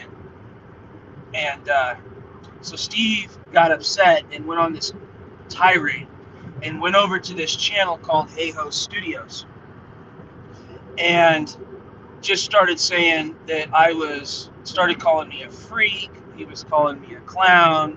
He said I was nothing but a liar. This was after I went on Robert's channel and had a discussion with him, and and I had a spat with Robert, and I felt bad about it, and we mended that, and fixed that. So that's my understanding of it. So this particular day when Steve was doing this, I had to drive. We were driving 50 miles one way to take my wife to dialysis. So I had to drive all the way from my town to Anchorage. I had to backtrack back to my town because I had to do something with my oldest daughter. And then I had to backtrack back to Anchorage and then go all the way back home. So you see how it's back forth? It was like a 200-mile day. And in the meantime, these people are calling me out. Where's Cody at? He's trying to dodge us. And I'm like, well, no, I'm not dodging you. I'm busy. I don't have time for you. And anyway, I ended up, so Steve is like calling me out. I eventually get on the stream with Hey Ho Studios. And I'm like, all right, well, where's Steve at? Let's do this. I got a little time. Roy was on there, kind of defending my position. And that was just kind of it. And then Hey Ho Studios was bouncing to Mr. Flex's channel and saying, where's Cody at? We're looking for Cody. He's got some stuff to clear up. I don't have anything to clear up. I didn't do anything to Steve or any of these people, so. Oh yeah, So this is the same old command performance. You have to come on my channel and talk about this, or some kind of like they think they're 13-year-old girls. No, yeah, like I fucking own something. They think there's 16-year-old boys or 13-year-old girls. 13-year-old girls are more mature than 13-year-old boys. So they're 13-year-old girls or 16-year-old boys. But right, so that makes sense in terms of just the pettiness and jealousy and stupidity of that of those actions in that individual. Yeah. So then a few nights, I don't remember the timeline, maybe a month later, Steve ends up on Tommy's YouTube channel. And my wife's we're sitting on the couch, and I was just kind of cruising around on YouTube, and my wife goes, "Oh my God, is that Steve?" And I was like, "Yeah." And my wife never does that. Like, she had this just deep, just horrible gut, visceral reaction. And I'm like, I'm gonna go on there and go talk to Steve. So I did. So Steve, well, you should have the link to the video. I think you do. But Steve basically is like, look, I don't have time for this, and whatever else. He found a reason to do what he does best and run. And then I was like, whatever. So I continued to talk to Tommy. I said, yeah, he's running. That's what he does best. He ran like a little bitch. And then he couldn't help himself because a guilty conscience always speaks. A guilty conscience always returns to the scene of the crime. Not that this was a crime. I'm just saying to the scene of the wrongdoing, right? So he couldn't help himself. So a minute or so later, he comes back and he's like, you're free to text me. You're free to call me. We're not going to do this on YouTube. And I'm like, oh, but we are, because I don't trust you and you're a liar. And if I text or call you, I don't know what you'll misconstrue or say. Like you'll say I threatened, you know, something, right? So anyway, it only went on for like a minute or so, and then he took off running again. So that's what he did. And then it wasn't long after that. If you're familiar with, you want to tell all, I'll give you a tell all. I have nothing to gain or lose by any of this, right? So you know, during this whole time, my wife was like texting / call friends with rideshare Lisa in New York. And Lisa saying, I don't like what Steve did. I think what he did was terrible. I wish that you and Steve could hash this out, work this out in the background. And she goes, I'm going to talk to the guy, the creator from Hey Ho Studios, and I'm going to see if I can get him to fix this. Well, I got an email from Hey Ho Studios saying that he still didn't understand what the issue was, but if we ever came down to his neck of the woods, we could come by and see the studio and whatnot, but didn't reoffer to make the video on behalf of my wife for the search for her kidney. So to this day, that still remains rescinded by Hey Ho because of what Steve Johnson Rideshare Rodeo did. So Steve tried to say, well, you might want to talk to Tremaine to Hey Ho Studios about why he backed out of the deal. Well, I didn't do anything to him. So Steve tried to, these fucking people, man. So Steve tried to plant the seed, like, as if I had done something wrong or nefarious by saying, you might want to talk to him. I know the story. I know. Nah, he's just doing what he does best, which is lying and deceiving. So anyway, so Rideshare Lisa would always be like, oh, I hate what Steve did to you guys. And she was like, I'm distancing myself from him. And Lisa had even talked to my oldest stepson a couple of times, my wife's son, who's 10 years old now, and just like on video chat, she'd say hello to him, you know, just real nice, keep it real cordial. And Lisa's like, tells the community, she even went on Robert's channel to apologize and say, like, I want to try to see if I could be a donor for your wife. I'm going to go get tested. And my wife's like, yeah, bullshit. Everybody says that. It never comes through, you know. She's lived with this she's lived with this condition her whole life. And so anyway,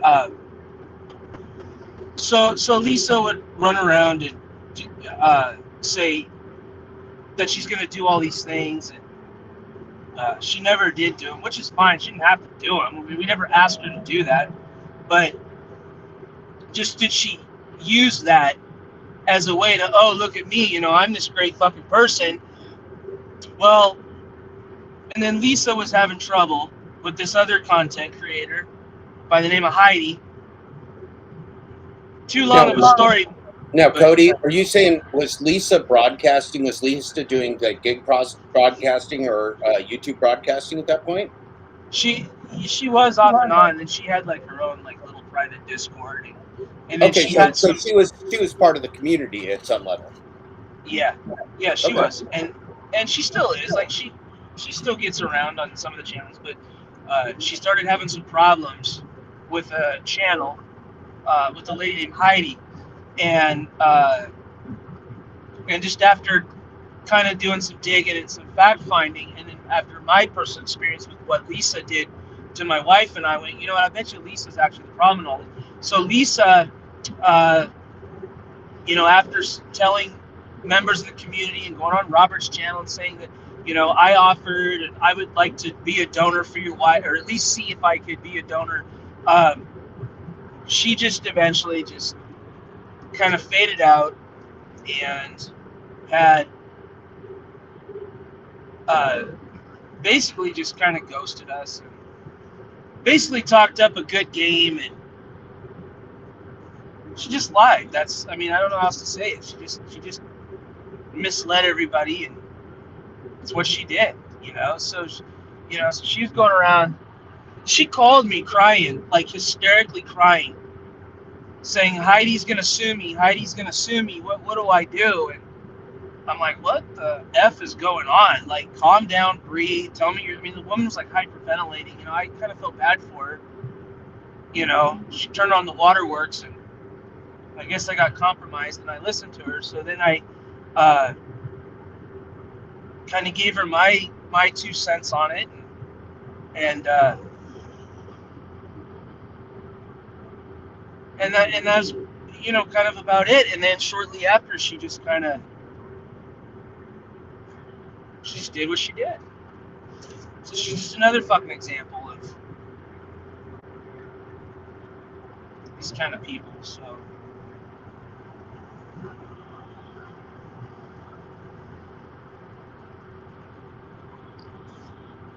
not really sure what else to say about it. Piece of shits. That's what you're gonna say. Yeah, pretty much. So on the right here is Jaybird, Elmendorf Richardson base up to the right. I can't see it because all I see is my car. That's not too far away from where I lived, Cody. When I was there, planes for Elmendorf used to fly over our house. Is that like by West Anchorage? Yeah. So that was pretty. That was pretty upsetting, you know, and that's like that's the worst experience I've ever had with any individual ever on YouTube, and even though it didn't amount to like what Thomas is going through as far as safety for his family, but I can relate on a personal level when someone goes and attacks your significant other, you know, and unprovoked. I mean, all I did was go on Robert's channel and just share kind of what my thoughts and what my experience was. And yeah, and by the way, Cody, it's actually very analogous. Portland, because it's kind of like known as the strip club capital of the world, it also is very progressive, liberal politics, and they've had a number of strip club unions and a number of other things, and it's very much like gig work. In fact, they get charged stage fees at a lot of clubs, so they can end up working. When there's no customers in there, they can get charged stage fees. They're up there allegedly stripping for nobody and making no money. Sounds a lot like gig work, doesn't it? So you were actually right on, Cody. And the fact that there was some dipshits in the world that didn't want to hear you just meant that they don't want the truth, because you were absolutely giving a great business analogy to the gig economy, and that's why we're app slaves. We're just another version of sex workers getting ourselves fucked daily. I wish I could remember the case. I know you could just Google it. It's like a 1980s Alaska Supreme Court case, and it had something to do with they had her doing things that wasn't in her contract to do, something like that, and they tried to hide behind the you're a 1099 worker, but the court said no, you were actually a de facto employee. Yeah. Well, you could also be de facto working for the Russian mob or something, but don't worry about it. Exactly. Ixnay on the Russian mob, May. Right. So you know what? I want to add in too. That's why when I on Tommy's between the Hey Ho Studio stream and Tommy's stream, I went and preserved all that evidence because I knew the slander and bullshit was soon to come. And I'm like, look, there's nothing to discuss. I have the proof. Steve went around and denied doing all those things. I'm like, look, I have the proof. He is a bona fide proven fucking liar now. There's no ifs and buts about it. There's nothing to discuss. There's nothing to argue. The facts are the facts, and that's the end of it. But that's okay. You know, at the time I was dabbling with some gig work on my channel. The experience of doing gig work in Alaska, and a lot of people unsubscribed, which was fine because you know what? You flush the toilet when you don't want, you know, the shit sitting there, right? And that's how I looked at it. It was basically like a good toilet flush and got rid of people I probably didn't even want there anyway. So it was a win-win for me. Yeah, it was. I'm sorry that happened to your family, Cody. Very sorry, and my best to your wife and your family, and for that condition. It does. The thing that bothers me is that same bully is out there today. That same bully did not just opposition research on me. I wouldn't have minded that, but also just literal smears, misstating the circumstances, and just with great and very weird glee in his cruelty and ridiculousness from somebody who had had me on their podcast a couple times, recommended me to others, been friendly, had long, cordial conversations. It just didn't make any fucking sense, Cody, except for the fact that, you know, people have claimed to have been threatened. Did somebody threaten this guy? Did somebody with moneyed interest just go, no, you cannot keep having a relationship with this guy? You got to like stab him in the back 25 times. Like, we don't know. But the problem is this dipshit called Steve Johnson, Hype Chirhodio, is still out there polluting this space. And he's got a brand that's all hooked up with these other corporate bastards that are just here to profit off people and aren't even real gig workers. They're just a bunch of scumbag organized criminals or something like that. And you know what? At the end of the day, like the people that actually matter to me in my life, the people like my wife, my kids, my family, my friends, my coworkers, they know there's no credibility issues with me. They know my ethics. They know my personal and my professional work ethics. My credibility is never in question. And at the end of the day, that's all that matters to me. You know, it was deeply violating what he did, and there'll never be any forgiveness. He could be broke down on the side of the road, 30 below zero. Call AAA, mofo, because I'm not going to help you. And you know what? When you took away the video that was going to promote my wife's kidney, that's no different than leaving her for dead. So that's par for the course, eye for an eye. And that's really all I have to say about that. Like, I have nothing further on that. Well, Cody, man, that just, I think we better just leave it at that for today because that's a powerful story. And I don't think we could do much beyond that. I wish you a good day at work. Please give our best to your wife.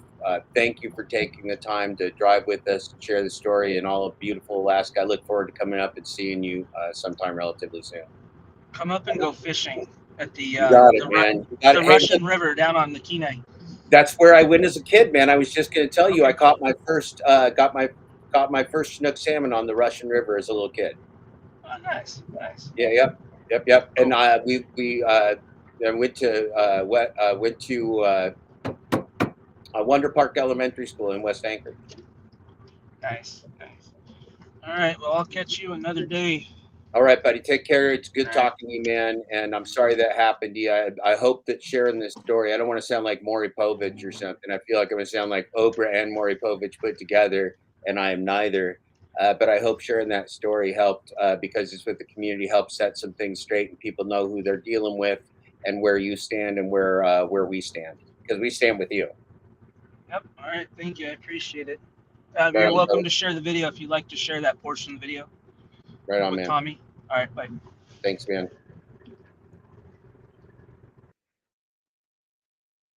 Wow, Kevin.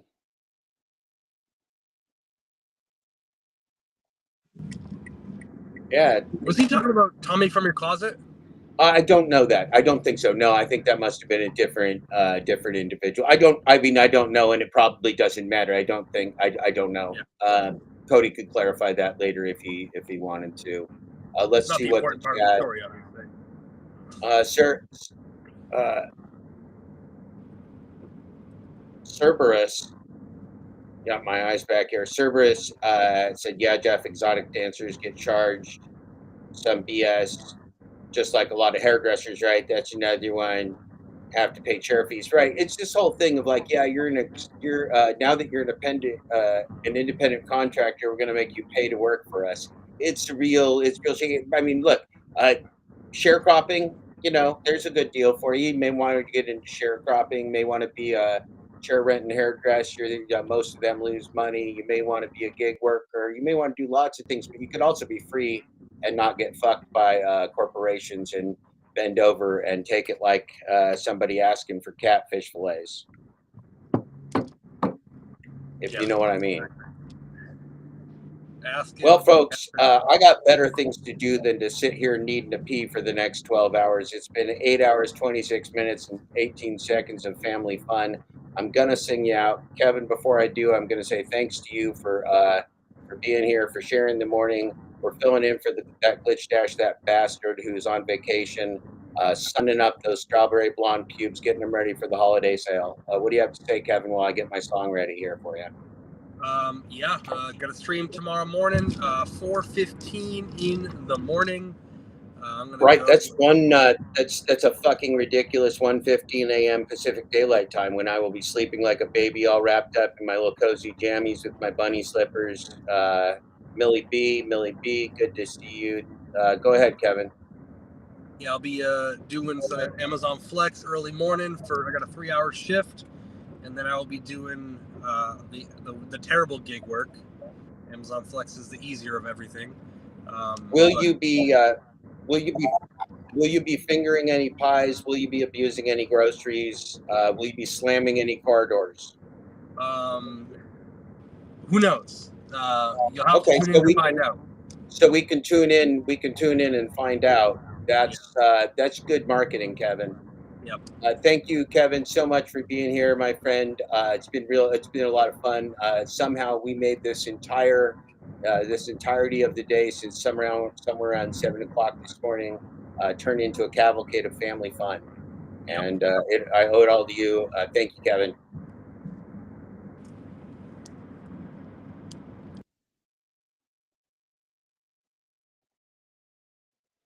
Well, here we go. This is as good as it's going to get.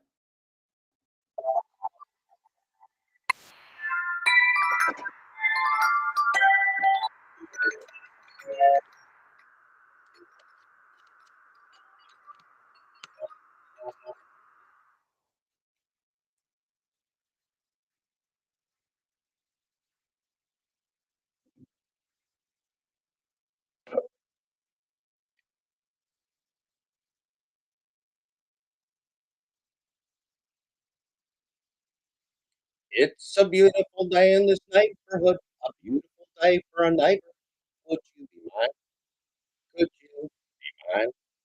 It's a neighborly day in this beauty wood. A neighborly day for a beauty. Would you be mine?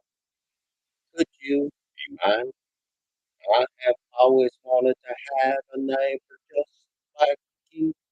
I've always wanted to live in a neighborhood with you. So let's make the most of this beautiful day. Since we're together, we might as well say, would you be mine? Would you be mine?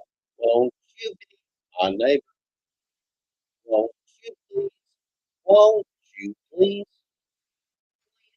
Won't you be my neighbor? Thank you, neighbors. Thank you, everyone. Great seeing you. It's been a fun, entire fucking day of 8.5 hours of work. Thank you, everybody. You guys have fun. Drive safe. Keep your head on a swiveler. And don't do drugs. Unless you're home safe and you're not going out again.